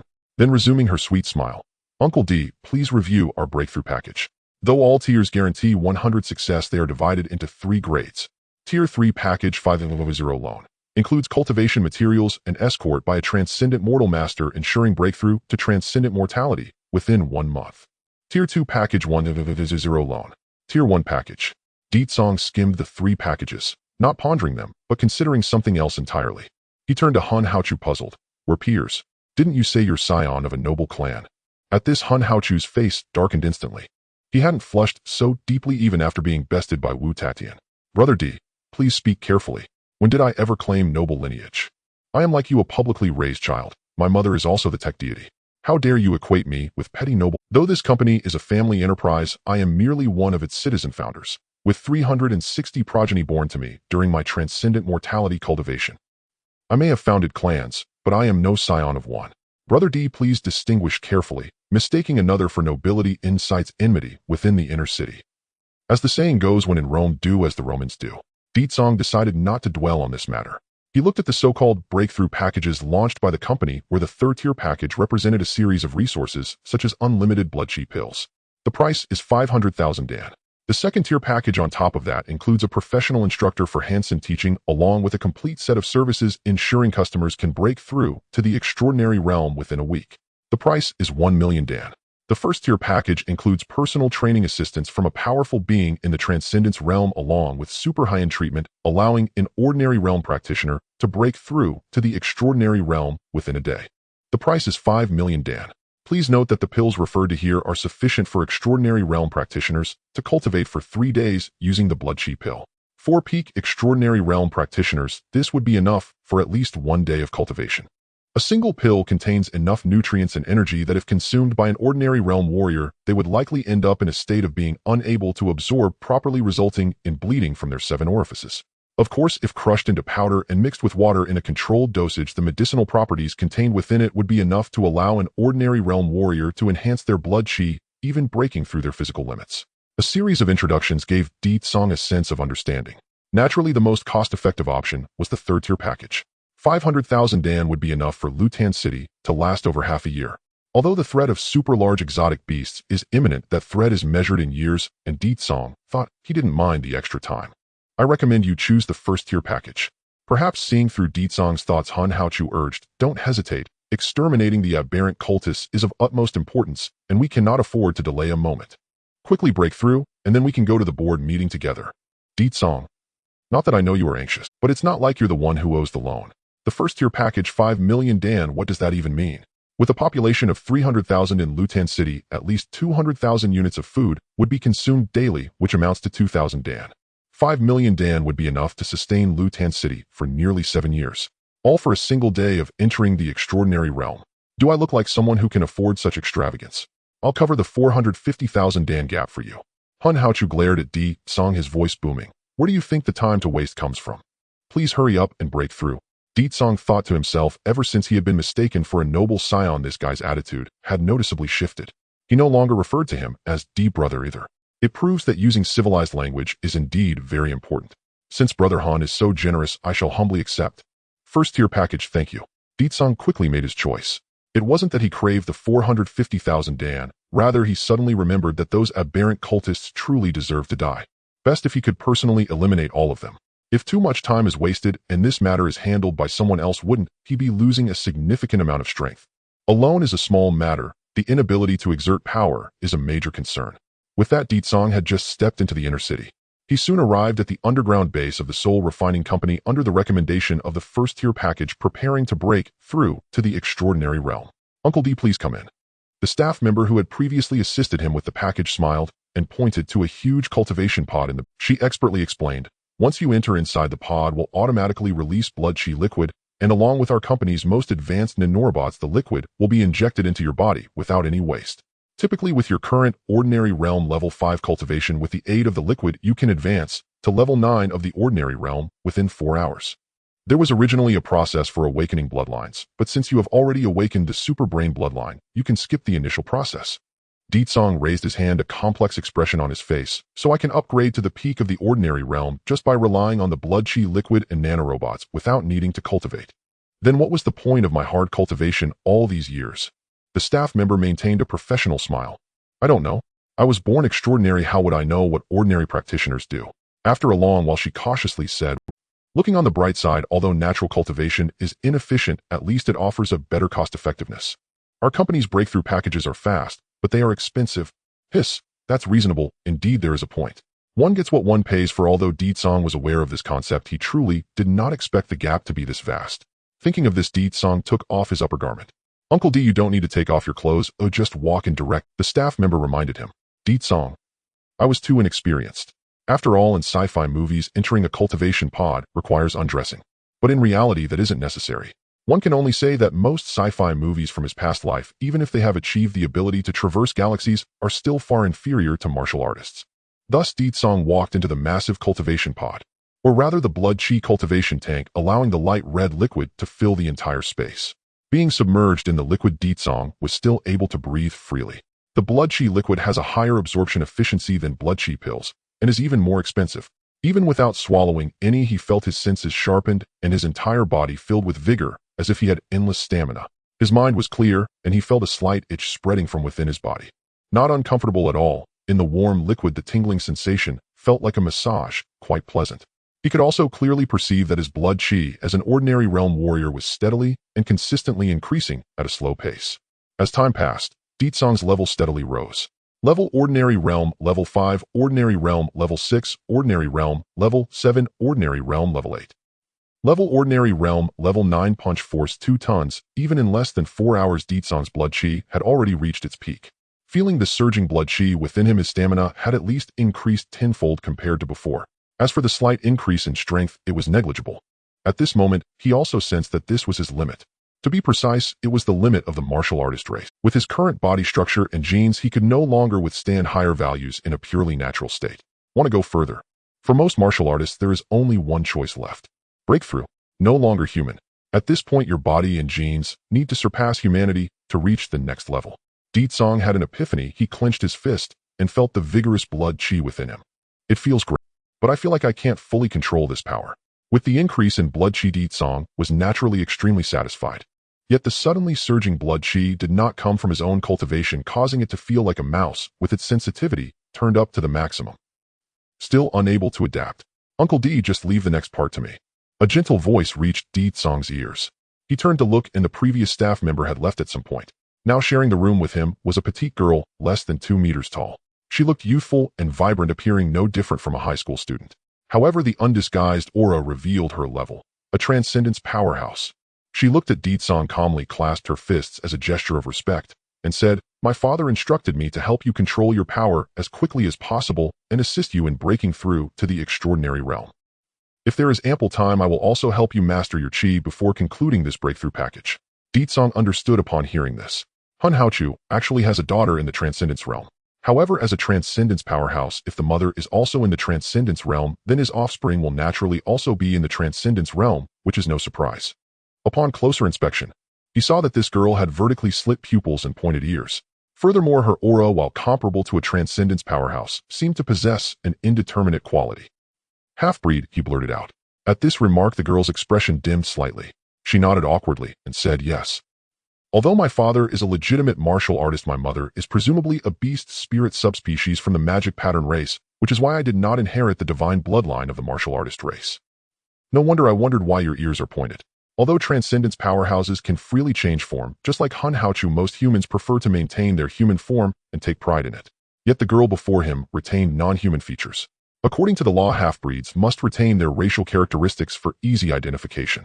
Some half-breed cultivation systems are quite peculiar. Even when reaching the level comparable to a transcendence powerhouse, they still cannot freely change their body. Mother. You don't know who your biological mother is. Catching the keyword, Song felt puzzled. The martial artist race does not prohibit marriage with half-breeds. Yet she knows her father, but not her mother. Could it be that the beast spirits follow the give birth and run routine? Did the mother abandon her child and run away? Was Hun Haochu left with no choice but to raise his daughter alone? Who would have thought? Oh, Uncle D misunderstood. My father once drew my mother's genetic egg during a temple lottery while traveling on the magic pattern race's planet and then supplemented it with his martial artist race's genetic seed. After the mutual combination, I was born into this world. Her voice was soft and gentle, and she cautiously looked at Deetsong. She couldn't help but feel a bit nervous. This self-disclosure of her identity was akin to telling others I have a father, but no mother, and my father doesn't care about me. Oh, as a half-breed, I have no backing here, and anyone can bully me. Unfortunately, Deetsong did not grasp this layer of meaning. He was completely bewildered. What does it mean to win your mother's genetic egg in a temple lottery? No, what exactly is the magic pattern race selling? These customs of the half-breeds were not taught in school. No, he was still being held back by memories from his past life. Such matters should be very normal in the martial artist race. Right? What's so surprising about it? Just relax and take it easy. I understand. He feigned calmness and spoke, remembering Hun Haochu's pride in his martial artist identity. He couldn't help but wonder if he had inadvertently touched on a taboo. Thus Deetsong further explained, I was just curious, please don't take it to heart. This half-breed girl nodded and said, I understand. Uncle D comes from the outer city and isn't familiar with the customs of the inner city. Please don't misunderstand. Similar to other siblings in my father's eyes, I am merely a tool for making money. You need not have overly high expectations of me. Not. What do you mean by high expectations? At this point, Deetsong truly didn't understand. However, he knew what it meant to be a money-making tool. Hun Haochu, just as he had observed, treated his offspring and his family business as employees. They are merely tools he uses to gather resources. And this is likely the meaning of being a noble scion.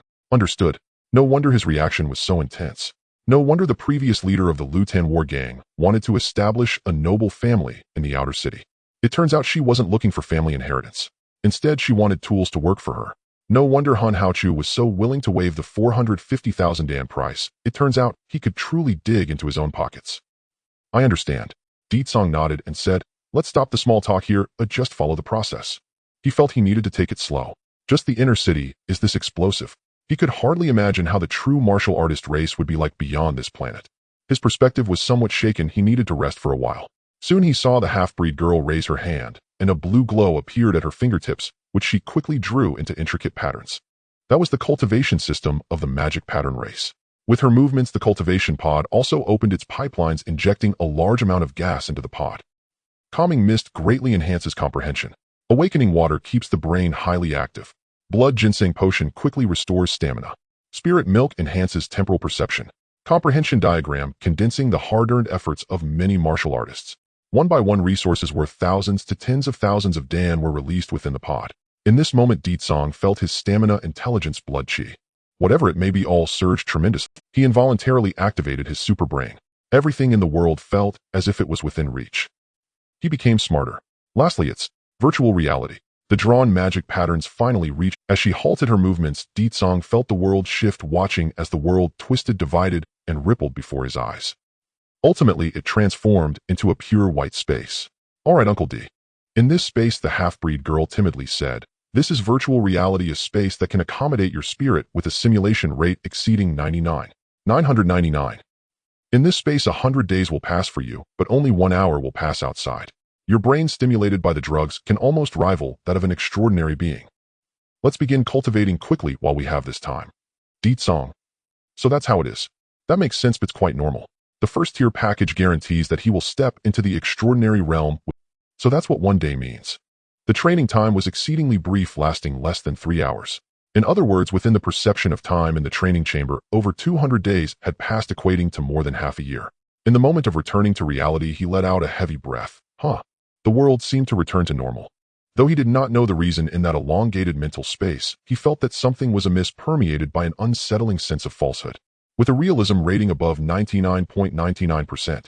Initially, there was indeed no discernible. As time passed, that tiny nuance began to weave itself into his psyche like a persistent thorn, causing his condition to deteriorate. Until now. I need to take a moment. He sat cross-legged. Within him, his chi and blood operated flawlessly under his control, making him feel as if he were in a sauna. Hot, yet comfortable. The months of cultivation had allowed him to master his chi and blood with perfection. Moreover, it was not only this. Yellow-grade boiling blood perfection, yellow-grade bloodline summoning technique perfection, yellow-grade swift step perfection, yellow-grade quick shot 13 styles perfection, basic martial arts perfection. It could only be said that he had excellent teachers. The efficiency was indeed 100-fold better than muddling through on his own. Of course, what was most important was not just the excellent guidance, but also the various stimulating drugs along with the advantages of the super brain and martial arts. But you know you get what you pay for. The drugs worth thousands of spirit stones kept coming, and as a mere mortal martial, to be honest, without the external aid, a single chi and blood pill would be enough to cost him his life. In summary, under numerous factors, Di Song progressed rapidly. That was the remarkable result of over half a year of relentless effort. He merely felt his mind was on the verge of collapse. Uncle D, this is quite normal.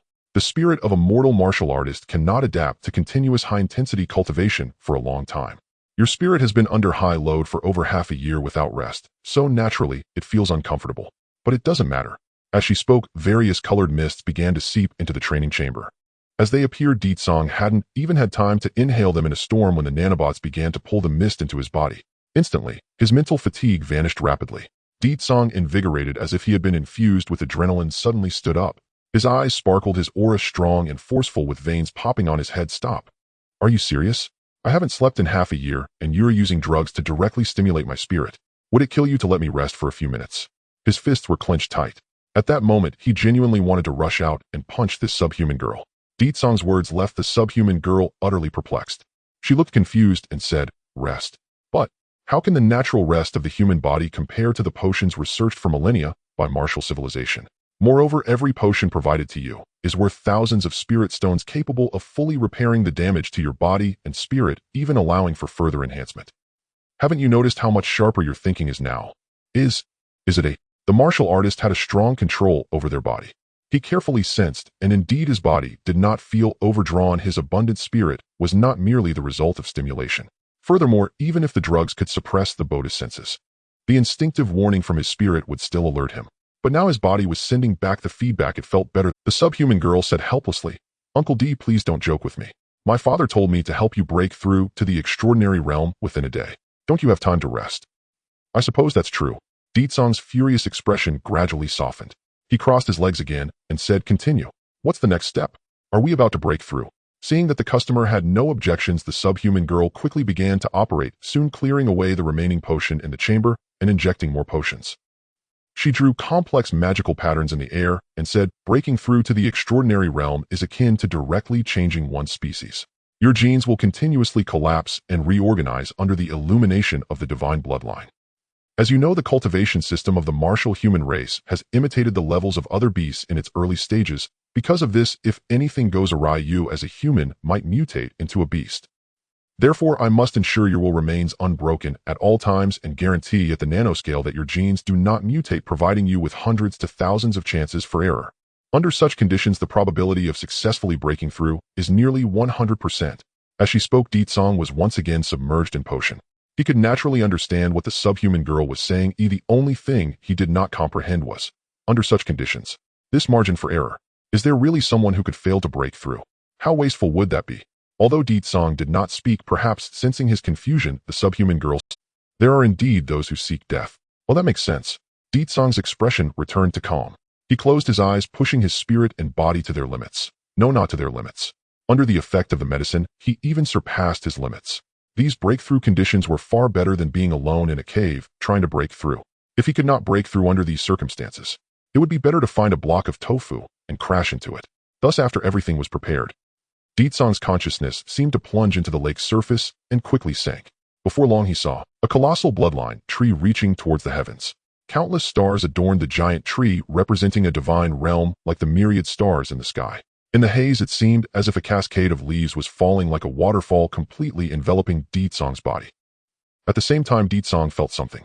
He extended his hand, and among the countless flying leaves, he grasped a green leaf. Instantly, the green leaf merged into his body, transforming into a flowing green light that seeped into the fundamental elements of humanity. At that moment, the double helix structure of DNA mutated under the flow of light, followed by an indescribable pain surging through his heart. He regained consciousness. No. Di Song gritted his teeth, his mind extraordinarily clear. He shouted, "Not like this." The next moment, an inexplicable external force surged into his body, dispelling the flowing light, representing the divine bloodline and reconstituting the collapsing genes. The entire process was excruciating.